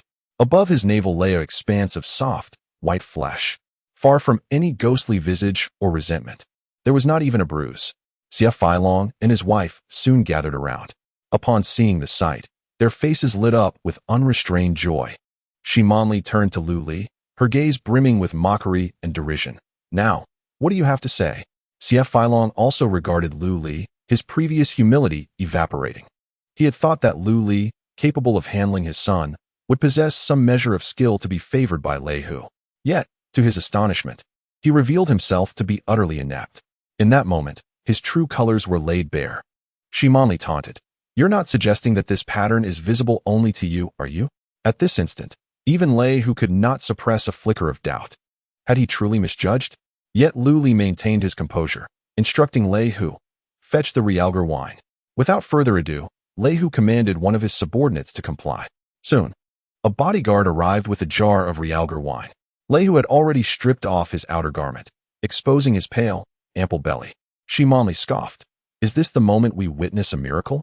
Lu Li poured a bowl of Realgar wine, chuckling. You are indeed correct. What follows will be a moment of miraculous revelation. With that, he splashed the entire bowl of Realgar wine onto Lei Hu. Lei Hu let out a piercing scream akin to that of a slaughtered pig. White smoke began to emanate from his body, causing him to tremble in agony. It was as though what Lu Li had doused him with was not wine, but a bowl of concentrated sulfuric acid. As the white smoke dissipated, a pattern resembling a face, seemingly comprised of bruises, truly appeared on Lei Hu's pale belly. It resembled a blurred human visage, the size of a basketball, indistinguishable in gender. At that moment, it grinned at them, appearing to both weep and laugh, resembling a vengeful spirit, brimming with malice. Chapter 52. Third time's the charm in the reception room. Lei Hu and his companions were utterly horrified. Shimonli cast a mere glance and was immediately engulfed in a cold dread, as if being targeted by a malevolent specter. Nearly fainting, the smile on Xie Feilong's face became rigid. Though his expression remained relatively calm, the slight twitch at the corners of his mouth betrayed him. Lei Hu's face turned a ghastly white, devoid of any trace of color. This phenomenon was occurring on his very belly. Lu, the divine physician? What on earth is happening? Lei Hu was thoroughly alarmed. How could there be a human face on my abdomen? Lu Li replied calmly. This is the manifestation of accumulated resentment. It has not fully formed yet, but I stimulated it with Realgar wine, causing it to become apparent. Once it fully manifests on your belly, it signifies its complete formation. What will happen then? Lei Hu asked, trembling with trepidation. Lu Li inquired. Are you familiar with a phenomenon known as a whale explosion? Lei Hu shook his head. When a whale dies, the food in its stomach begins to decay, producing copious amounts of gas. This gas cannot escape and accumulates within the whale's body, inflating it like a balloon until it reaches the limit of what the whale can endure. Lu Li fixed his gaze on Lei Hu and then imitated the sound of a balloon bursting. Bang. Startled by Lu Li's sudden sound, Lei Hu imagined the whale explosion and screamed, retreating several steps, drenched in cold sweat. Thud. He fell to his knees, pleading, Dr. Lu, I beg you to save me. I do not wish to perish. Get up. Lu Li commanded, urging him to rise. Since I am here, I will not stand idly by. He instructed Lei Hu to sit down and then produced a set of silver needles he carried with him. Silver needles? Shimonli scoffed, surprised to learn that Mr. Lu practiced traditional Chinese medicine. However, I have only heard of silver needles being used for healing, not for dispelling any resentment. She then turned to Lei Hu, insisting, Master Hu, I believe it would be best for you to go to the hospital for an examination. Perhaps this is merely an ordinary bruise. As for the so-called ghostly face, it may just be a coincidence. If you wish to seek treatment from a traditional Chinese medicine practitioner, we can arrange for Master Qi Xiuxian to attend to you. Shut your mouth. Lei Hu bellowed, glaring at Shimonli. If you dare to speak disrespectfully of Dr. Lu again, do you believe I won't throw you out of this window? His expression was fierce, as if he were gazing upon a sworn enemy. Shimonli turned pale and retreated, while Xie Feilong quickly signaled her to remain silent. Although Shimonli was reluctant, she understood that speaking further would only infuriate Lei Hu, so she chose to hold her tongue. Lu Li disregarded Shimonli's provocations. After retrieving the silver needles, he executed the first form of the Tai divine needle, burning mountain fire. Without needing to touch Lei Hu's abdomen, Lu Li flicked his fingers, and several silver needles flew forth like darts, landing on various acupoints on Lei Hu's belly. Subsequently, the silver needles trembled and turned a vivid red, as if scorched by flames. Meanwhile, the shadow on Lei Hu's abdomen visibly lightened at an observable pace. After a few breaths, he vanished into thin air. Lei Hu immediately sensed it, feeling as though he had shed a heavy burden he had carried for far too long. The sensation of lightness enveloped his body, offering a comfort so profound that he nearly exclaimed with joy. Beside him, Xie Feilong gazed in astonishment. Initially, like Shimonli, he believed that Lu Li was merely performing a trick to deceive Lei Hu. However, The transformation in Lei Hu was unmistakable. Such a shift in spirit could not be feigned. Haha, this feels wonderful. Lei Hu could not contain his laughter, fully aware of the change within him. He recognized that Lu Li had not misled him. Master Hu, Shimonli, still somewhat reluctant, urged. I believe it would be wise for you to visit the hospital for a thorough examination. There might be something on those silver needles. I've heard that certain stimulants or toxins can induce a sensation of euphoria. At her words, Lei Hu narrowed his eyes at Shimonli, gritting his teeth and retorting. Do you take my earlier words as mere nonsense? The smile on Shimonli's face instantly faltered. CF Filong quickly intervened, saying, Master Hu, Monli meant no offense. Please, do not take it to heart. Just because you say you want to take offense, does that mean I should let it slide? Lei Hu sneered. Do you think you hold enough influence, or that I am easily appeased? CF Filong stiffened at this. Just then, Lu Li interjected, Mr. Xie is correct. I too believe that Mrs. Xie harbors no ill intentions. Lei Hu looked at Lu Li in astonishment, bewildered by his unexpected defense of Shimonli. CF Filong, equally perplexed by Lu Li's actions, promptly shook Lu Li's hand, expressing his gratitude. Thank you, esteemed Dr. Lu. Your generosity is greatly appreciated. Should you require anything in the future, do not hesitate to ask. Shimonli, however, scoffed dismissively, offering Lu Li no warmth. To her, his overtures were merely an act of self-preservation against potential retribution from the Xie family. Lu Li turned to CF Filong, smiling amiably. Mr. Xie, you've suffered an injury to your lower back, haven't you? Does it not ache with a sharp pain whenever it rains? How does Dr. Lu know this? CF Filong looked at Lu Li in astonishment. Shimonli too was taken aback, having been unaware of this detail. Lu Li chuckled softly. When we shook hands earlier, I took the liberty of checking your pulse. CF Filong's expression shifted to one of profound astonishment as he nodded. Dr. Lu, your medical skills are indeed remarkable. No wonder Master Hu holds you in such high regard. You are correct. I grew up in poverty and left school to work on construction sites. Once, I fell from a height of over 2 meters, landing hard on a brick. It knocked me unconscious, and the doctors warned I might be paralyzed. Yet, after lying in bed for 6 months, I was able to walk again. The situation has largely ceased to have an impact now. Indeed, the effects are minimal at present. Lu Li nodded thoughtfully and remarked, however, the future remains uncertain. That injury not only rendered you incapable of reproduction, but also damaged your spine. At present, in the prime of your life, you can endure it, but in another 20 years, you might find yourself confined to a wheelchair. The reception room fell silent in an instant. CF Filong's smile froze on his face, while Shimonli's expression darkened considerably as she shouted at Lu Li. What nonsense are you spouting? Be careful, or I shall sue you for defamation. With that, she attempted to drag CF Filong away, exclaiming, Come, dear, let us leave. This person is nothing but a fraud. Yet, CF Filong remained rooted in place, staring intently at Lu Li. Are you implying that I am incapable of fathering children? Lu Li glanced at the pale-faced Shimonli and replied with a faint smile. That brick from the past not only deformed your spine, leading to a future in a wheelchair, but it also caused a blockage in your seminal ducts, resulting in epididymal congestion. Lei Hu chuckled and added, If President Xie does not believe it, a trip to the hospital for an examination would clarify everything. CF Filong turned to Shimonli. The humility that once adorned his face evaporating, replaced by a countenance filled with unrelenting malice and ferocity. You must believe me, dear. Shimonli cried out in panic. Tianyi is truly your son. With a forceful kick, CF Filong sent her sprawling, then turned to leave. Shimonli quickly scrambled to her feet and hastily pursued him. Lei Hu observed this spectacle and couldn't help but give a thumbs up, exclaiming, Dr. Lu, I am in awe. This tactic of striking at the heart is far more effective than directly confronting Shimonli. Lu Li merely smiled faintly, finishing his tea and calmly stating, Third time's the charm. Shimonli's repeated taunts and attempts to sow discord warranted a response. Otherwise, he would indeed become a soft target for her to manipulate at will. Chapter 53. I cannot afford to lose such a person after departing from the Imperial Court Hotel. Lu Li called Su Qingyao. Upon learning that she had arrived home safely, he felt a wave of relief wash over him. The entire day that followed, Lu Li sequestered himself within the confines of Qianlong Mountain Villa, diligently honing his skills. He understood that true strength is fundamental. Recent experiences had catalyzed a transformation in his mindset. It was not until the following morning that he emerged from his study, having made significant progress in his cultivation, which uplifted his spirits.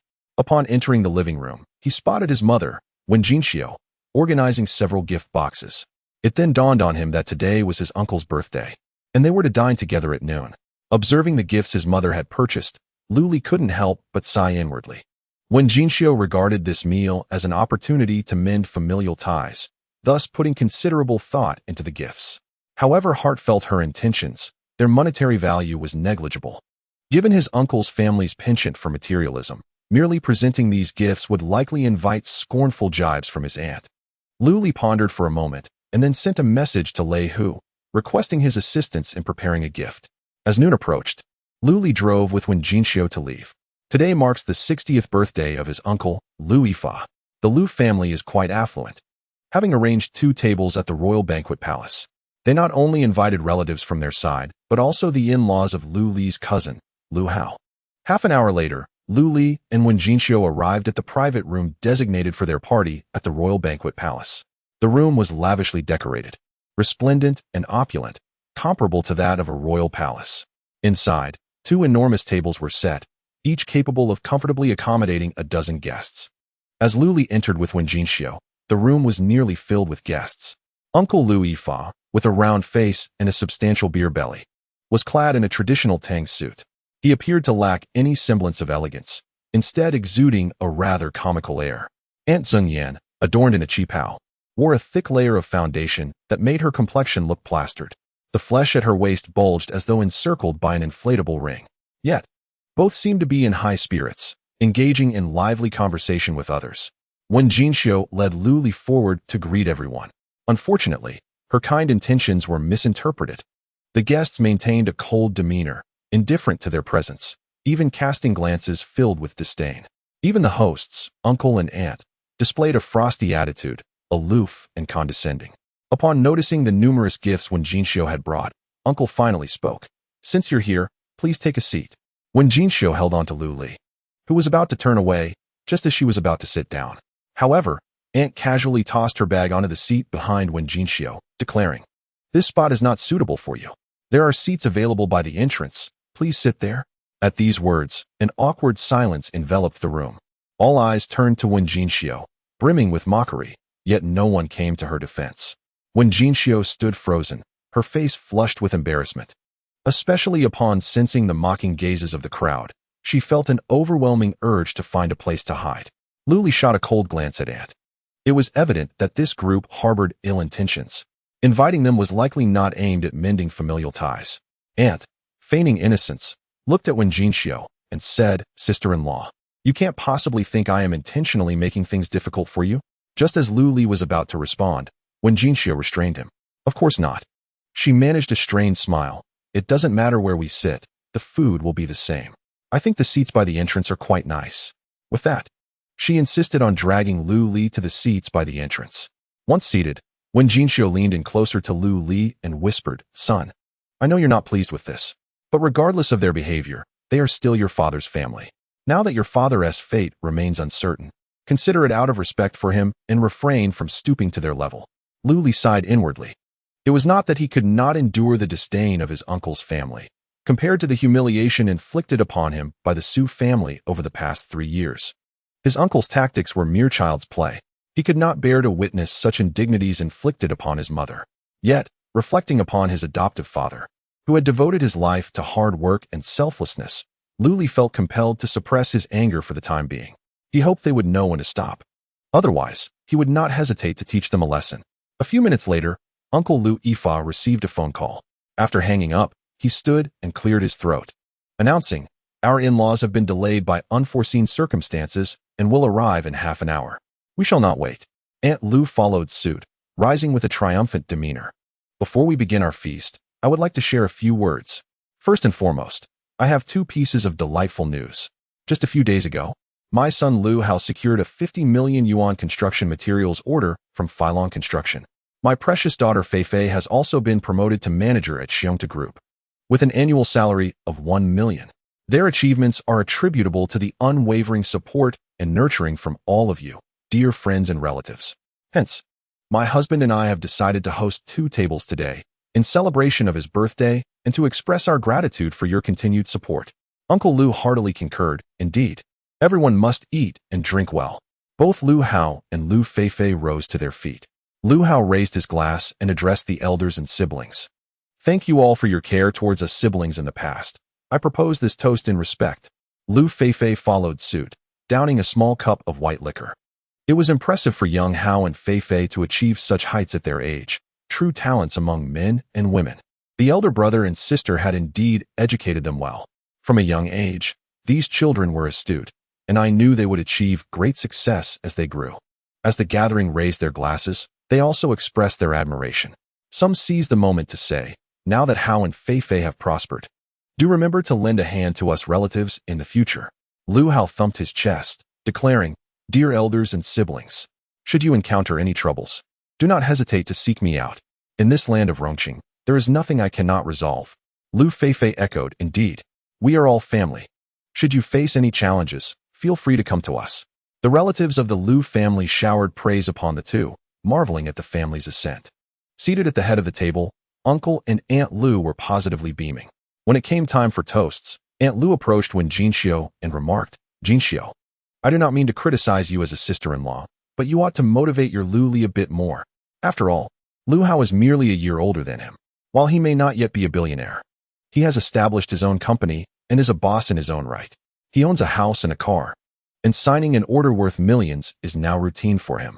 Just look at your Lu Li. At this age, not only has he achieved nothing, but he is also a live-in son-in-law, merely subsisting on the fruits of another's labor. The shame he brings is not solely his own, but tarnishes the reputation of the entire Lu family. She raised her voice, shouting as if fearful that her words might not reach the ears of others. When Jinxiu forced a smile and remarked, Lu Li is indeed trying his best. What is he striving for? Before Wen Jinxiu could finish her sentence, Lu Li's aunt, Lu Qinglian, interrupted her.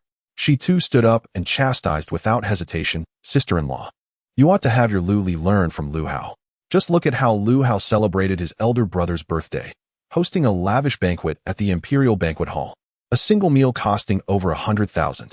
How splendid. How extravagant. How respectable. And with your birthday approaching in less than a month, where does your Lu Li plan to hold your celebration? I must insist, if he intends to cook at home, do not count me in. I cannot afford such humiliation. Chapter 54. What? Is my aunt expecting? Hearing Lu Qinglian's words, Lu Li was momentarily taken aback. It dawned on him that indeed, his mother's birthday was less than a month away. In recent years, due to Wen Jinxiu's illness, the family's finances had been entirely devoted to her treatment.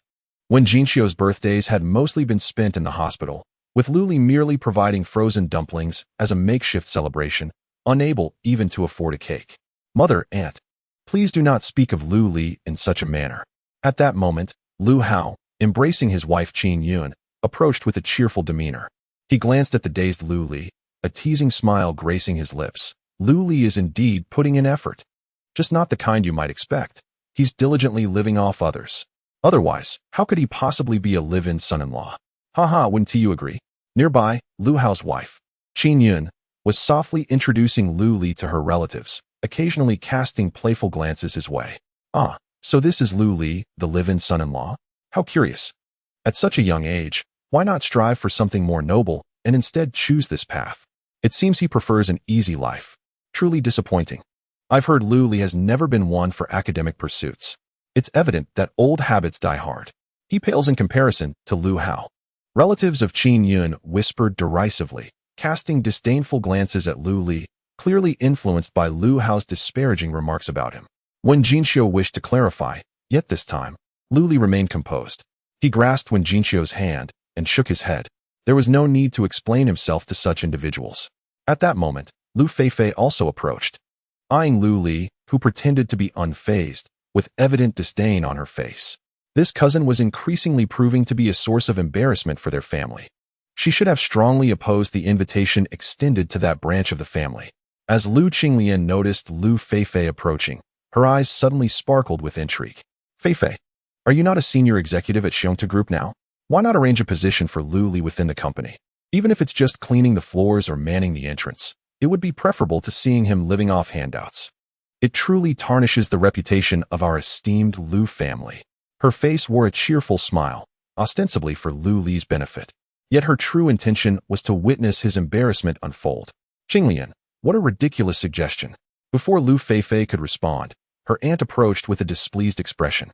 Xiongtu Group is the leading real estate enterprise in Rongqing, ranked among the top 100 companies in the country. Is it a place where just anyone can gain entry? Lu Feifei nodded in agreement, her demeanor exuding pride. Mother is right. Xiongtu Group is indeed a prestigious company. Although I currently supervise a team of over a dozen individuals, I must lead by example. As she spoke, her gaze flicked toward Lu Li. She had anticipated that he would seize this opportunity to ingratiate himself, pleading for her assistance. She was fully prepared to decline his request. However, to her astonishment, Lu Li appeared oblivious, utterly ignoring her. Still pretending? Lu Feifei scoffed inwardly, growing increasingly disdainful of Lu Li. In Xiongtu Group, even a mere security guard is required to possess a bachelor's degree and undergo specialized training. Someone like Lu Li, who had been expelled from school and lacks even a diploma, is simply not suitable. With her arms crossed and chin raised, Lu Feifei adopted an air of superiority, intent on conveying to those present that it was not her reluctance to assist her cousin, but rather that he was a hopeless case, utterly beyond redemption. This is easily resolved, Lu Hao declared with a sweeping gesture. I just secured a 50 million order from Phylon Construction and am in need of hands. Lu Li, report to the construction site tomorrow to help with the bricks. I'll pay you 3,000 a month. As soon as he uttered these words, the onlookers turned their gaze mockingly toward Lu Li. Lu Li, shouldn't you express your gratitude to your cousin? His aunt remarked with a smirk, feigning indignation. It's only for the sake of family that Lu Hao is looking after you. Others wouldn't be offered such a generous salary. Lu Qinglian, the most animated among them, took on the role of the elder, scolding, Lu Li, what are you standing there for? Hurry and thank your cousin. The others chimed in, their voices a chorus of disapproval. What is wrong with this young man? He is utterly thoughtless. No wonder he struggles so much. Lu Hao stood with his hands on his hips, gazing at Lu Li with amusement, seemingly waiting for him to rise and express his appreciation. Lu Li lifted his head, noticing the collective scrutiny directed at him, and replied in astonishment, I apologize. I was lost in thought and didn't quite catch that. Did you say and is expecting? Uffed.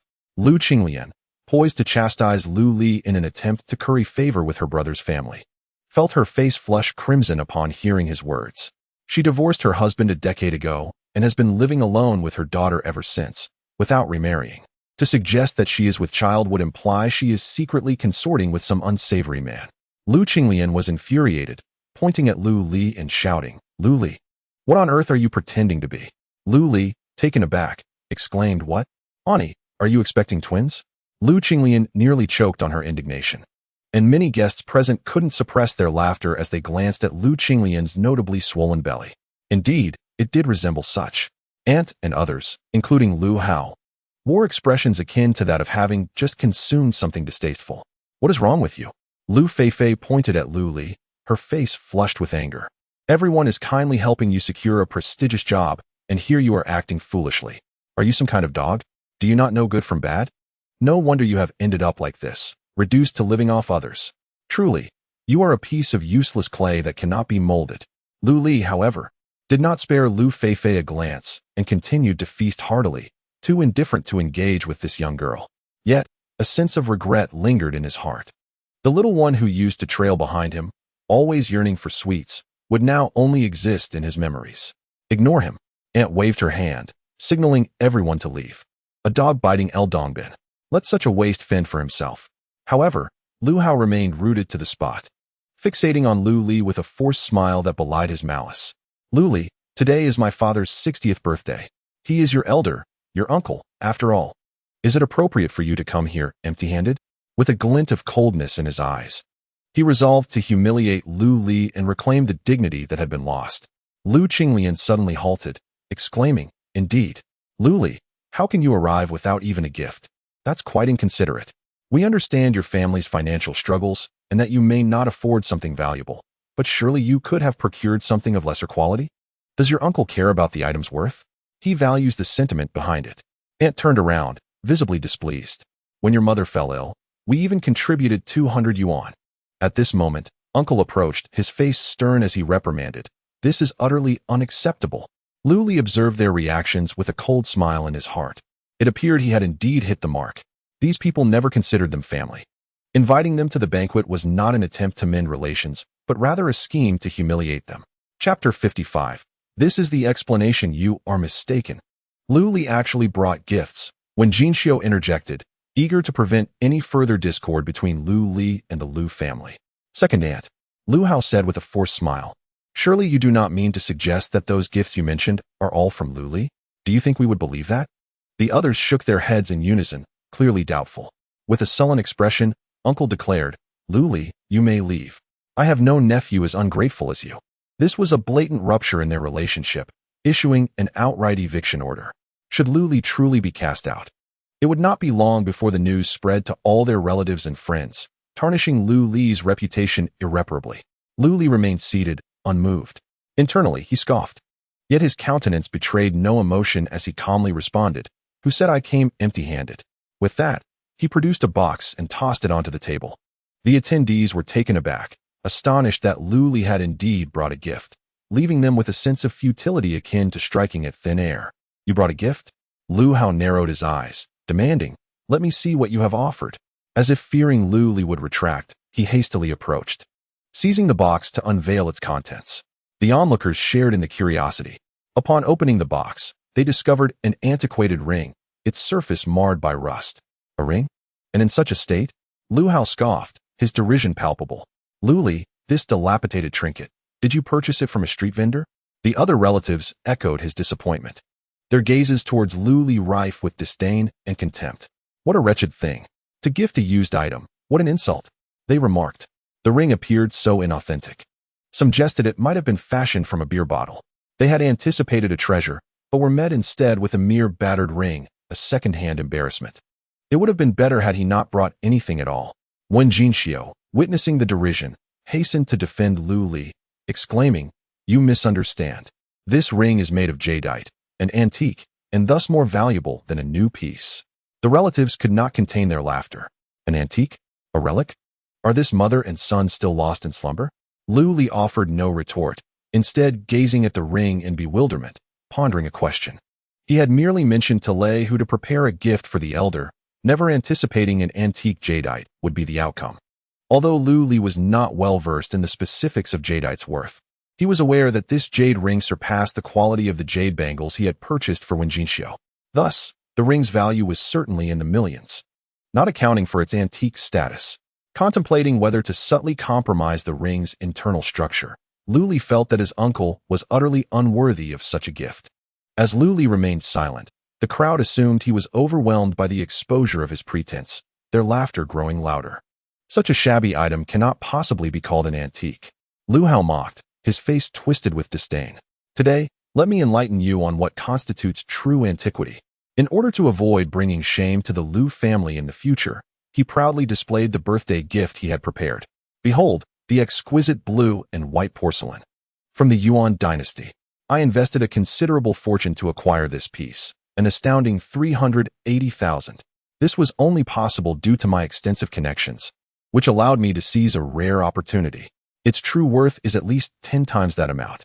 If I were to wait a few years before selling, it would surely start at 5 million. Lu Hao patted the yuan blue and white porcelain he had procured at such a steep price, exclaiming with enthusiasm, Do you see? This is what one calls an antique. This is a true treasure. That worthless trinket of yours would scarcely fetch a price at a street market. The relatives of the Lu family, upon hearing Lu Hao's words, could not help but voice their admiration. A piece of antique valued over 3 million. This is indeed a grand gesture, especially when compared to the shabby ring gifted by Lu Li. The difference is astronomical. No, there is simply no basis for comparison. Lu Hao patted Lu Li on the shoulder, laughing. You see, do you understand?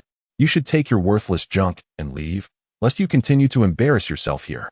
Lu Li turned to Lu Hao and suddenly wore a smirk. A genuine ring, and you call it embarrassing?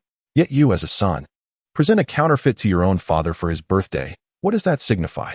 In an instant, the room fell silent. Everyone turned to Lu Hao, disbelief etched on their faces. Could it be that this yuan blue and white porcelain is a fake? The smile on Lu Hao's face froze. Then, as if someone had stepped on his tail, he erupted. You're talking nonsense. This yuan blue and white porcelain is something I obtained from a descendant of the 8 banners. I spent a full 380,000 on it. His ancestors were even princes.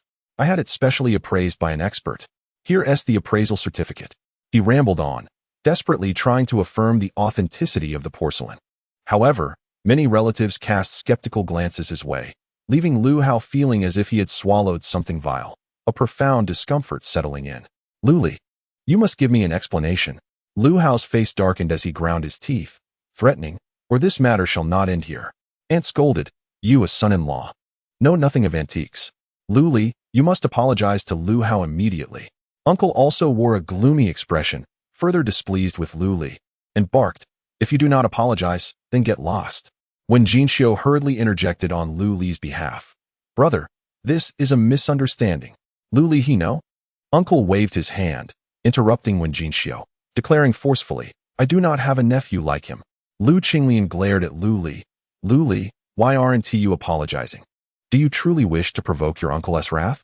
Lu Feifei's expression was equally stern. Do you not know that words can bring calamity? If you've done wrong, you must pay the price. The other relatives looked at Lu Li with mocking expressions. Lu Li ignored Uncle and the others, instead directing his gaze at the imposing Lu Hao. Do you truly want an explanation? Under Lu Hao's intense scrutiny, a sudden wave of inexplicable anxiety washed over him. At this moment, with so many relatives watching, he had to adopt a firm stance. Otherwise, would it not confirm his guilt? Indeed, I demand an explanation. Lu Hao spoke in a low tone, adopting a tone reminiscent of reprimanding a younger generation. You are now an adult. If you err, you must acknowledge it. Stand straight when facing punishment. Do you not understand this principle? Consider today's incident a lesson. It is far better to lose face in front of family than to suffer grievous injuries outside. Suddenly, a crash echoed through the room, interrupting his lengthy admonition. Lu Li had pushed the precious yuan blue and white porcelain, which Lu Hao had purchased at a considerable expense, off the table, allowing it to plummet freely. With a sharp sound, the yuan blue and white porcelain shattered into countless pieces. Instantly, the private room was engulfed in a profound silence. At that moment, time seemed to freeze. Lu Hao stood there, akin to a duck with its throat grasped, mouth agape, utterly stunned. His uncle and aunt, gazing at the fragments on the floor, were equally dumbfounded. The guests present widened their eyes, astonished and speechless. That was an ancient yuan blue and white porcelain worth millions. An antique. Was it truly destroyed just like that? Furious. Once he regained his composure, Lu Hao roared. He glared at Lu Li, his eyes reddened, pointing at him and shouting in agitation. Look at what you have done. You wretched beast. His uncle clutched his chest, nearly gasping for breath from the pain, while his aunt trembled with anger, gritting her teeth, wishing to rush forward and tear Lu Li apart. The guests also vociferously condemned Lu Li, believing he was lashing out in embarrassment, thus resorting to such reckless destruction. Lu Li remained calm. He opened Lu Hao's hand, picked up the base of the yuan blue and white porcelain, and gently tore it. With a soft rip, a layer of plastic film was peeled away. The outcry ceased abruptly. The originally furious Lu Hao stood there, frozen in shock, utterly bewildered. The crowd, which had been vocally denouncing Lu Li, was now equally stunned. What was happening? Wasn't this yuan blue and white porcelain an antique? Why was the design merely a layer of adhesive plastic film? Upon seeing this layer of plastic, even the most naive among them realized that the yuan blue and white porcelain was a counterfeit. Lu Li then picked up a larger shard, tearing a label from its inner surface, waving it before Lu Hao. This is my explanation. Cousin, are you satisfied? Lu Hao glanced at the label, and suddenly the world darkened before his eyes, nearly causing him to faint on the spot. Made in Vietnam. Suggested retail price, 38 yuan. Chapter 56. This is stolen goods. The room fell into a profound silence. Lu Hao stood there, feeling his blood pressure rise. The heat on his face was palpable, as if he had just been struck. Both uncle and aunt wore dark expressions, their gazes ablaze with indignation, furious that Lu Hao had been duped into purchasing a counterfeit item, thus losing face. Yet, their ire was directed even more fervently towards Lu Li, the one who had exposed the sham, bringing shame upon them. The assembled relatives exchanged glances, their eyes wide with astonishment, enveloped in a peculiar atmosphere of awkwardness. Lu Hao's wife, Qin Yun, glared at Lu Li, seething with the desire to scratch his face. This day was meant to showcase her husband's brilliance, yet it had been marred by this despicable outsider. Even if the Yuan Qinghua were fake, it was still 100 times better than your inferior ring. Finally unable to endure the peculiar stares of her relatives, Qin Yun erupted. She seized the ring that Lu Li had given her and displayed it once more for all to see. So what if my husband bought a counterfeit? He was deceived. It was not his intention. But you? You audaciously presented a ring made of a mere glass bottle, masquerading as jade to deceive us. You are the true villain here. The others nodded in agreement. Indeed, although Lu Hao had been misled into acquiring a counterfeit, his intentions were noble. Yet, you deliberately gifted a fake, a malevolent act. Exactly. Your heart is truly blackened. Could that ring of yours be artificially manufactured? It might even emit radiation. The crowd clamored, rallying to defend Lu Hao while disparaging Lu Li. At last, Lu Hao's expression lightened. Qin Yun glared at Lu Li, haughtily declaring, "Hurry and take your worthless trinkets and leave. You are not welcome here." What worthless trinkets? As soon as Qin Yun finished speaking, a robust voice resonated from the entrance. A middle-aged couple entered, and upon seeing them, Uncle and the others rushed forward with warm welcomes. This couple was none other than Qin Yun's parents, Lu Hao's father-in-law and mother-in-law, who had been delayed by some matters. After exchanging pleasantries, Qin Baichuan jovially inquired, "What were you all saying about a ring and worthless items? We could hear you quite clearly from outside." Qin Yun quickly responded, "Dad, you arrived just in time. Come and authenticate this ring to see if it's genuine." The others brightened at her words. Lu Hao's father-in-law, Qin Baichuan, worked in a museum and was an expert in antiques. Many archaeological projects in the country sought his expertise. When Lu Hao had purchased the Yuan Qinghua, he had deliberately concealed this from his father-in-law. Otherwise, he would not have faced such humiliation today. "Oh, a ring? Let me see," Qin Baichuan said, intrigued. "This is the ring." Qin Yun snatched it from Lu Li's hands and presented it to Qin Baichuan. Qin Baichuan casually accepted the ring. But upon merely glancing at it, his expression shifted to one of astonishment as he exclaimed, "Is this truly a jade cloud longevity ring?" The crowd was momentarily taken aback. This seemingly worn and soiled ring was genuinely made of jade? Qin Yun, still skeptical, interjected, "Father, could you be mistaken? Look at the ring. It's so old and dirty. How could it possibly be jade?" With a serious demeanor, Qin Baichuan asserted, "I am absolutely certain. This ring is made of ice type, yang green jade from an old mine. What you perceive as flaws are, in fact, its merits, which will exponentially increase its value." Merits? Exponentially increase in value? The attendees were left in utter bewilderment. Had the 38,000 yuan blue and white porcelain purchased by Lu Hao turned out to be a counterfeit? Meanwhile, this worn-out ring presented by Lu Li was, unexpectedly, an antique and a treasure? In-laws, do enlighten us. Just how much is this ring worth? Aunt suddenly expressed a keen interest. Others also gazed at Qin Baichuan with eager anticipation. Indeed, this was their primary concern. After a moment of contemplation, Qin Baichuan replied gravely, "Based solely on the quality of the jade, it is estimated to be around 1.5 million. However, being an antique, it is likely a cherished possession of a historical figure, which means it cannot be valued merely on that basis. If we can ascertain its age, its worth could rise to approximately 5 million.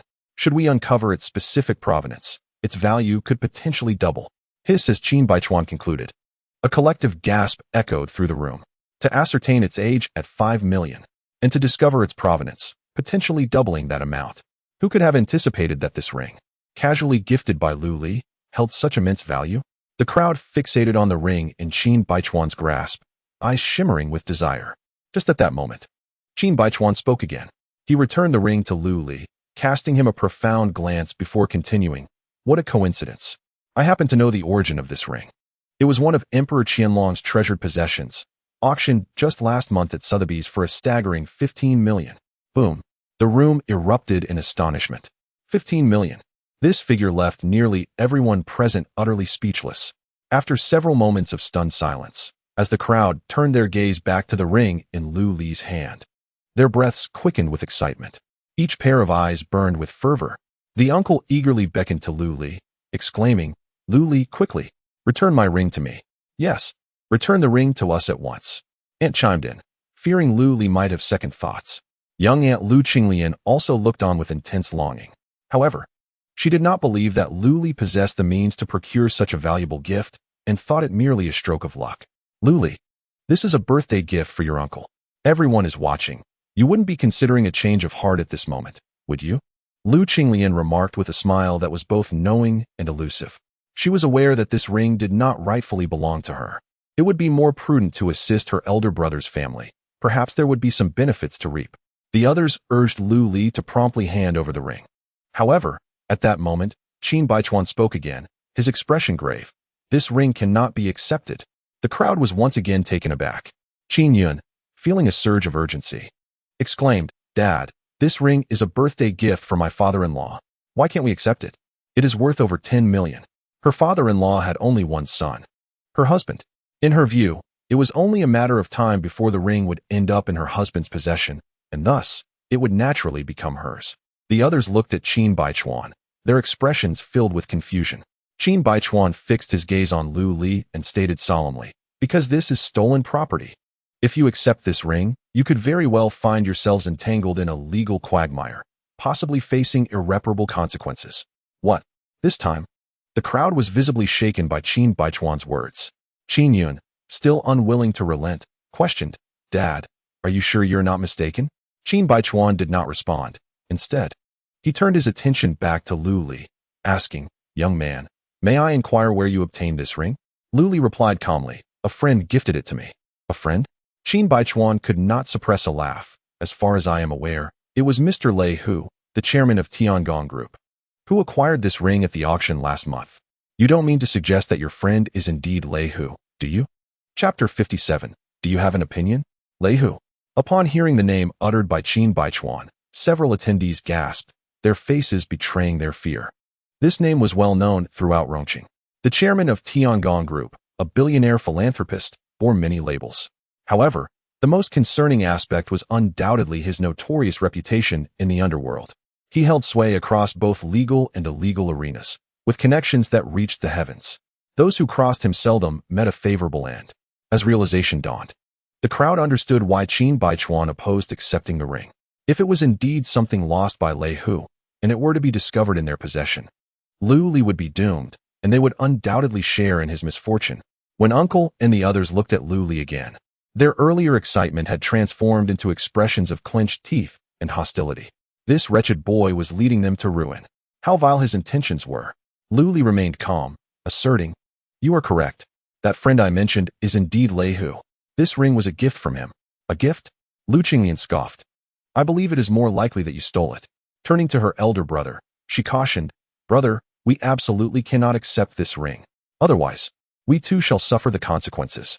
Lu Feifei pointed at Lu Li and exclaimed, "Lu Li, you have brought this trouble upon yourself. Bear the consequences alone. Do not implicate us." "Indeed, absolutely unacceptable. Yes, we must resolutely return it.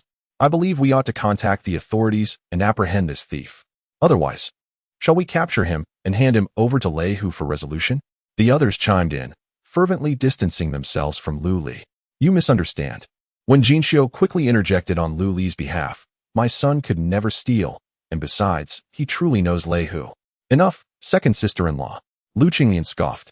"Do not embellish your son's reputation. He is merely a son-in-law. If he knows Lei Hu, then I am acquainted with the tycoon Song Wansan." The elder uncle, with a somber expression, pointed at Lu Li and commanded, "Lu Li, you must return that ring immediately.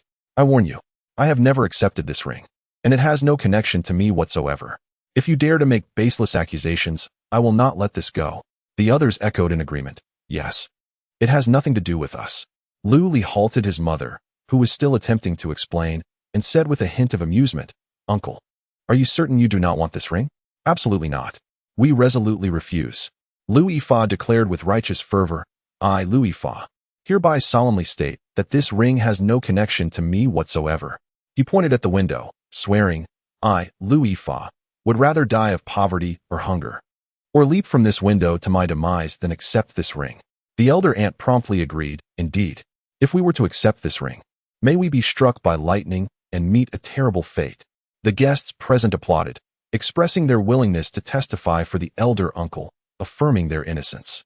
Lu Li nodded. "Very well. Since you refuse, I shall take it back." "Wait." Qin Baichuan interjected, blocking Lu Li's path, his tone grave. "Since this ring involves Mr. Lei Hu, it is no longer solely your affair. Did you not claim that this ring was gifted to you by Lei Hu?" I happen to have Mr. Lei's contact number. Are you willing for me to verify this with him? He scrutinized Lu Li with a gaze akin to that of a thief, clearly skeptical of Lu Li's honesty. Verification is imperative. Qin Yun interjected loudly. Father, please call Lei Hu immediately. And be sure to clarify that this theft was solely Lu Li's doing and has nothing to do with us. The elder aunt hurriedly concurred. Yes. In-law, you must ensure this is made clear. Qin Baichuan nodded. Rest assured, I will personally affirm your innocence. Then, he turned to Lu Li and pressed, Do you dare? Feeling the cold intensity of the gaze directed at him, Lu Li could not help but smirk. What is there to fear? Let us verify it. I too wish to hear what Lei Hu has to say. Excellent. Qin Baichuan replied with a chilling smile, opting not to waste further words. He directly retrieved his phone and found Lei Hu's number, dialing it amidst the expectant gazes of the crowd. However, not long after, he hung up with an embarrassed expression. Once again looking at Lu Li, his face flushed with shame, he stammered, I must apologize, young brother Lu. I misjudged you. Please forgive my misunderstanding. The onlookers, who were ready to witness Lu Li's humiliation, were left utterly dumbfounded. What was happening? Qin Baichuan was actually apologizing to Lu Li? Could it be that the ring was not stolen by Lu Li, but rather gifted to him by Lei Hu? Was it possible that Lu Li was truly friends with Lei Hu? Lu Hao, unable to accept this revelation about his cousin, exclaimed, Father, are you mistaken? Lu Li is merely a son-in-law. How could he possibly know Lei Hu? He lacks the qualifications to be acquainted with such a figure. How could Lu Li possess the worthiness to be friends with Lei Hu and receive a gift valued at millions? What's the misunderstanding here? Qin Baichuan admonished. Young mister, Lu is distinguished and talented. It is not surprising that he could befriend Lei Hu. This is impossible. Annie could hardly believe it, exclaiming loudly, In-laws, you must be mistaken. If he truly possessed such prowess, would he still be a son-in-law? Did you perhaps fail to convey his identity clearly? Why not call again and explain the details to Mr. Lei? She bore a face of reluctance, unwilling to see her son overshadowed by someone she deemed a worthless individual. When Jinxiu sighed, You are gravely mistaken. Lu Li truly knows Lei Hu. Impossible. This is absolutely inconceivable. The uncle waved his hand dismissively, interrupting Wen Jinxiu without hesitation. We are well aware of Lu Li's capabilities. He then turned to Qin Baichuan with eager anticipation. In-laws, why not call again and elaborate? Seeing the consensus among the crowd, Qin Baichuan began to doubt his previous vague explanation. He nodded, conceding, Very well then.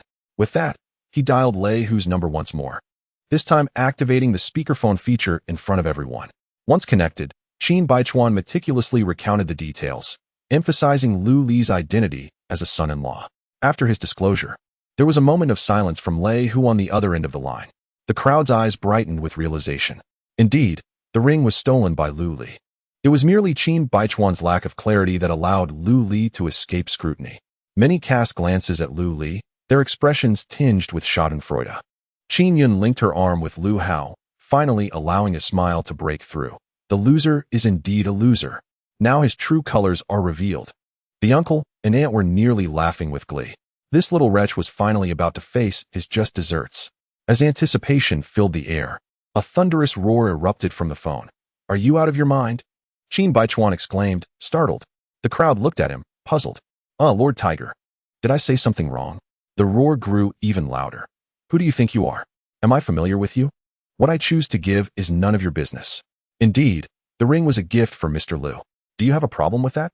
Should I come over right now and explain it to you again in person?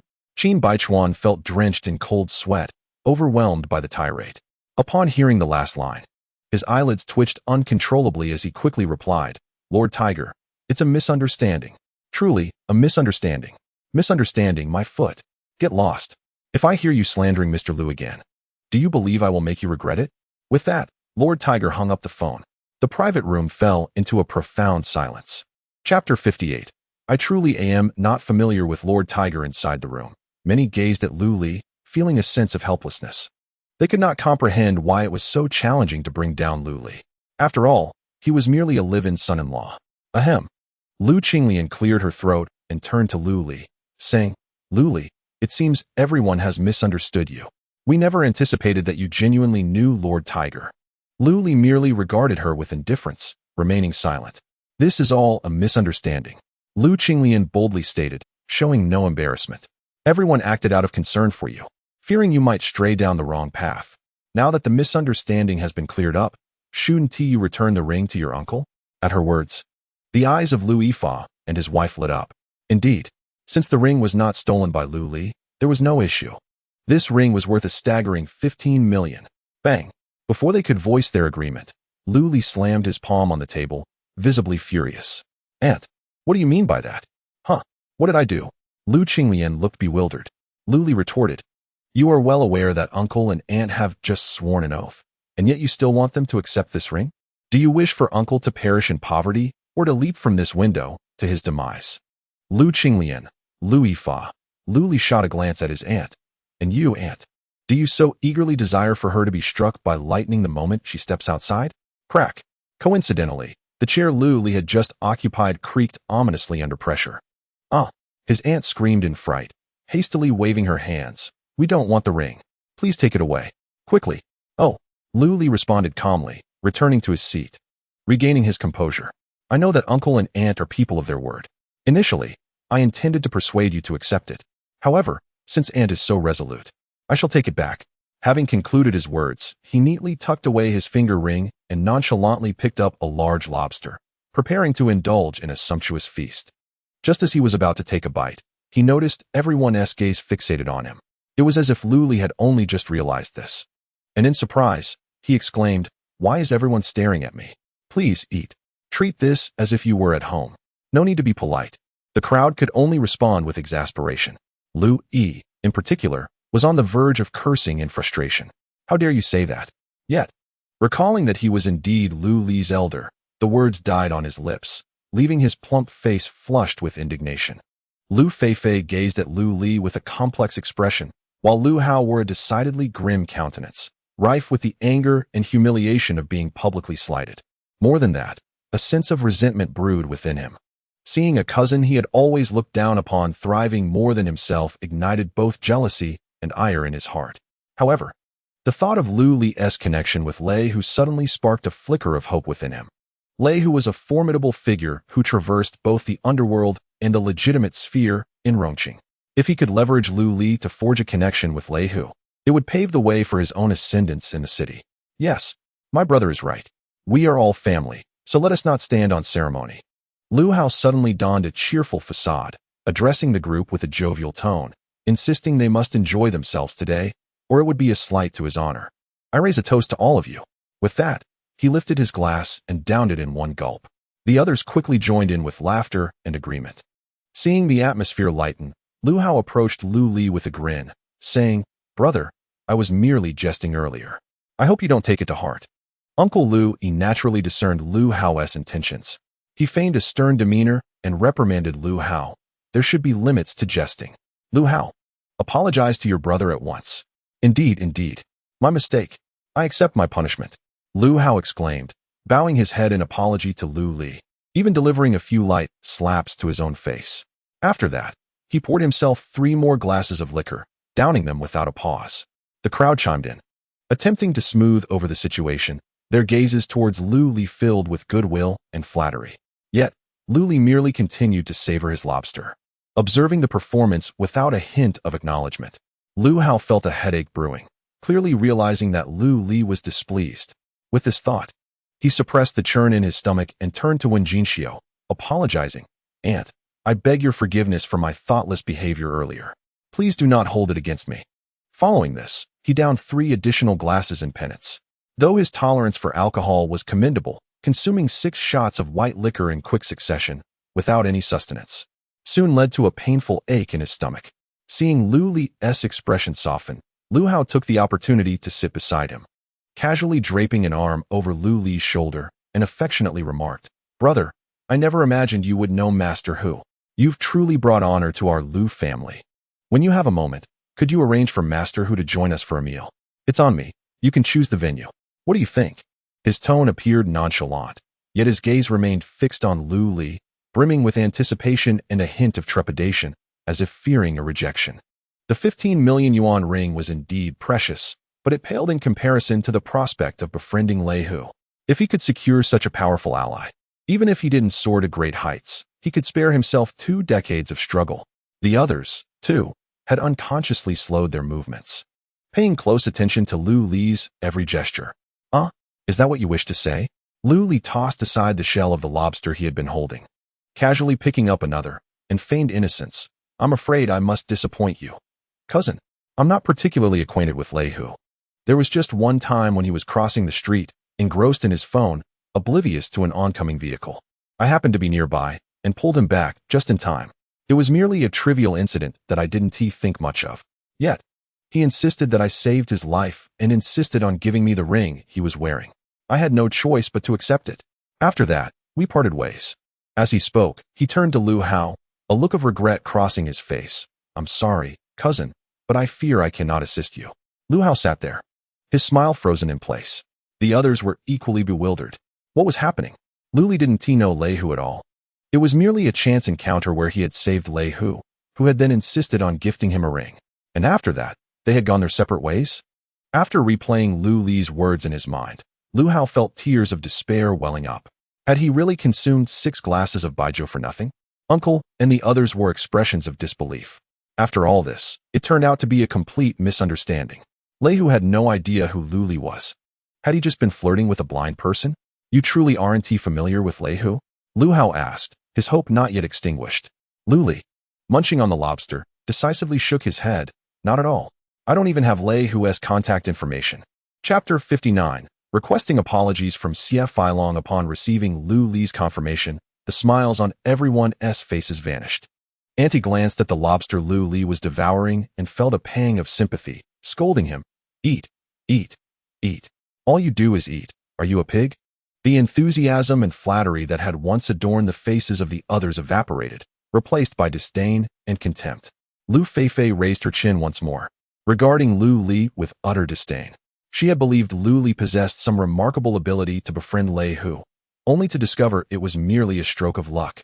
That was a life debt owed to Lei Hu. Someone couldn't help but sigh and lament. If I were in that position, I would never have accepted that ring. Others nodded in agreement. Although the ring was undoubtedly valuable, it paled in comparison to the obligation owed to Lei Hu. Leveraging this favor could potentially lead to great success. The country bumpkins remained oblivious to the opportunity before them, short-sighted and narrow-minded. Bang! When Jinxiu suddenly slammed her hand on the table and stood up, startling many in the room.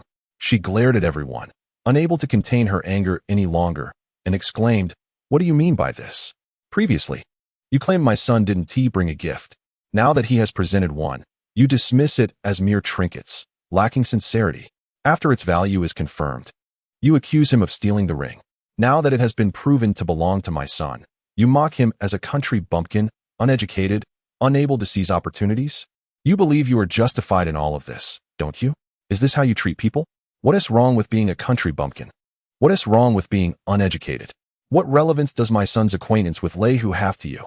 Are you feeding us? If you don't want us here, just say so. Is this all a game to you?" After her outburst, she ignored the disconcerted faces around her and pulled Lu Li aside, saying, "Son, let us go home.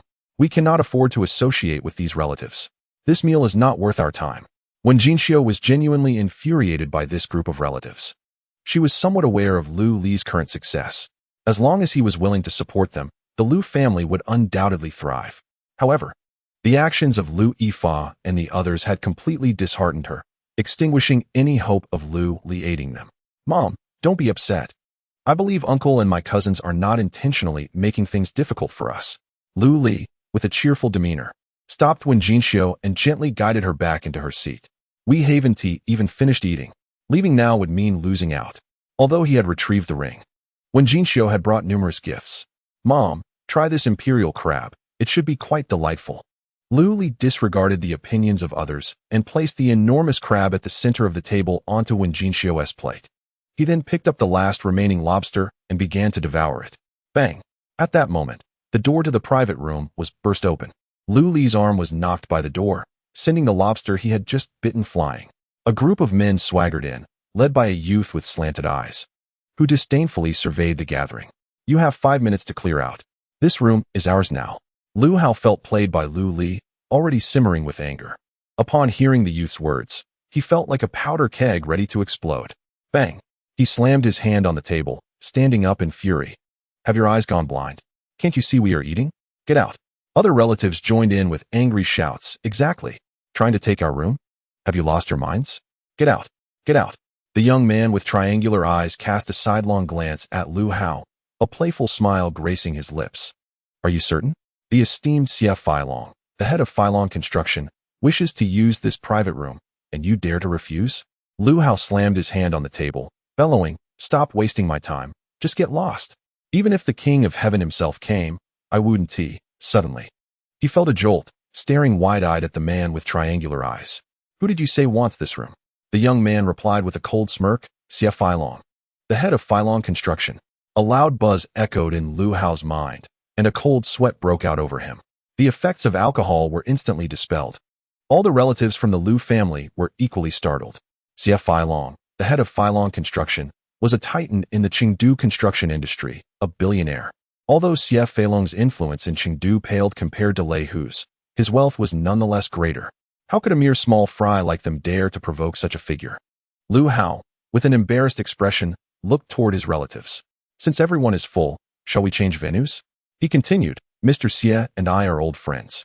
He even placed a 50 million order with me. We must give him face. His uncle stood up in agreement.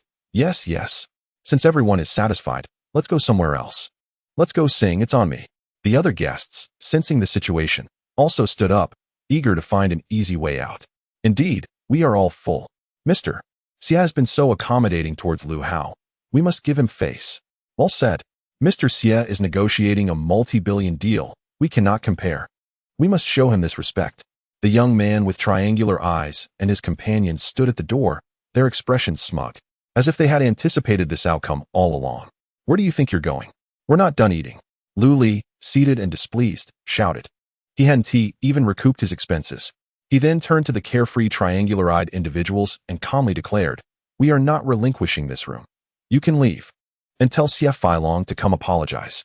This is Lu Li speaking.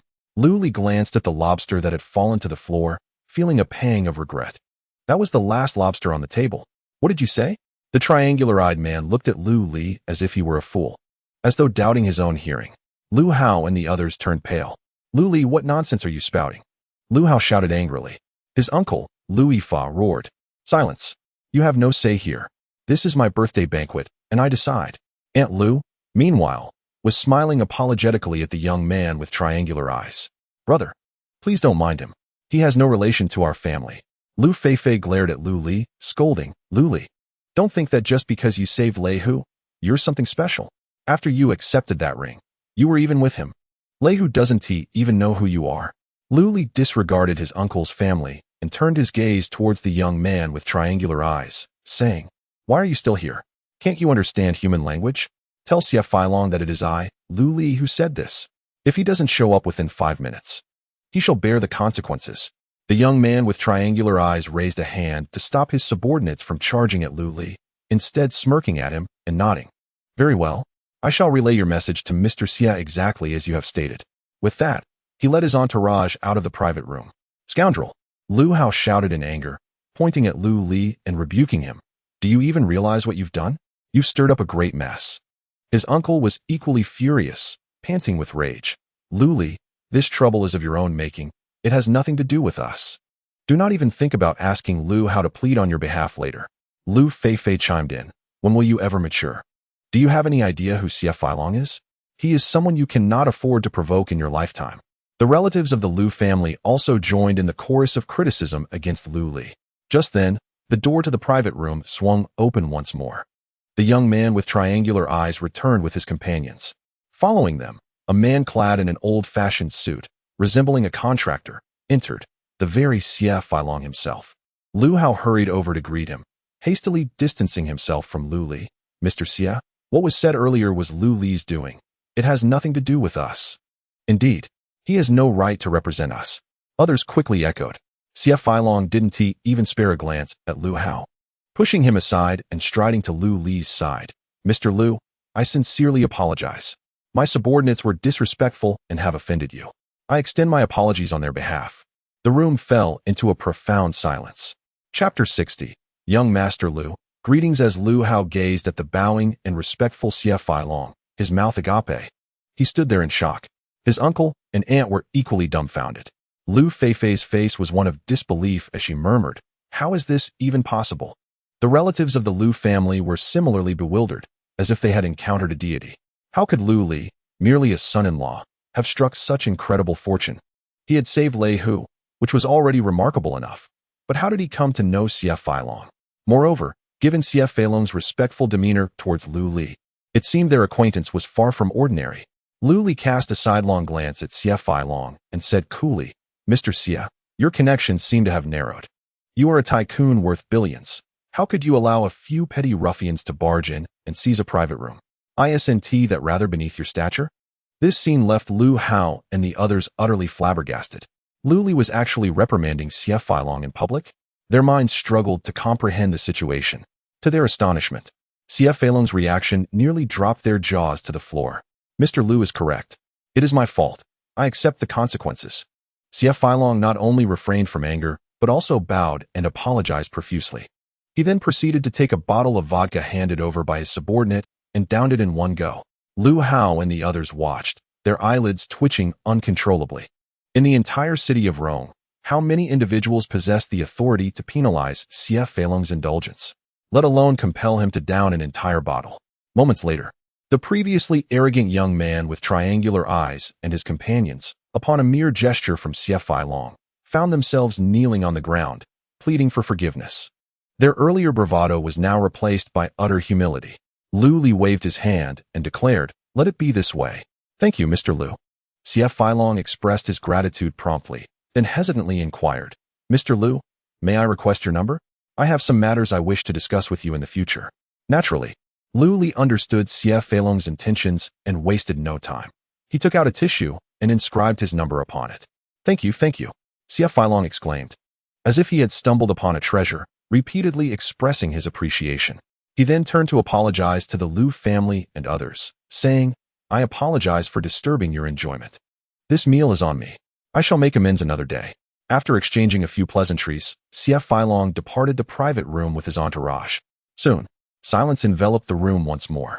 Lu Hao and the others gazed at Lu Li, their expressions awkward and filled with an indescribable embarrassment. After a brief pause, Lu Hao mustered the courage to ask, "Lu Li, are you friends with Mr. Xie?" "Mr. Xie?" Lu Li glanced at him and suddenly realized, "Oh, you mean Xie Feilong. I know him, but we aren't particularly close. Just the other day, he was crossing the street, absorbed in his phone, and nearly got hit by a car. I happened to be there and pulled him back. He insists that I saved his life." Lu Hao and the others, fixated on Lu Li, could hardly contain their frustration. Lu Li, placing his hand on his chest, declared, "I genuinely am not familiar with him. I don't even have his contact information." The group stared at Lu Li, their desire to confront him palpable. Rising to his feet, Lu Li swore, "You don't believe me, do you? Then I swear. If I were very close to Xie Feilong before today, may I die in poverty, hunger, or leap from this window to my demise." Still not convinced, Lu Li continued, noticing their lingering skepticism, "If I were once very familiar with him, may lightning strike me." Lu Li's uncle let out a groan, nearly choking on his own disbelief.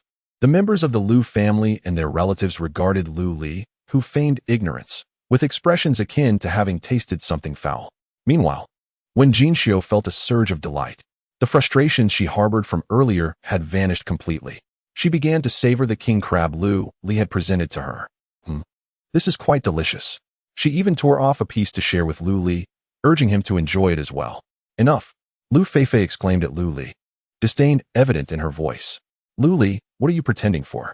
Don't think that knowing Xie Feilong makes you someone significant. No matter how powerful he is, he still relies on the Xiong Tu group to survive. Without it, he would go bankrupt in an instant. Do you believe that?" She lifted her chin, exuding an air of arrogance.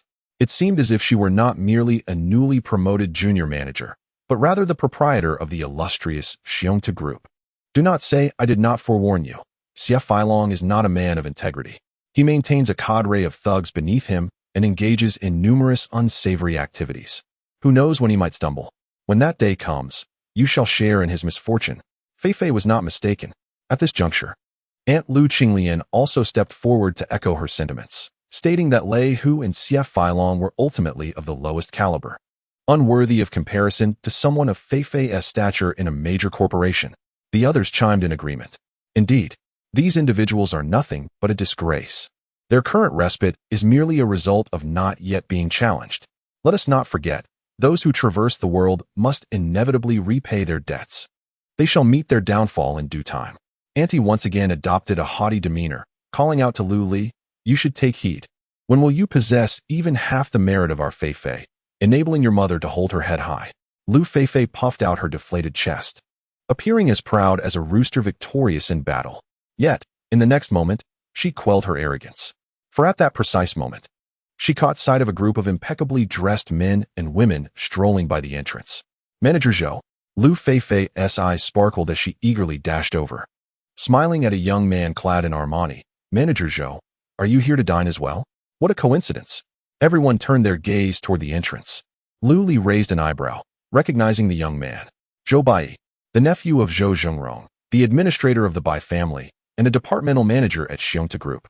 He had previously made advances towards Su Qingyao at a Western restaurant, resulting in a rather humiliating incident, and now bore a bandage on the back of his head. "Oh, it's Fei-Fei. You're dining here as well?" Zhou Bai glanced at Lu Fei-Fei, his tone perfunctory. "Yes, today is my father's birthday, and we are gathering for a family meal." Lu Fei-Fei quickly replied, "Manager Zhou, why not join us for a while?" She then called into the private room. "Mom and Dad, this is the manager of our Fiancée Group, my immediate superior." Both uncle and auntie immediately sprang to their feet, their faces betraying a mix of anxiety and eager smiles. However, Zhou Bai frowned slightly, feeling somewhat put off by Lu Fei-Fei's enthusiasm. He was not particularly acquainted with her. Just as he was about to decline, he caught sight of Lu Li, who was savoring a crab leg in the private room, and was momentarily taken aback. He instinctively blinked, doubting his own eyes. Upon confirming that it was indeed Lu Li seated in the room, Zhou Bai's demeanor shifted from aloofness to a bright smile, and he promptly stepped into the private room. Witnessing Zhou Bai accept her invitation filled Lu Fei-Fei with a sense of pride. She could not resist casting a triumphant glance at Lu Li. "Did you see that? This is what true high society looks like." Uncle and auntie were also beaming with pride as they approached to greet him, their hands extended eagerly from several meters away. However, Zhou Bai simply walked between them without acknowledgement. "Good afternoon, Lu Xiao." Zhou Bai approached Lu Li with a few strides, then bent down respectfully, exclaiming, "I did not expect to find you here." Lu Fei-Fei stood there, her mouth opening and closing, yet unable to utter a single word.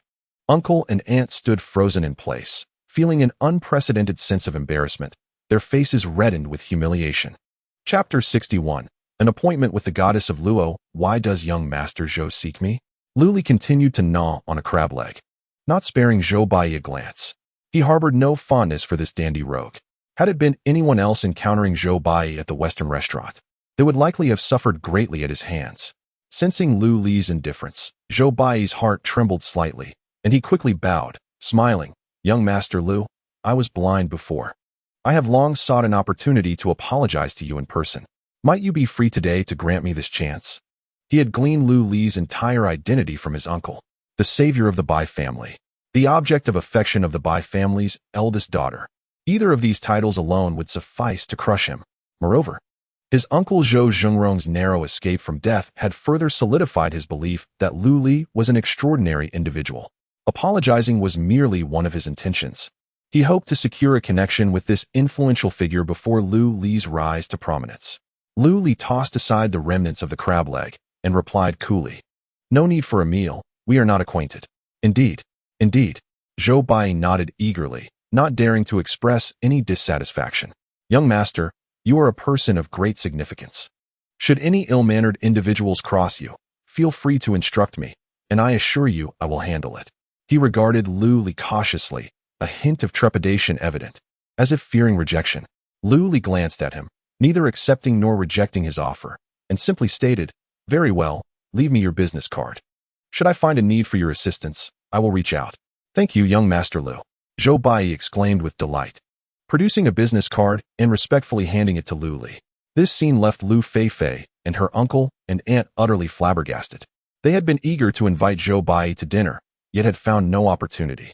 Now, Zhou Bai sought to treat Lu Li to a meal, contingent upon Lu Li's mood. The thought of it left her uncle and others feeling as though they might vomit with frustration. "Manager Zhou, do you know my brother?" Lu Feifei approached, unable to suppress her curiosity. She still found it hard to believe that the affluent and handsome Zhou Bai could possibly know her cousin, who had become a son-in-law. However, she was no fool. She noticed Zhou Bai's unusual demeanor towards Lu Li. Hence, she refrained from calling him by his name and instead referred to him as brother. This was the first time she had used such a term since Lu Li's arrival. Ah, Feifei is young Master Lu's sister? Zhou Bai expressed surprise. His tone, once cold and distant, now bore a hint of warmth and familiarity. Upon realizing this, Lu Feifei was filled with uncontainable joy. However, the words that followed from Lu Li plunged her heart into despair. It is my cousin, Lu Li corrected, moreover. We are not close. After uttering this, he refrained from glancing at Lu Feifei's increasingly sullen expression and stood up to address Wen Jinxiu. Mother, shall we return home? Wen Jinxiu nodded, choosing not to speak further on behalf of her uncle's family. Her resolve regarding them had long since hardened. I understand. Zhou Bai promptly nodded, respectfully declaring, I will escort young Master Lu and Aunt. Initially, he had intended to elevate Lu Feifei's standing, but now he had mentally condemned her to a fate of irrelevance. Lu Feifei stood awkwardly, her complexion shifting from pale to crimson. Ultimately, she could only watch helplessly as Lu Li and the others departed, filled with both resentment and regret. Recalling the harsh words she had directed at Lu Li earlier, her cheeks flushed with embarrassment. Though still young, she had entered one of the nation's top 100 enterprises and held a supervisory position. Believing herself to be superior to Lu Li, little did she know, Lu Li had long since established camaraderie with figures like Lei, Hu, and Xie Feilong. She had wanted to invite her superior, Zhou Bai, to dinner but had never found the opportunity. Yet, Zhou Bai's respect hinged upon Lu Li's demeanor. If Lu Li remained an inconsequential figure, what would that make her?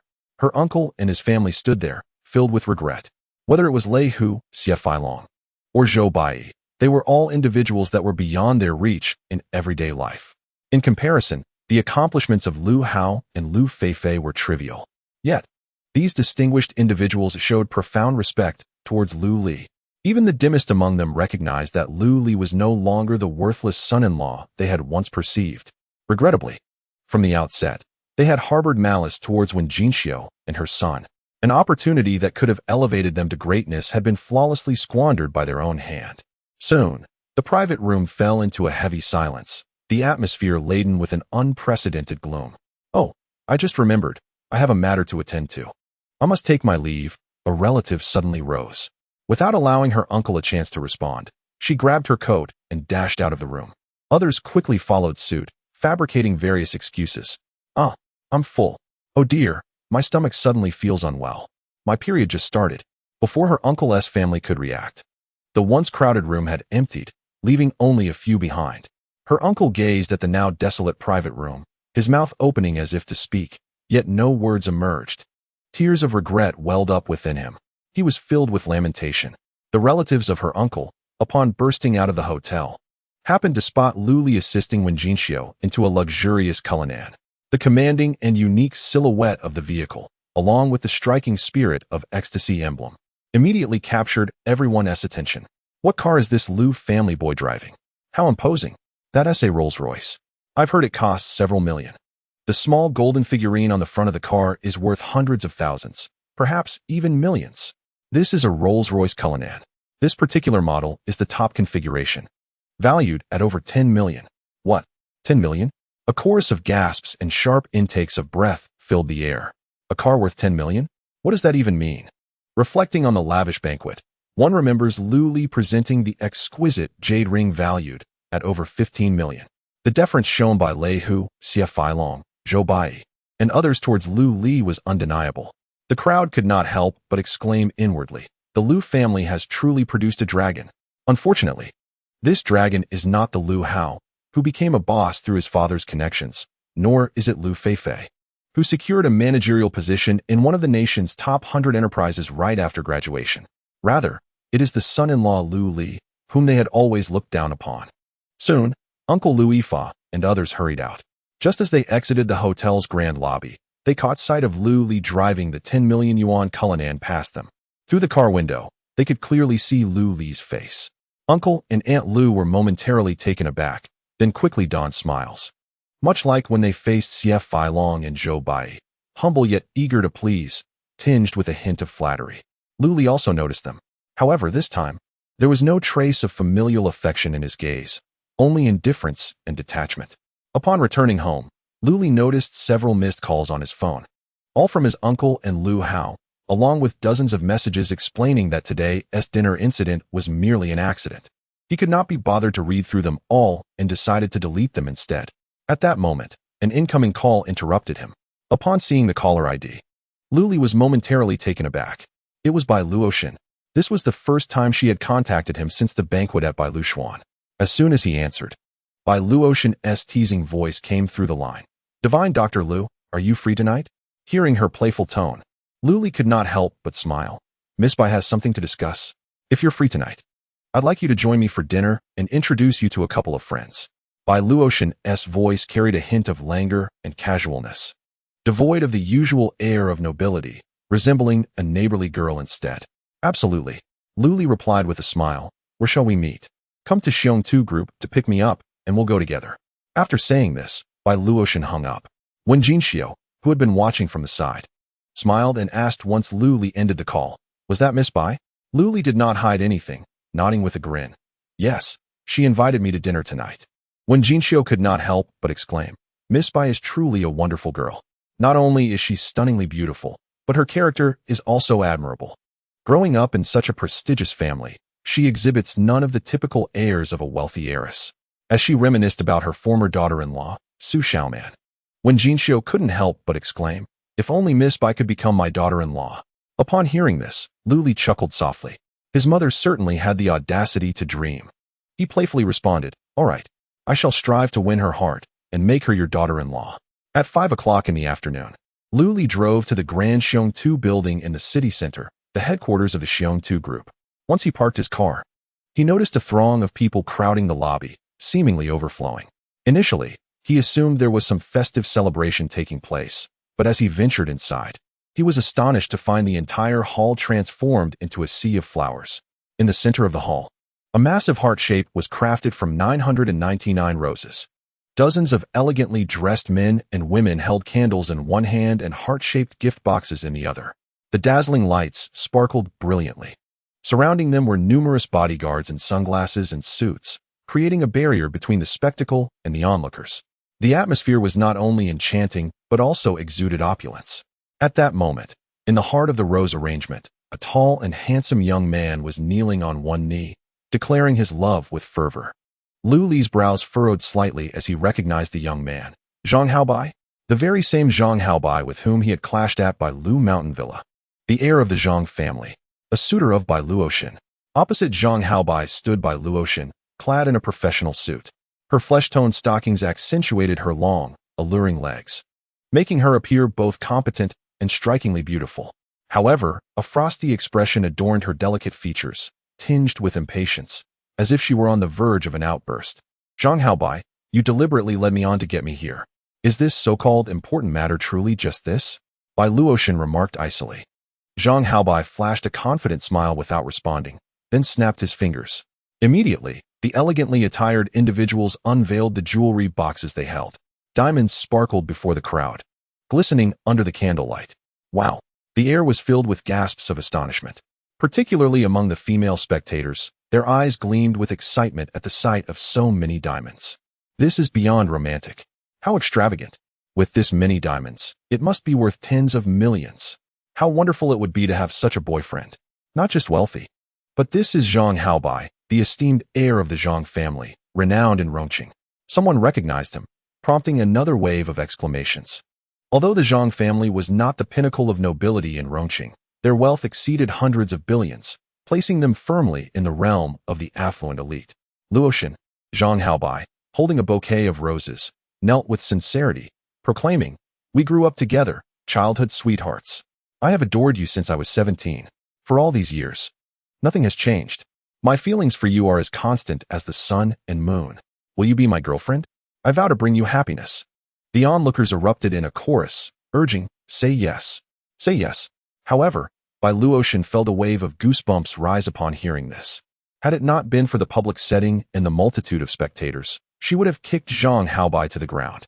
Noticing that Bai Luotian remained unmoved, Zhang Haobai gritted his teeth and produced a jewelry box. Inside lay a striking red diamond, larger than the others, the blood-red stone, the size of a dragon's eye, sparkled enchantingly under the lights. This red diamond was procured at a great expense from Africa and meticulously crafted by the renowned international jeweler Tiffany. I named it the love of the century. It symbolizes my unwavering affection for you, strong, eternal, and unbreakable. Zhang Haobai held the diamond before Bai Luotian, his gaze filled with ardor. The crowd erupted in another wave of gasps. What a magnificent red diamond. Such a sizable gem must be worth tens of millions, right? Tens of millions? What a joke. Last year at Sotheby's, a pea-sized red diamond sold for a staggering 120 million. This one, being so large, must be worth at least 200 million. Let us not forget Tiffany is among the pinnacle of jewelry design. Just a casual piece designed by them is worth millions. This piece, designed by Tiffany, must be worth at least 20% more. The spectators were animatedly discussing the diamond, their eyes fixated on the treasures within the jewelry box. Had it not been for the imposing bodyguards, they might have rushed forward in a frenzy to seize it. Bai Luotian glared at Zhang Haobai and said coldly, "Zhang, have you had enough of this charade?" Zhang Haobai's smile faltered, and he replied with forced composure, "Luotian, I truly like you, but I do not like you." Bai Luotian interrupted icily, "I have already stated that I have a boyfriend. Please do not harass me any further." With that, she turned to leave. Upon hearing her words, anger surged in Zhang Haobai's handsome features. Grabbing Bai Luotian's wrist, he exclaimed, "Luotian, stop deceiving me. We both know you don't have a boyfriend. That mud-legged boy is merely a shield you have constructed. He isn't worthy of even licking my shoes, let alone being your boyfriend. Damn it." Luli, overhearing Zhang Haobai's disparagement, couldn't he help but curse under his breath. He was unwilling to linger any longer and stepped forward. However, as he advanced a few paces, he was halted by a bald bodyguard clad in a suit. "What do you want?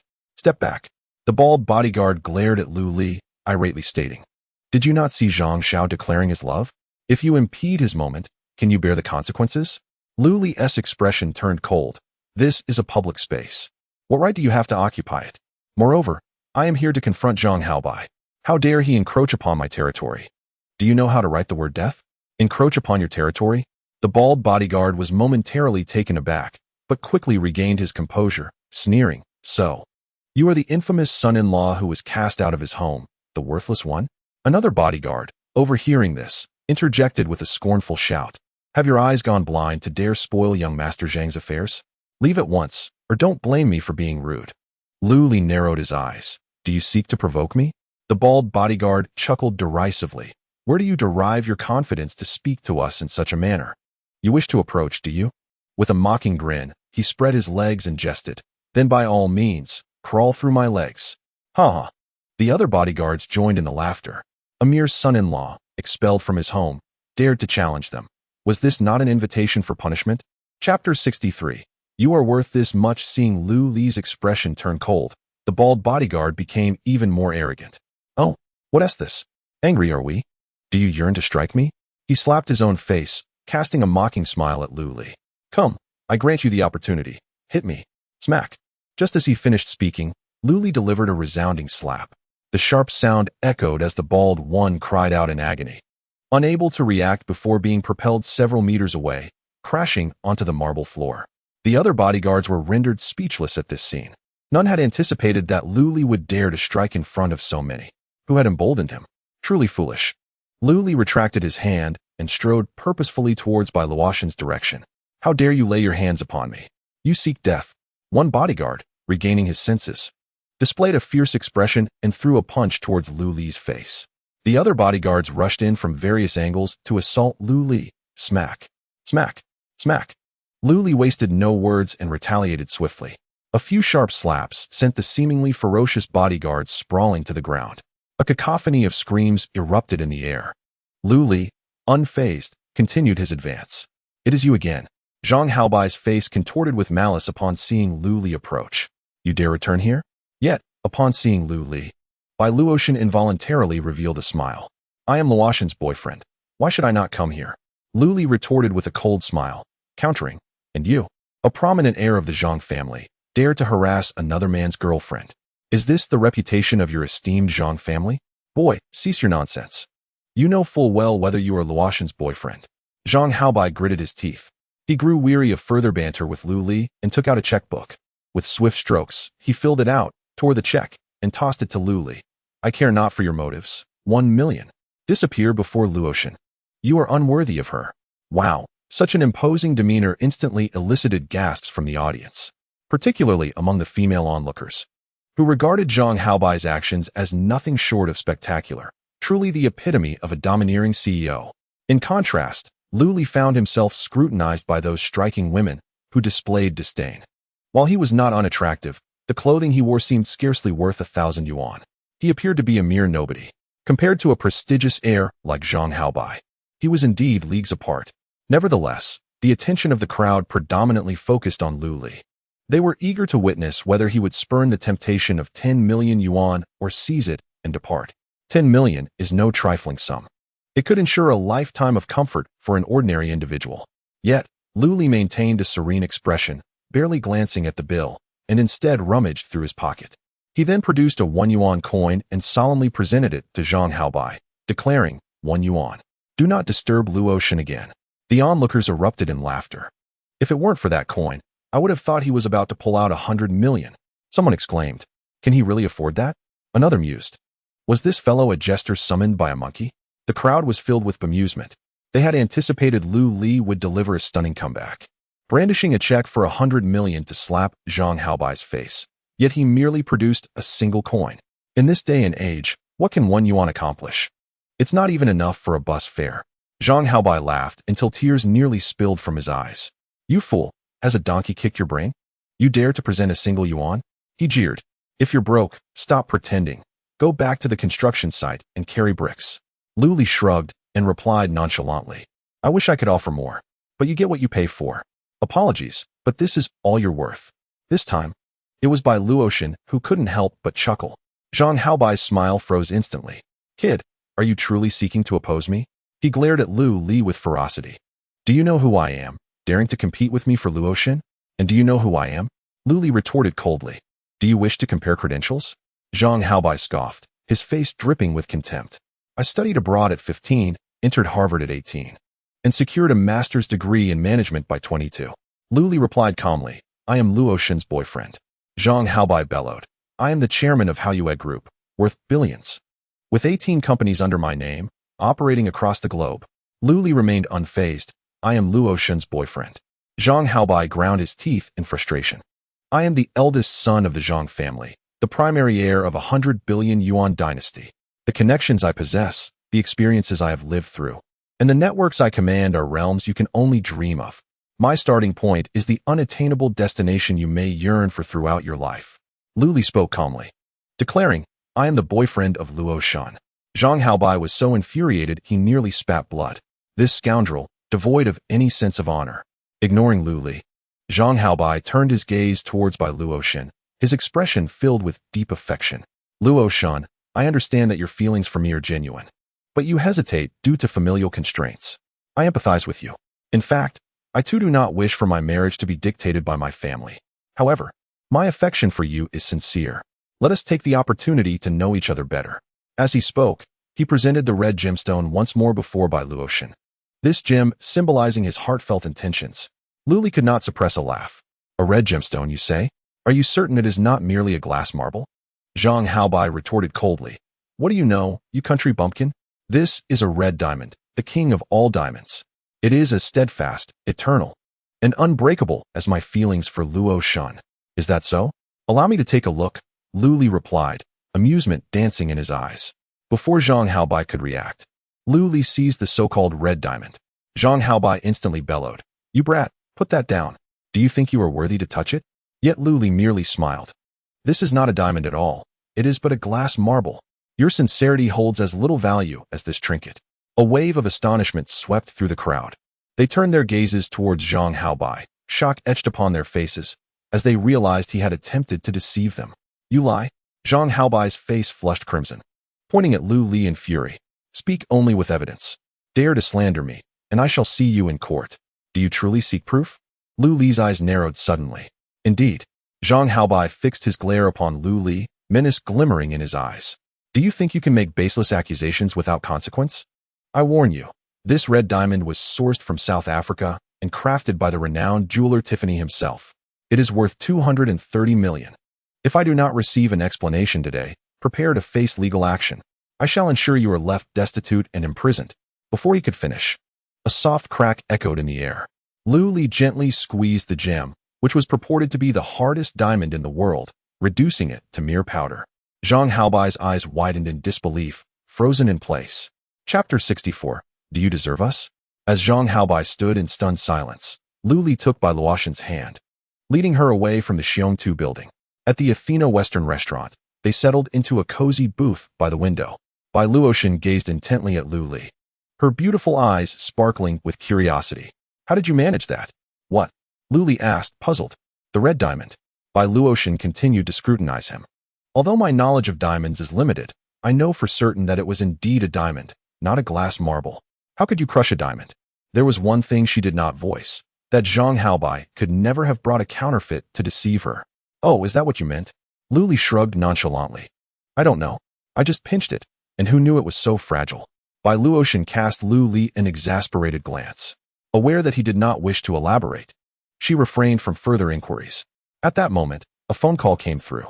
After answering, Bai Luoxin informed Lu Li, my two friends will be a while longer. Let us eat without waiting for them. When the steak arrived, Bai Luoxin cut her portion neatly and swapped it with Lu Li's. This surprised Lu Li slightly. He glanced at Bai Luoxin and then at the evenly sliced steak before him.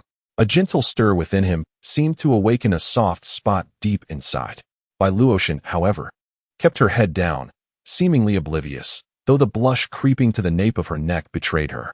Seeing Lu Li silent, Bai Luoxin broke the awkwardness, saying, I didn't step in to clarify the Su family matter for you. Are you upset with me? Lu Li smiled and shook his head. I am not so petty. Moreover, you have already done enough for me. Bai Luoxin expressed her regrets. Perhaps you are unaware, but it seems I have dragged you into this. I intended to clarify things for you, but my grandfather intervened. At her words, Lu Li raised an eyebrow. Bai Luoxin sighed. In the past, my grandfather's health was poor, and to avoid internal family strife, he decided early on that I would be the family heir. However, after your treatment, not only has his long-standing ailment been cured, but he also appears rejuvenated by decades. Lu Li took the cue, remarking, thus, his mindset has undergone a transformation. He is no longer content to be a mere figurehead, but desires to regain control over the Bai family. Your grandfather likely wishes to avoid the stigma of usurpation, so he refrains from directly seizing your power, instead opting to support your third uncle, setting the stage for a competition. When the time is ripe, he will reclaim the authority you hold. It seems your grandfather may not only have prevented you from clarifying matters for me, but he may also have tacitly allowed the Su family to tarnish my reputation online, with your third uncle poised to stab me in the back. Am I correct in my assessment? Bai Luoxin stared at Lu Li, her face reflecting astonishment. How did you know? Lu Li chuckled and shrugged. Is it so difficult to guess? Bai Luoxin laughed in response. Initially, she had intended to provide a detailed explanation, but it now seemed unnecessary. I'm somewhat curious.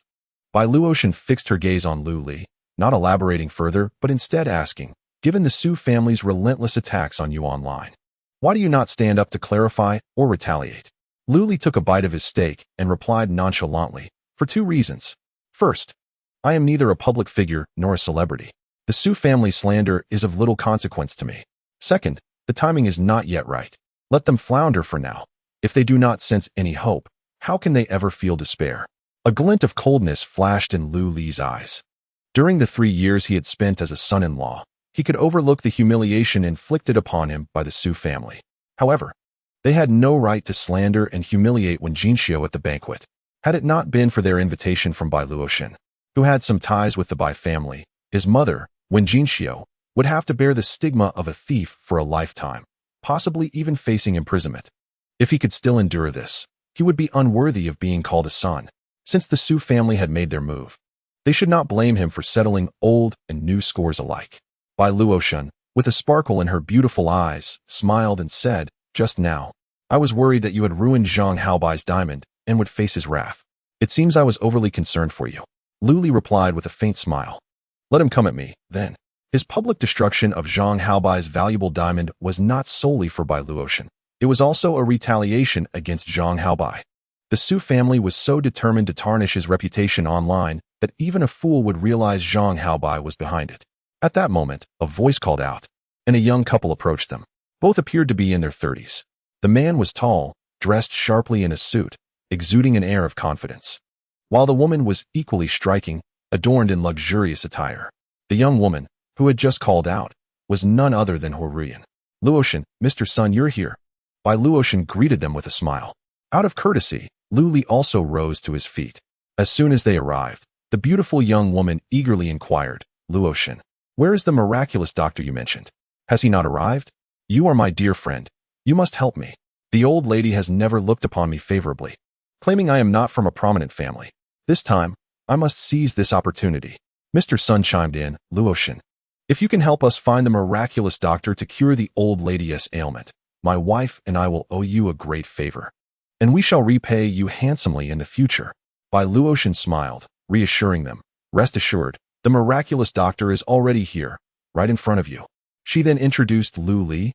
Lu Li, this is my dear friend Huorian, and this is her husband, Mr. Sun Xinyu. Mr. Sun's grandmother has been unwell lately. Having consulted numerous doctors and visited various hospitals, yet no one has been able to diagnose her condition. Rian is my close friend, and upon hearing that you cured my grandfather, she wished to meet you. Lu Li nodded and smiled as he extended his hand. Hello, Mr. Sun, Mrs. Sunday. Sun Xinyu scrutinized Lu Li, his brow furrowing in disbelief. Huorian's expression darkened, and without even glancing at Lu Li, she turned to Bai Luotian, saying, Luotian, are you joking? How can there possibly be a miraculous doctor so young? Bai Luotian, aware of their skepticism, quickly interjected, Rian, do not be anxious. I would never jest about such matters. Lu Li truly cured my grandfather's illness. Moreover, the current condition of my grandfather is evident to you all. This is entirely due to Lu Li's efforts. Sun Xinyu gazed at Lu Li, his expression rife with skepticism. Are you a doctor? Which university did you graduate from? Or who is your esteemed mentor? Lu Li withdrew his hand and casually replied, my background is in medicine, yet I am not a disciple of any renowned expert. In fact, I do not even possess a medical license. My skills in medicine are entirely self-taught. Nonsense. Upon hearing that Lu Li lacked a medical license, Sun Xinyu's face darkened entirely as he rebuked, how dare you practice medicine without even a license? Do you understand that this is a matter of life and death, punishable by imprisonment? Bai Luotian immediately furrowed her brow. Mr. Sun, you are being overly harsh. Although Lu Li does not have a medical license, his skills are truly impressive. I can vouch for him. You can vouch for him? How can you do that? Sun Xinyu interrupted Bai Luotian without hesitation, asserting, if anything happens to the old lady, can you bear the consequences, or can he? Huorian, equally incensed, said, Luotian, what is the matter with you?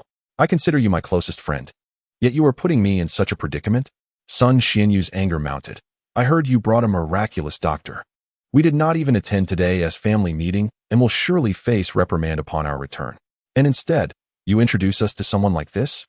Do you even consider Rian, or our trust in you? Chapter 65. The jade-gored Sun Xinyu and his wife appeared utterly exasperated.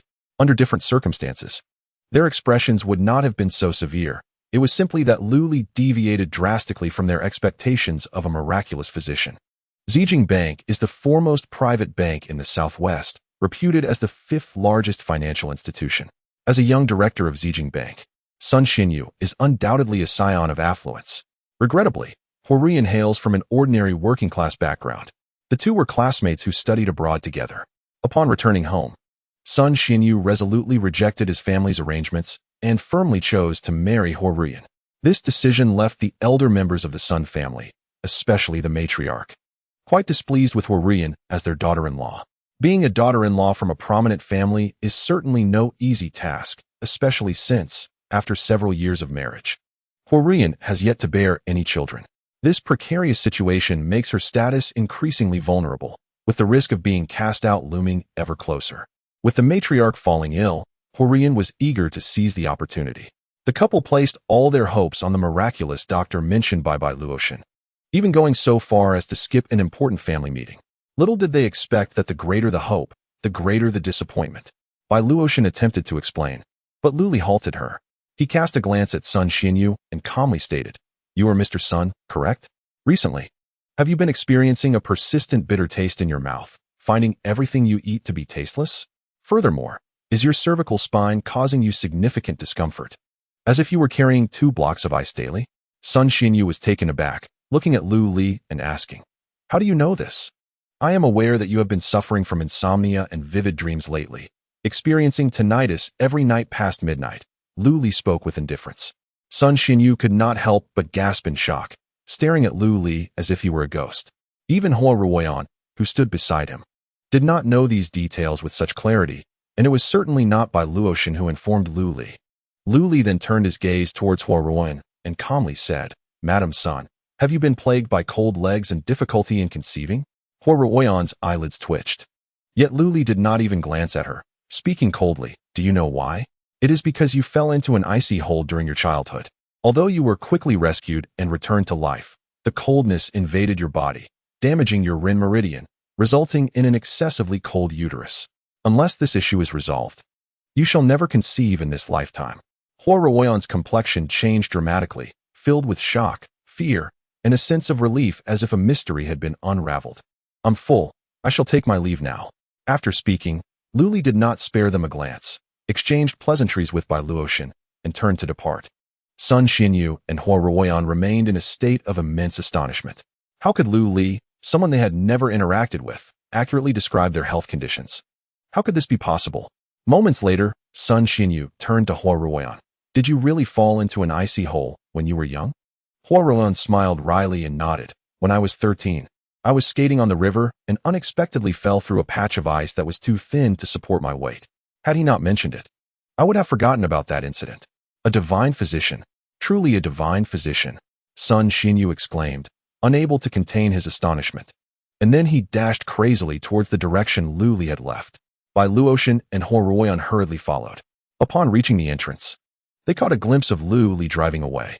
Without a moment's hesitation, Sun Xinyu pulled out his car keys to pursue him, but Bai Luotian stopped him. "Do not chase after him." Bai Luotian restrained the agitated Sun Xinyu. "He is currently in a foul mood. Pursuing him may yield adverse effects. Furthermore, what time is it now? Even if you catch up, can you still consult the old lady?" Sun Xinyu glanced at the darkened sky and reluctantly put away his car keys. He slapped himself a few times in remorse, saying apologetically, "Luotian, I was wrong as an elder brother. I underestimated him. Please, for the sake of our childhood friendship, do convey my apologies to the divine physician." Hua Ruoyan also pleaded pitifully, "Luotian, I was wrong. You must help me, otherwise I will truly be cast out of my home." "Enough." Bai Luotian interrupted their lamentations impatiently. "Lu Li is not a petty person. I will explain things to him later. Once he has calmed down, it will not be too late for you to seek him out." After leaving the Athena Western restaurant, Lu Li returned directly to Qianlong Mountain Villa. He was well aware that Bai Luotian had introduced him to the couple, Sun Xinyu, with the intention of not only assisting their family with medical treatment, but also to expand his own network. Although Lu Li had no need for such connections, he would not dismiss this gesture of goodwill. However, the couple's demeanor left him utterly displeased.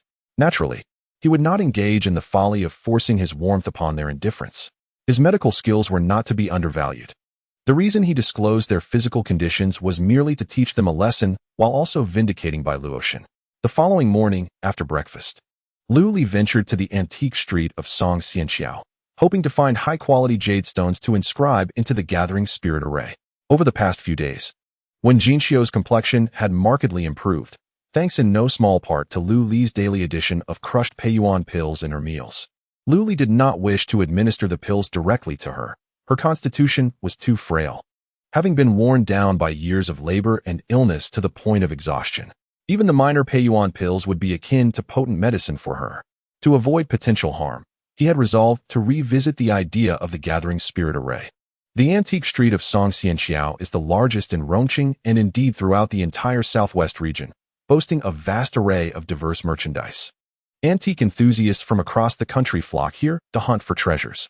The street is lined with stalls, each displaying an abundance of wares, including various porcelain, jade, antique paintings, and ancient coins, dazzling the onlooker. However, Lu Li was not particularly interested in these trinkets. He sought only high-quality jade, preferably imbued with spiritual energy.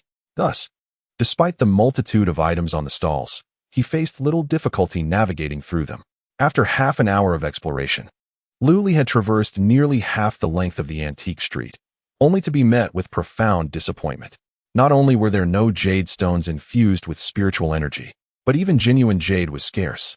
Occasionally, he would spot a piece of jade, but its quality was so poor that it paled in comparison to the bracelet he had purchased for Wenjinxiu at a jewelry store. Just as he contemplated taking a break, something on one of the stalls suddenly captured his attention. Lowering his gaze, he spotted a jade gourd pendant, its orange-yellow hue quite eye-catching. However, Luli's interest in the jade gourd was not due to its quality. Rather, it radiated a dense aura of malevolence. It was far more potent and sinister than the resentment coalescing around Lei Hu. The stall owner was a shrewd-looking middle-aged man, thin and wiry, with a sharp face that matched the aura of malevolence emanating from the jade gourd. Luli quickly deduced the situation. The stall owner was likely an amateur sorcerer, and the jade gourd was probably pilfered from a grand tomb, albeit one infused with a heavy atmosphere of malevolence, which had proven unfortunate for him. The stall owner appeared unaffected on the surface, yet he was shrouded in malevolent energy, destined to encounter incessant misfortune in the days to come. Moreover, this ominous aura would exacerbate his existing health ailments. The proprietor already suffered from gastric issues, and should the jade gourd remain in his possession for much longer, it might soon catalyze the onset of gastric cancer. "Young man, do you fancy this jade gourd?" The stall owner, noticing Luli standing idly, mistakenly presumed a potential sale and began to boast, "You truly possess discerning taste. To be candid, this jade gourd is a treasured heirloom of my family." "How much?" Luli inquired casually. If the price were reasonable, he wouldn't mind lending a hand to the man while also pocketing a profit for himself. The stall owner quickly responded with a grin, "Not expensive at all. 88,000. You seem like a good fellow. If you like it, I can discount the price for you. I want to profit from you. Consider it a gesture of friendship." Luli couldn't help but feel exasperated. Did this stall owner truly take him for a fool? Just then, a voice broke through the air. "Luli, what are you doing here?" Turning to the source, Luli squinted as three figures approached, a young couple and a somewhat refined middle-aged man. It was none other than Su Xiaoman and Sun Zhengyang. The middle-aged gentleman was Su Changzhen, Luli's former father-in-law, and Su Xiaoman's father. Glancing at the trio, Luli turned away, disinterested in engaging with them. Su Xiaoman, incensed by Luli's disregard, shouted, "Are you deaf? Didn't you hear me speaking to you?" Luli continued to ignore them, but their persistence only intensified. Rather than departing, they closed in. The trio's gaze fell upon the jade gourd in the stall owner's grasp. Su Xiaoman immediately began to mock. "Luli, you good for nothing. Are you here to scavenge for bargains like a common thief?" Beside her, Sun Jingyang chimed in with derision. "Oh, look who it is, the king of spongers from Rongqing. Why hasn't he the young lady from the Bai family accompanied you? Did she tire of you so soon?" Su Xiaoman laughed triumphantly. "It's obvious. He thought he struck gold by saving old Bai, but alas, to the Bai family, he is merely insignificant. How utterly laughable." Sun Jingyang leaned in, feigning astonishment. "Wow, you even have money to buy antiques. It seems Miss Bai bestowed upon you a generous parting gift. You have bad breath, you know." Luli slightly turned his head, distancing himself from Sun Jingyang, and replied coolly, "I cannot tolerate the stench of excrement. Please keep your distance." Sun Jingyang's smile froze in an instant. In the next moment, his face flushed with rage as he glared at Luli, gritting his teeth. "Who the hell are you calling a pile of dung?" As he reached to grab Luli by the collar, he was halted mid-motion, struck by the icy gaze emanating from Luli. He finally realized that Luli was no longer the pathetic weakling he once bullied. Rather, he had become quite formidable. Engaging him now would be akin to courting disaster. At this juncture, Su Chang'e spoke up. He cast an impatient glance at Luli, his face a mask of disdain. "What is there to discuss with a coward? This is a sheer waste of time. Let us not forget, we are here to seize opportunities." Sun Jingyang reluctantly withdrew his hand and, gritting his teeth, whispered into Luli's ear, "Kid, let you be arrogant for a few more days. Once the Bai family has thoroughly cast you aside, I shall relish in your downfall. And your mother, that old hag, aren't you unable to bear seeing her suffer? After I am done with you, I will personally break her limbs, forcing her to beg on the streets and rummage through garbage." His expression was twisted, revealing no attempt to conceal his vengeful thoughts. Luli remained silent. merely casting a cold glance at him. Sun Jingyang had already made it onto his death list. There was no need to waste words on a dead man. Lu Li had initially intended to leave, but upon noticing the jade gourd in the vendor's hands, his expression shifted slightly as a sudden idea took form. Boss, this jade gourd priced at 880,000 is rather exorbitant. Could you possibly lower the price? Lu Li inquired, frowning at the vendor. The vendor looked utterly bewildered. What? 880,000? I distinctly called it 88,000. However, being a shrewd individual, he quickly grasped Lu Li's intent. He immediately reclaimed the jade gourd. His expression one of humiliation. Brother, are you jesting with me? This gourd is a treasured heirloom passed down from my great-grandfather. 880,000 is already the lowest price. Were it not for my son's wedding requiring that sum as a dowry, even 100 million would not tempt me to sell. Su Chang'e, upon spotting the jade gourd, involuntarily expressed his astonishment. He then subtly signaled Sun Jingyang with a glance. A fine item. Secure it.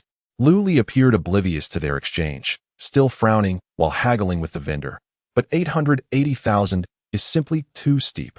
At that moment, Sun Jingyang abruptly tossed a bank card onto the vendor's table, exclaiming grandly, 880,000, is it? I shall purchase this jade gourd. Instantly.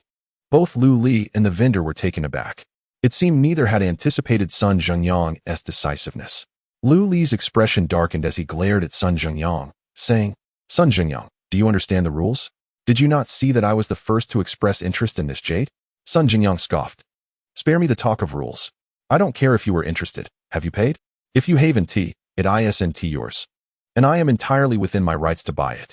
He then turned to the vendor, barking, what are you waiting for? Process the payment. Unlike some rustic fools who dither over tens of thousands, Su Changjin coldly addressed Lu Li, saying, Lu Li, don't create trouble for no reason. The rules of the antique street dictate that whoever pays first owns the item. Su Xiaoman then chimed in with a sarcastic tone, what are you doing here without money? You might as well go home and suck your mother's milk. Lu Li, however, ignored the two and fixed his gaze on Sun Jingyang, his expression dark and silent. Sun Jingyang scoffed, what are you staring at? If you have the guts, raise your bid. Upon hearing this, the stall owner ceased to use his card and eagerly watched Lu Li, seemingly anticipating that Lu Li would raise his bid to compete with Sun Jingyang. Damn it! Lu Li felt a wave of disbelief. This stall owner was indeed greedy. 1,800,000 was not enough for him. After receiving a sharp glance from Lu Li, the stall owner promptly picked up Sun Jingyang's bank card and swiped it for the 880,000. Once the funds were confirmed, the stall owner beamed as he held the bank card and the jade gourd, exclaiming, Sir, from this moment on, this jade gourd is yours. Sun Jingyang took the jade gourd without even looking at it and handed it directly to Su Changjin. After examining it for a considerable time, Su Changjin feigned profundity and remarked, not bad. This is indeed a fine piece. I estimate it to be from the Han Dynasty, worth at least 2 million. Upon saying this, he returned the jade gourd to Sun Jingyang, saying, take good care of it. Consider it a gift for your engagement with Xiaoman. People nurture jade, and jade nurtures people. Remember to wear it close to you. It will bring you endless benefits. Sun Jingyang, taken aback by his unexpected fortune, rejoiced and quickly said, thank you, Dad. I will certainly cherish it. He requested a red string from the stall owner and immediately wore the jade gourd around his neck, not forgetting to flaunt it to Lu Li. Haha, jade worth millions feels utterly different. After putting it on, I feel completely refreshed. A cold glint flashed in Lu Li's eyes before he averted his gaze. This man was already a dead man walking. Chapter 67. Are you going to get rich? Lu Li chose not to waste any more words with them and stood up to leave.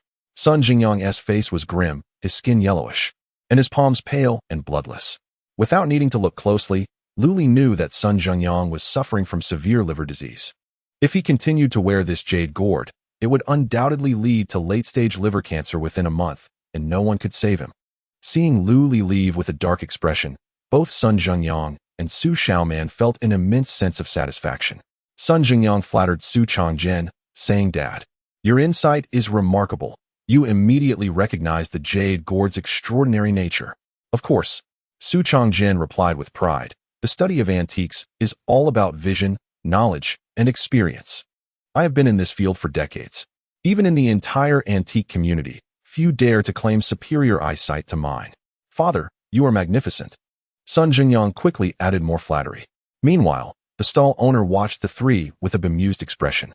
This jade gourd was indeed Han jade, but unfortunately, it was merely ordinary yellow jade. Given its quality, it was worth at most 8,000. Moreover, to enhance its appearance, the stall owner had applied various chemical treatments. With such discernment, how dare one proclaim oneself an expert? And what pretense of insight into the antique realm? It is nothing short of a farce. Su Xiaoman gazed in the direction of Lu Li's departure, her eyes gleaming with ambition. Father, that inept fool seems to have had a stroke of luck today. Why don't we follow him? We might stumble upon some treasures. Su Changjin and Sun Jingyang exchanged glances, their eyes lighting up with intrigue. They both understood that the jade gourd was the first discovery of Lu Li, albeit intercepted by them. Indeed, let us go. Let us see where this leads. Sun Jingyang exclaimed with fervor. Today he was determined to temper Lu Li's arrogance and release the pent-up frustration from their previous encounter. If they could compel Lu Li to part with the fortune he had acquired from Bailu Ocean, it would be even more splendid. Unbeknownst to Lu Li, he continued on his path. As he strolled past a street vendor, he suddenly sensed a faint aura of spiritual energy. He discreetly halted his steps. The vendor, a rotund man in his 40s with a balding head and an oil-slicked visage, presided over a modest stall cluttered with a myriad of items, all appearing worn and dust-laden. Exuding a sense of antiquity, "Young man, come take a look at my wares." The middle-aged vendor beckoned eagerly. "Though my collection may be small, each piece is exquisite. I assure you, you will be satisfied." Lu Li casually picked up a dusty blue and white porcelain vase and inquired, "How much for this vase?"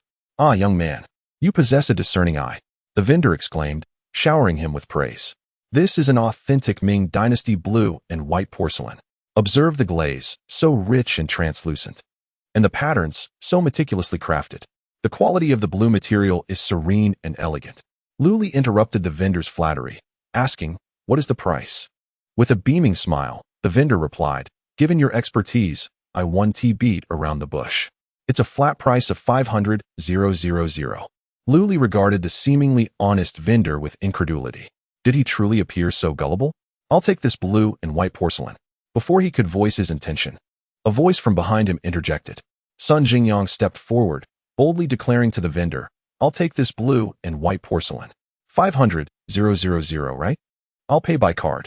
The vendor was taken aback, then quickly transformed into a visage of elation, eagerly flattering. "Indeed, sir, you possess remarkable taste. How forthright.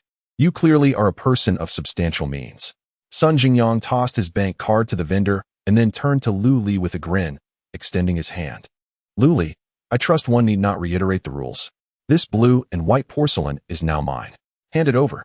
Lu Li glanced at Sun Jingyang and replied coolly, "Fool, you're spending hundreds of thousands on something worth merely a few hundred. Are you proud of such folly?" With that, he placed the porcelain back on the stall. The middle-aged vendor, who had been poised to process the card, felt a jolt of surprise at Lu Li's words, stealing a glance at him. This young man was not to be underestimated. Subsequently, he completed the transaction with remarkable swiftness. Sun Jingyang scoffed, "A few $100? How pedestrian. If you lack the means to acquire antiques, refrain from uttering such foolishness. It only serves to further expose your ignorance. Do you think I, like you, am merely relying on luck, like a blind cat stumbling upon a mouse? We have experts at our disposal." With that, he handed the exquisite blue and white porcelain vase to the expert Su Changjin behind him. Su Changjin meticulously examined the vase and its base, then nodded affirmatively. "Indeed, this is blue and white porcelain. However, contrary to the vendor's claim of it being from the Ming Dynasty, it actually belongs to the Qing Dynasty, specifically the period of Qianlong.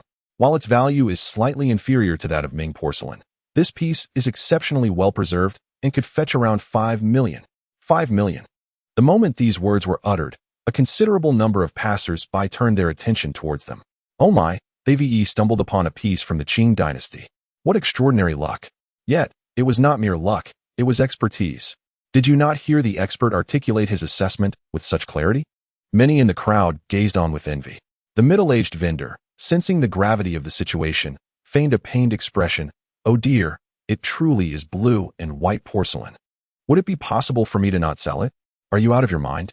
Sun Jingyang coldly retorted, reclaiming his bank card. "The transaction is complete. This blue and white porcelain is no longer your concern. The vendor's face fell, as if he had suffered a monumental loss. Su Xiaoman, brimming with pride, turned to Lu Li and proclaimed, "Lu Li, do you see? This is professionalism. This is true capability. Someone like you should just return to your life of dependency. This place is ill-suited for you." Su Changjin cast a disdainful glance at Lu Li, haughtily declaring, "I previously mentioned that antiques demand discernment, knowledge, and experience.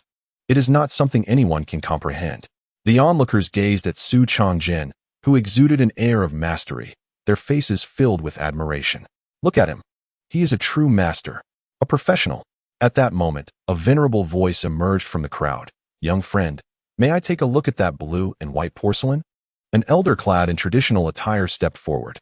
The elder appeared to be around 70 years of age, his hair and beard white, yet he radiated vitality, his skin smooth and devoid of age spots. However, a distinctive vertical birthmark on his forehead resembled an eye poised to open. "Ah, it's Master Three Eyes." A wave of astonishment rippled through the crowd. Master Three Eyes, the foremost expert in antique appraisal in the Great Xia nation, renowned as the leading figure in the Southwest. He had overseen numerous national archaeological projects and held the esteemed title of honorary director at the Longdu Museum. Upon seeing Master Three Eyes, Su Changjin trembled with excitement, akin to a devoted fan in the presence of their idol. He snatched the blue and white porcelain and lowered it before Master San Yen, respectfully stating, "Master San Yen, my name is Su Changgong, and I am your admirer. I beseech you to help authenticate this piece." Upon realizing that the elderly gentleman before them was indeed Master San Yen, Sun Jingyang and Su Xiaoman became exhilarated. Although they were not part of the antique circle, they were well aware of Master San Yan's illustrious reputation. Over the decades, he had appraised no fewer than 8,000 antiques, and he had never made a mistake. They also knew that any item authenticated as genuine by Master San Yen would see its value soar, often exceeding its original worth by several times. If this blue and white porcelain were authenticated as genuine by Master San Yen, its value might very well double. They would be immensely profitable. Chapter 68. An alternate reality. Just as everyone awaited with bated breath, Master San Yen could not help but let out a sigh. What a pity!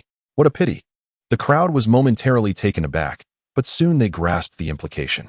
This blue and white porcelain was a counterfeit. Su Changgung's smile froze in place. "This cannot be. Master San Yen, could you have made an error? This is undoubtedly Qing Dynasty porcelain. How could it possibly be fake?" He pointed at the patterns on the porcelain, exclaiming, "Look at this mountain, how majestic and perilous. And this tree, how upright and straight.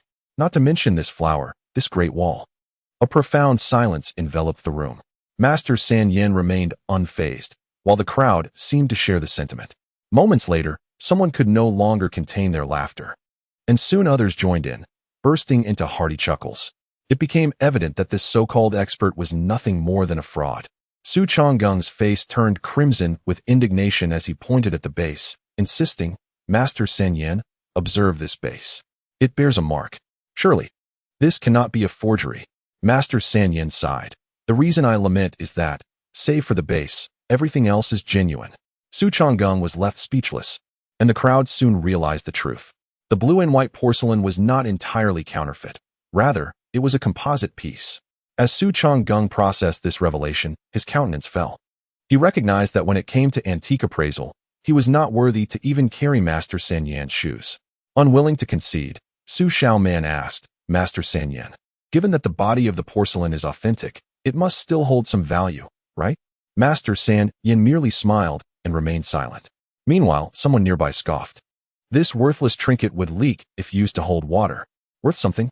I think you're out of your mind for money." The crowd erupted into laughter once more. Master San Yen, however, replied with a grin, "Not necessarily. If it were to fall into the hands of a collector of broken porcelain, it could still fetch a few hundred." "Few hundred?" Su Xiaoman was struck dumb, as her fleeting hope was once again extinguished. Sun Zhengyang's expression darkened to an extreme. He turned sharply and seized the middle-aged vendor by the collar, seething with rage. "You scoundrel! How dare you sell me counterfeit goods? Refund my money at once, or I shall smash your stall."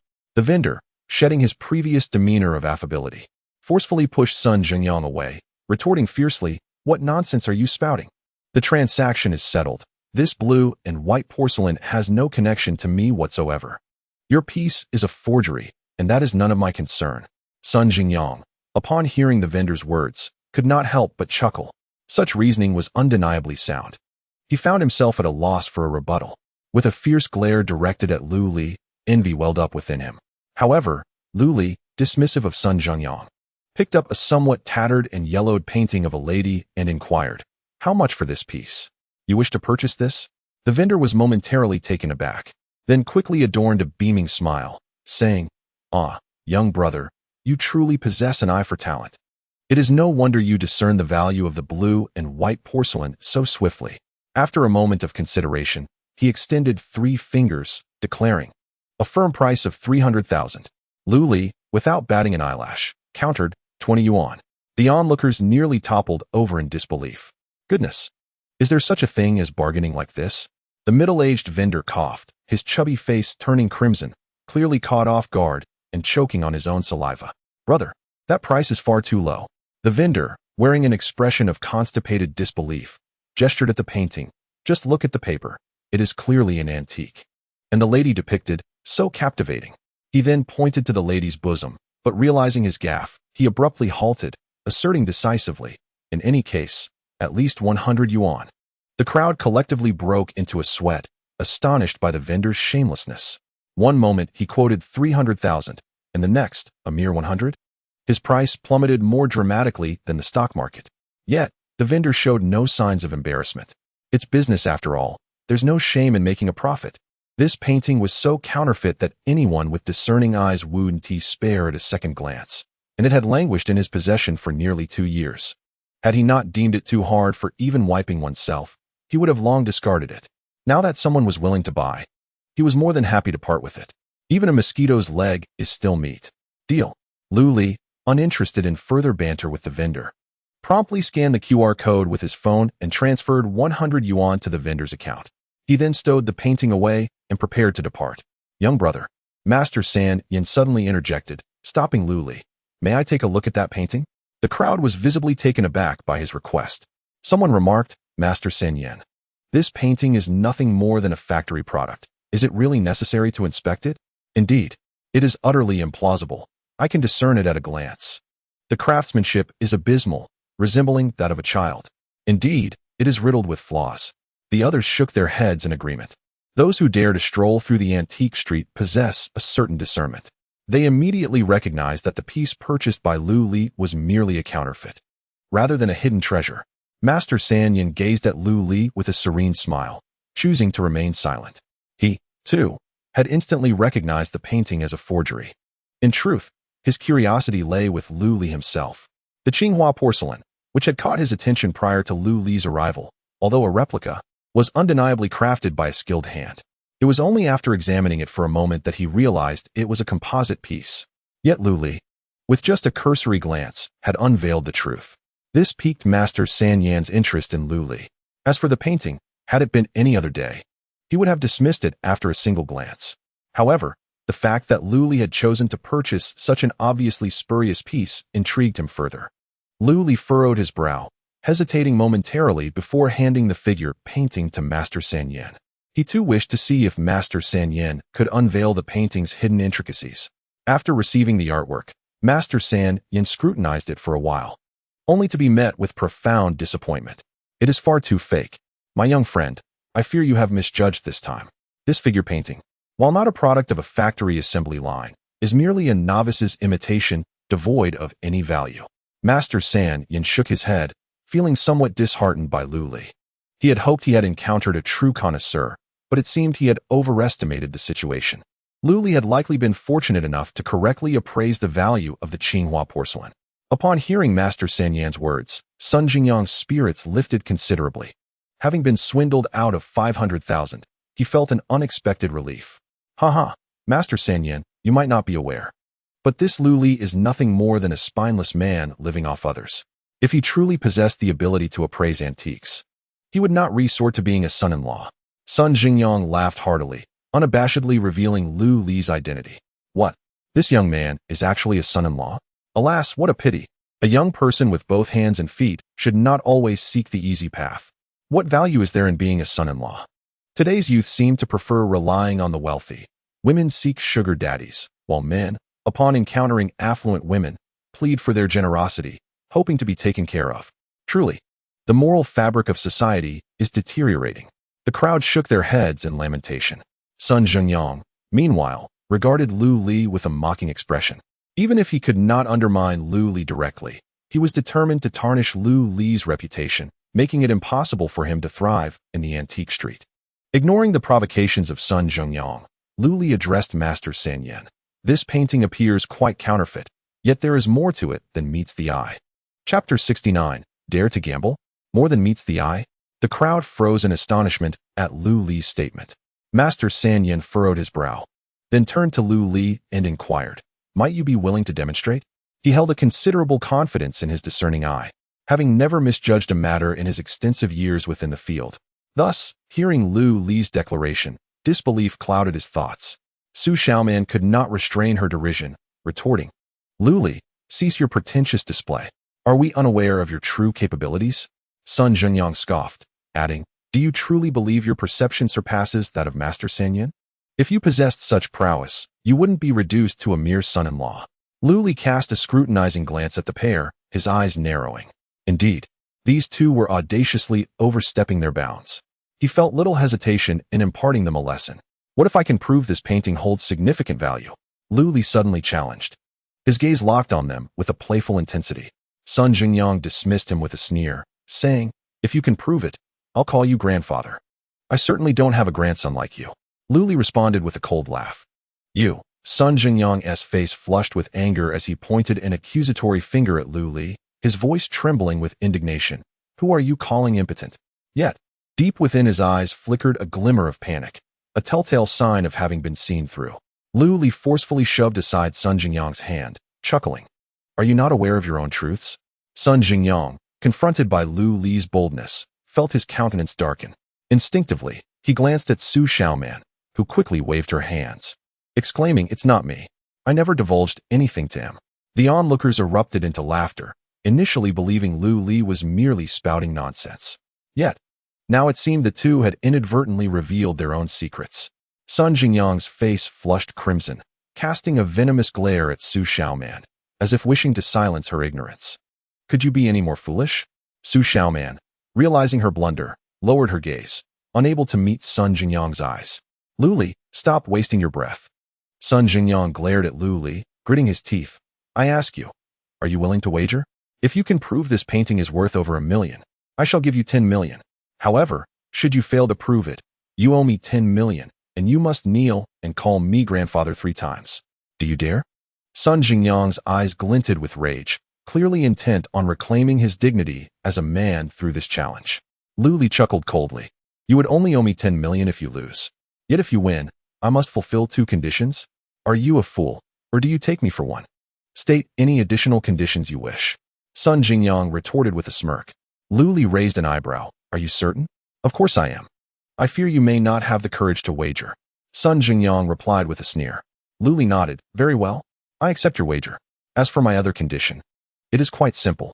With a mischievous grin, he pointed to the teddy bear not far away, clinging to the streetlight, and declared, "If you lose, you owe me 10 million and must kneel down, shouting daddy 3 times.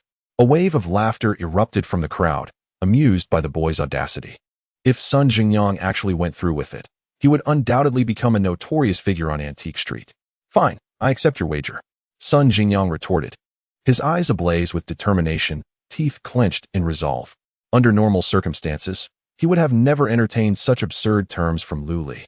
Yet, at that moment, he resembled a gambler blinded by desperation, oblivious to the consequences. Nevertheless, his rationality remained intact. He dared to gamble because the painting had been authenticated by the esteemed Master San Yan. Those familiar with Master San Yan's illustrious career knew that he had authenticated countless antiques without ever making an error. "Since you seek your own demise, I shall oblige." Lu Li scoffed, refraining from further discussion as he promptly dismantled the scroll of the painting. Sun Zhengyang immediately interjected. "Lu Li, what are you doing? Are you attempting to breach our agreement? I warn you, do not think that destroying the painting will absolve you of your commitment." "Fool," Lu Li replied nonchalantly, not even casting a glance at him. After removing one side of the scroll, He dampened a corner of the painting with the pure water he held, gently rubbing it for a moment. To everyone's astonishment, the original sheet of paper separated into two distinct pieces. Gasps of disbelief filled the air as onlookers widened their eyes in shock. Those with expertise quickly discerned the truth, exclaiming, "This is actually two paintings adhered together." Master San Yin swiftly approached Lu Li, his gaze fixated on the unfolding events. As Lu Li separated the two paintings, Master San Yan's eyes bulged with astonishment, and he could not contain his exclamation. "This is the Peony and Beauties by Tang Yin. My heavens, it is indeed Tang Yin's masterpiece." What? A wave of astonishment rippled through the crowd. People surged forward, eager to glimpse the exquisite painting. Trembling with excitement, Master San Yin addressed Lu Li, "Sir, may I examine this painting more closely?" Lu Li handed the newly revealed artwork to Master San Yin, stating, "Please, feel free to inspect it." Master San Yin cautiously accepted it, scrutinizing every detail with intense focus. The crowd watched with bated breath, equally eager to ascertain the painting's authenticity. Time seemed to stretch as Master San Yin finally lifted his head, bursting into hearty laughter. "I told them the Peony and Beauties at the Zhonghai Museum was a forgery. Yet they refused to believe me. Now, the genuine article has surfaced. I can't wait to see how those old fools will spin their excuses." Truly, it was an unexpected revelation. The genuine Peony Maiden painting has unexpectedly been fabricated into a counterfeit. A gasp of astonishment swept through the crowd, leaving everyone utterly dumbfounded and incredulous, particularly by the words of Master Three Eyes. The Peony Maiden housed in the Zhonghai Museum was revealed to be a forgery, while the one obtained by Lu Li turned out to be authentic. Su Xiaoman and the others were equally taken aback. Sun Zhengyang stood there, bewildered, unable to fathom the situation. How can this be possible? Despite his lack of knowledge about antiques, he was well aware of the illustrious name of Tang Bohu and recognized that each of his paintings commanded a hefty price, impossible to acquire. If this were indeed a genuine work of Tang Bohu, its value would far exceed $1 million. Would that not mean his defeat? Master Three Eyes, what do you estimate the value of this Peony Maiden painting to be? Someone inquired, unable to contain their curiosity.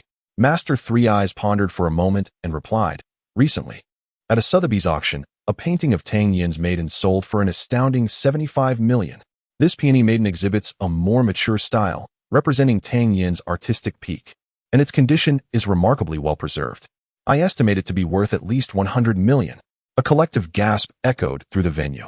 Chapter 70. The Sun family must not be humiliated. Everyone was taken aback by this staggering price. $100 million. The total wealth of most attendees paled in comparison. Not even ordinary individuals, but even those with modest affluence, could retire comfortably with such a painting. Sun Jingyang was likewise stunned by this valuation.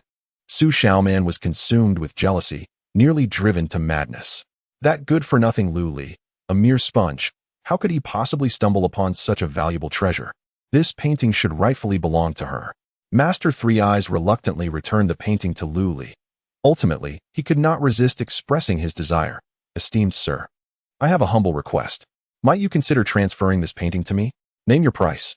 Upon hearing this, Lu Li raised an eyebrow and replied with a smile, "If Master Three Eyes truly desires it, I shall let it go.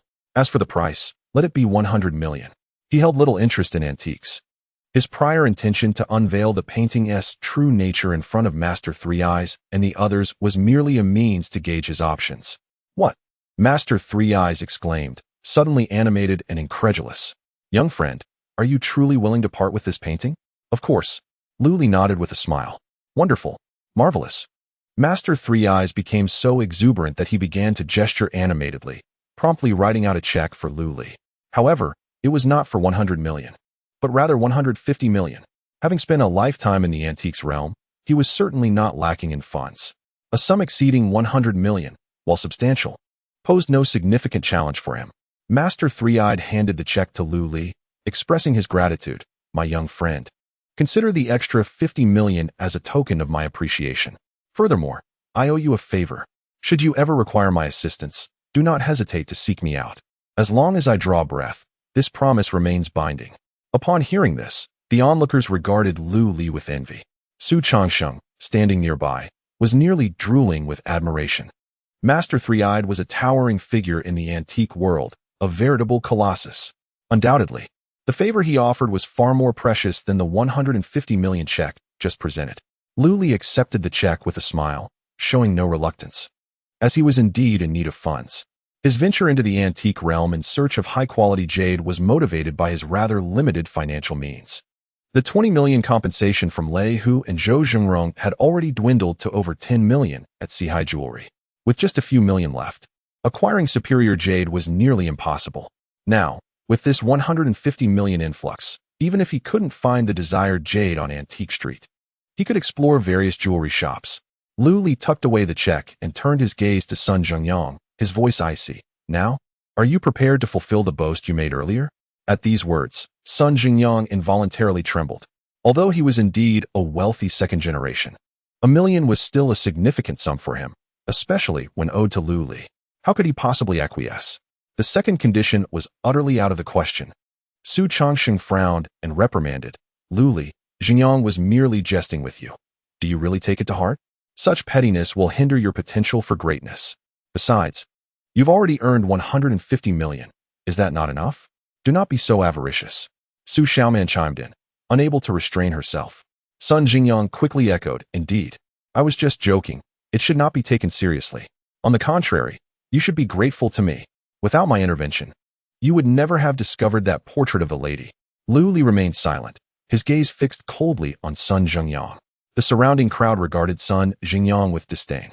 Young man, it was you who initiated the wager. Are you attempting to renege on your word? Hey, are you not a man of your word? Haha, who knows? Did you not hear? At such a tender age, he is already impotent. Laughter erupted around them.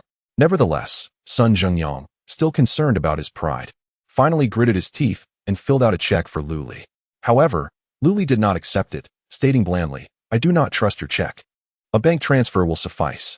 Enraged, Sun Zhengyang begrudgingly complied, transferring 1 million to the account Lu Li provided. As he glanced at the balance notification on his phone, a look of despair washed over him. $300. This is hardly enough for a quick meal. I have taken note of this debt today. Lu Li, just wait for me. Sun Zhengyang declared with fierce determination, preparing to leave. However, Lu Li stepped forward, blocking his path. Have you forgotten something? The crowd erupted in laughter, echoing, yes, you still owe a condition. Someone pointed to a nearby teddy bear, urging, young man, bow to your father, or he might just leave. Hilarity ensued. Yet not a soul showed sympathy for Sun Zhengyang, as all of this was of his own making. If one does not court disaster, one shall not meet it. Sun Zhengyang's face flushed crimson, wishing he could vanish into the ground. Lu Li, do not bully me too much. Sun Zhengyang gritted his teeth, asserting, I am still the young master of the Sun family, the heir of the Zhenyang group. If you truly provoke me, the consequences will be beyond your bearing. Kneel and speak. Lu Li interrupted coldly, dismissing his words. Kneel and speak. Sun Zhengyang, in a fit of rage, laughed maniacally, his face contorting. Lu Li, do you really think you are someone of significance? Let me tell you, in all of Rong City, no one is worthy of making Sun Zhengyang kneel. Even if someone were, it certainly would not be a pathetic leech like you. I tell you, the Sun family cannot be humiliated. Without allowing him to continue his tirade, Lu Li swiftly approached Sun Zhengyang, raising his hand to deliver a resounding slap across Sun Zhengyang's face. The crack of the slap echoed. Sun Zhengyang cried out in agony, staggering back a few steps, his cheeks swelling with a clear handprint. Before he could regain his footing, Lu Li pressed forward, delivering another slap. Sun Zhengyang howled, retreating once more. The young master of the Sun family? Heir of the Zhenyang group? Consequences beyond bearing? Come, tell me, what consequences? Lu Li advanced, delivering slap after slap, causing blood to trickle from Sun Zhengyang's mouth and nose, his cries ringing out. The onlookers stood in shock, none anticipating that the seemingly gentle Lu Li could be so brutally direct. Su Cheng and Su Xiaoman paled in fear, refraining from further banter, terrified that Lu Li's wrath might extend to them as well. The Sun family cannot be humiliated. No one is worthy of your kneeling. What if I humiliate you? I shall humiliate you. Come, you, the young master of the Sun family, tell me how it cannot be done. Lu Li continued to rain down slaps, his demeanor unwavering, each strike delivered with composure. With each slap, Sun Zhengyang's face grew numb from the blows, yet he could only glare at Lu Li, rendered powerless. He never anticipated that the once timid and easily bullied individual would evolve into someone of such stature. With a resounding thud, Sun Jingyang finally succumbed, stumbling and collapsing onto the ground, his face swollen like that of a pig. Lu Li raised his hand once more, ready to strike. But before Lu Li's hand could descend, Sun Jingyang nimbly scrambled up and knelt before him, exclaiming "Father" 3 times, only to depart in disgrace amidst the laughter of onlookers. Lu Li chose not to pursue the advantage further.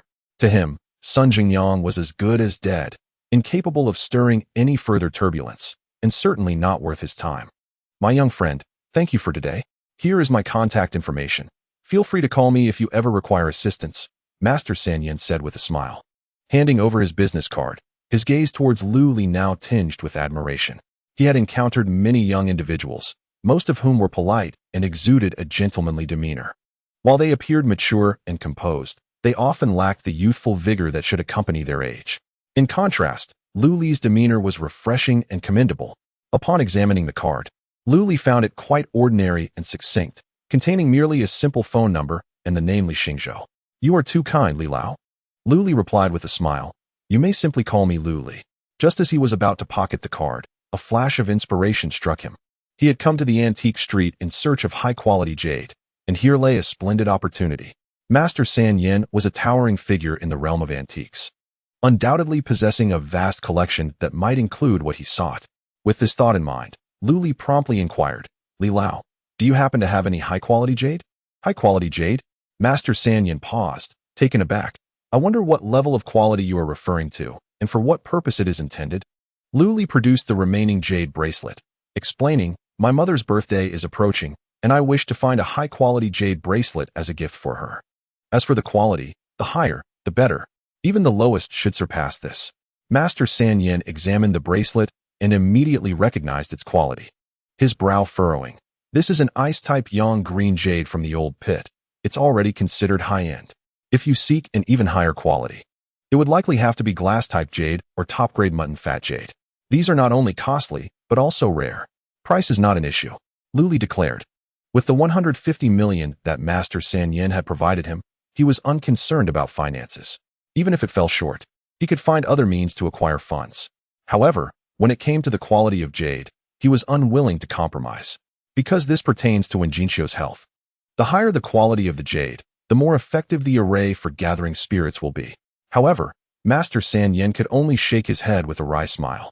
Lamenting, "I fear I must disappoint you, young Lu.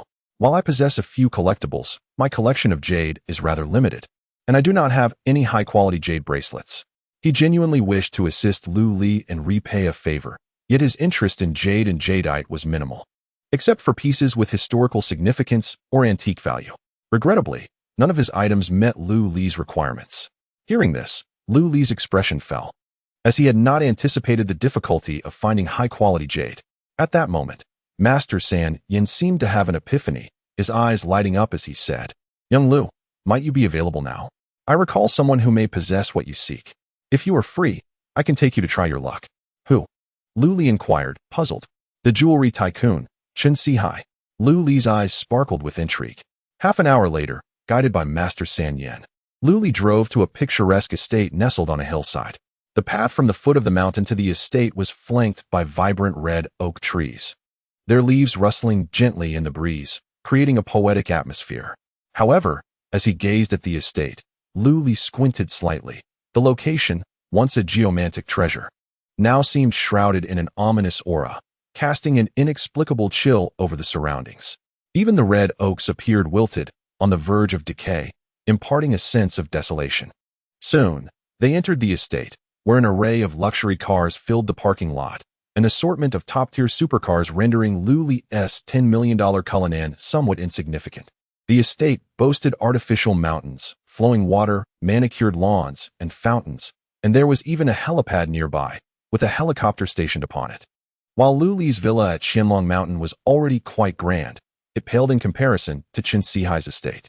The disparity was akin to that between a rural thatched cottage and a medieval European castle. Master San Yin had made a phone call prior to their arrival.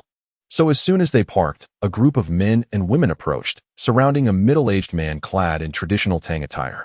Although slightly portly, He exuded an air of nobility and authority. This middle-aged gentleman was none other than Chen Sihai. Masterly, your esteemed presence graces my humble abode. I am truly at a loss for how to welcome you. From a distance, Chen Sihai laughed heartily as he approached, extending his hands warmly. Master San Yin responded graciously. Boss Chen, I apologize for the unexpected intrusion. With a chuckle, Master San Yin remarked that old Li was being overly polite. There was no such thing as disturbing or not disturbing.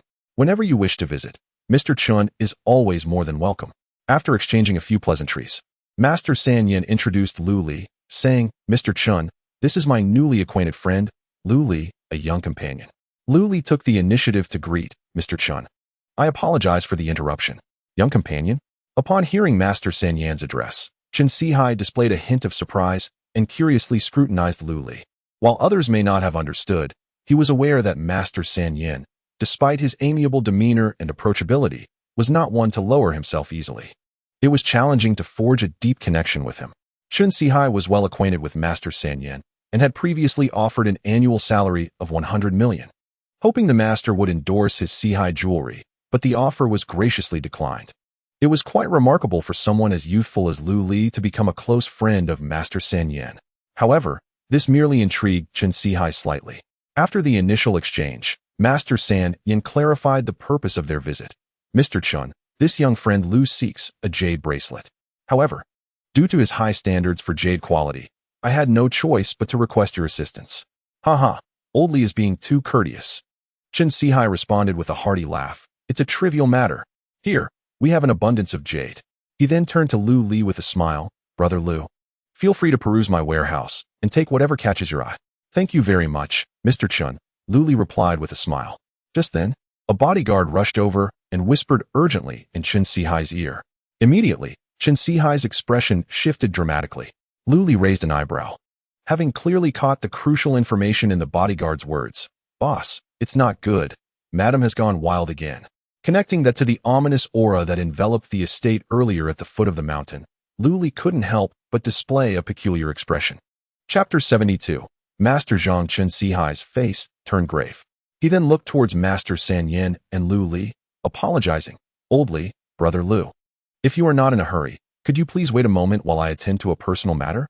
Master San Yin glanced at Lu Li, adopting an attitude of deferring to his decision. Lu Li promptly smiled. No problem, Mr. Chen. Please, attend to your business. Master San Yin echoed his sentiment. Chen Sihai wasted no more words, arranging for the butler to escort Lu Li and Master San Yin to the reception room for a brief respite. Before turning to leave with the bodyguard, Old Li, Mr. Lu, please follow me, the butler respectfully invited. Just as Master San Yin was about to agree, Lu Li interjected with a smile. There's no need. Let us accompany Mr. Chen to see what we can do to assist. The butler's face revealed a hint of difficulty. Lu Li was aware that his suggestion might be presumptuous, as it likely encroached upon Chen Sihai's privacy. Lu Li did not wish to meddle in others' affairs. Yet the generosity displayed by Chen Sihai had left a profound impression on him. Sensing the nature of the situation, he contemplated lending a hand as a means of repaying this kindness. Chen Sihai, aware of Lu Li's presence trailing behind him, paid it no mind. Soon, the group arrived at the estate, passing through numerous checkpoints, until they reached a modest house in the backyard. Modest, in this context, was relative to the grand estate. The house itself spanned several hundred square meters, with 3 stories, more opulent than an average standalone villa. Inside, the living room was crowded with individuals. Several bodyguards were tending to their wounds, appearing quite disheveled. The floor was strewn with debris, with nearly everything that could be shattered having been smashed. The enormous leather sofa bore numerous scratches, resembling marks made by a creature with sharp claws. Upon entering, Chen Sihai's countenance changed dramatically as he anxiously inquired, What on earth? How could you fail to protect someone? The bodyguards bowed their heads, too fearful to utter a word.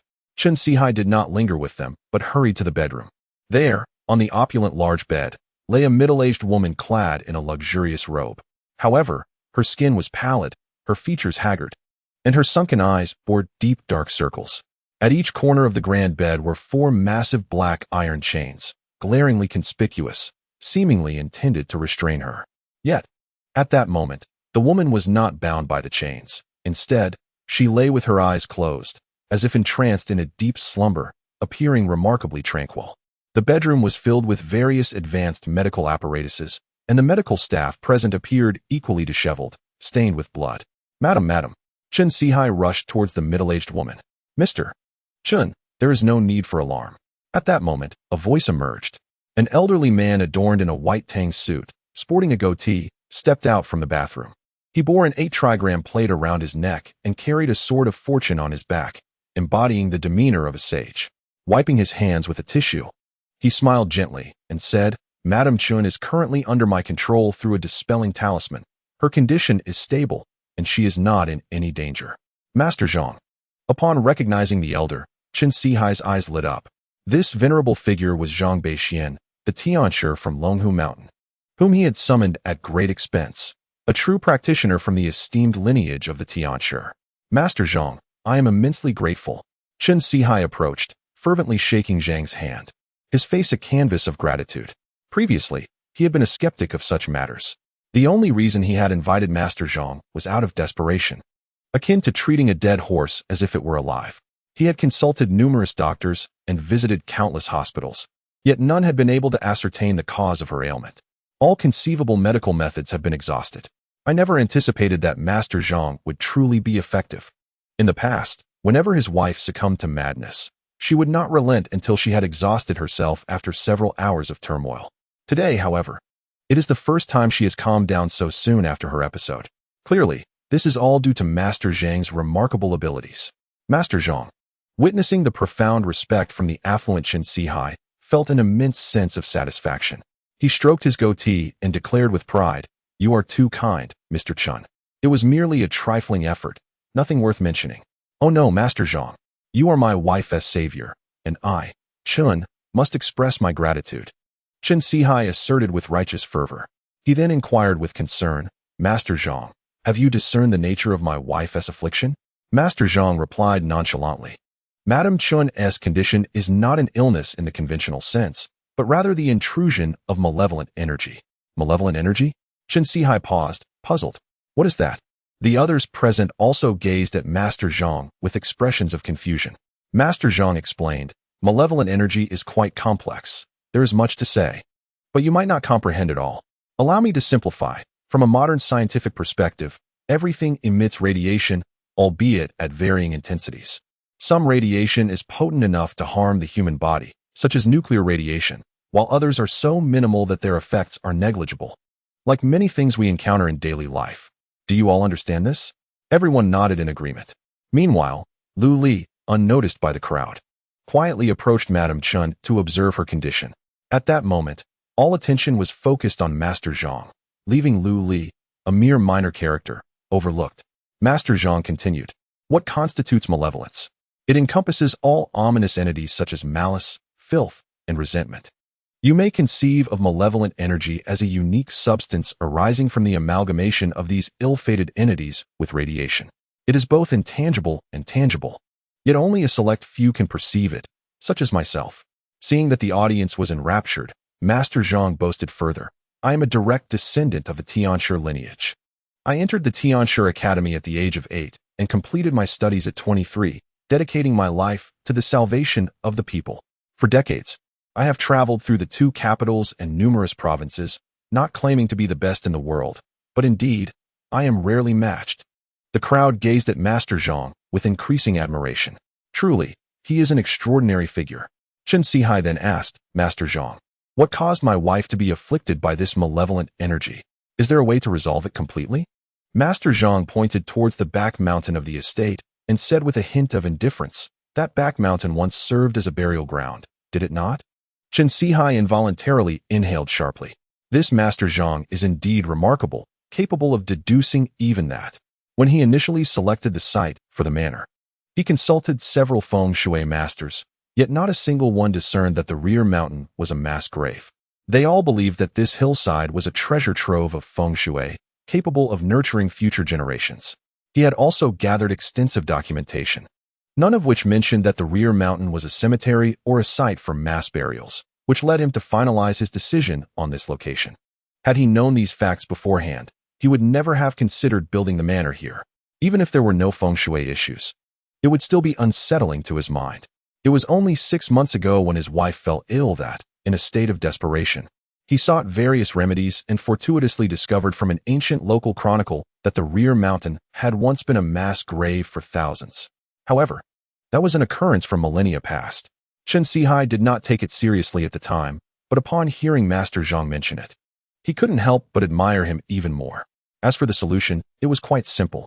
Master Zhang declared as he removed the money sword he wore, a talisman that had accompanied him since his descent from the mountain, now transformed into a spiritual artifact. Once I expel the malevolent energy from Madame Chun, you need only to hang this sword above the rear mountain. With this sword to suppress it, you shall have no worries for generations to come. Chen Sihai was instantly overjoyed and profusely expressed his gratitude, presenting a check with both hands. 100 million. Master Zhang, your efforts are greatly appreciated. Please take some rest first. Once you have dispelled the malevolent energy from my wife, I have further rewards in store. No need. Master Zhang waved his hand dismissively, declaring with pride, such a trivial matter is hardly worthy of my fatigue. Nevertheless, he did not refuse Chen Sihai's good intentions.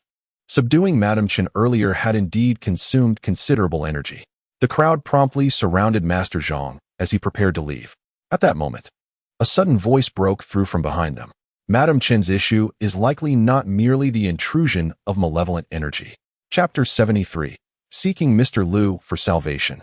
As Liu Li spoke, a profound silence enveloped the room. Everyone turned to see Liu Li standing beside Madame Chen, his expression grave, one hand still resting on her forehead. Unable to withdraw it in time, Master Zhang's expression instantly darkened. Arrogance, he huffed, turning to question Chen Sihai. Mr. Chen, what is the meaning of this? You summoned me here, yet you have invited another? Do you not trust me? Although his face still bore a semblance of a smile, the anger contained within was unmistakably conveyed to all present. Chen Sihai's heart sank, and he hurriedly explained, Master Zhang, this is a misunderstanding. I assure you, I have no doubts about your abilities. This young man, Liu, was not invited by me. He came here seeking jade. He is unaware of your prowess and has spoken out of turn. Please do not hold it against him. Master Zhang's expression softened somewhat, yet his ire remained as he glared at Liu Li. Do you also understand feng shui? Liu Li shook his head and said, I do not understand feng shui, yet I am well versed in the arcane arts. I can assure you that Madame Chen's predicament is not merely a result of malevolent energy invading her body. Rather, it is an incursion by a sinister spirit, her soul under its control, rendering her unable to act autonomously. Her current slumber is not due to the suppression of an exorcism talisman, but rather a temporary restraint imposed by the black dog blood on the talisman. However, this black dog blood will soon lose its efficacy, and I fear that Madame Chun will revert to her frenzied state. The angered malevolent spirit will retaliate with increased ferocity. At that juncture, not only will those around Madame Chun be in peril, but the entire estate may well be drenched in blood. Liu Li's expression was grave. He was aware that his assertions might be perceived as rash, yet he felt compelled to voice them. Chen Sihai had left a favorable impression on him, and he wished to repay the favor while simultaneously preventing harm to the innocent. Thus, he had to issue this warning, hoping to garner their attention. Silence, Master Zhang roared, pointing an accusatory finger at Liu Li without a hint of courtesy. Do you comprehend the I Ching? Are you familiar with the plum blossom divination? Have you ever read the Qiannong Jing? Have you studied the Hanlong Jing? Do you know what it means to determine a site by the mountains and divide gold by the waters? Master Zhang advanced menacingly toward Liu Li, each step accompanied by a sharp admonition. Within moments, he stood directly before Liu Li, admonishing him fiercely, You insolent child, you likely know not even the 64 hexagrams. Yet you dare to brazenly discredit me? What gives you the audacity? Having said that, he turned to Chen Sihai, unabashedly declaring, Boss Chun, I lay it out plainly. I can resolve Madame Chen's issues. Should you choose to keep this young man here, it would imply a lack of trust in my abilities. I shall take my leave immediately. Any further issues concerning Madame Chen will no longer be my responsibility. His words were undoubtedly an ultimatum, forcing Chen Sihai to make a choice between him and Liu Li. Master Zhang, please calm your anger. Chen Sihai quickly interjected, attempting to soothe the situation. He then called out to Liu Li, Brother Liu, hurry and apologize to Master Zhang. His prowess is beyond your imagination. The three-eyed master nearby also gestured urgently to Liu Li. Seeing that his warnings had not garnered the attention they warranted, Liu Li sighed inwardly. Indeed, One's words often carry little weight when one is of lesser stature. Nevertheless, he exerted every effort to caution them once more. Boss Chun, it would be prudent to deploy additional personnel here. Better to be prepared for the worst. Should Madame Chun descend into madness again, it will undoubtedly surpass anything previously witnessed. If not managed properly, many lives may be at stake. Utter nonsense. Master Zhang scoffed derisively. It is I who has placed Madame Chun in this slumber. Even if she awakens, I possess ample means to subdue her. He continued, you boy? Think I am unaware that your dramatic proclamations are merely a ploy to curry favor with Boschin? I have encountered many such attention-seekers like you. Depart at once. Do not disturb me while I attend to Madame Chen's treatment. Lu Li refrained from engaging in a debate with Master Zhang. Instead, turning to Chen Sihai with earnest advice. Boss Chun, it would be prudent for you to act swiftly. Chen Sihai, interrupting Lu Li with a dismissive wave, wore an expression of displeasure. Having already shown considerable patience out of respect for Master San Yen, he found Lu Li's continued impertinence intolerable. What angered him most was Lu Li's assertion that his wife, who had shown signs of improvement, would soon succumb to a more severe episode. Was this not a curse upon his own spouse? Mr. Lu, I appreciate your good intentions. However, I believe it is best to entrust such professional matters to those with expertise, Chen Sihai stated coldly. I have faith in Master Zhang, and I am confident that, should any issues arise, he will manage them adeptly. There is no need for you to concern yourself further. With that, he turned to the butler and commanded, Fu Bo, see our guest out. This was a blatant dismissal. As for the prior discussion regarding the jade, that too was now rendered moot. Farewell. Lu Li refrained from further commentary and promptly exited. He had only intended to offer a helpful suggestion, considering Chen Sihai's earlier generosity, but since it was not appreciated, he chose to remain silent. Master San Yen, with a wry smile, bowed slightly to Chen Sihai and remarked, Boss Chun, young Lu meant well. I hope you do not take offense. I too shall take my leave. Chen Sihai cast a glance at Lu Li's departing figure, subtly addressing Master San Yen, Li Lao. I fear you may have misjudged this one. Clearly, he perceived Lu Li as a self-serving individual, exaggerating claims to win favor. His words were not whispered, and they reached Lu Li's ears with clarity. Yet, Chen Sihai was unconcerned. Upon hearing this, Master San Yen merely shook his head with a resigned smile before turning to follow Lu Li. Exiting the isolated villa, Lu Li surveyed the oppressive, overcast sky, sighing inwardly. He had done all that he could. One could only hope that Chen Sihai might heed his words and increase his manpower, thereby preventing further loss of life. Lu Xiaoyu. Lu Xiaoyu. At that moment, Master San Yen caught up with him, and, noticing Lu Li's sigh, inquired, was what you said earlier truly sincere? Lu Li turned to face him. Li Lao, do you also believe I was merely exaggerating to curry favor with Chen Sihai? Master San Yen shook his head resolutely. Though their acquaintance was still in its infancy, he sensed that Lu Li was far from ordinary, which piqued his interest in forming a closer bond. This was evident from how composed Lu Li remained when presented with the substantial check of 150 million. With Lu Li's discernment, he could easily seek fortune in the antique market without needing to ingratiate himself with Chen Sihai. Silence enveloped them as they made their way towards the estate's exit, the once lively atmosphere now having turned markedly desolate. The butler did not arrive to attend to the two, clearly aware of their offense towards Chen Sihai and thus indifferent to their plight. The two, however, were unperturbed. By the time they returned to the garage, nearly 5 minutes had elapsed. As they settled into the car, just as Lu Li was about to start the engine, the phone of Master San Yen vibrated urgently. Upon answering, a panicked voice from Chen Sihai echoed through the line. Old Li, help. I implore you to bring Mr. Lu back. Save the Chen family. Chapter 74. Master Lu takes action. With a sigh, Lu Li ultimately exited the vehicle. He could not simply walk away, for his conscience would not permit it. Should he refrain from intervening, countless innocent souls might suffer today. Without further delay, the two hastened back towards the villa in the rear courtyard. Within mere minutes, chaos had erupted in the entire backyard. A multitude of bodyguards, some wielding shields and others brandishing police batons, rushed towards the villa. Inside, anguished cries and screams resounded, while several bodyguards emerged, carrying bloodied and injured medical personnel. Lu Li observed the injured. Their wounds were severe, some with lacerated faces, while one bodyguard was missing an ear, blood gushing forth. The remainder suffered broken limbs. Fortunately, none appeared to be in life-threatening danger. Recognizing this, Luli wasted no time and dashed up to the bedroom on the third floor. The entire third floor was crowded with people. A group of bodyguards, armed and resolute, encircled Mrs. Chun, who was clad in a nightgown. Yet, none dared approach her. At that moment, Mrs. Chin's eyes were bloodshot, resembling a feral beast, as she brandished her claws, issuing warnings to those around her. Chen Sihai cowered behind the bodyguards, his face a mask of terror and unease, with a hint of lingering dread. 2 distinct bruises marked his neck, clearly the result of a recent strangulation. Despite this, he anxiously shouted to the bodyguards, "Do not use knives. Be cautious, do not harm my wife. Mr. Lu, you have finally arrived." Upon seeing Lu Li, Chen Sihai appeared as though he had spotted a savior. A flicker of hope ignited within him, accompanied by a wave of guilt. Previously, when Lu Li had offered his well-meaning advice, Chen Sihai had dismissed it as a curse, even going so far as to issue an order for Lu Li to leave, thus embarrassing him. It had become evident that all Lu Li had forewarned had now come to fruition.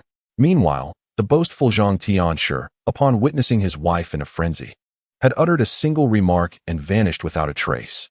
Grateful yet remorseful for Lu Li's willingness to overlook past grievances, Chen Sihai slapped himself twice in regret, exclaiming, "Mr. Lu, I was blind to your greatness before. I beseech you, please save my wife. I am eternally grateful."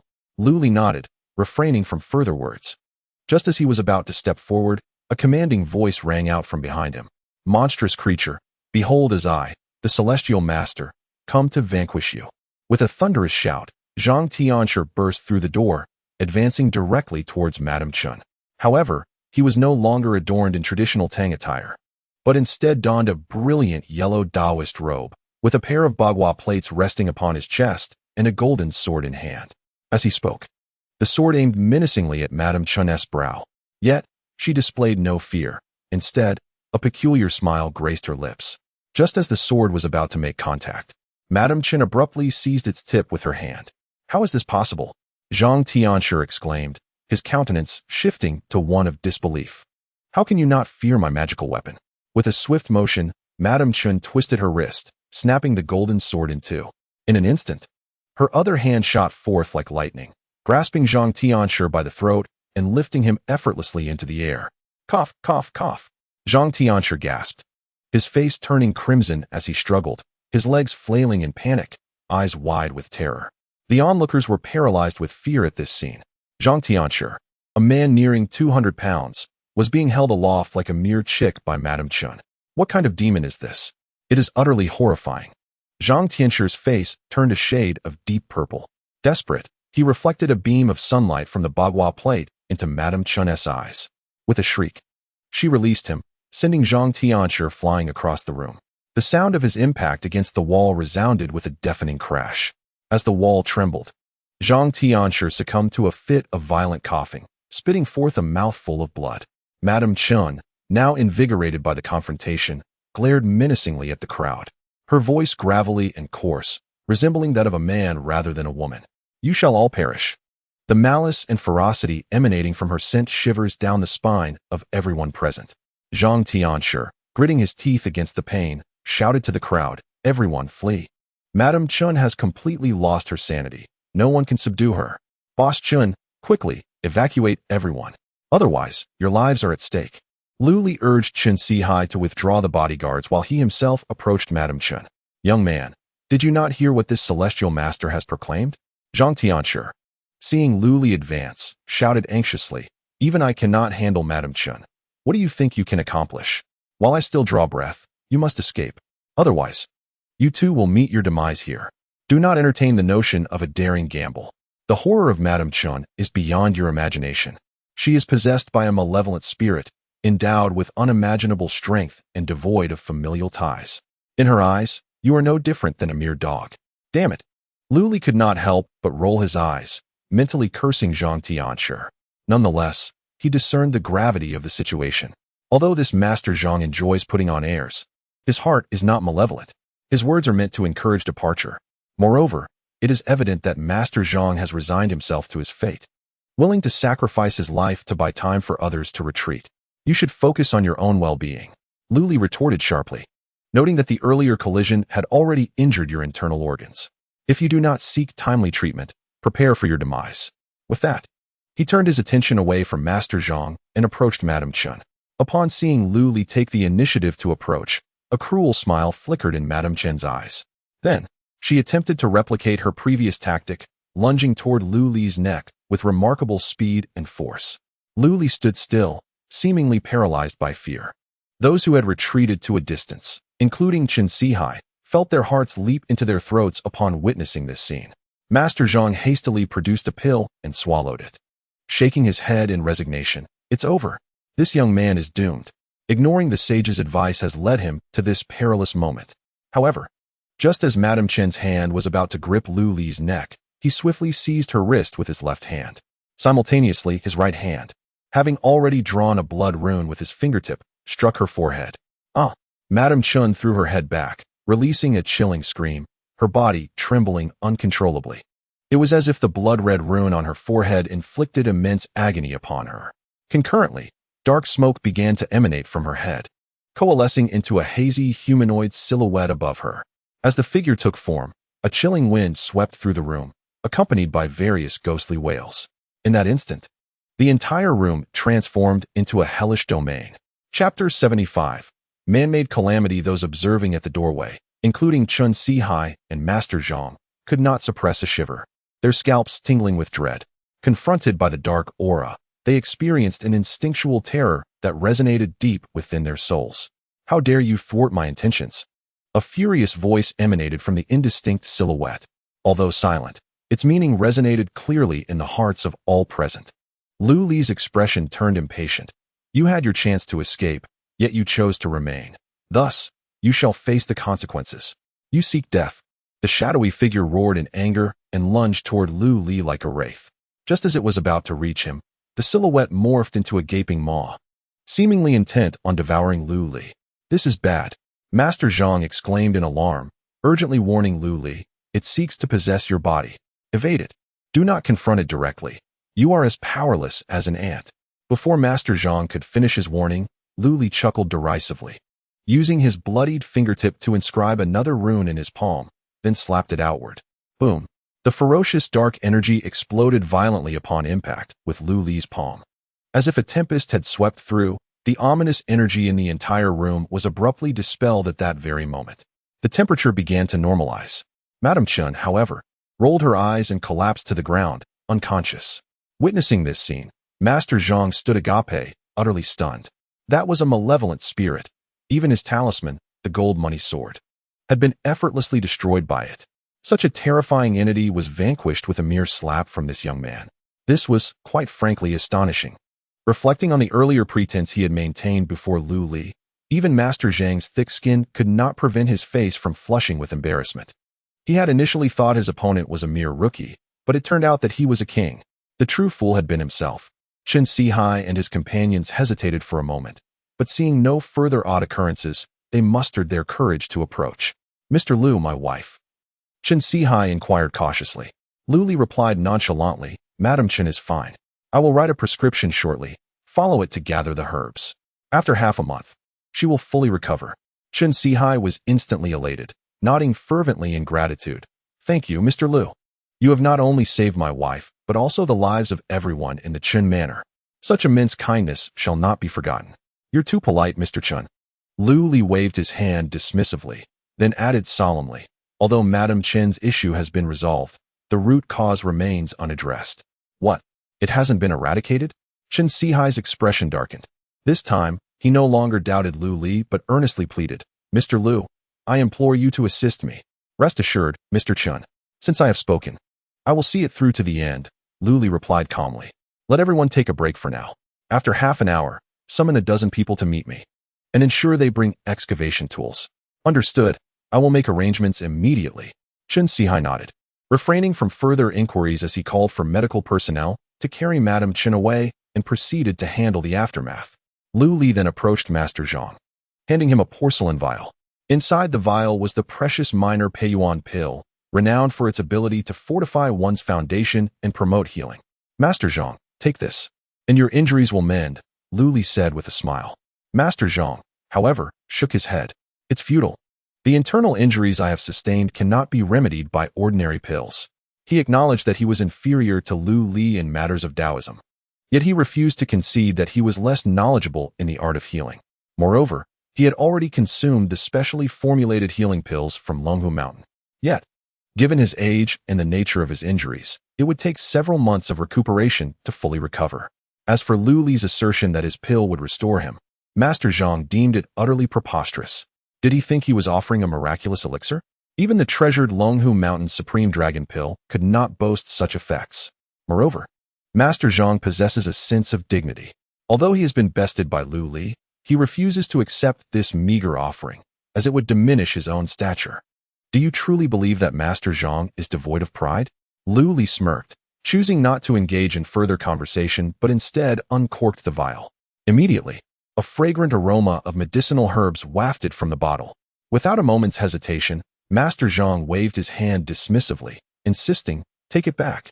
I tell you, I would rather perish from my injuries or succumb to illness than consume your—" "Wait, hold on." Before he could finish his sentence, the alluring scent enveloped him, causing him to shudder. In an instant, his eyes sparkled with excitement, akin to a surge of adrenaline. "Is this the minor Pei Yuan pill?" "Yes, that has the scent. I've encountered it before at the residence of the Lord." The Lord of the Tianshi Manor possessed a single minor Pei Yuan pill, holding it as a treasured possession. This pill is not only a miraculous remedy for injuries, but also boasts the ability to extend one's lifespan. For an ordinary person, consuming it could add at least a decade to their life. As for those who practice cultivation, they can absorb its effects even more effectively, potentially gaining an additional 15 years or even more when taken at a crucial moment. The minor Pei Yuan pill was a prized possession of the Lord, and he had never had the opportunity to see it firsthand. On one occasion, while serving tea to a friend of the Lord, he caught a distant whiff of its enchanting fragrance. Just that once, he had committed the scent to memory. Indeed, it was the minor Pei Yuan pill. "Since Master Zhang has no interest in it, I shall take it for myself," Lu Li declared, pretending to stow the pill away. "No," Master Zhang exclaimed, suddenly invigorated, and with the swiftness of a lifetime, snatched the porcelain bottle from Lu Li's grasp. Without a second thought, he poured its contents into his mouth. Gulp. Master Zhang exaggeratedly swallowed and then patted his chest, a contented smile spreading across his face akin to that of a satisfied Shiba Inu. "Ah, how delightful." Half an hour later, Chen Sihai summoned a dozen bodyguards, each wielding a spade, standing at the entrance, awaiting Lu Li's command. Lu Li wasted no time and led the bodyguards on a tour of the Chun family estate. Out of curiosity, Master Zhang followed suit. After several minutes, Lu Li arrived at a certain patch of grass, tested the ground with his foot, and declared, "This is the spot. Commence digging." The bodyguards immediately began to excavate around Lu Li's standing position. An hour later, they had unearthed a pit over 2 meters deep and finally struck something solid. The bodyguards promptly reported, "Boss, we've found something." Before long, they revealed an object previously buried underground, a wooden box. As soon as the box was opened, a foul stench assaulted their senses. Inside lay a long, rusted blade, wrapped in a tattered black cloth, stained with traces of blood, and the hilt was adorned with a copper ring. Chen Sihai's countenance turned grim as the box lay buried underground. The tip of the blade pointed directly at the room shared by him and his wife. Zhang Tianshi leaned closer, inhaling deeply, and his expression transformed into one of alarm as he exclaimed, "The slaughtering horseblade, the corpse wrapping cloth, the corpse raising ring, and the blood of the heavenly Aster. This is the four evil absolute in formation, who harbors such deep-seated enmity that they would seek the demise of Boss Chen's family." Chen Sihai trembled, his face paling as he asked, "Mr. Lu, what does this mean?" Lu Li, seemingly prepared for this, replied calmly, "What Zhang Tianshi has said is indeed correct.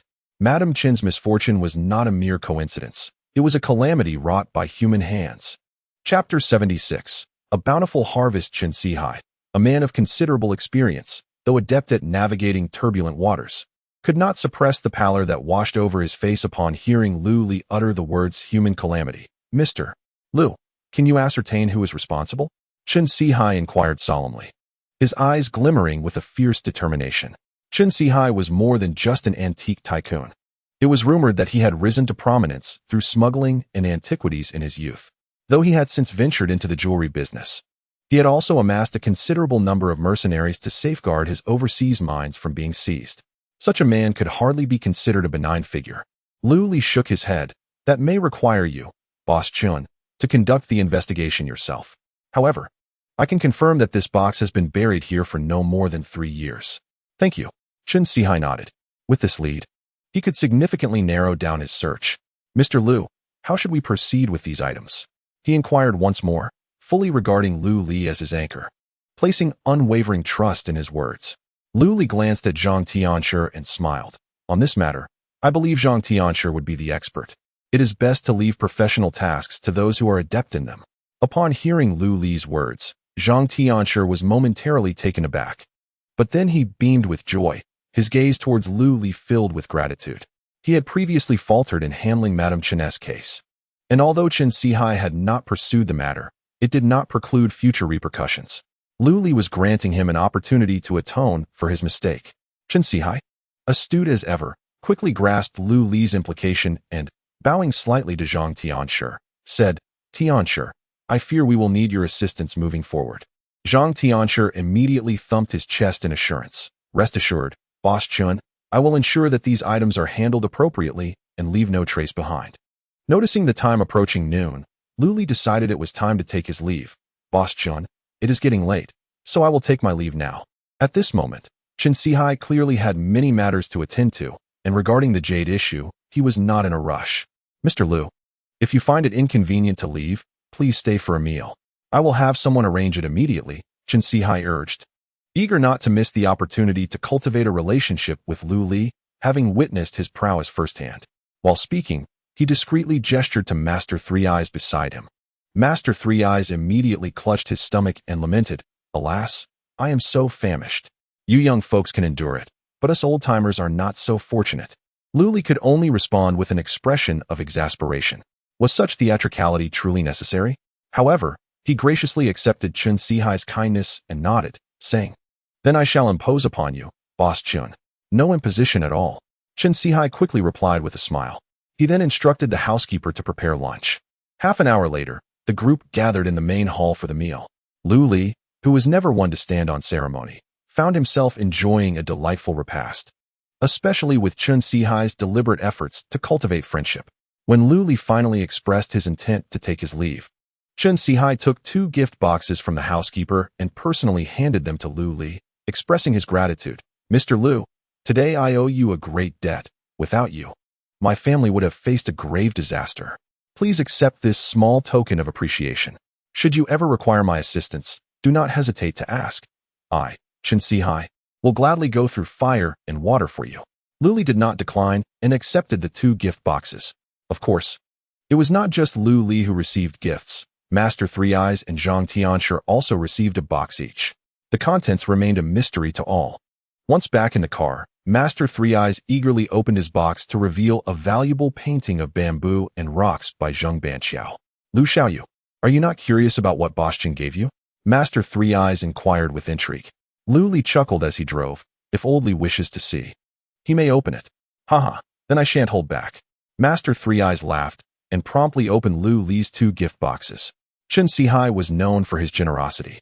It was not that he coveted Lu Li's gifts, but rather he was eager to see if Chen Sihai had bestowed any antique treasures upon Lu Li for his own enjoyment.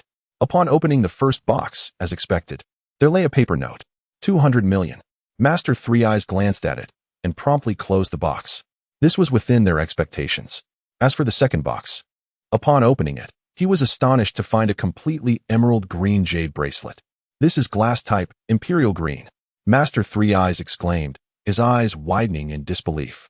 Glass type imperial green jade is the pinnacle of jadeite, a rarity that is hard to come by. Many who have toiled in the jade trade their entire lives have never encountered imperial green. To witness such a magnificent piece of imperial green jade fashioned into a bracelet was a first even for the well-versed Master Three Eyes. Indeed, what a grand gesture from the jewelry magnate. After a moment of astonishment, Master Three Eyes could not help but marvel. Lu Li raised an eyebrow, having thought Chen Sihai had forgotten about this, only to discover that he had been well prepared. This made him reflect on Chen Sihai's remarkable ability to navigate social interactions adeptly. Upon arriving at the antique street, The master of the three eyes sought out a nearby bank, intending to deposit 2 checks into his account. His visit to the antique street proved to be immensely fruitful. Not only did he discover a bracelet essential for carving the spirit-gathering array, but he also earned a staggering sum of 360 million. With this newfound wealth, he could confidently procure some rare medicinal herbs to enhance his abilities. Just as he reached the entrance of the bank, his phone vibrated unexpectedly. Upon answering, he heard the mildly reproachful voice of Bai Luotian. "Luli, why have you been ignoring my calls?"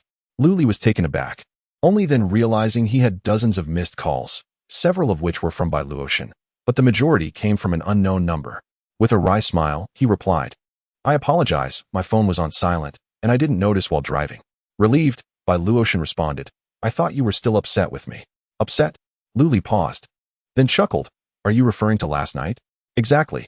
I intended to introduce them to a divine doctor, but they were blinded by ignorance and looked down upon others. It was such a waste of my feelings." Bai Luotian huffed playfully. "You were not answering my calls, so I assumed you were angry as well," she added. Luli smiled and reassured her, "Don't worry, I'm not angry. If you hadn't mentioned it, I would have forgotten about it entirely." "That is good to hear. I know you're not a petty person," Bai Luotian said, then shifted the topic. "Luli, where are you right now?" "Ru Yin and Mr. Some would like to apologize to you in person." Luli raised an eyebrow, recalling the demeanor of Hua Ru Yin and the others from the previous night, and frowned. "Is that really necessary?" Understanding his thoughts, Bai Luotian explained, "Luli, in truth, Ru Yin and Mr. Sun are not the kind of people you think. They have been overwhelmed recently, and I regret not clarifying things with them beforehand, which led to this misunderstanding. After you left, they recognized their errors and have been continuously apologizing to me, even wanting to catch up with you to express their regrets, but I stopped them. If possible, I hope you can lend them a hand. Consider it a favor for me, would you?" "All right," Luli conceded, nodding and revealing his location. "I'm at the Zijing Bank, Xianxiao branch." "Great. I'll have them come over right away to apologize," Bai Luotian concluded before hanging up the phone. Luli shook his head and tucked his phone away. As he stepped into the banking hall, a familiar silhouette suddenly appeared before him. Chapter 77. Please leave the woman. Dressed in a fashionable ensemble with her hair elegantly swept up, exuded a sense of style and competence. It was none other than Su Qingyao. "Class leader Su. What brings you here?" Luli greeted her with a smile. Luli." Su Qingyao's face lit up with surprise upon seeing him. "What are you doing here?" "Oh, I'm here to open an account," Luli replied, opting not to mention his intention to make a deposit. This easily gives the impression that he is putting on an act. "By the way, have the financial issues at your company been resolved?" Luli inquired.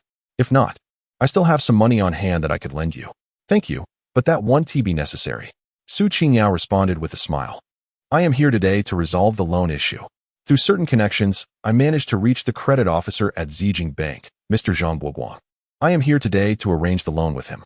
"Very well then. Should you require any financial assistance, do not hesitate to inform me," Luli said with a grin. Su Qingyao then suggested, "Luli, if you have no pressing matters, why not accompany me? It would be an excellent opportunity to introduce you to Director Zhang. In the future, for any loan or savings inquiries, you may consult him." "Sounds good," Luli nodded. If the other party is genuinely willing to assist Su Qingyao, he wouldn't mind depositing his money there.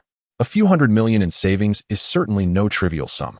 After waiting for a while, Su Qingyao glanced at the time and decided to take Luli to the office of the credit department head, Zhang Buoguang. She knocked on the door and, upon receiving a response, led Luli inside. Director Zhang was a middle-aged man in his 40s, somewhat portly, with a balding head, save for a stubborn tuft of hair at the back. Upon seeing Su Qingyao enter, Zhang Buoguang initially greeted her with a warm smile. However, upon noticing Luli accompanying her, his expression darkened immediately. "Ms. Su, and this gentleman is?" he asked, resuming his seat and casting a disinterested glance at Luli. "Director Zhang, this is my friend Luli. I ran into him at the door and wanted to introduce him to you." Su Qingyao promptly made the introduction. Luli stepped forward with a smile, extending his hand. "Hello, Director Zhang. I am Luli." Yet, Zhang Buoguang barely acknowledged Luli, coolly stating, "I prefer to conduct my business without outsiders present. Sir, please step outside."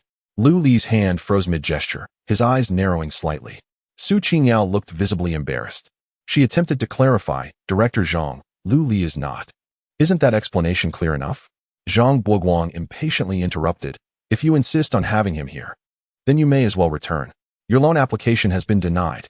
While Su Qingyao sought to explain further, Lu Li interjected, Qingyao, you stay to discuss the loan. I will wait for you outside. With that, he turned and exited the office. He did not wish to jeopardize Su Qingyao's matters because of himself, and besides, he had little interest in getting to know this so-called director. Su Qingyao felt a wave of regret and nodded, allowing Lu Li to step outside. Only then did Zhang Buoguang's demeanor soften slightly. After Lu Li left, Zhang Buoguang walked over to close the door and locked it. Su Qingyao's expression changed as she frowned and asked, Director Zhang, what do you mean by this? What is the meaning of this? Zhang Buoguang displayed a playful expression as he scrutinized Su Qingyao, chuckling, Of course, we are here to discuss business. Ms. Su, we are both astute individuals, so I shall not beat around the bush. There are significant issues with the management of your Century Qingqing. A loan of 50 million will not be granted to you by the bank as per their regulations. I can indeed facilitate access to this sum, allowing your company to weather the storm. Should you be willing, 50 million could be deposited into your company's account at any moment. Naturally, the condition is that you must accompany me for a week. His gaze lingered on Su Qingyao, unabashedly revealing his greed and possessiveness. Suddenly, Su Qingyao stood up, her voice laced with anger. Director Zhang, do you even realize what you are saying? I am fully aware of my words. Zhang Buoguang grinned. Ms. Su, to be frank, I have developed feelings for you, a case of love at first sight. It is as cliche as it gets. If you consent to be with me, I could even arrange the 50 million loan as interest-free, saving you millions in interest. I can also leverage my connections to assist in selling your products. In essence, as long as you align with me, all your challenges will dissipate. Su Qingyao replied coldly, Director Zhang, you should abandon this line of thought. I will not acquiesce. Yet, Zhang Buoguang remained undeterred, his smile strained as he replied, Ms. Su, are you truly prepared to forfeit such a golden opportunity? If I recall correctly, your company has a 40 million loan that is nearing its deadline, and I have heard that you owe 30 million in high-interest loans. Moreover, your products seem to be struggling in the market lately. Since subtlety was ineffective, he decided to resort to more forceful measures. He was confident that a combination of soft and hard tactics would yield results with Su Qingyao. His voice grew grave, imbued with a chilling undertone. Should you refuse me, the 50 million loan will vanish. That 40 million loan will also be withdrawn prematurely. If you fail to repay, we not only have the right to seize your Century Qingqing company, but also to freeze your personal accounts. At that point, you would possess nothing. You would also face relentless pursuit by loan sharks, potentially being forced into compromising situations. Rather than that, why not simply spend a night with me? What do you say, Miss Su? He advanced, adopting an air of having secured her, reaching out to pinch Su Qingyao's delicate face. After all, sleeping with someone is just sleeping, isn't it? What's the harm in that? Save such words for your mother. Su Qingyao sprang to her feet, delivering a resounding slap across Zhang Buoguang's face. You vile creature! You dare strike me? Zhang Buoguang roared, his face contorting with rage. With a swift motion, he struck Su Qingyao, sending her sprawling to the ground. As she struggled to rise, he brutally kicked her in the abdomen. At that moment, the office door was forcefully kicked open.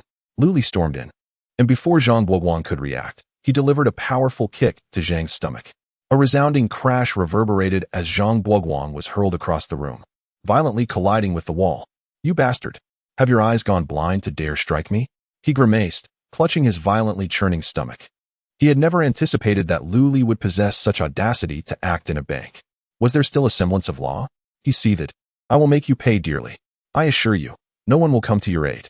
With no words wasted, Lu Li approached and delivered a resounding slap, sending Zhang Buoguang sprawling to the ground. Chapter 78. You are also cancelled by me. Zhang Buoguang, struck by Lu Li, let out a piercing scream. Blood gushing from his mouth mixed with shattered teeth. Lu Li, cease. If you continue, it may cost a life. Su Qingyao urgently intervened, stepping in front of Lu Li. Although witnessing Lu Li decisively reduce Zhang Buoguang to a state akin to a beaten dog was gratifying, she did not wish for Lu Li to suffer consequences for this scoundrel. You dare strike me? Zhang Buoguang's expression grew increasingly sinister. Rather than instilling fear, Lu Li's actions ignited his ferocity. You wait. I will ensure you rot in prison, he bellowed, pointing furiously at Lu Li. And Su Qingyao will pay a heavy price. I will blacklist her from the bank. She can forget about borrowing a single cent from any financial institution. She already owes 40 million in loans and 30 million in usury. If she fails to repay, she shall be waiting for the debt collectors to come for her. Upon hearing this, Lu Li instinctively glanced at Su Qingyao, only to find her countenance significantly pale. Clearly, Zhang Buoguang's words were not mere threats. He had initially believed Su Qinyao's troubles were merely a consequence of some financial hiccup, but it had escalated to such dire straits. Zhang Buoguang spat out a mouthful of blood, his expression contorted with malice. Such a massive hole. You won't settle it without at least 100 million, he challenged. Let's see how you intend to resolve this. 100 million? Lu Li raised an eyebrow, surprised at the seemingly modest sum. He had thought Su Qingyao's predicament was far more complicated. It turned out that merely 100 million could rectify the situation. Presently, he possessed over 300 million in his own coffers. To him, 100 million was hardly a concern. Now you're scared? Zhang Buoguang, seeing Lu Li's silence, assumed he was intimidated by the figure and sneered. If you wish for her and the company to remain unscathed, you must kneel and sever a hand in atonement, while Su Qingyao spends a month with me. Otherwise, you shall all perish. With a swift motion, Lu Li delivered another resounding slap, sending Zhang Buoguang crashing to the floor once more. Try to blacklist me. Zhang Buoguang glared at Lu Li, his frustration nearly overwhelming him. Was this fool truly so naive? He had articulated the stakes so clearly, yet Lu Li dared to retaliate? At that moment, hurried footsteps echoed at the office entrance. A middle-aged woman in professional attire stormed in, accompanied by a group of security personnel. Who dares to cause a commotion in our bank? She demanded angrily. This formidable woman was none other than Wu Manli, the president of the Songxiankyo branch. It's them, Zhang Buoguang exclaimed, pointing at Lu Li and Su Qingyao. Su Qingyao came to our bank for a loan, but upon reviewing her company's operations, I found issues and consequently denied her request. She even attempted to seduce me, and, after I firmly rejected her advances, she created a scene and had people beat me severely. They even threatened my life. President, you must stand up for me. Upon hearing Zhang Buoguang's distorted account, Su Qingyao quickly interjected, President Wu, it's not like that. Zhang Buoguang, silence. Wu Manli interrupted, her voice icy. Did I give you permission to speak? To dare to create chaos in Zijing Bank and openly assault a senior executive. You truly have the audacity. Someone, call the police. Arrest them all. I want them to rot in prison. Zhang Buoguang, upon hearing this, instantly shed his previous frustration and revealed a smug grin. He turned to Lu Li and sneered. You were so arrogant just now. Go ahead, try to touch me again. Enough. With a swift motion, Lu Li delivered a sharp slap, sending Zhang Buoguang crashing to the ground once more. Scoundrel! Wu Manli fumed, pointing at Lu Li. Who gave you the audacity to strike in my presence? Lu Li retorted coldly. And who grants you the authority to misuse your power and issue commands here? You dare to challenge me? Wu Manli cast a disdainful glance at Lu Li, her expression unwavering. So what? Lu Li responded indifferently. Wu Manli then instructed her staff. Notify all major banks to blacklist Su Qingyao and her company. The entire industry must shun them. Furthermore, spread the word. Anyone who dares to cooperate with Su Qingyao or provide her with funds will also be blacklisted by Zijing Bank and face the same ostracism. They will never be able to secure a single penny from any bank again. At this, Su Qingyao's complexion drained of color. Her company was already in dire financial straits. Should she be blacklisted by all banks, compounded by Wu Manli's ruthless severance of partnerships, her prospects would be utterly bleak.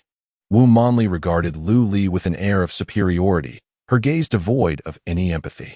Young man, do you see this? This is the price of provoking me. And do you know what the cost of provoking me is? Lu Li replied with a cold smirk.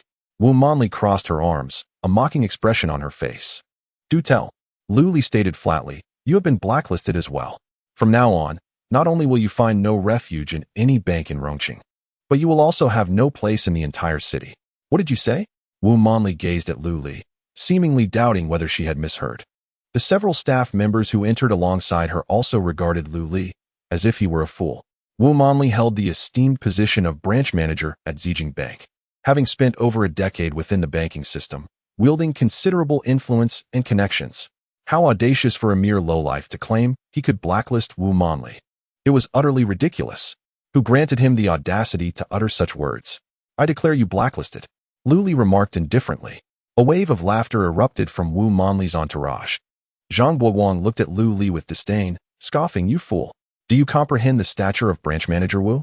Not only is she the branch leader of Zijing Bank, but she is also a relative of the Sun family. With your standing, you dare to threaten her? Have you lost your mind? Zijing Bank is a local joint stock bank, and the Sun family holds the title of the largest shareholder, possessing absolute control. Wu Manli, being related to the Sun family, enjoys protection that renders her untouchable." Wu Manli mockingly stated, "What grandiose claims! Why don't you show me how you intend to blacklist someone?" Bang! Just as her words fell, the office door burst open once more. A group of bodyguards accompanied a young couple into the room. The man was tall and handsome, while the woman was enchanting and alluring.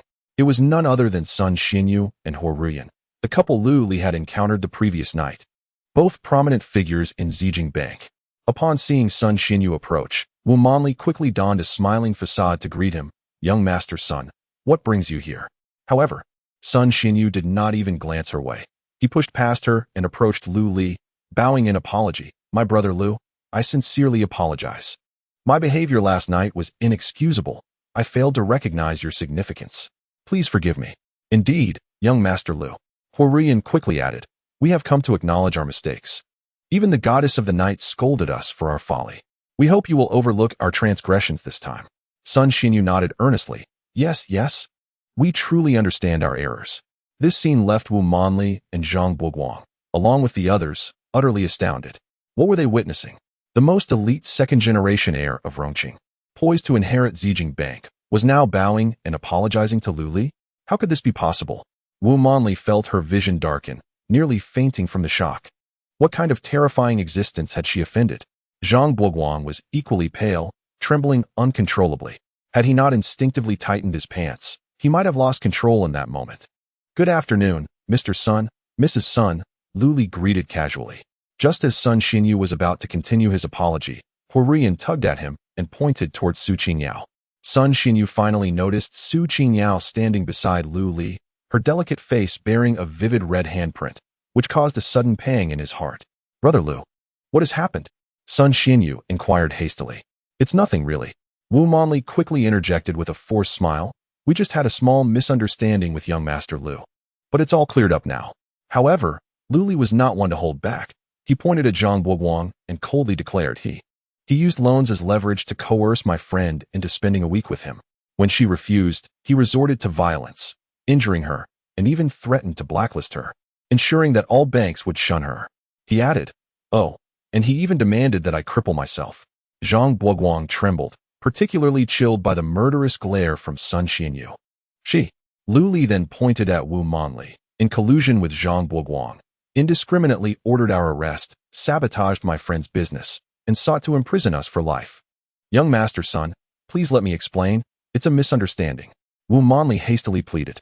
"Misunderstanding my foot." Sun Xinyu slapped Wu Manli across the face, bellowing, "Kneel."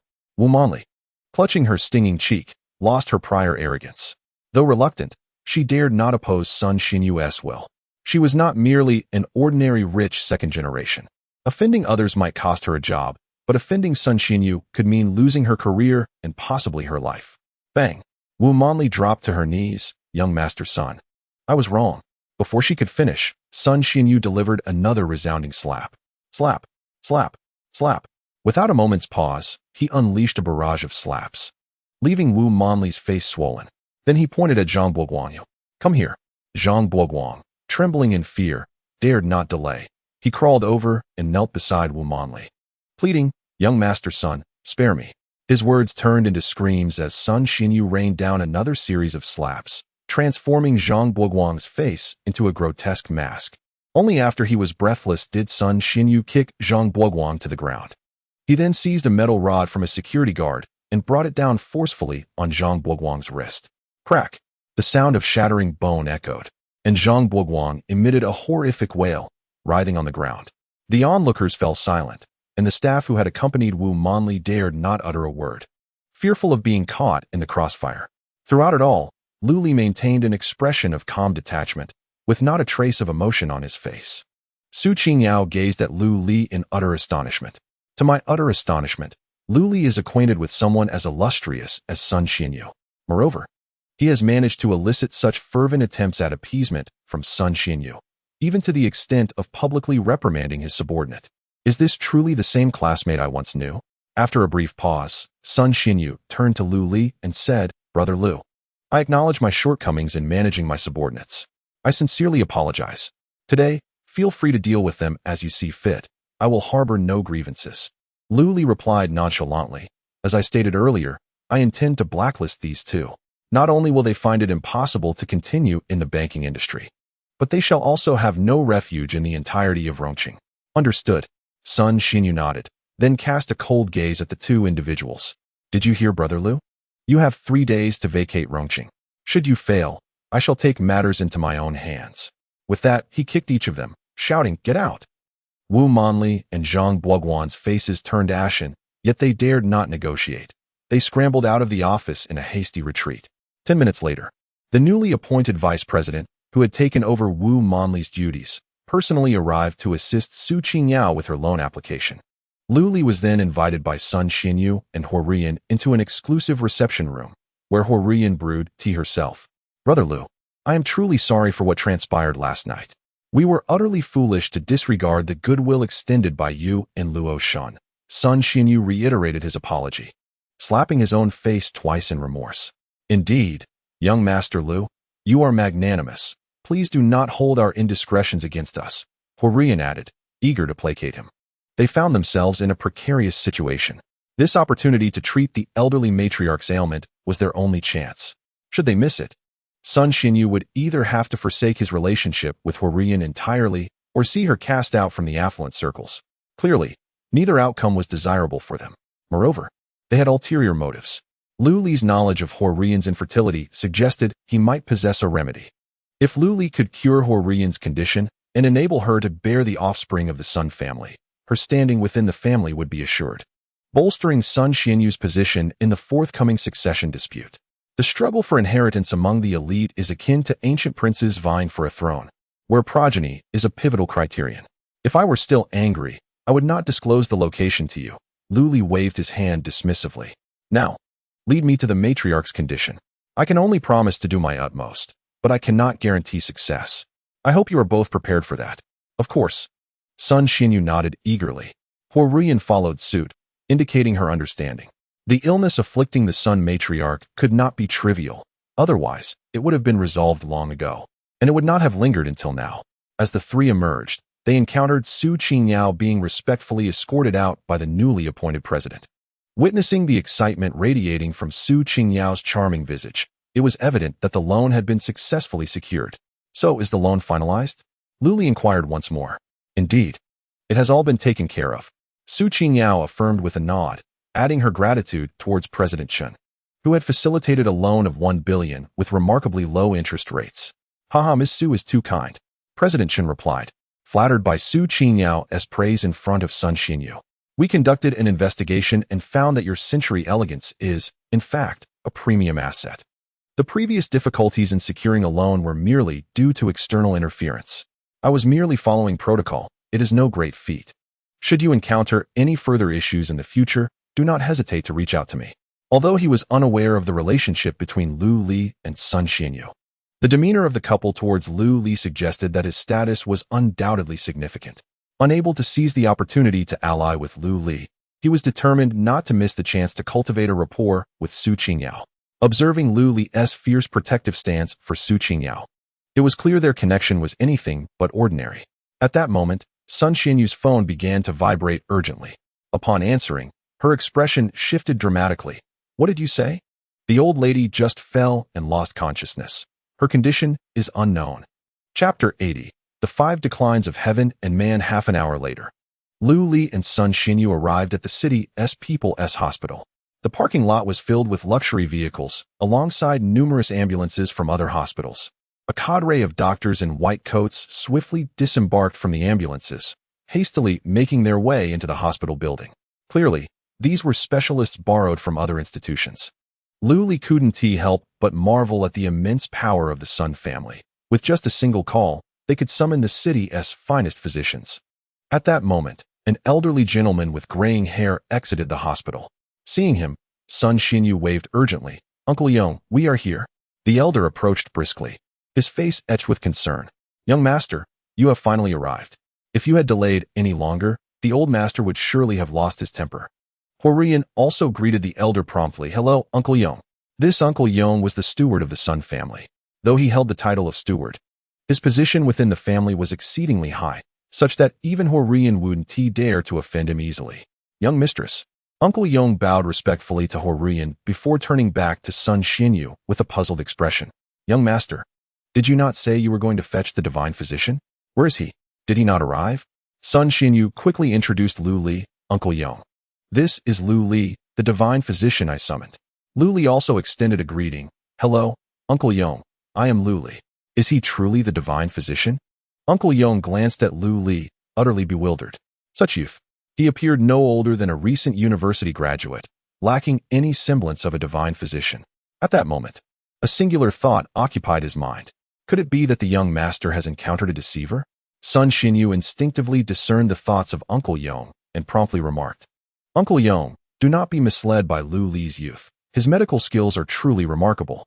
By the way, it was Lu Li who cured the patriarch of the Bai family. Horian, standing nearby, added. He even identified the minor ailments afflicting both Xinyu and me at a glance. Is that so? Uncle Yong displayed a look of surprise.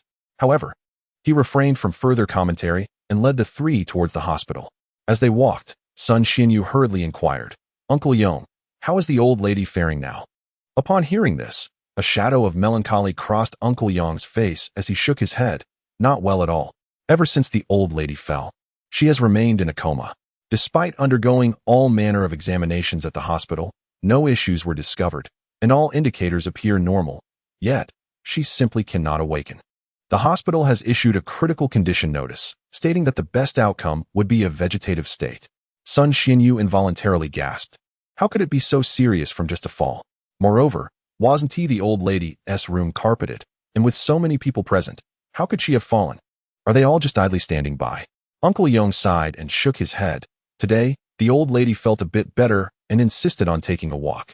She refused assistance, and unexpectedly, she stumbled after just a few steps. Fortunately, the servants were nearby and managed to catch her in time. Otherwise, she might have suffered severe injuries. At this point, he cautioned Sun Xinyu and his wife, young master and young mistress. The master was just furious. You must be particularly careful not to provoke him. As he uttered this, he cast a glance at Lu Li, clearly hinting at him as well.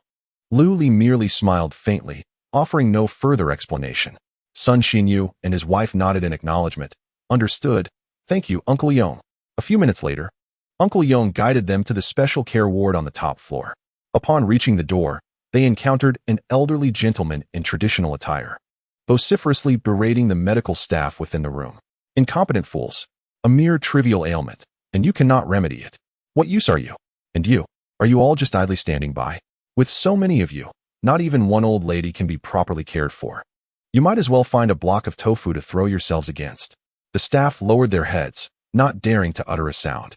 While several hospital executives were visibly sweating, Lu Li recognized the elderly gentleman as Sun Jindo, the chairman of Zijing Bank, a well-known financial magnate in Rongqing.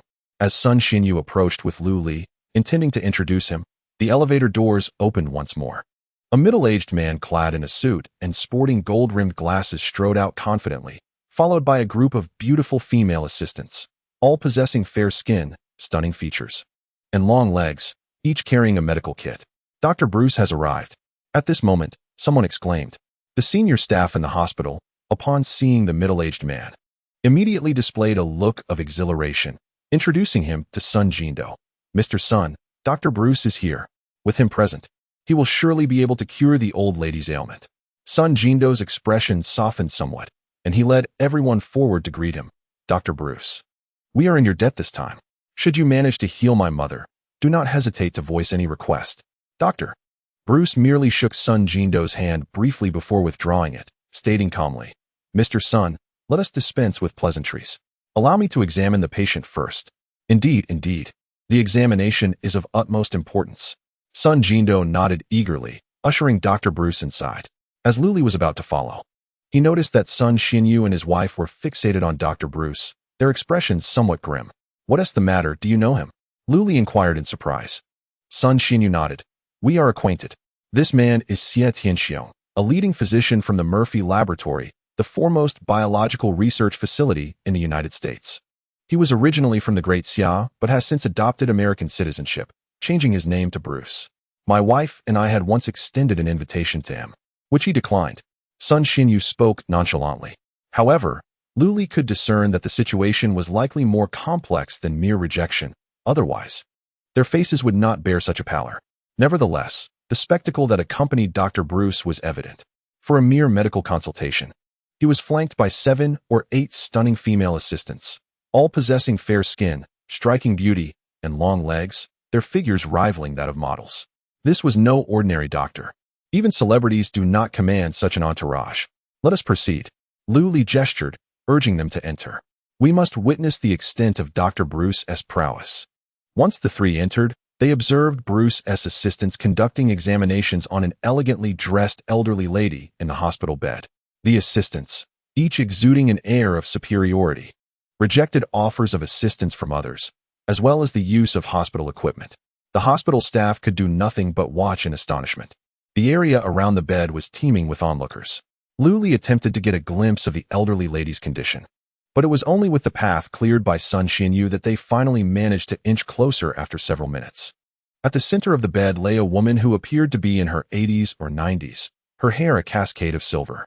Though her visage had aged, it bore little sign of hardship. She lay there in serene repose, reminiscent of someone merely asleep rather than unwell. As Luli scrutinized her closely, he could not help but frown. He observed no evident physical ailments. It was apparent that despite her advanced years, she must have been diligent in her health maintenance. Her body robust, with not a single age spot marring her complexion. What could this mean?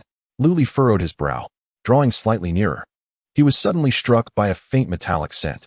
The faint odor, reminiscent of decay, emanated from the elderly man, barely perceptible to the average person. It was only when Luli drew nearer that he detected it. Upon reflecting on the old man's current state, Luli's eyes widened in sudden realization. Could this be the phenomenon of the 5 declines of heaven and man?